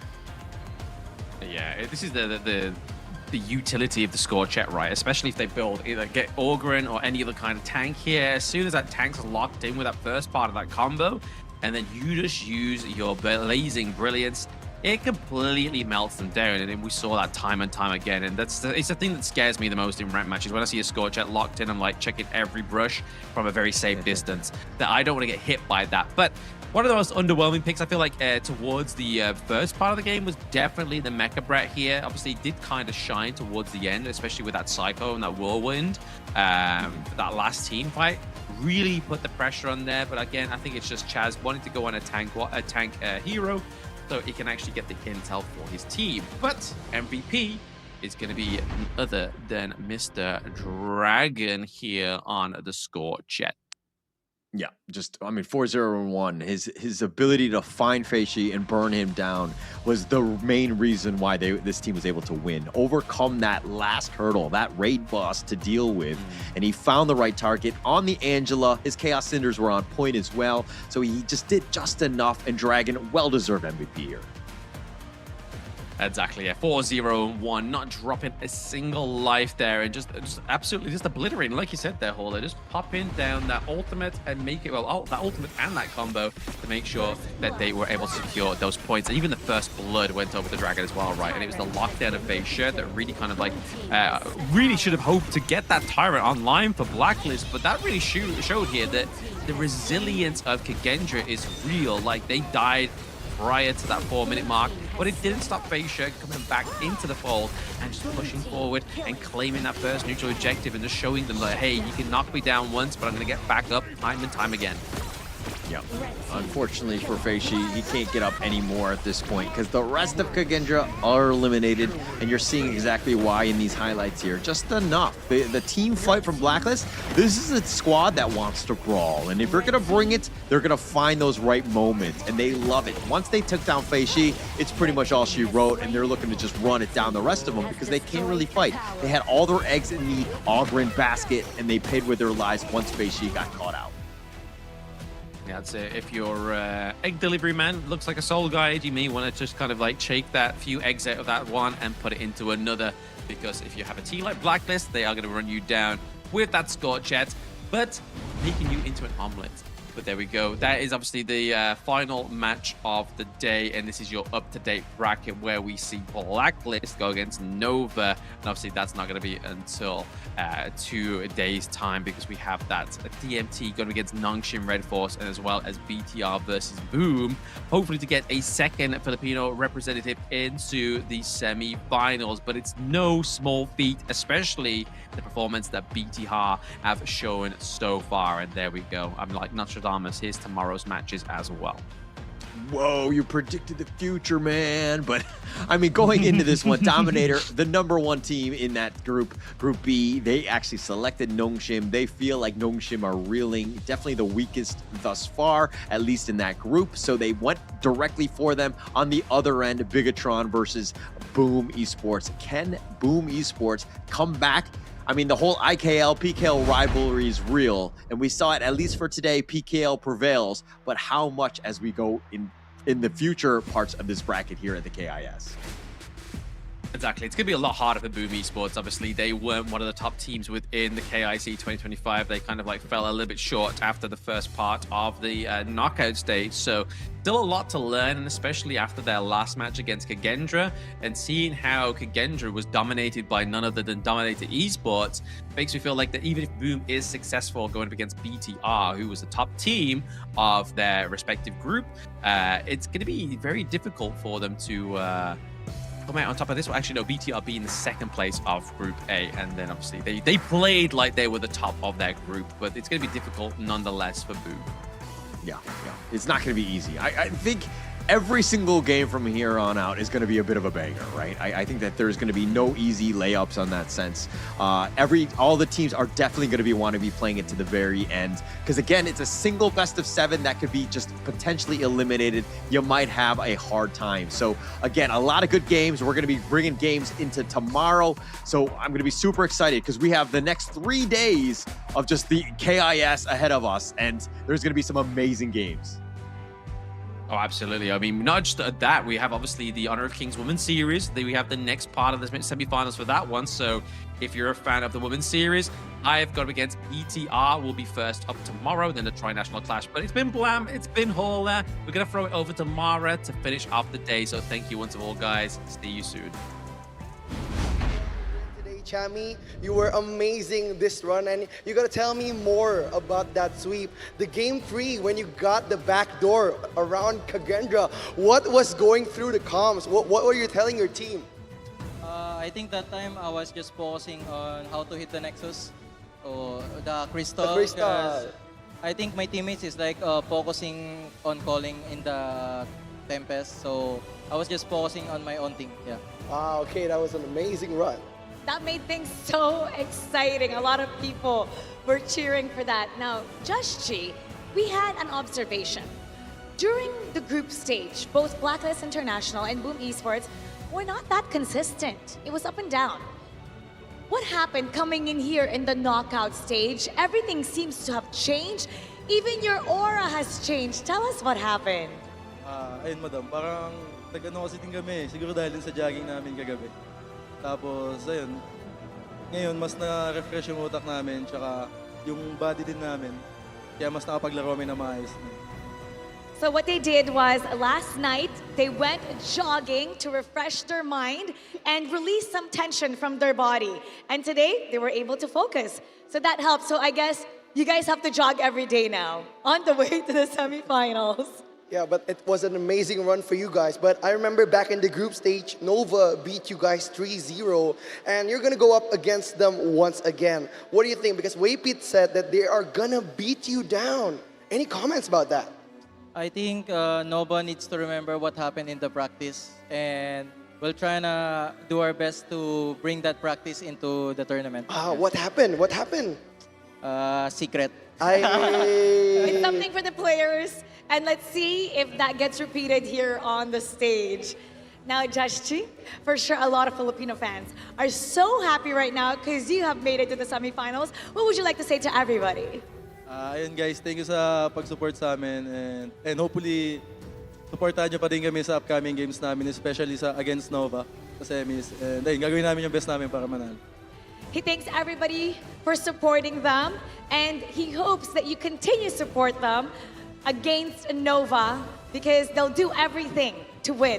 Once again, congratulations! You're heading to the semis! Thank you.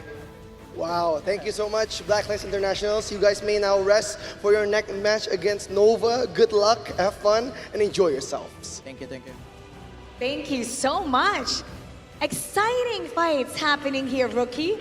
Now, as one story continues, another must begin anew.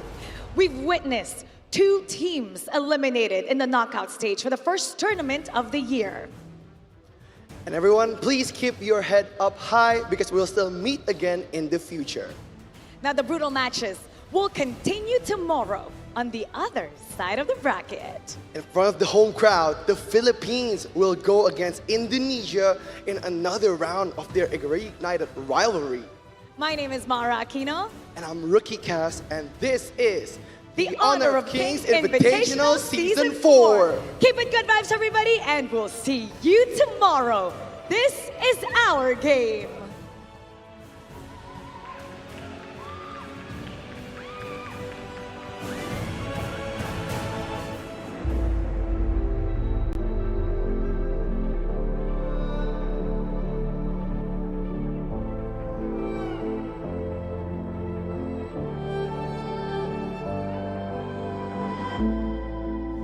Strangers to the fallout, it's what got us here. Ever changing, some chameleon, blood, sweat, and tears. We'll never make it if we fall to everything that brings us down. With a comeback is now. Blood, sweat, and tears. Fight for what we want. Doesn't matter the cost. Every day, put in work. Blood, sweat, and tears. Nothing comes overnight. Strength in numbers start to line. We don't bow to fear. Blood, sweat, and tears.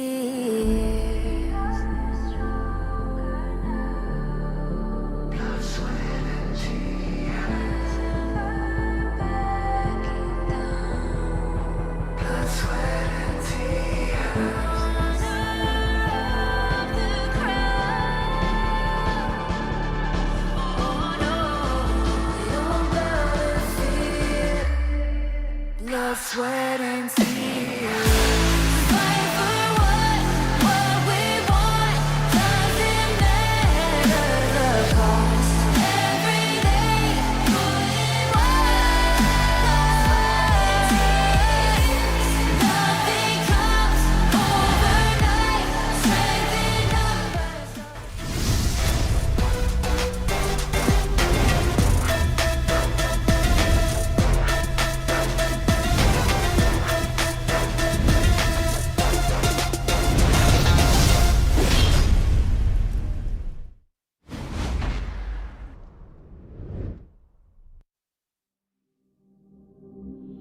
In this world,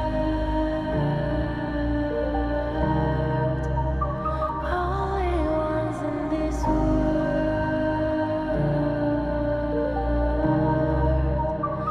only ones in this call out my name, cut through the sound of the rain. No matter how I feed the flame, you know I feel the darkness and the pain. All of the ways we tried to break free from the night. You know we made it out, we found the light. I fly so high, light up the skyline. Let's do it this time, like it's a whole new vibrant world.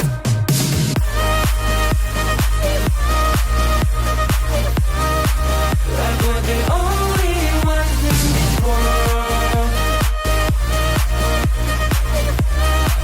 Like we're the only ones in this world. Now I see that I got